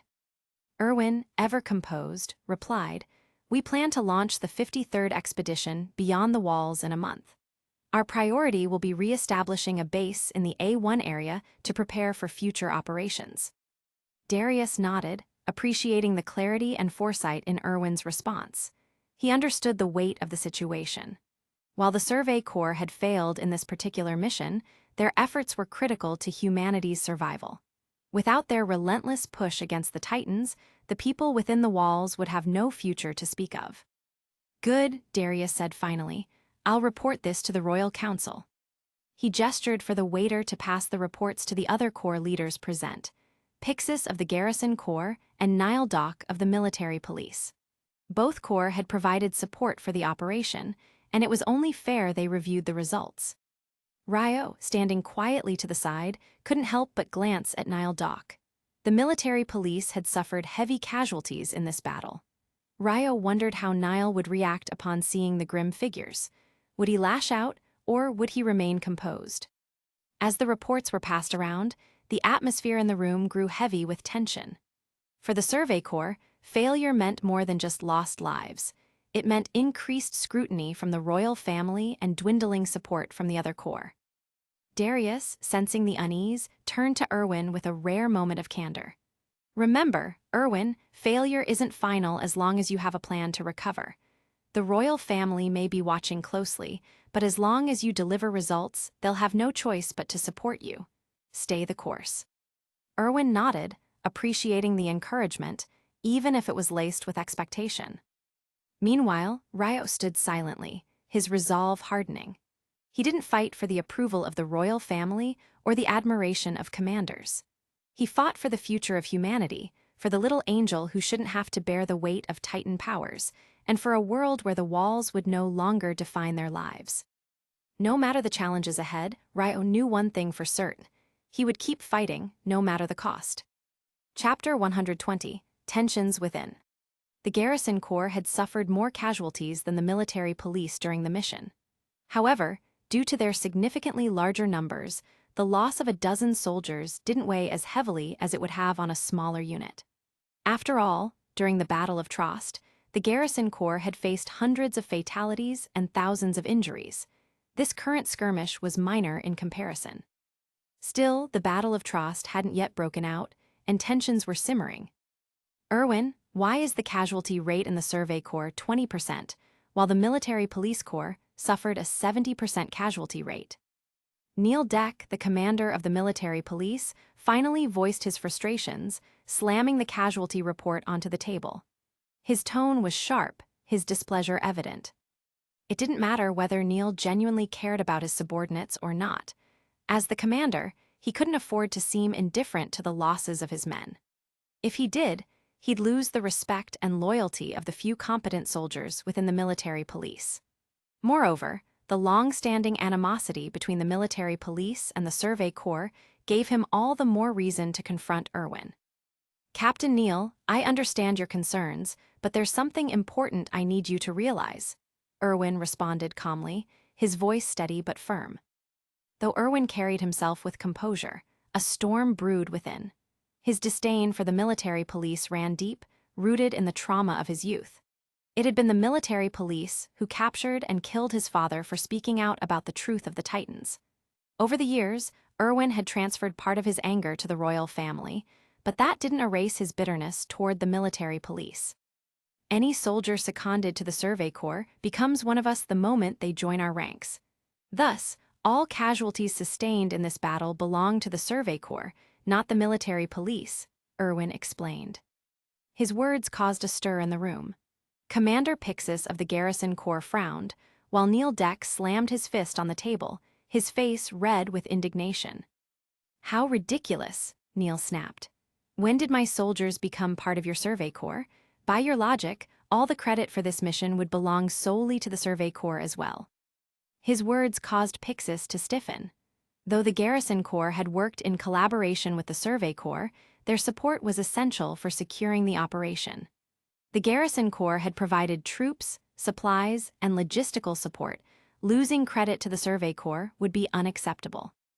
Neil was calculating, driven by self-interest and the need to protect the military police's reputation. Resources within the walls were finite, and any increase in support for the Survey Corps would inevitably mean a reduction in resources allocated to the military police. Such an outcome would jeopardize Neil's standing and the benefits enjoyed by his corps. Erwin, unfazed, met Neil's glare with a calm but piercing gaze. "I never claimed sole credit for this operation, Captain Neil," Erwin said. His tone was measured, but the weight of his words carried an air of authority. Neil hesitated, sensing that Erwin was setting a trap for him. "This mission's results were achieved through the combined efforts of humanity," Erwin continued, his voice steady but sharp. "The Survey Corps, the Garrison Corps, and even the military police contributed. Yet your reaction implies that you seek to isolate the military police from the rest of humanity. Are you suggesting that your corps stands apart from our shared struggle against the Titans?" Neil's face darkened. Erwin's words were cutting, and the faint smile that played on his lips felt like a challenge. Before Neil could respond, Darius Zachary, the Supreme Commander, intervened. "Enough," Darius said, his voice heavy with fatigue. "Our command will determine the allocation of credit for this mission. This argument serves no purpose. If there's nothing further, consider this meeting adjourned." The room fell silent. One by one, the officers stood and saluted Darius before exiting. The once-crowded chamber emptied quickly, leaving only the remnants of unresolved tension hanging in the air. Outside, the mood remained tense. The jurisdiction of the military police corps made the Survey Corps soldiers uneasy, and they instinctively moved to protect Erwin. "Haha, don't be so nervous," Erwin said with a rare chuckle. "If Neil had the courage to act against us here, he wouldn't be called Neil Deck." The commander's humor lightened the mood slightly, prompting a few weary smiles. At Erwin's signal, the soldiers lowered their weapons and fell into formation, following closely behind him as they departed. Though the meeting had ended, the conflict between the corps remained unresolved. Within the walls, the fight for humanity's survival was not only against Titans, but also against the divisions among its own people. Chapter 121, A Curious Encounter, Bonus. "Is that Commander Pixis?" As they approached their lodging, a few horses stood tethered outside, drawing everyone's attention. Among them, a bald older man caught Ryo's eye. Recognizing him immediately, he realized this was Commander Pixis, the charismatic leader of the Garrison Corps, whom they had encountered earlier during the meeting. Pixis seemed to be waiting for them. Standing beside his horse, his gaze pierced through the crowd, landing on Ryo. This directness unsettled him, though he tried not to let it show. Captain Erwin dismounted gracefully, walking over to Pixis with his usual composure. "Commander, are you here waiting for me?" Pixis offered a genial smile. "Yes, but not entirely." His focus shifted back to Ryo, studying him with an appraising look. "Young man, I've heard much about your performance. I know others may have tried to recruit you, but I'll ask anyway. Would you be interested in joining the Garrison Corps?" The straightforwardness of the question caught Ryo off guard. Being asked directly by someone of Pixis, rank left little room to maneuver. "Well, I'm sorry, Commander Pixis," Ryo replied, scratching his head and attempting to appear as unassuming as possible.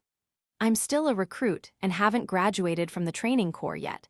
I think it's too early to make any decisions. I'll consider my options once I've completed my training." Pixis chuckled warmly. "Fair enough, we'll wait until you graduate then." His attention returned to Irwin. With a playful tilt of his head, he gestured towards his horse. "Captain Irwin, how about a little competition? Let's see which one of us is the better rider."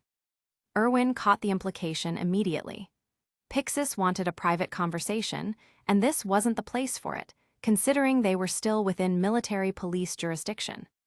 "An honor, Commander Pixis," Irwin said with a courteous smile. "Your reputation as an exceptional rider precedes you. I'd love to learn from the best." "Let's go," Pixis said, effortlessly mounting his horse and galloping off. Irwin followed suit, his cloak billowing behind him as he took off after Pixis. With their departure, the remaining soldiers stood awkwardly, unsure of their next move. Hange, however, wasted no time. Throwing an arm around Petra and Mikasa, she grinned mischievously. "I've heard there are some amazing shops around here. Petra, Mikasa, care to join me for a bit of shopping?" Petra hesitated, clearly caught off guard. Sure, Captain Hange." Mikasa, on the other hand, looked slightly embarrassed. I don't have much money to spend," she admitted quietly. Hange grinned wider, her attention immediately snapping to Ryo. With a sly glint in her eyes, she teased, "Well, isn't that convenient? Ryo, aren't you and Mikasa practically inseparable? Living together, training together. You're basically a couple, right? As her boyfriend, it's only fair you cover her shopping expenses." Ryo froze, utterly blindsided. What? That's not." But Hange didn't give him a chance to protest. She snatched his wallet with lightning speed, laughing triumphantly. "Thanks, Ryo. We'll bring you back something nice." Mikasa, meanwhile, blushed furiously but said nothing, her silence only adding fuel to the fire. "Why didn't she deny it?" Ryo muttered to himself, still dumbfounded. The others around him, noticing his plight, gave him a mix of teasing and sympathetic looks. "Come on," one of the soldiers said, clapping a hand on Ryo's shoulder. "Let's leave them to it and grab some drinks. I hear the malt liquor here is pretty decent." With a resigned sigh, Ryo followed the group toward a nearby tavern. His wallet may have been taken hostage, but there was no undoing it now. Meanwhile, Hange, Petra, and Mikasa wandered through the bustling marketplace. Hange, as always, led the way with boundless energy. "Mikasa, you're still blushing," Hange teased, glancing at her out of the corner of her eye. "You're not seriously into him, are you?" Mikasa shook her head furiously, her blush deepening. "And no, it's not like that." Hange chuckled, clearly unconvinced but deciding to drop the subject. She shifted her attention to the stalls lining the street. "What should we buy? I've heard the moisturizing cream here is excellent, and these anti-crack lotions smell amazing. Don't they smell good?" Though often carefree, Hange seemed remarkably knowledgeable about such items, much to Petra's surprise. Chapter 122, The Blue Glowing Blade.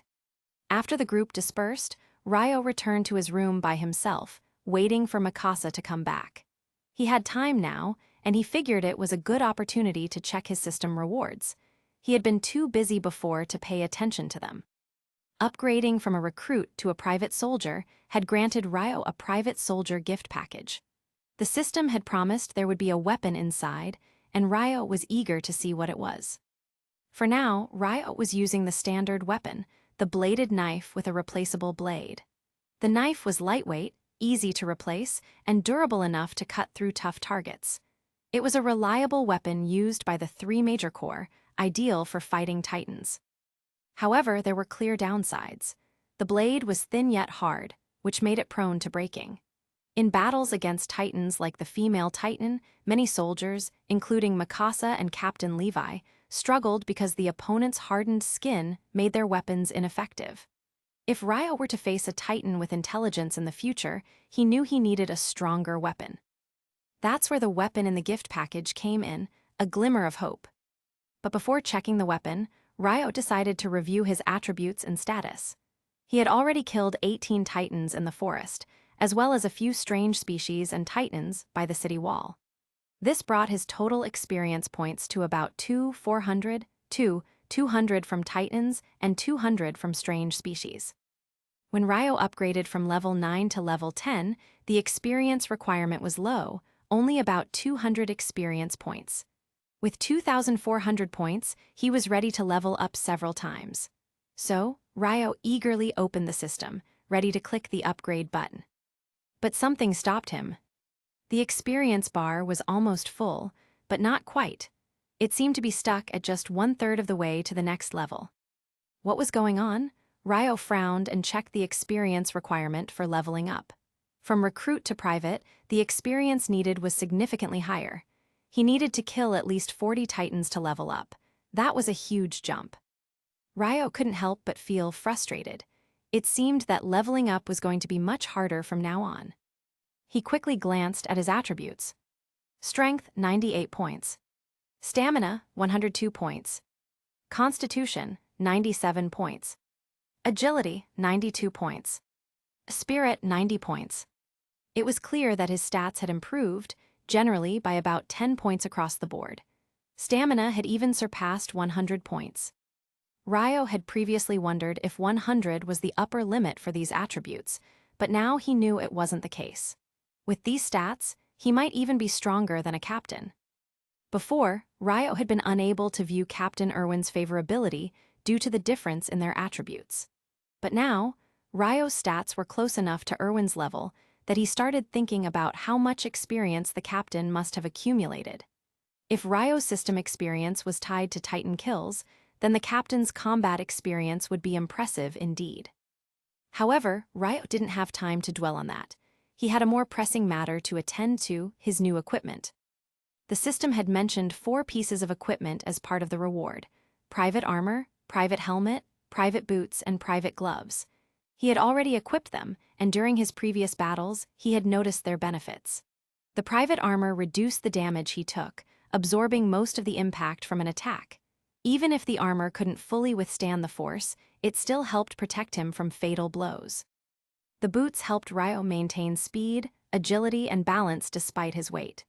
As for the gloves, they were more than just protection. They boosted his strength significantly. While Ryo's strength stat was 98, he could strike with the equivalent of 120 points of strength, which was more than enough to challenge titans. But the real prize was the weapon that caught his eye, the Miao Dao. It glowed with a faint blue light, a weapon unlike anything he had used before. Ryo's heart raced as he reached for the blade. This weapon might be exactly what he needed to face even the most dangerous titans ahead. Chapter 123, The Electric Soul Miao Dao. The Miao Dao sounded cool, but if you want me change it, just comment, rested in Ryo's hands like an extension of his own body, its craftsmanship and power evident at a glance. Similar to a samurai sword in design, it surpassed the latter in sheer power, enhanced further by its unique attributes. When Ryo held the weapon, he felt a current of thunder and lightning flowing along the blade, an energy that made his fingertips tingle. The hilt bore 2 small engraved characters: Electric Soul. "So, this is the Electric Soul," he murmured, examining its design. The weapon had a blood groove along the blade, with a thicker back and a paper-thin edge. Its weight was perfectly balanced, almost as if it had been made specifically for him, but its thinness made Ryo hesitant. "System, will this blade hold up in combat? It feels too delicate," he asked aloud, running his fingers along the glowing edge. "It's possible for the blade to be damaged, but it is highly unlikely," the system replied confidently. A stream of information appeared before Ryo, detailing the Miao Dao's attributes. Hardness, 9. Flexibility, 8. Destructive power, 9. Ryo scanned the data, his interest piqued. "Hardness refers to the weapon's strength, right?" he confirmed. "Correct. A weapon with high hardness can withstand significant impacts, but strength alone isn't enough," the system explained. Flexibility ensures the weapon can endure various conditions, such as extreme cold, heat, or humidity. Without it, even the hardest blade would fail in adverse environments. Ryo nodded thoughtfully, impressed by the Miao Dao's balance of traits. The last attribute, destructive power, was even more intriguing. Destructive power isn't just about cutting strength, the system continued. With the electric soul, there is a chance to paralyze opponents with the weapon's lightning attribute. It's a wide-ranging enhancement, far beyond standard weapons. Ryo gripped the Miao Dao firmly, feeling its potential. It wasn't just a blade, it was a game-changer. Yet, his curiosity was piqued by something the system mentioned earlier. You talked about artifacts. What are those, and how do they compare to this? Artifacts are legendary weapons, the system explained. They possess an additional unique trait beyond standard weapons. However, they are rare and incredibly powerful. The host's current strength is insufficient to wield one without risking harm or destruction. Ryo scoffed, feeling underestimated. How can you be so sure? Let me try it. Your level is too low, and forcing it could result in a deadly backlash, the system replied bluntly. Before Ryo could protest further, the system went silent, forcibly cutting the conversation short. Well, that's rude, Ryo muttered, setting the Miao Dao down. Still, he couldn't deny that the electric soul already gave him a significant advantage. He'd deal with artifacts later, when he was strong enough to wield them without question. Just as he was lost in thought, he heard voices outside. Hanji and the others were back, their footsteps nearing his room. Among them, Mikasa's voice stood out. Knock, knock, knock. The sound of her knuckles against the door startled Ryo. He hastily hid the Miao Dao beneath his blanket and composed himself. Ryo, are you in there? Mikasa called. I'm here, come in, he replied, opening the door just as she was about to knock again. Her hand nearly collided with his face, making her pause mid-motion. Mikasa's calm expression softened slightly. She handed him a small pouch. Here's your wallet back, we didn't use much. Ryo glanced at the pouch. He had only a few coins left after sending most of his earnings to Krista, but he didn't mind. Keep it. Use whatever's left for yourself and the others if needed, he said casually. Mikasa hesitated, then nodded, her voice quiet. Thank you. As she turned to leave, Ryo caught a glimpse of her faint smile. It was rare, but it made him realize how much he valued these fleeting moments of peace amidst the chaos. Chapter 124. The Commendation Ceremony. Thank you, here's your wallet. Mikasa's cheeks flushed as she handed Ryo his wallet, her voice soft and hesitant. Ryo found her unusual demeanor strange. Mikasa was always composed and confident, yet today she seemed embarrassed. Could it be something Hanji said to her earlier? It's okay.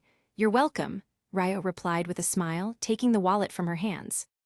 I'm sorry for using your 2 gold coins. I'll return them as soon as we receive the reward, she added quickly, her face turning an even deeper shade of red. She avoided eye contact, opting to look down at the floor instead. Ryo chuckled. Haha, it's really not a big deal.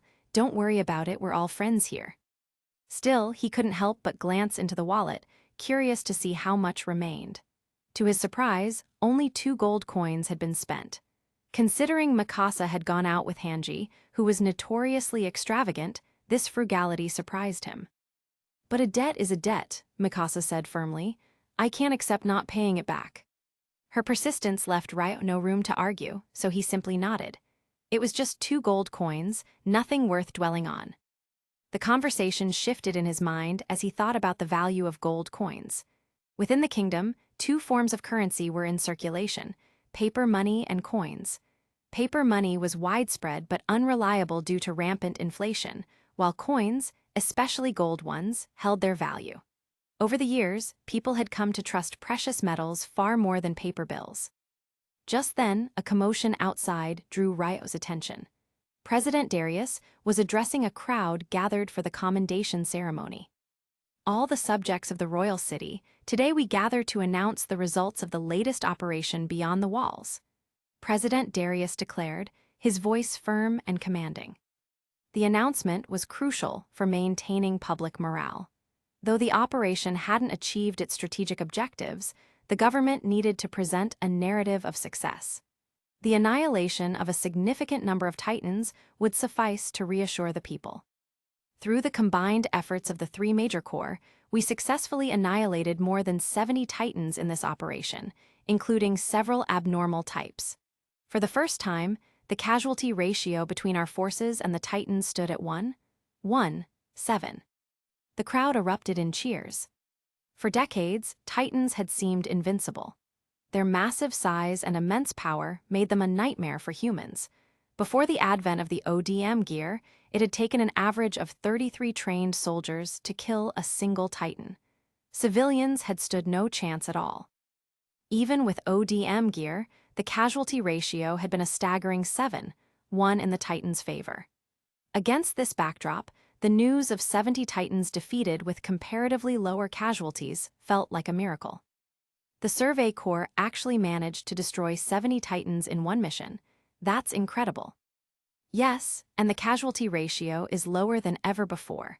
Does this mean we might actually be able to reclaim Walmaria someday? If Titans can't reproduce, killing them one by one will eventually lead to victory. There's hope after all. President Darius observed the growing enthusiasm in the crowd and smiled. This was precisely the reaction he'd hoped for. By highlighting the positives and omitting the negatives, he could rally public support without resorting to outright lies. Now, let us honor the brave soldiers who contributed most to this victory. The announcement of the commendations was met with thunderous applause. First, let us welcome Mikasa Ackerman, who ranks third in the number of Titans killed during this operation, with a total of 5. The crowd erupted again as Mikasa stepped forward. She carried herself with grace and determination, her face betraying no hint of the embarrassment she had shown earlier. President Darius personally placed the medal around her neck and handed her the reward money. The cheers grew louder as Mikasa bowed slightly and stepped back. Watching from the sidelines, Ryo felt a surge of pride for her. This was just the beginning of the ceremony, and he couldn't help but anticipate his own name being called next. Please check out my novel, The Rise of Third-Rate Villain. Chapter 125, The Commendation Ceremony. The crowd erupted into thunderous cheers. Mikasa's presence on stage had drawn even more excitement. Her pure, delicate appearance contrasted sharply with her formidable combat skills, making the audience's admiration skyrocket. As expected of the Survey Corps, even their female soldiers are this strong. If third place took down 5 Titans, how many did first place manage? As speculation spread, the announcer continued. Now, we welcome the soldier who placed second in this operation, Aluo Bazart. He successfully defeated 6 Titans, bringing his total to 45. Aluo stepped onto the stage with a proud grin, basking in the cheers.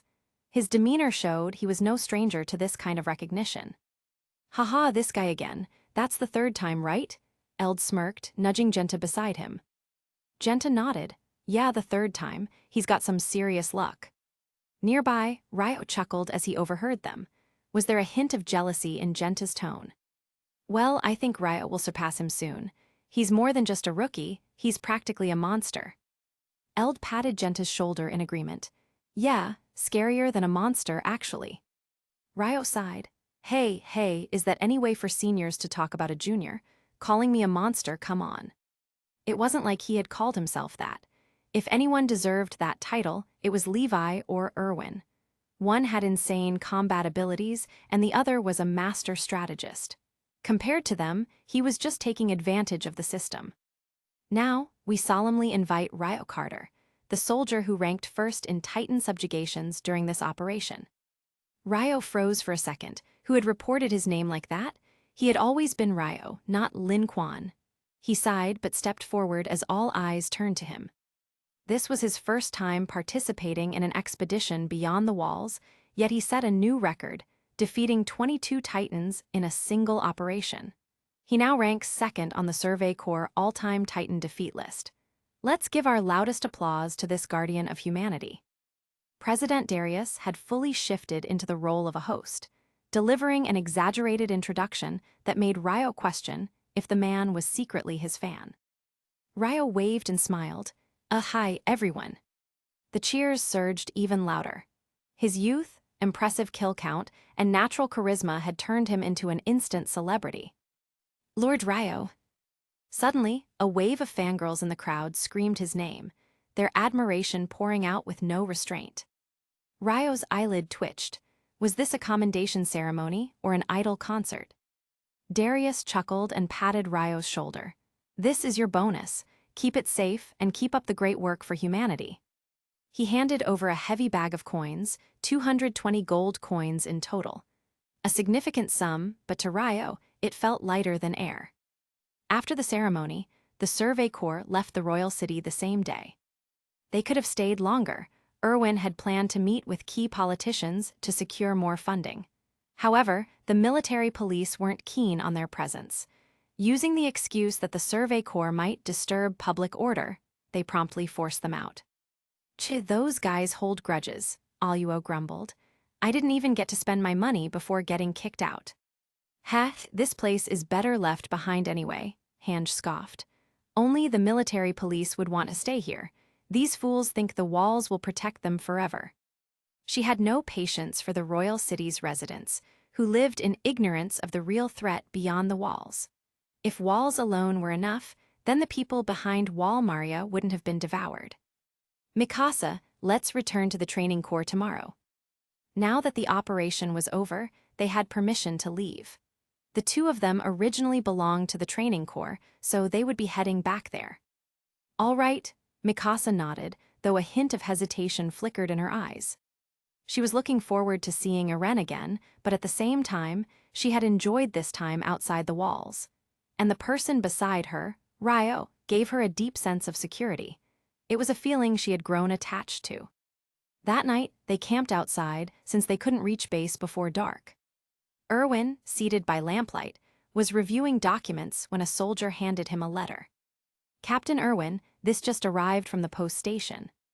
Erwin glanced at the envelope, noting the emblem of two crossed swords. It was from the training corps. All right, got it, you're dismissed. As the soldier left, Erwin opened the letter, his expression unreadable in the dim light.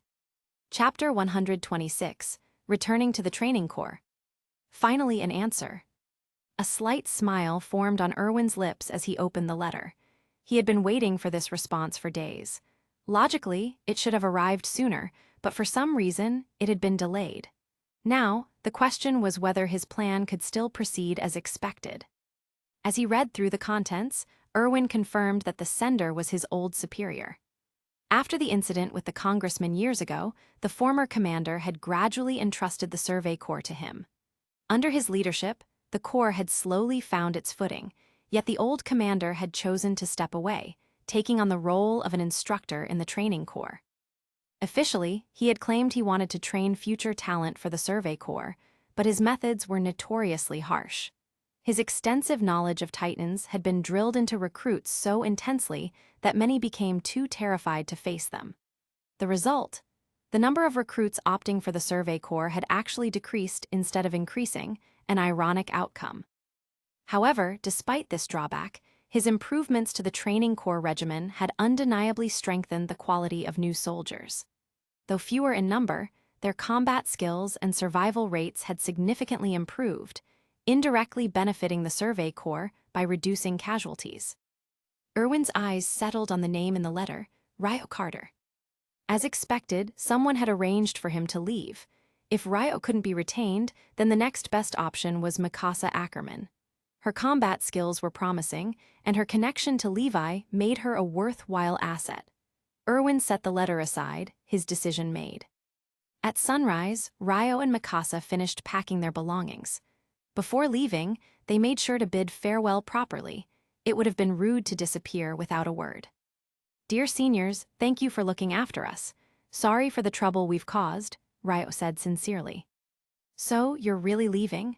Eld asked, reluctant to see them go. Ryo, are you sure? Staying in the Survey Corps isn't such a bad idea. Aluo and the others had also gathered, sharing the same sentiment. Strong, reliable, and easygoing comrades weren't easy to come by. Compared to Aluo's arrogance, Ryo was far more pleasant to work with. If they could trade, they might have sent Aluo back to the training corps and kept Ryo instead. Ryo chuckled. My time here has been unforgettable, but I have other commitments. If I return after graduation, let's meet again as comrades. He flashed them a bright, confident smile. Parting words should always leave the best impression, so that when others remembered you, they'd think of your finest moments. Well, if that's the case, we won't force you, Eld sighed, understanding Ryo's resolve. Turning to Levi, Ryo gave a small bow. Captain, thank you for everything. Please take care. If you're going, then go. No need for all this sentimental nonsense, Levi scoffed, waving him off. He turned away and left without another word. Ryo wasn't offended. That was just how Levi was. Haha, Captain Levi is like that, Hanji said, stepping forward. But me, I'm much more enthusiastic, right, Ryo? Before he could react, she lunged at him, wrapping him in a crushing bear hug. Captain Hanji, wait, I can't breathe, Ryo gasped, struggling in her grasp. Oops, sorry, Hanji grinned sheepishly, releasing him. I got carried away, but remember my enthusiasm, okay? Or should I give you another hug just in case? Please no, Ryo backed away, hands raised in surrender. You have to come back, brat. I need your help catching titans. These guys refuse to help me. Hanji pouted, gesturing at the rest of Levi's squad. Aluo immediately retorted, Captain Hanji, have you forgotten that you nearly got me killed? If Captain Levi hadn't saved me, I'd have been Titan food. HMPH, and because of you that Titan died. A talking Titan, no less. If it were still alive, we could have learned so much, Hanji argued. The two quickly descended into a heated argument, with Hanji being the more aggressive one. Aluo was no match for her in a verbal or physical fight. Watching the ridiculous scene unfold, Ryo sighed and turned to Mikasa. Mikasa, let's go home. She nodded, but as they walked away, she couldn't help but glance back. This past mission had been an incredible experience, and a part of her had grown attached to the Survey Corps. But her mind soon drifted to thoughts of seeing Eren again. Even so, she had to admit, the person beside her had given her a sense of security she hadn't felt before. It was a feeling she wasn't quite ready to let go of. With that, they set off toward the training corps, leaving the Survey Corps, and their memories of this mission, behind. Chapter 127, A Shift in the Training Corps. Ever since Ryo and Mikasa left, the atmosphere within the training corps had changed drastically. The two best soldiers among them had been sent to the most dangerous battlefield, accompanying the Survey Corps on an expedition beyond the walls. Everyone understood what that meant. The casualty rate for the Survey Corps was notoriously high, which was precisely why most recruits never even considered joining. The military police offered safety, comfort, and prestige. It was no wonder so many aspired to join. Even if that path was out of reach, the garrison provided a much safer alternative. But now, a new fear had taken hold.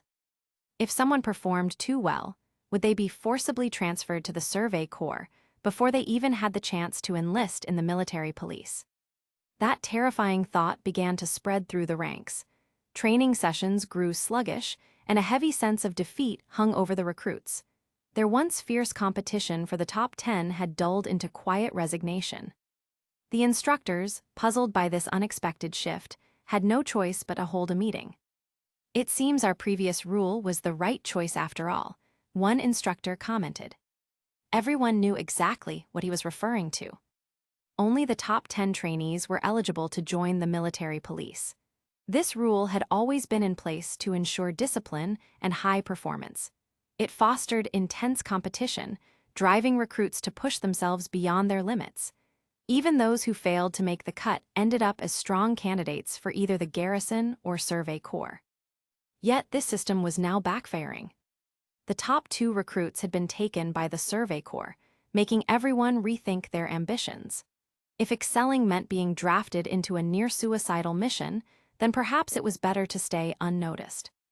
Well, that's true, but this was a special case, another instructor argued optimistically. The Survey Corps won't be recruiting from us again anytime soon. If we just spread the word, the issue should resolve itself. That may be true, a third instructor interjected, but what if they do come back? What do we do then? Before they could continue debating, a soldier entered the room and saluted. Instructor Keith, you have a letter. Keith took it, his expression neutral. Bring it here. It was from the Supreme Command. As he read it, his lips curled into a rare smile. Well, looks like those two have done us proud. The letter was an official commendation. recognizing the training corps for producing such outstanding soldiers in the recent Survey Corps operation. Ryo and Mikasa's performance had not only earned them individual accolades, but had also reflected positively on the entire corps. This is excellent news. I told you those two wouldn't die so easily. Not only did they survive, but they achieved something great. That's a win for us, isn't it? We should give them a proper welcome when they return, Keith said firmly. They deserve it. The instructors exchanged nods of agreement. A plan was set in motion. Meanwhile, on the training grounds, the recruits found themselves assigned an unusual task. Irene, do you have any idea why we're building this thing? Armin asked as he adjusted a wooden beam. Training had been abruptly halted, and now, under the instructor's orders, they were constructing a platform in the middle of the grounds. I'm not sure, Irene admitted, wiping sweat from his forehead, but it looks like someone important is coming. If an important guest is arriving, does that mean there'll be extra food in the mess hall? Sasha perked up at the thought, her stomach already grumbling. Armin chuckled, but Krista shook her head. That might not happen. Supplies have been tight lately. If they serve a feast, it'll probably be just for the officers. Sasha groaned dramatically. That's so unfair. Emir smirked. If you're that desperate for food, why not just go hunting? Sasha blinked. Ryo did it before, didn't he? And you're a hunter. Shouldn't this be easy for you? The conversation continued, but one thing was clear. Something big was about to happen in the training corps. Chapter 128, A Warm Welcome. Mikasa, did you bring anything special with you this time? After parting ways with the Survey Corps, Ryo and Mikasa made their way back to the training corps camp. The journey was long, and to pass the time, they chatted about random things. Special things? Not really. I just bought some books, some clothes for Irene, and a Bible for Armin. He should like it, Mikasa said, opening her bag and rummaging through it. She found the Bible and handed it to Ryo. Here, this is it. Oh, you don't have to show it to me. Isn't this for Irene and Armin? If you show it to me now, won't that spoil the surprise? Ryo scratched his head, feeling a little amused at her reaction. Mikasa blinked, then quickly lowered her gaze. Oh, I see. A faint blush crept onto her cheeks before she turned the question back on him. What about you, Ryo? You must have brought a lot of good things for Krista, right? Everyone in the training corps knew about Ryo and Krista. Their closeness had long been the subject of admiration and jealousy. They were notorious for being inseparable, making the single recruits grumble about their merciless displays of affection. The entire training grounds carried traces of their time together, and people often joked that their presence alone made life difficult for the unattached. Not much, Ryo admitted with a thoughtful look. I did buy her some things earlier, but I sent them back already. I'm actually curious. I wonder how she looks in those clothes. He leaned on his horse, deep in thought. Krista was small, much smaller than Mikasa.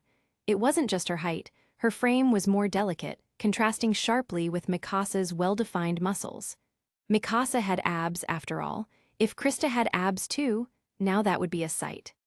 So you sent it back earlier? I didn't think of that, Mikasa mused. She had carried everything herself, never considering that she could have just arranged for a delivery. But then again, she hadn't bought much, and shipping cost money. After joining the Survey Corps, she had just enough to cover her expenses. The only reason she had money to buy gifts now was because of the reward they received earlier. Well, you learn from experience, Ryo chuckled.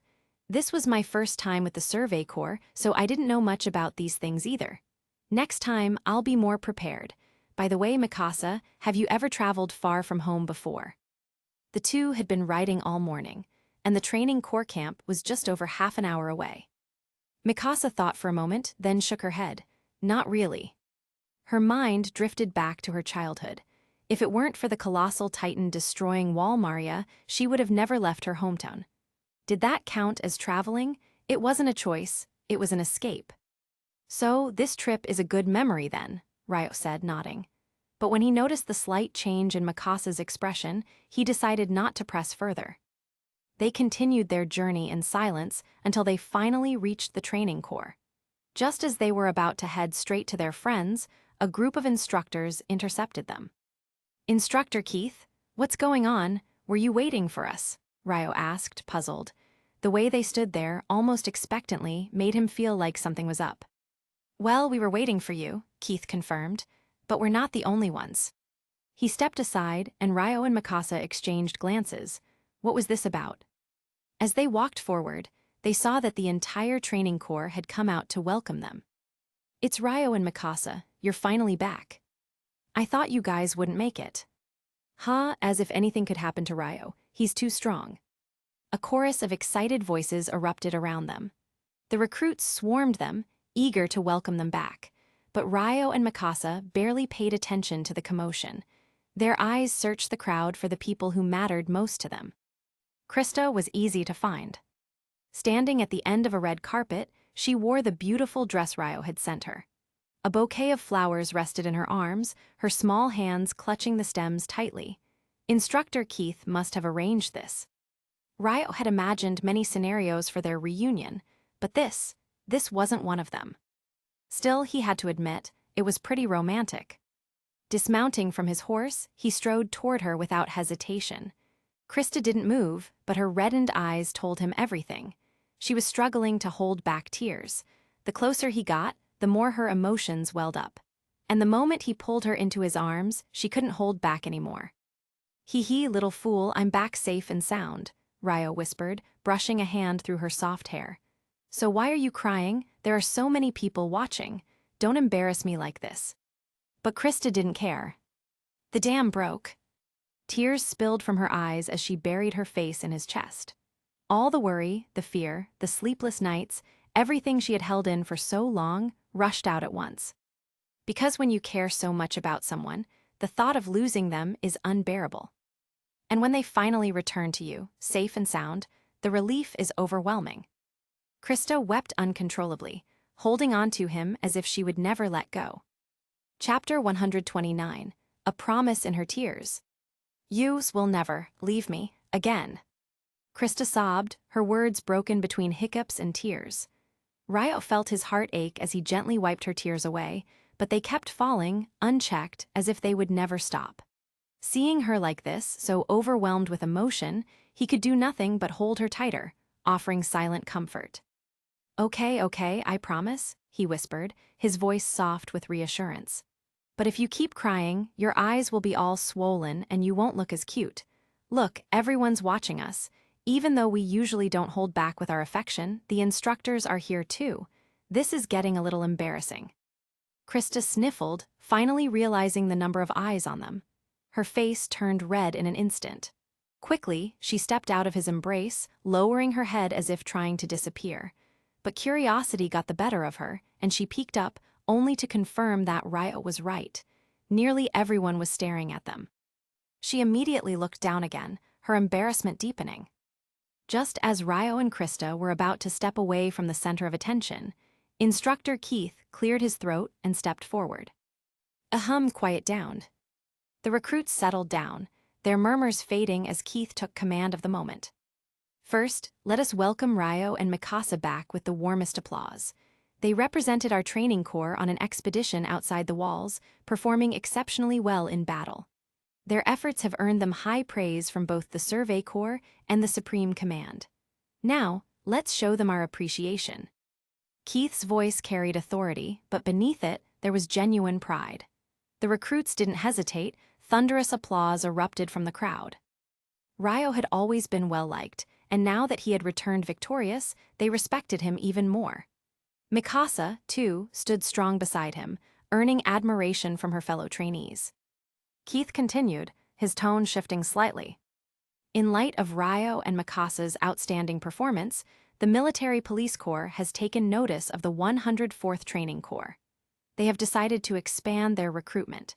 This year, instead of the usual 10, the top 12 graduates will be eligible to join the military police. The crowd reacted instantly. This was unexpected news.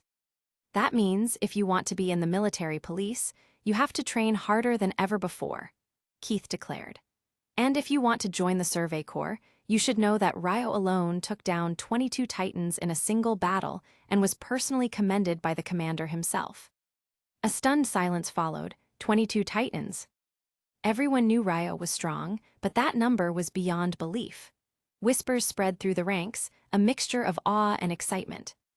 Keith seized the moment. If you want honor like Ryo, if you want status, safety, and a future in the military police, then you must train harder than ever before. His voice rang out with conviction. No more slacking off. You have seen with your own eyes that skill and dedication are rewarded. Make your choice. Will you be strong, or will you be left behind? His words struck a chord. The hesitation that had plagued the recruits after Ryo and Mikasa were sent to the Survey Corps was fading. Now, their eyes burned with determination. The fear of being drafted unwillingly was overshadowed by a newfound ambition. Keith observed the shift in their expressions and felt relieved. This generation might just produce more outstanding soldiers than expected. And as for Ryo, his potential was limitless. Killing 22 Titans in a single mission, it reminded Keith of another soldier, a young man whose skills had once seemed unbelievable. Levi. Ryo, however, didn't care about the instructor's speeches. While Keith kept the recruits occupied, he took Krista's hand and slipped away from the crowd. My palms are sweaty, Krista muttered, still sniffling. It seemed she hadn't fully calmed down yet.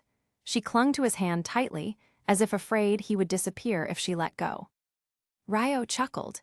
If only we had a thermometer, I wonder what the temperature between us would be. Krista looked up at him, puzzled. It's said that when lovers hold hands, the warmth between them can be measured. The closer they are, the higher the temperature gets, Ryo explained with a grin. Since my hand is practically burning up, I guess that means we're pretty close, huh? Krista's face turned even redder. She didn't reply, only squeezing his hand tighter. For her, warmth wasn't just in their hands. It was in knowing that Ryo was here, safe and sound. And as long as she could hold on to him like this, nothing else mattered. Chapter 130, The Warmth of Reunion.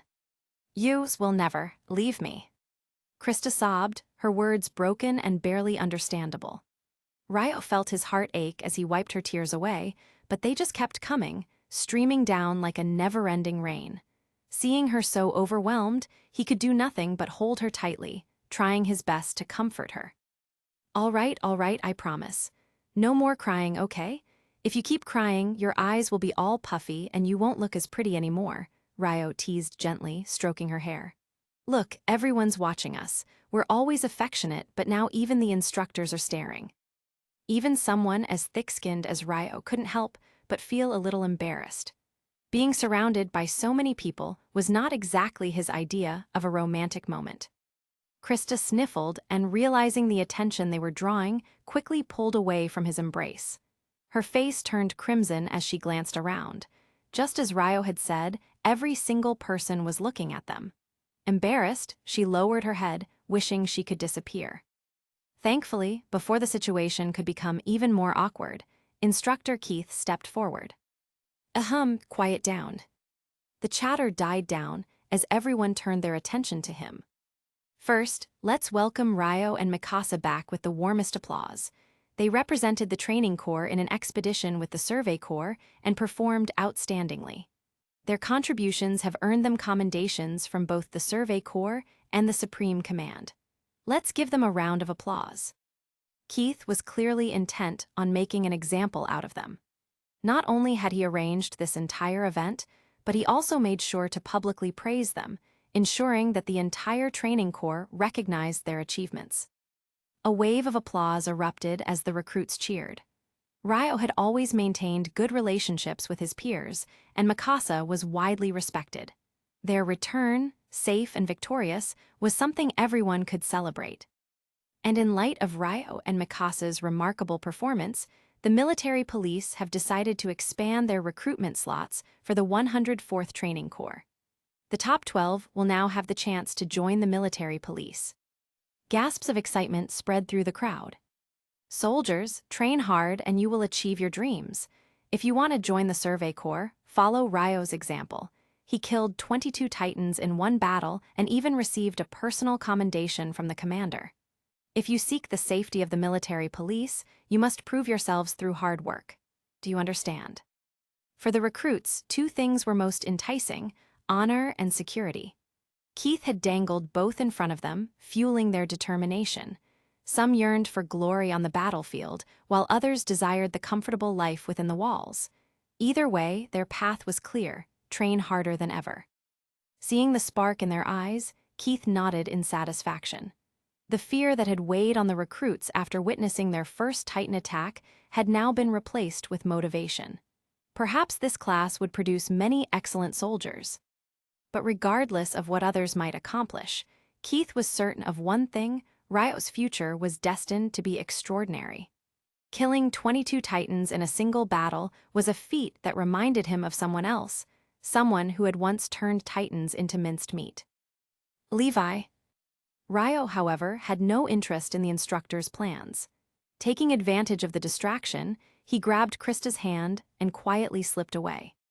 "What are you doing?" Krista whispered, still sniffling. "Escaping," Ryo grinned.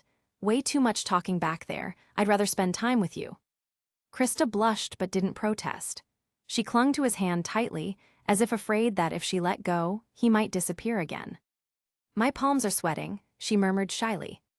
"Haha, if only we had a thermometer. I wonder what the temperature between us would be," Ryo mused playfully. "They say when lovers hold hands, the warmth between them can be measured." Krista tilted her head, confused. "A thermometer? What temperature?" Ryo quickly shook his head. Nothing, just some nonsense I picked up along the way." Krista didn't press further, but her heart pounded even faster. Despite how close they already were, walking hand in hand through the forest still made her feel like a girl experiencing first love.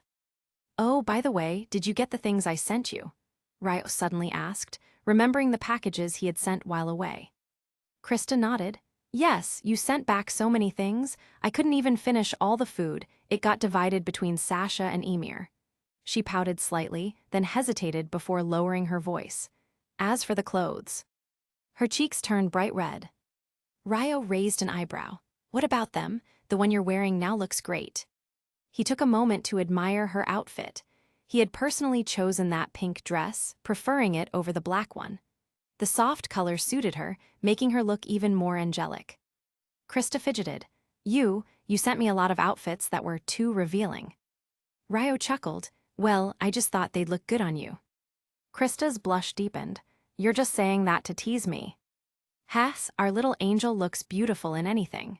He leaned in and kissed her forehead before whispering with a smirk, "She'd look good without clothes too." Krista froze. Before she could react, Ryo took off running. "You," Krista gasped, picking up a small stone and hurling it at him in frustration.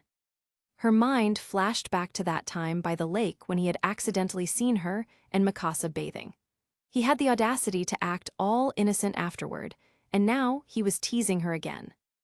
Meanwhile, back at the training corps, the recruits swarmed around Ryo and Mikasa, eager to hear about their experiences. Ryo, what was it like fighting Titans?" Connie asked, his face filled with a mix of excitement and anxiety. His hometown was south of Wall Rose, one of the first areas that would be in danger if the Titans ever breached the wall. Ryo shrugged. "You guys have already seen a Titan before, haven't you? There's no difference between the ones outside and the one that appeared here." The recruits shuddered at the memory. That Titan had nearly wiped them out. If Ryo hadn't acted when he did, many of them wouldn't be standing here now. "But the outside world, it must be terrifying, right?" Another recruit asked hesitantly. Ryo glanced at Mikasa, then back at the others. Should he tell them the truth about the horrors they had faced beyond the walls? After a moment, he simply smiled. "It's dangerous, yeah, but that's why we get stronger, so we don't have to be afraid." The recruits fell silent, absorbing his words. Some looked determined, while others remained uncertain. But one thing was clear: Ryo's presence alone was enough to inspire them. And as long as he was here, they knew they had a chance. Chapter 131, A New Challenge. After returning to the training corps, Ryo felt as if the entire world had slowed down. Compared to the relentless pressure of the Survey Corps, life here was far too easy. The daily drills and training exercises that once seemed exhausting now felt like nothing in comparison to the brutal reality beyond the walls. "Listen up, you good-for-nothings, you idiots." Instructor Keith's voice boomed across the field as he glared at the gathered trainees. "Today, I'm going to give you a task so simple even a dumb donkey could complete it." The recruits stood at attention, barely reacting. By now, they were used to his harsh words and didn't take them too seriously. Still, whenever he took this tone, it usually meant they were about to be assigned a new task or introduced to a fresh training exercise. Everyone couldn't help but feel curious about what was coming next. "There's a mountain 40 kilometers south of here," Keith continued. "At the foot of that mountain, there's a forest where some supplies have been placed. Your mission is to head there, retrieve those supplies, and bring them back. Do you hear me?" "Yes, sir," the soldiers responded in unison, their voices echoing through the training grounds. It didn't matter if they understood the details or not. At moments like this, shouting was the only right answer. Hesitation would only lead to trouble. "Thomas, step out." "Yes, sir." A blonde-haired trainee nervously stepped forward. He cast a wary glance at the instructor, already feeling uneasy. "Tell me, what did I just say?" Keith barked. Before Thomas could finish, the instructor's whip lashed out, striking him sharply. The loud crack of impact made the surrounding recruits flinch. "You think you can just go through the motions and get away with it? If you act this carelessly on the battlefield, you'll die," Keith snapped. 50 laps around the training grounds, move it." Thomas' face fell, but he had no choice but to obey. 50 laps, nearly 10 kilometers, would leave him completely exhausted. "Ryo, step out." "Yes, instructor." Keith turned his sharp gaze on him. "Tell me, what did you just hear?" The other recruits tensed. Everyone knew Keith's instructions had been vague. He hadn't explained the mission fully, just enough to see if anyone would slip up. If Ryo couldn't answer, would he be punished like Thomas? Ryo didn't hesitate. "Sir, the mission requires us to ride in pairs on horseback, record our observations along the way, reach the forest at the foot of the mountain, exchange information with our partners, and then return." Keith's eyebrows raised slightly. The recruits glanced at one another in surprise. How had Ryo known all of that? Keith hadn't provided that level of detail yet. His real intention had been to punish a notable figure and make an example of them. Ryo, with his growing prestige among the trainees, was the perfect target. If even he was disciplined, it would remind everyone that Keith was still in charge. But Ryo had answered correctly, without hesitation. Keith exhaled sharply. "Very good, return to your team." The recruits let out a quiet sigh of relief. Keith narrowed his eyes at them. "Did you all hear that?" "Yes, sir." This time, their response was even louder. "Good, now I'll divide you into 2 teams. When I call your name, move to your assigned group. The team leaders will be Ryo and Rienur."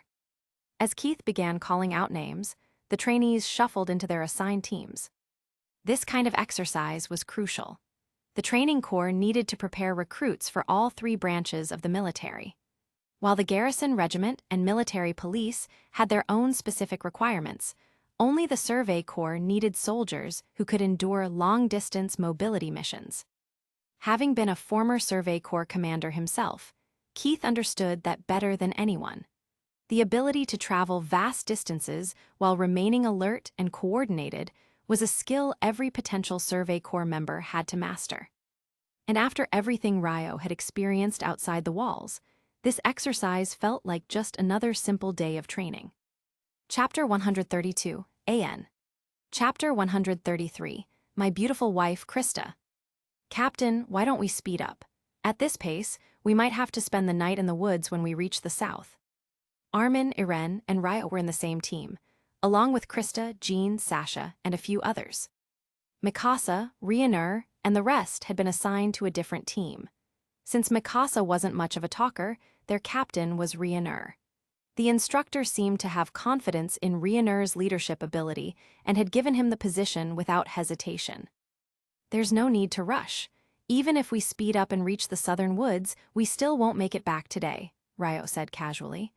"The round trip is over 80 kilometers, and the instructor didn't give us a map. If we take the wrong path, we'll just end up lost, wasting more time." To Ryo, this was nothing more than a field exercise, so he wasn't particularly concerned about the pace. On Rienur's side, the terrain was even more difficult. Their route was mountainous, with rugged, narrow paths, making it impossible to move quickly. Ryo's team had to meet up with Ryuner's team before heading back. No matter how fast they went, it wouldn't matter. They'd still have to wait. Irene, Armin, you two take charge for now. Keep heading south at this pace. Rest and replenish supplies in 3 hours. Just make sure we reach the woods before dark. Being captain was dull. This route was desolate and free of danger, so Ryo saw no harm in taking a break. He had other plans, spending some time alone with Krista. Ryo, is that really okay? Armin asked hesitantly. He could tell Ryo was looking for an excuse to slip away. Though things seemed peaceful now, something about this mission felt off. The instructor had hesitated before announcing it, as if there was something he wasn't telling them. And then there was the gear, 3-dimensional maneuvering devices and weapons.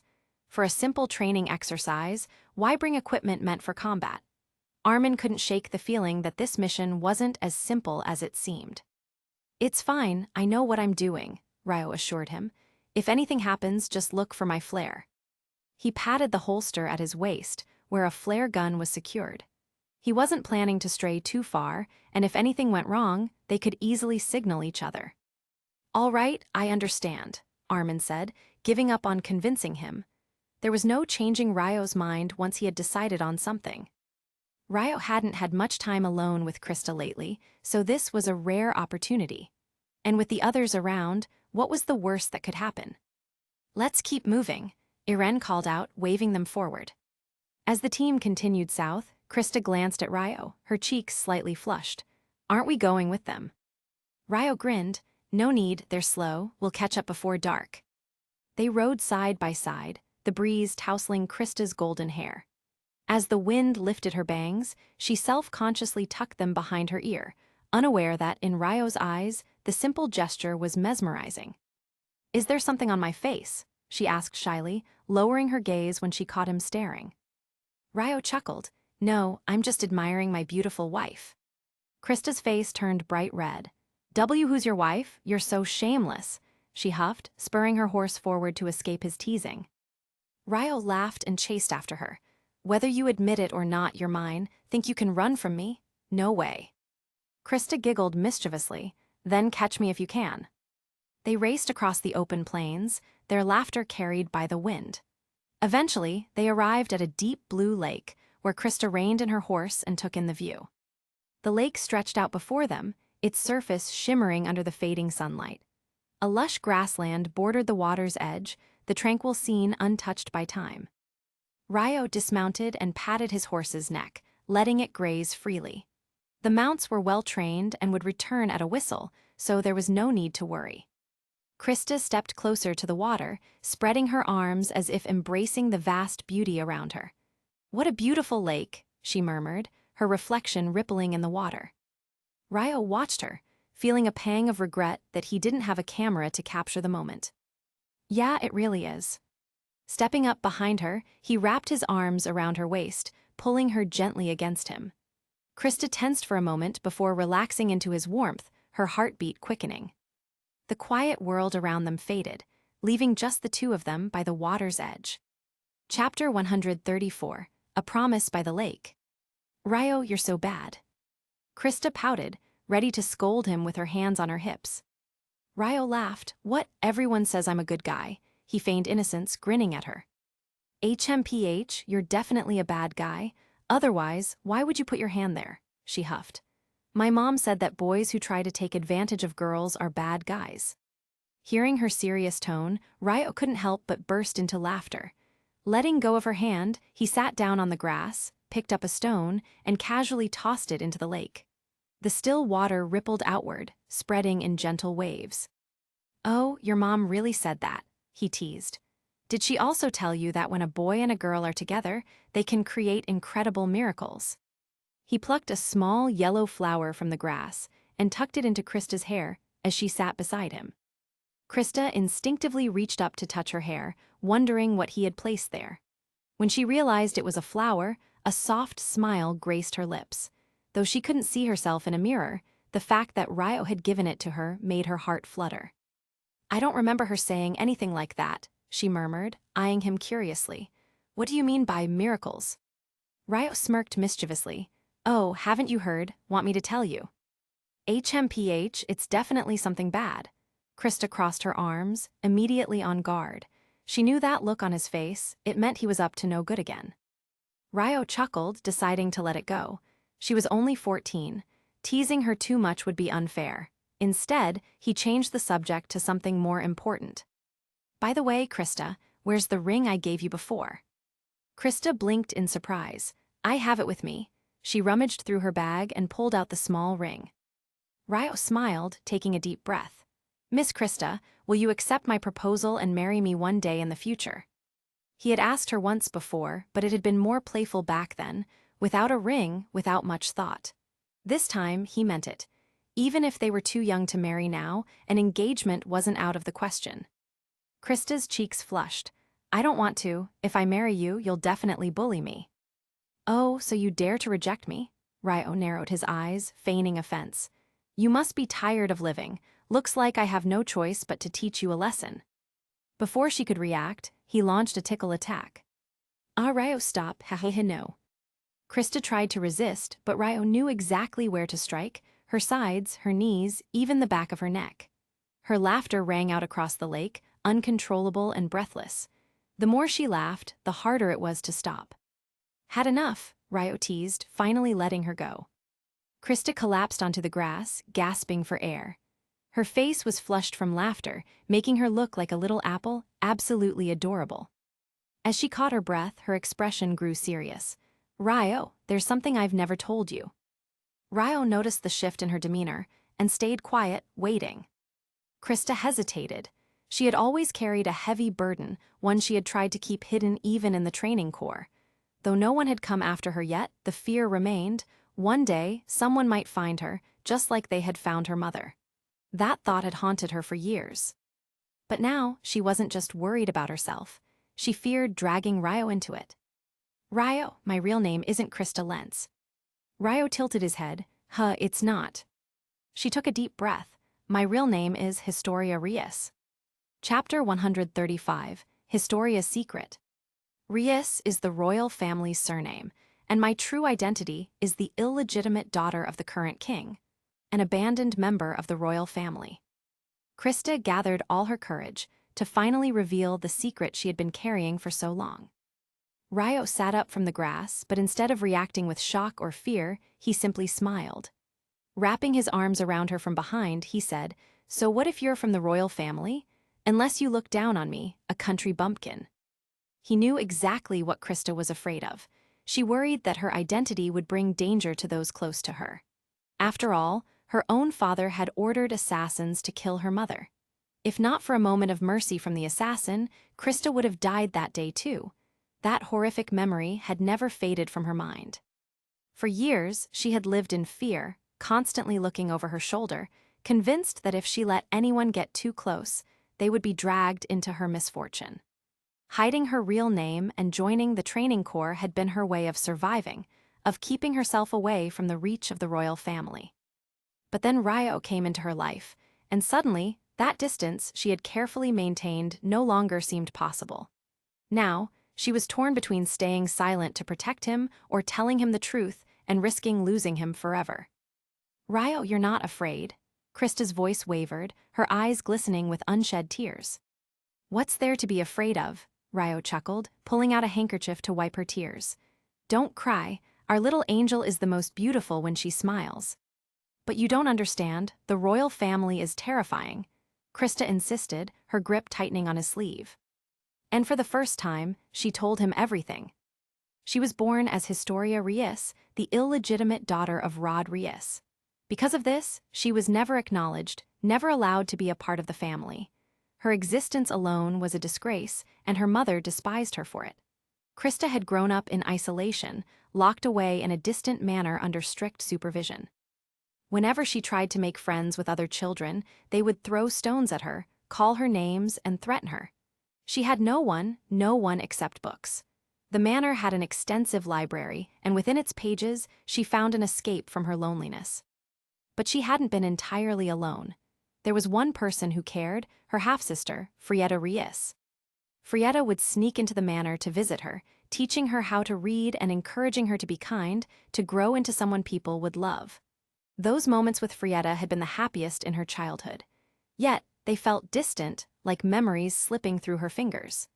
No matter how hard she tried to recall them, they were always just out of reach, coming back only in dreams. Then one day, everything fell apart. Rodriguez sent assassins to kill her mother. The man who carried out the order was Kenny Ackerman, the most feared killer under the royal family. After slaughtering everyone on the estate, he had turned to her. And yet, he hadn't killed her. Krista never understood why, but she suspected he had his own reasons, perhaps some scheme against the Reyes family. Whatever the reason, he let her go. Alone and without a home, she had fled beyond the royal city, beyond Walsina, eventually arriving at Wal Rose. But she wasn't the only one. The fall of Walmaria had sent a flood of refugees into Wal Rose, overwhelming the cities. To manage the crisis, the government forced many people into work camps to farm new land and increase food production. Krista, now just another nameless refugee, had been sent there as well. But even that wasn't enough. With too many mouths to feed, the government launched a doomed operation to reclaim Walmaria, knowing full well it would fail. Over 200,000 people were sent to their deaths, just to ease the strain on food supplies. It was in that same year that the training corps began recruiting the 104th Cadet Corps. Krista, having nowhere else to go, enlisted, choosing a new name, a new identity, and a new life. She had been running ever since. Now, as she finished her story, she looked up at Ryo, waiting for his response. Waiting for the fear, the hesitation, the distance. Instead, he simply smiled. "So your real name is Historia Reyes, huh?" Krista nodded slowly. "Well, that doesn't change anything," Ryo said. "You're still Krista to me, the same Krista who helps others, who always puts her friends first, who lights up every place she walks into." He brushed a strand of hair behind her ear. "And no matter what name you go by, you're still my Krista." Krista's heart clenched. All the fear, the anxiety, it melted away in an instant. The tears she had been holding back finally spilled over. She threw her arms around Ryo, burying her face in his chest. "Thank you," she whispered, her voice trembling. Ryo held her close, his grip firm and steady. "Always." It dropped. This book has been on hiatus since chapter 136.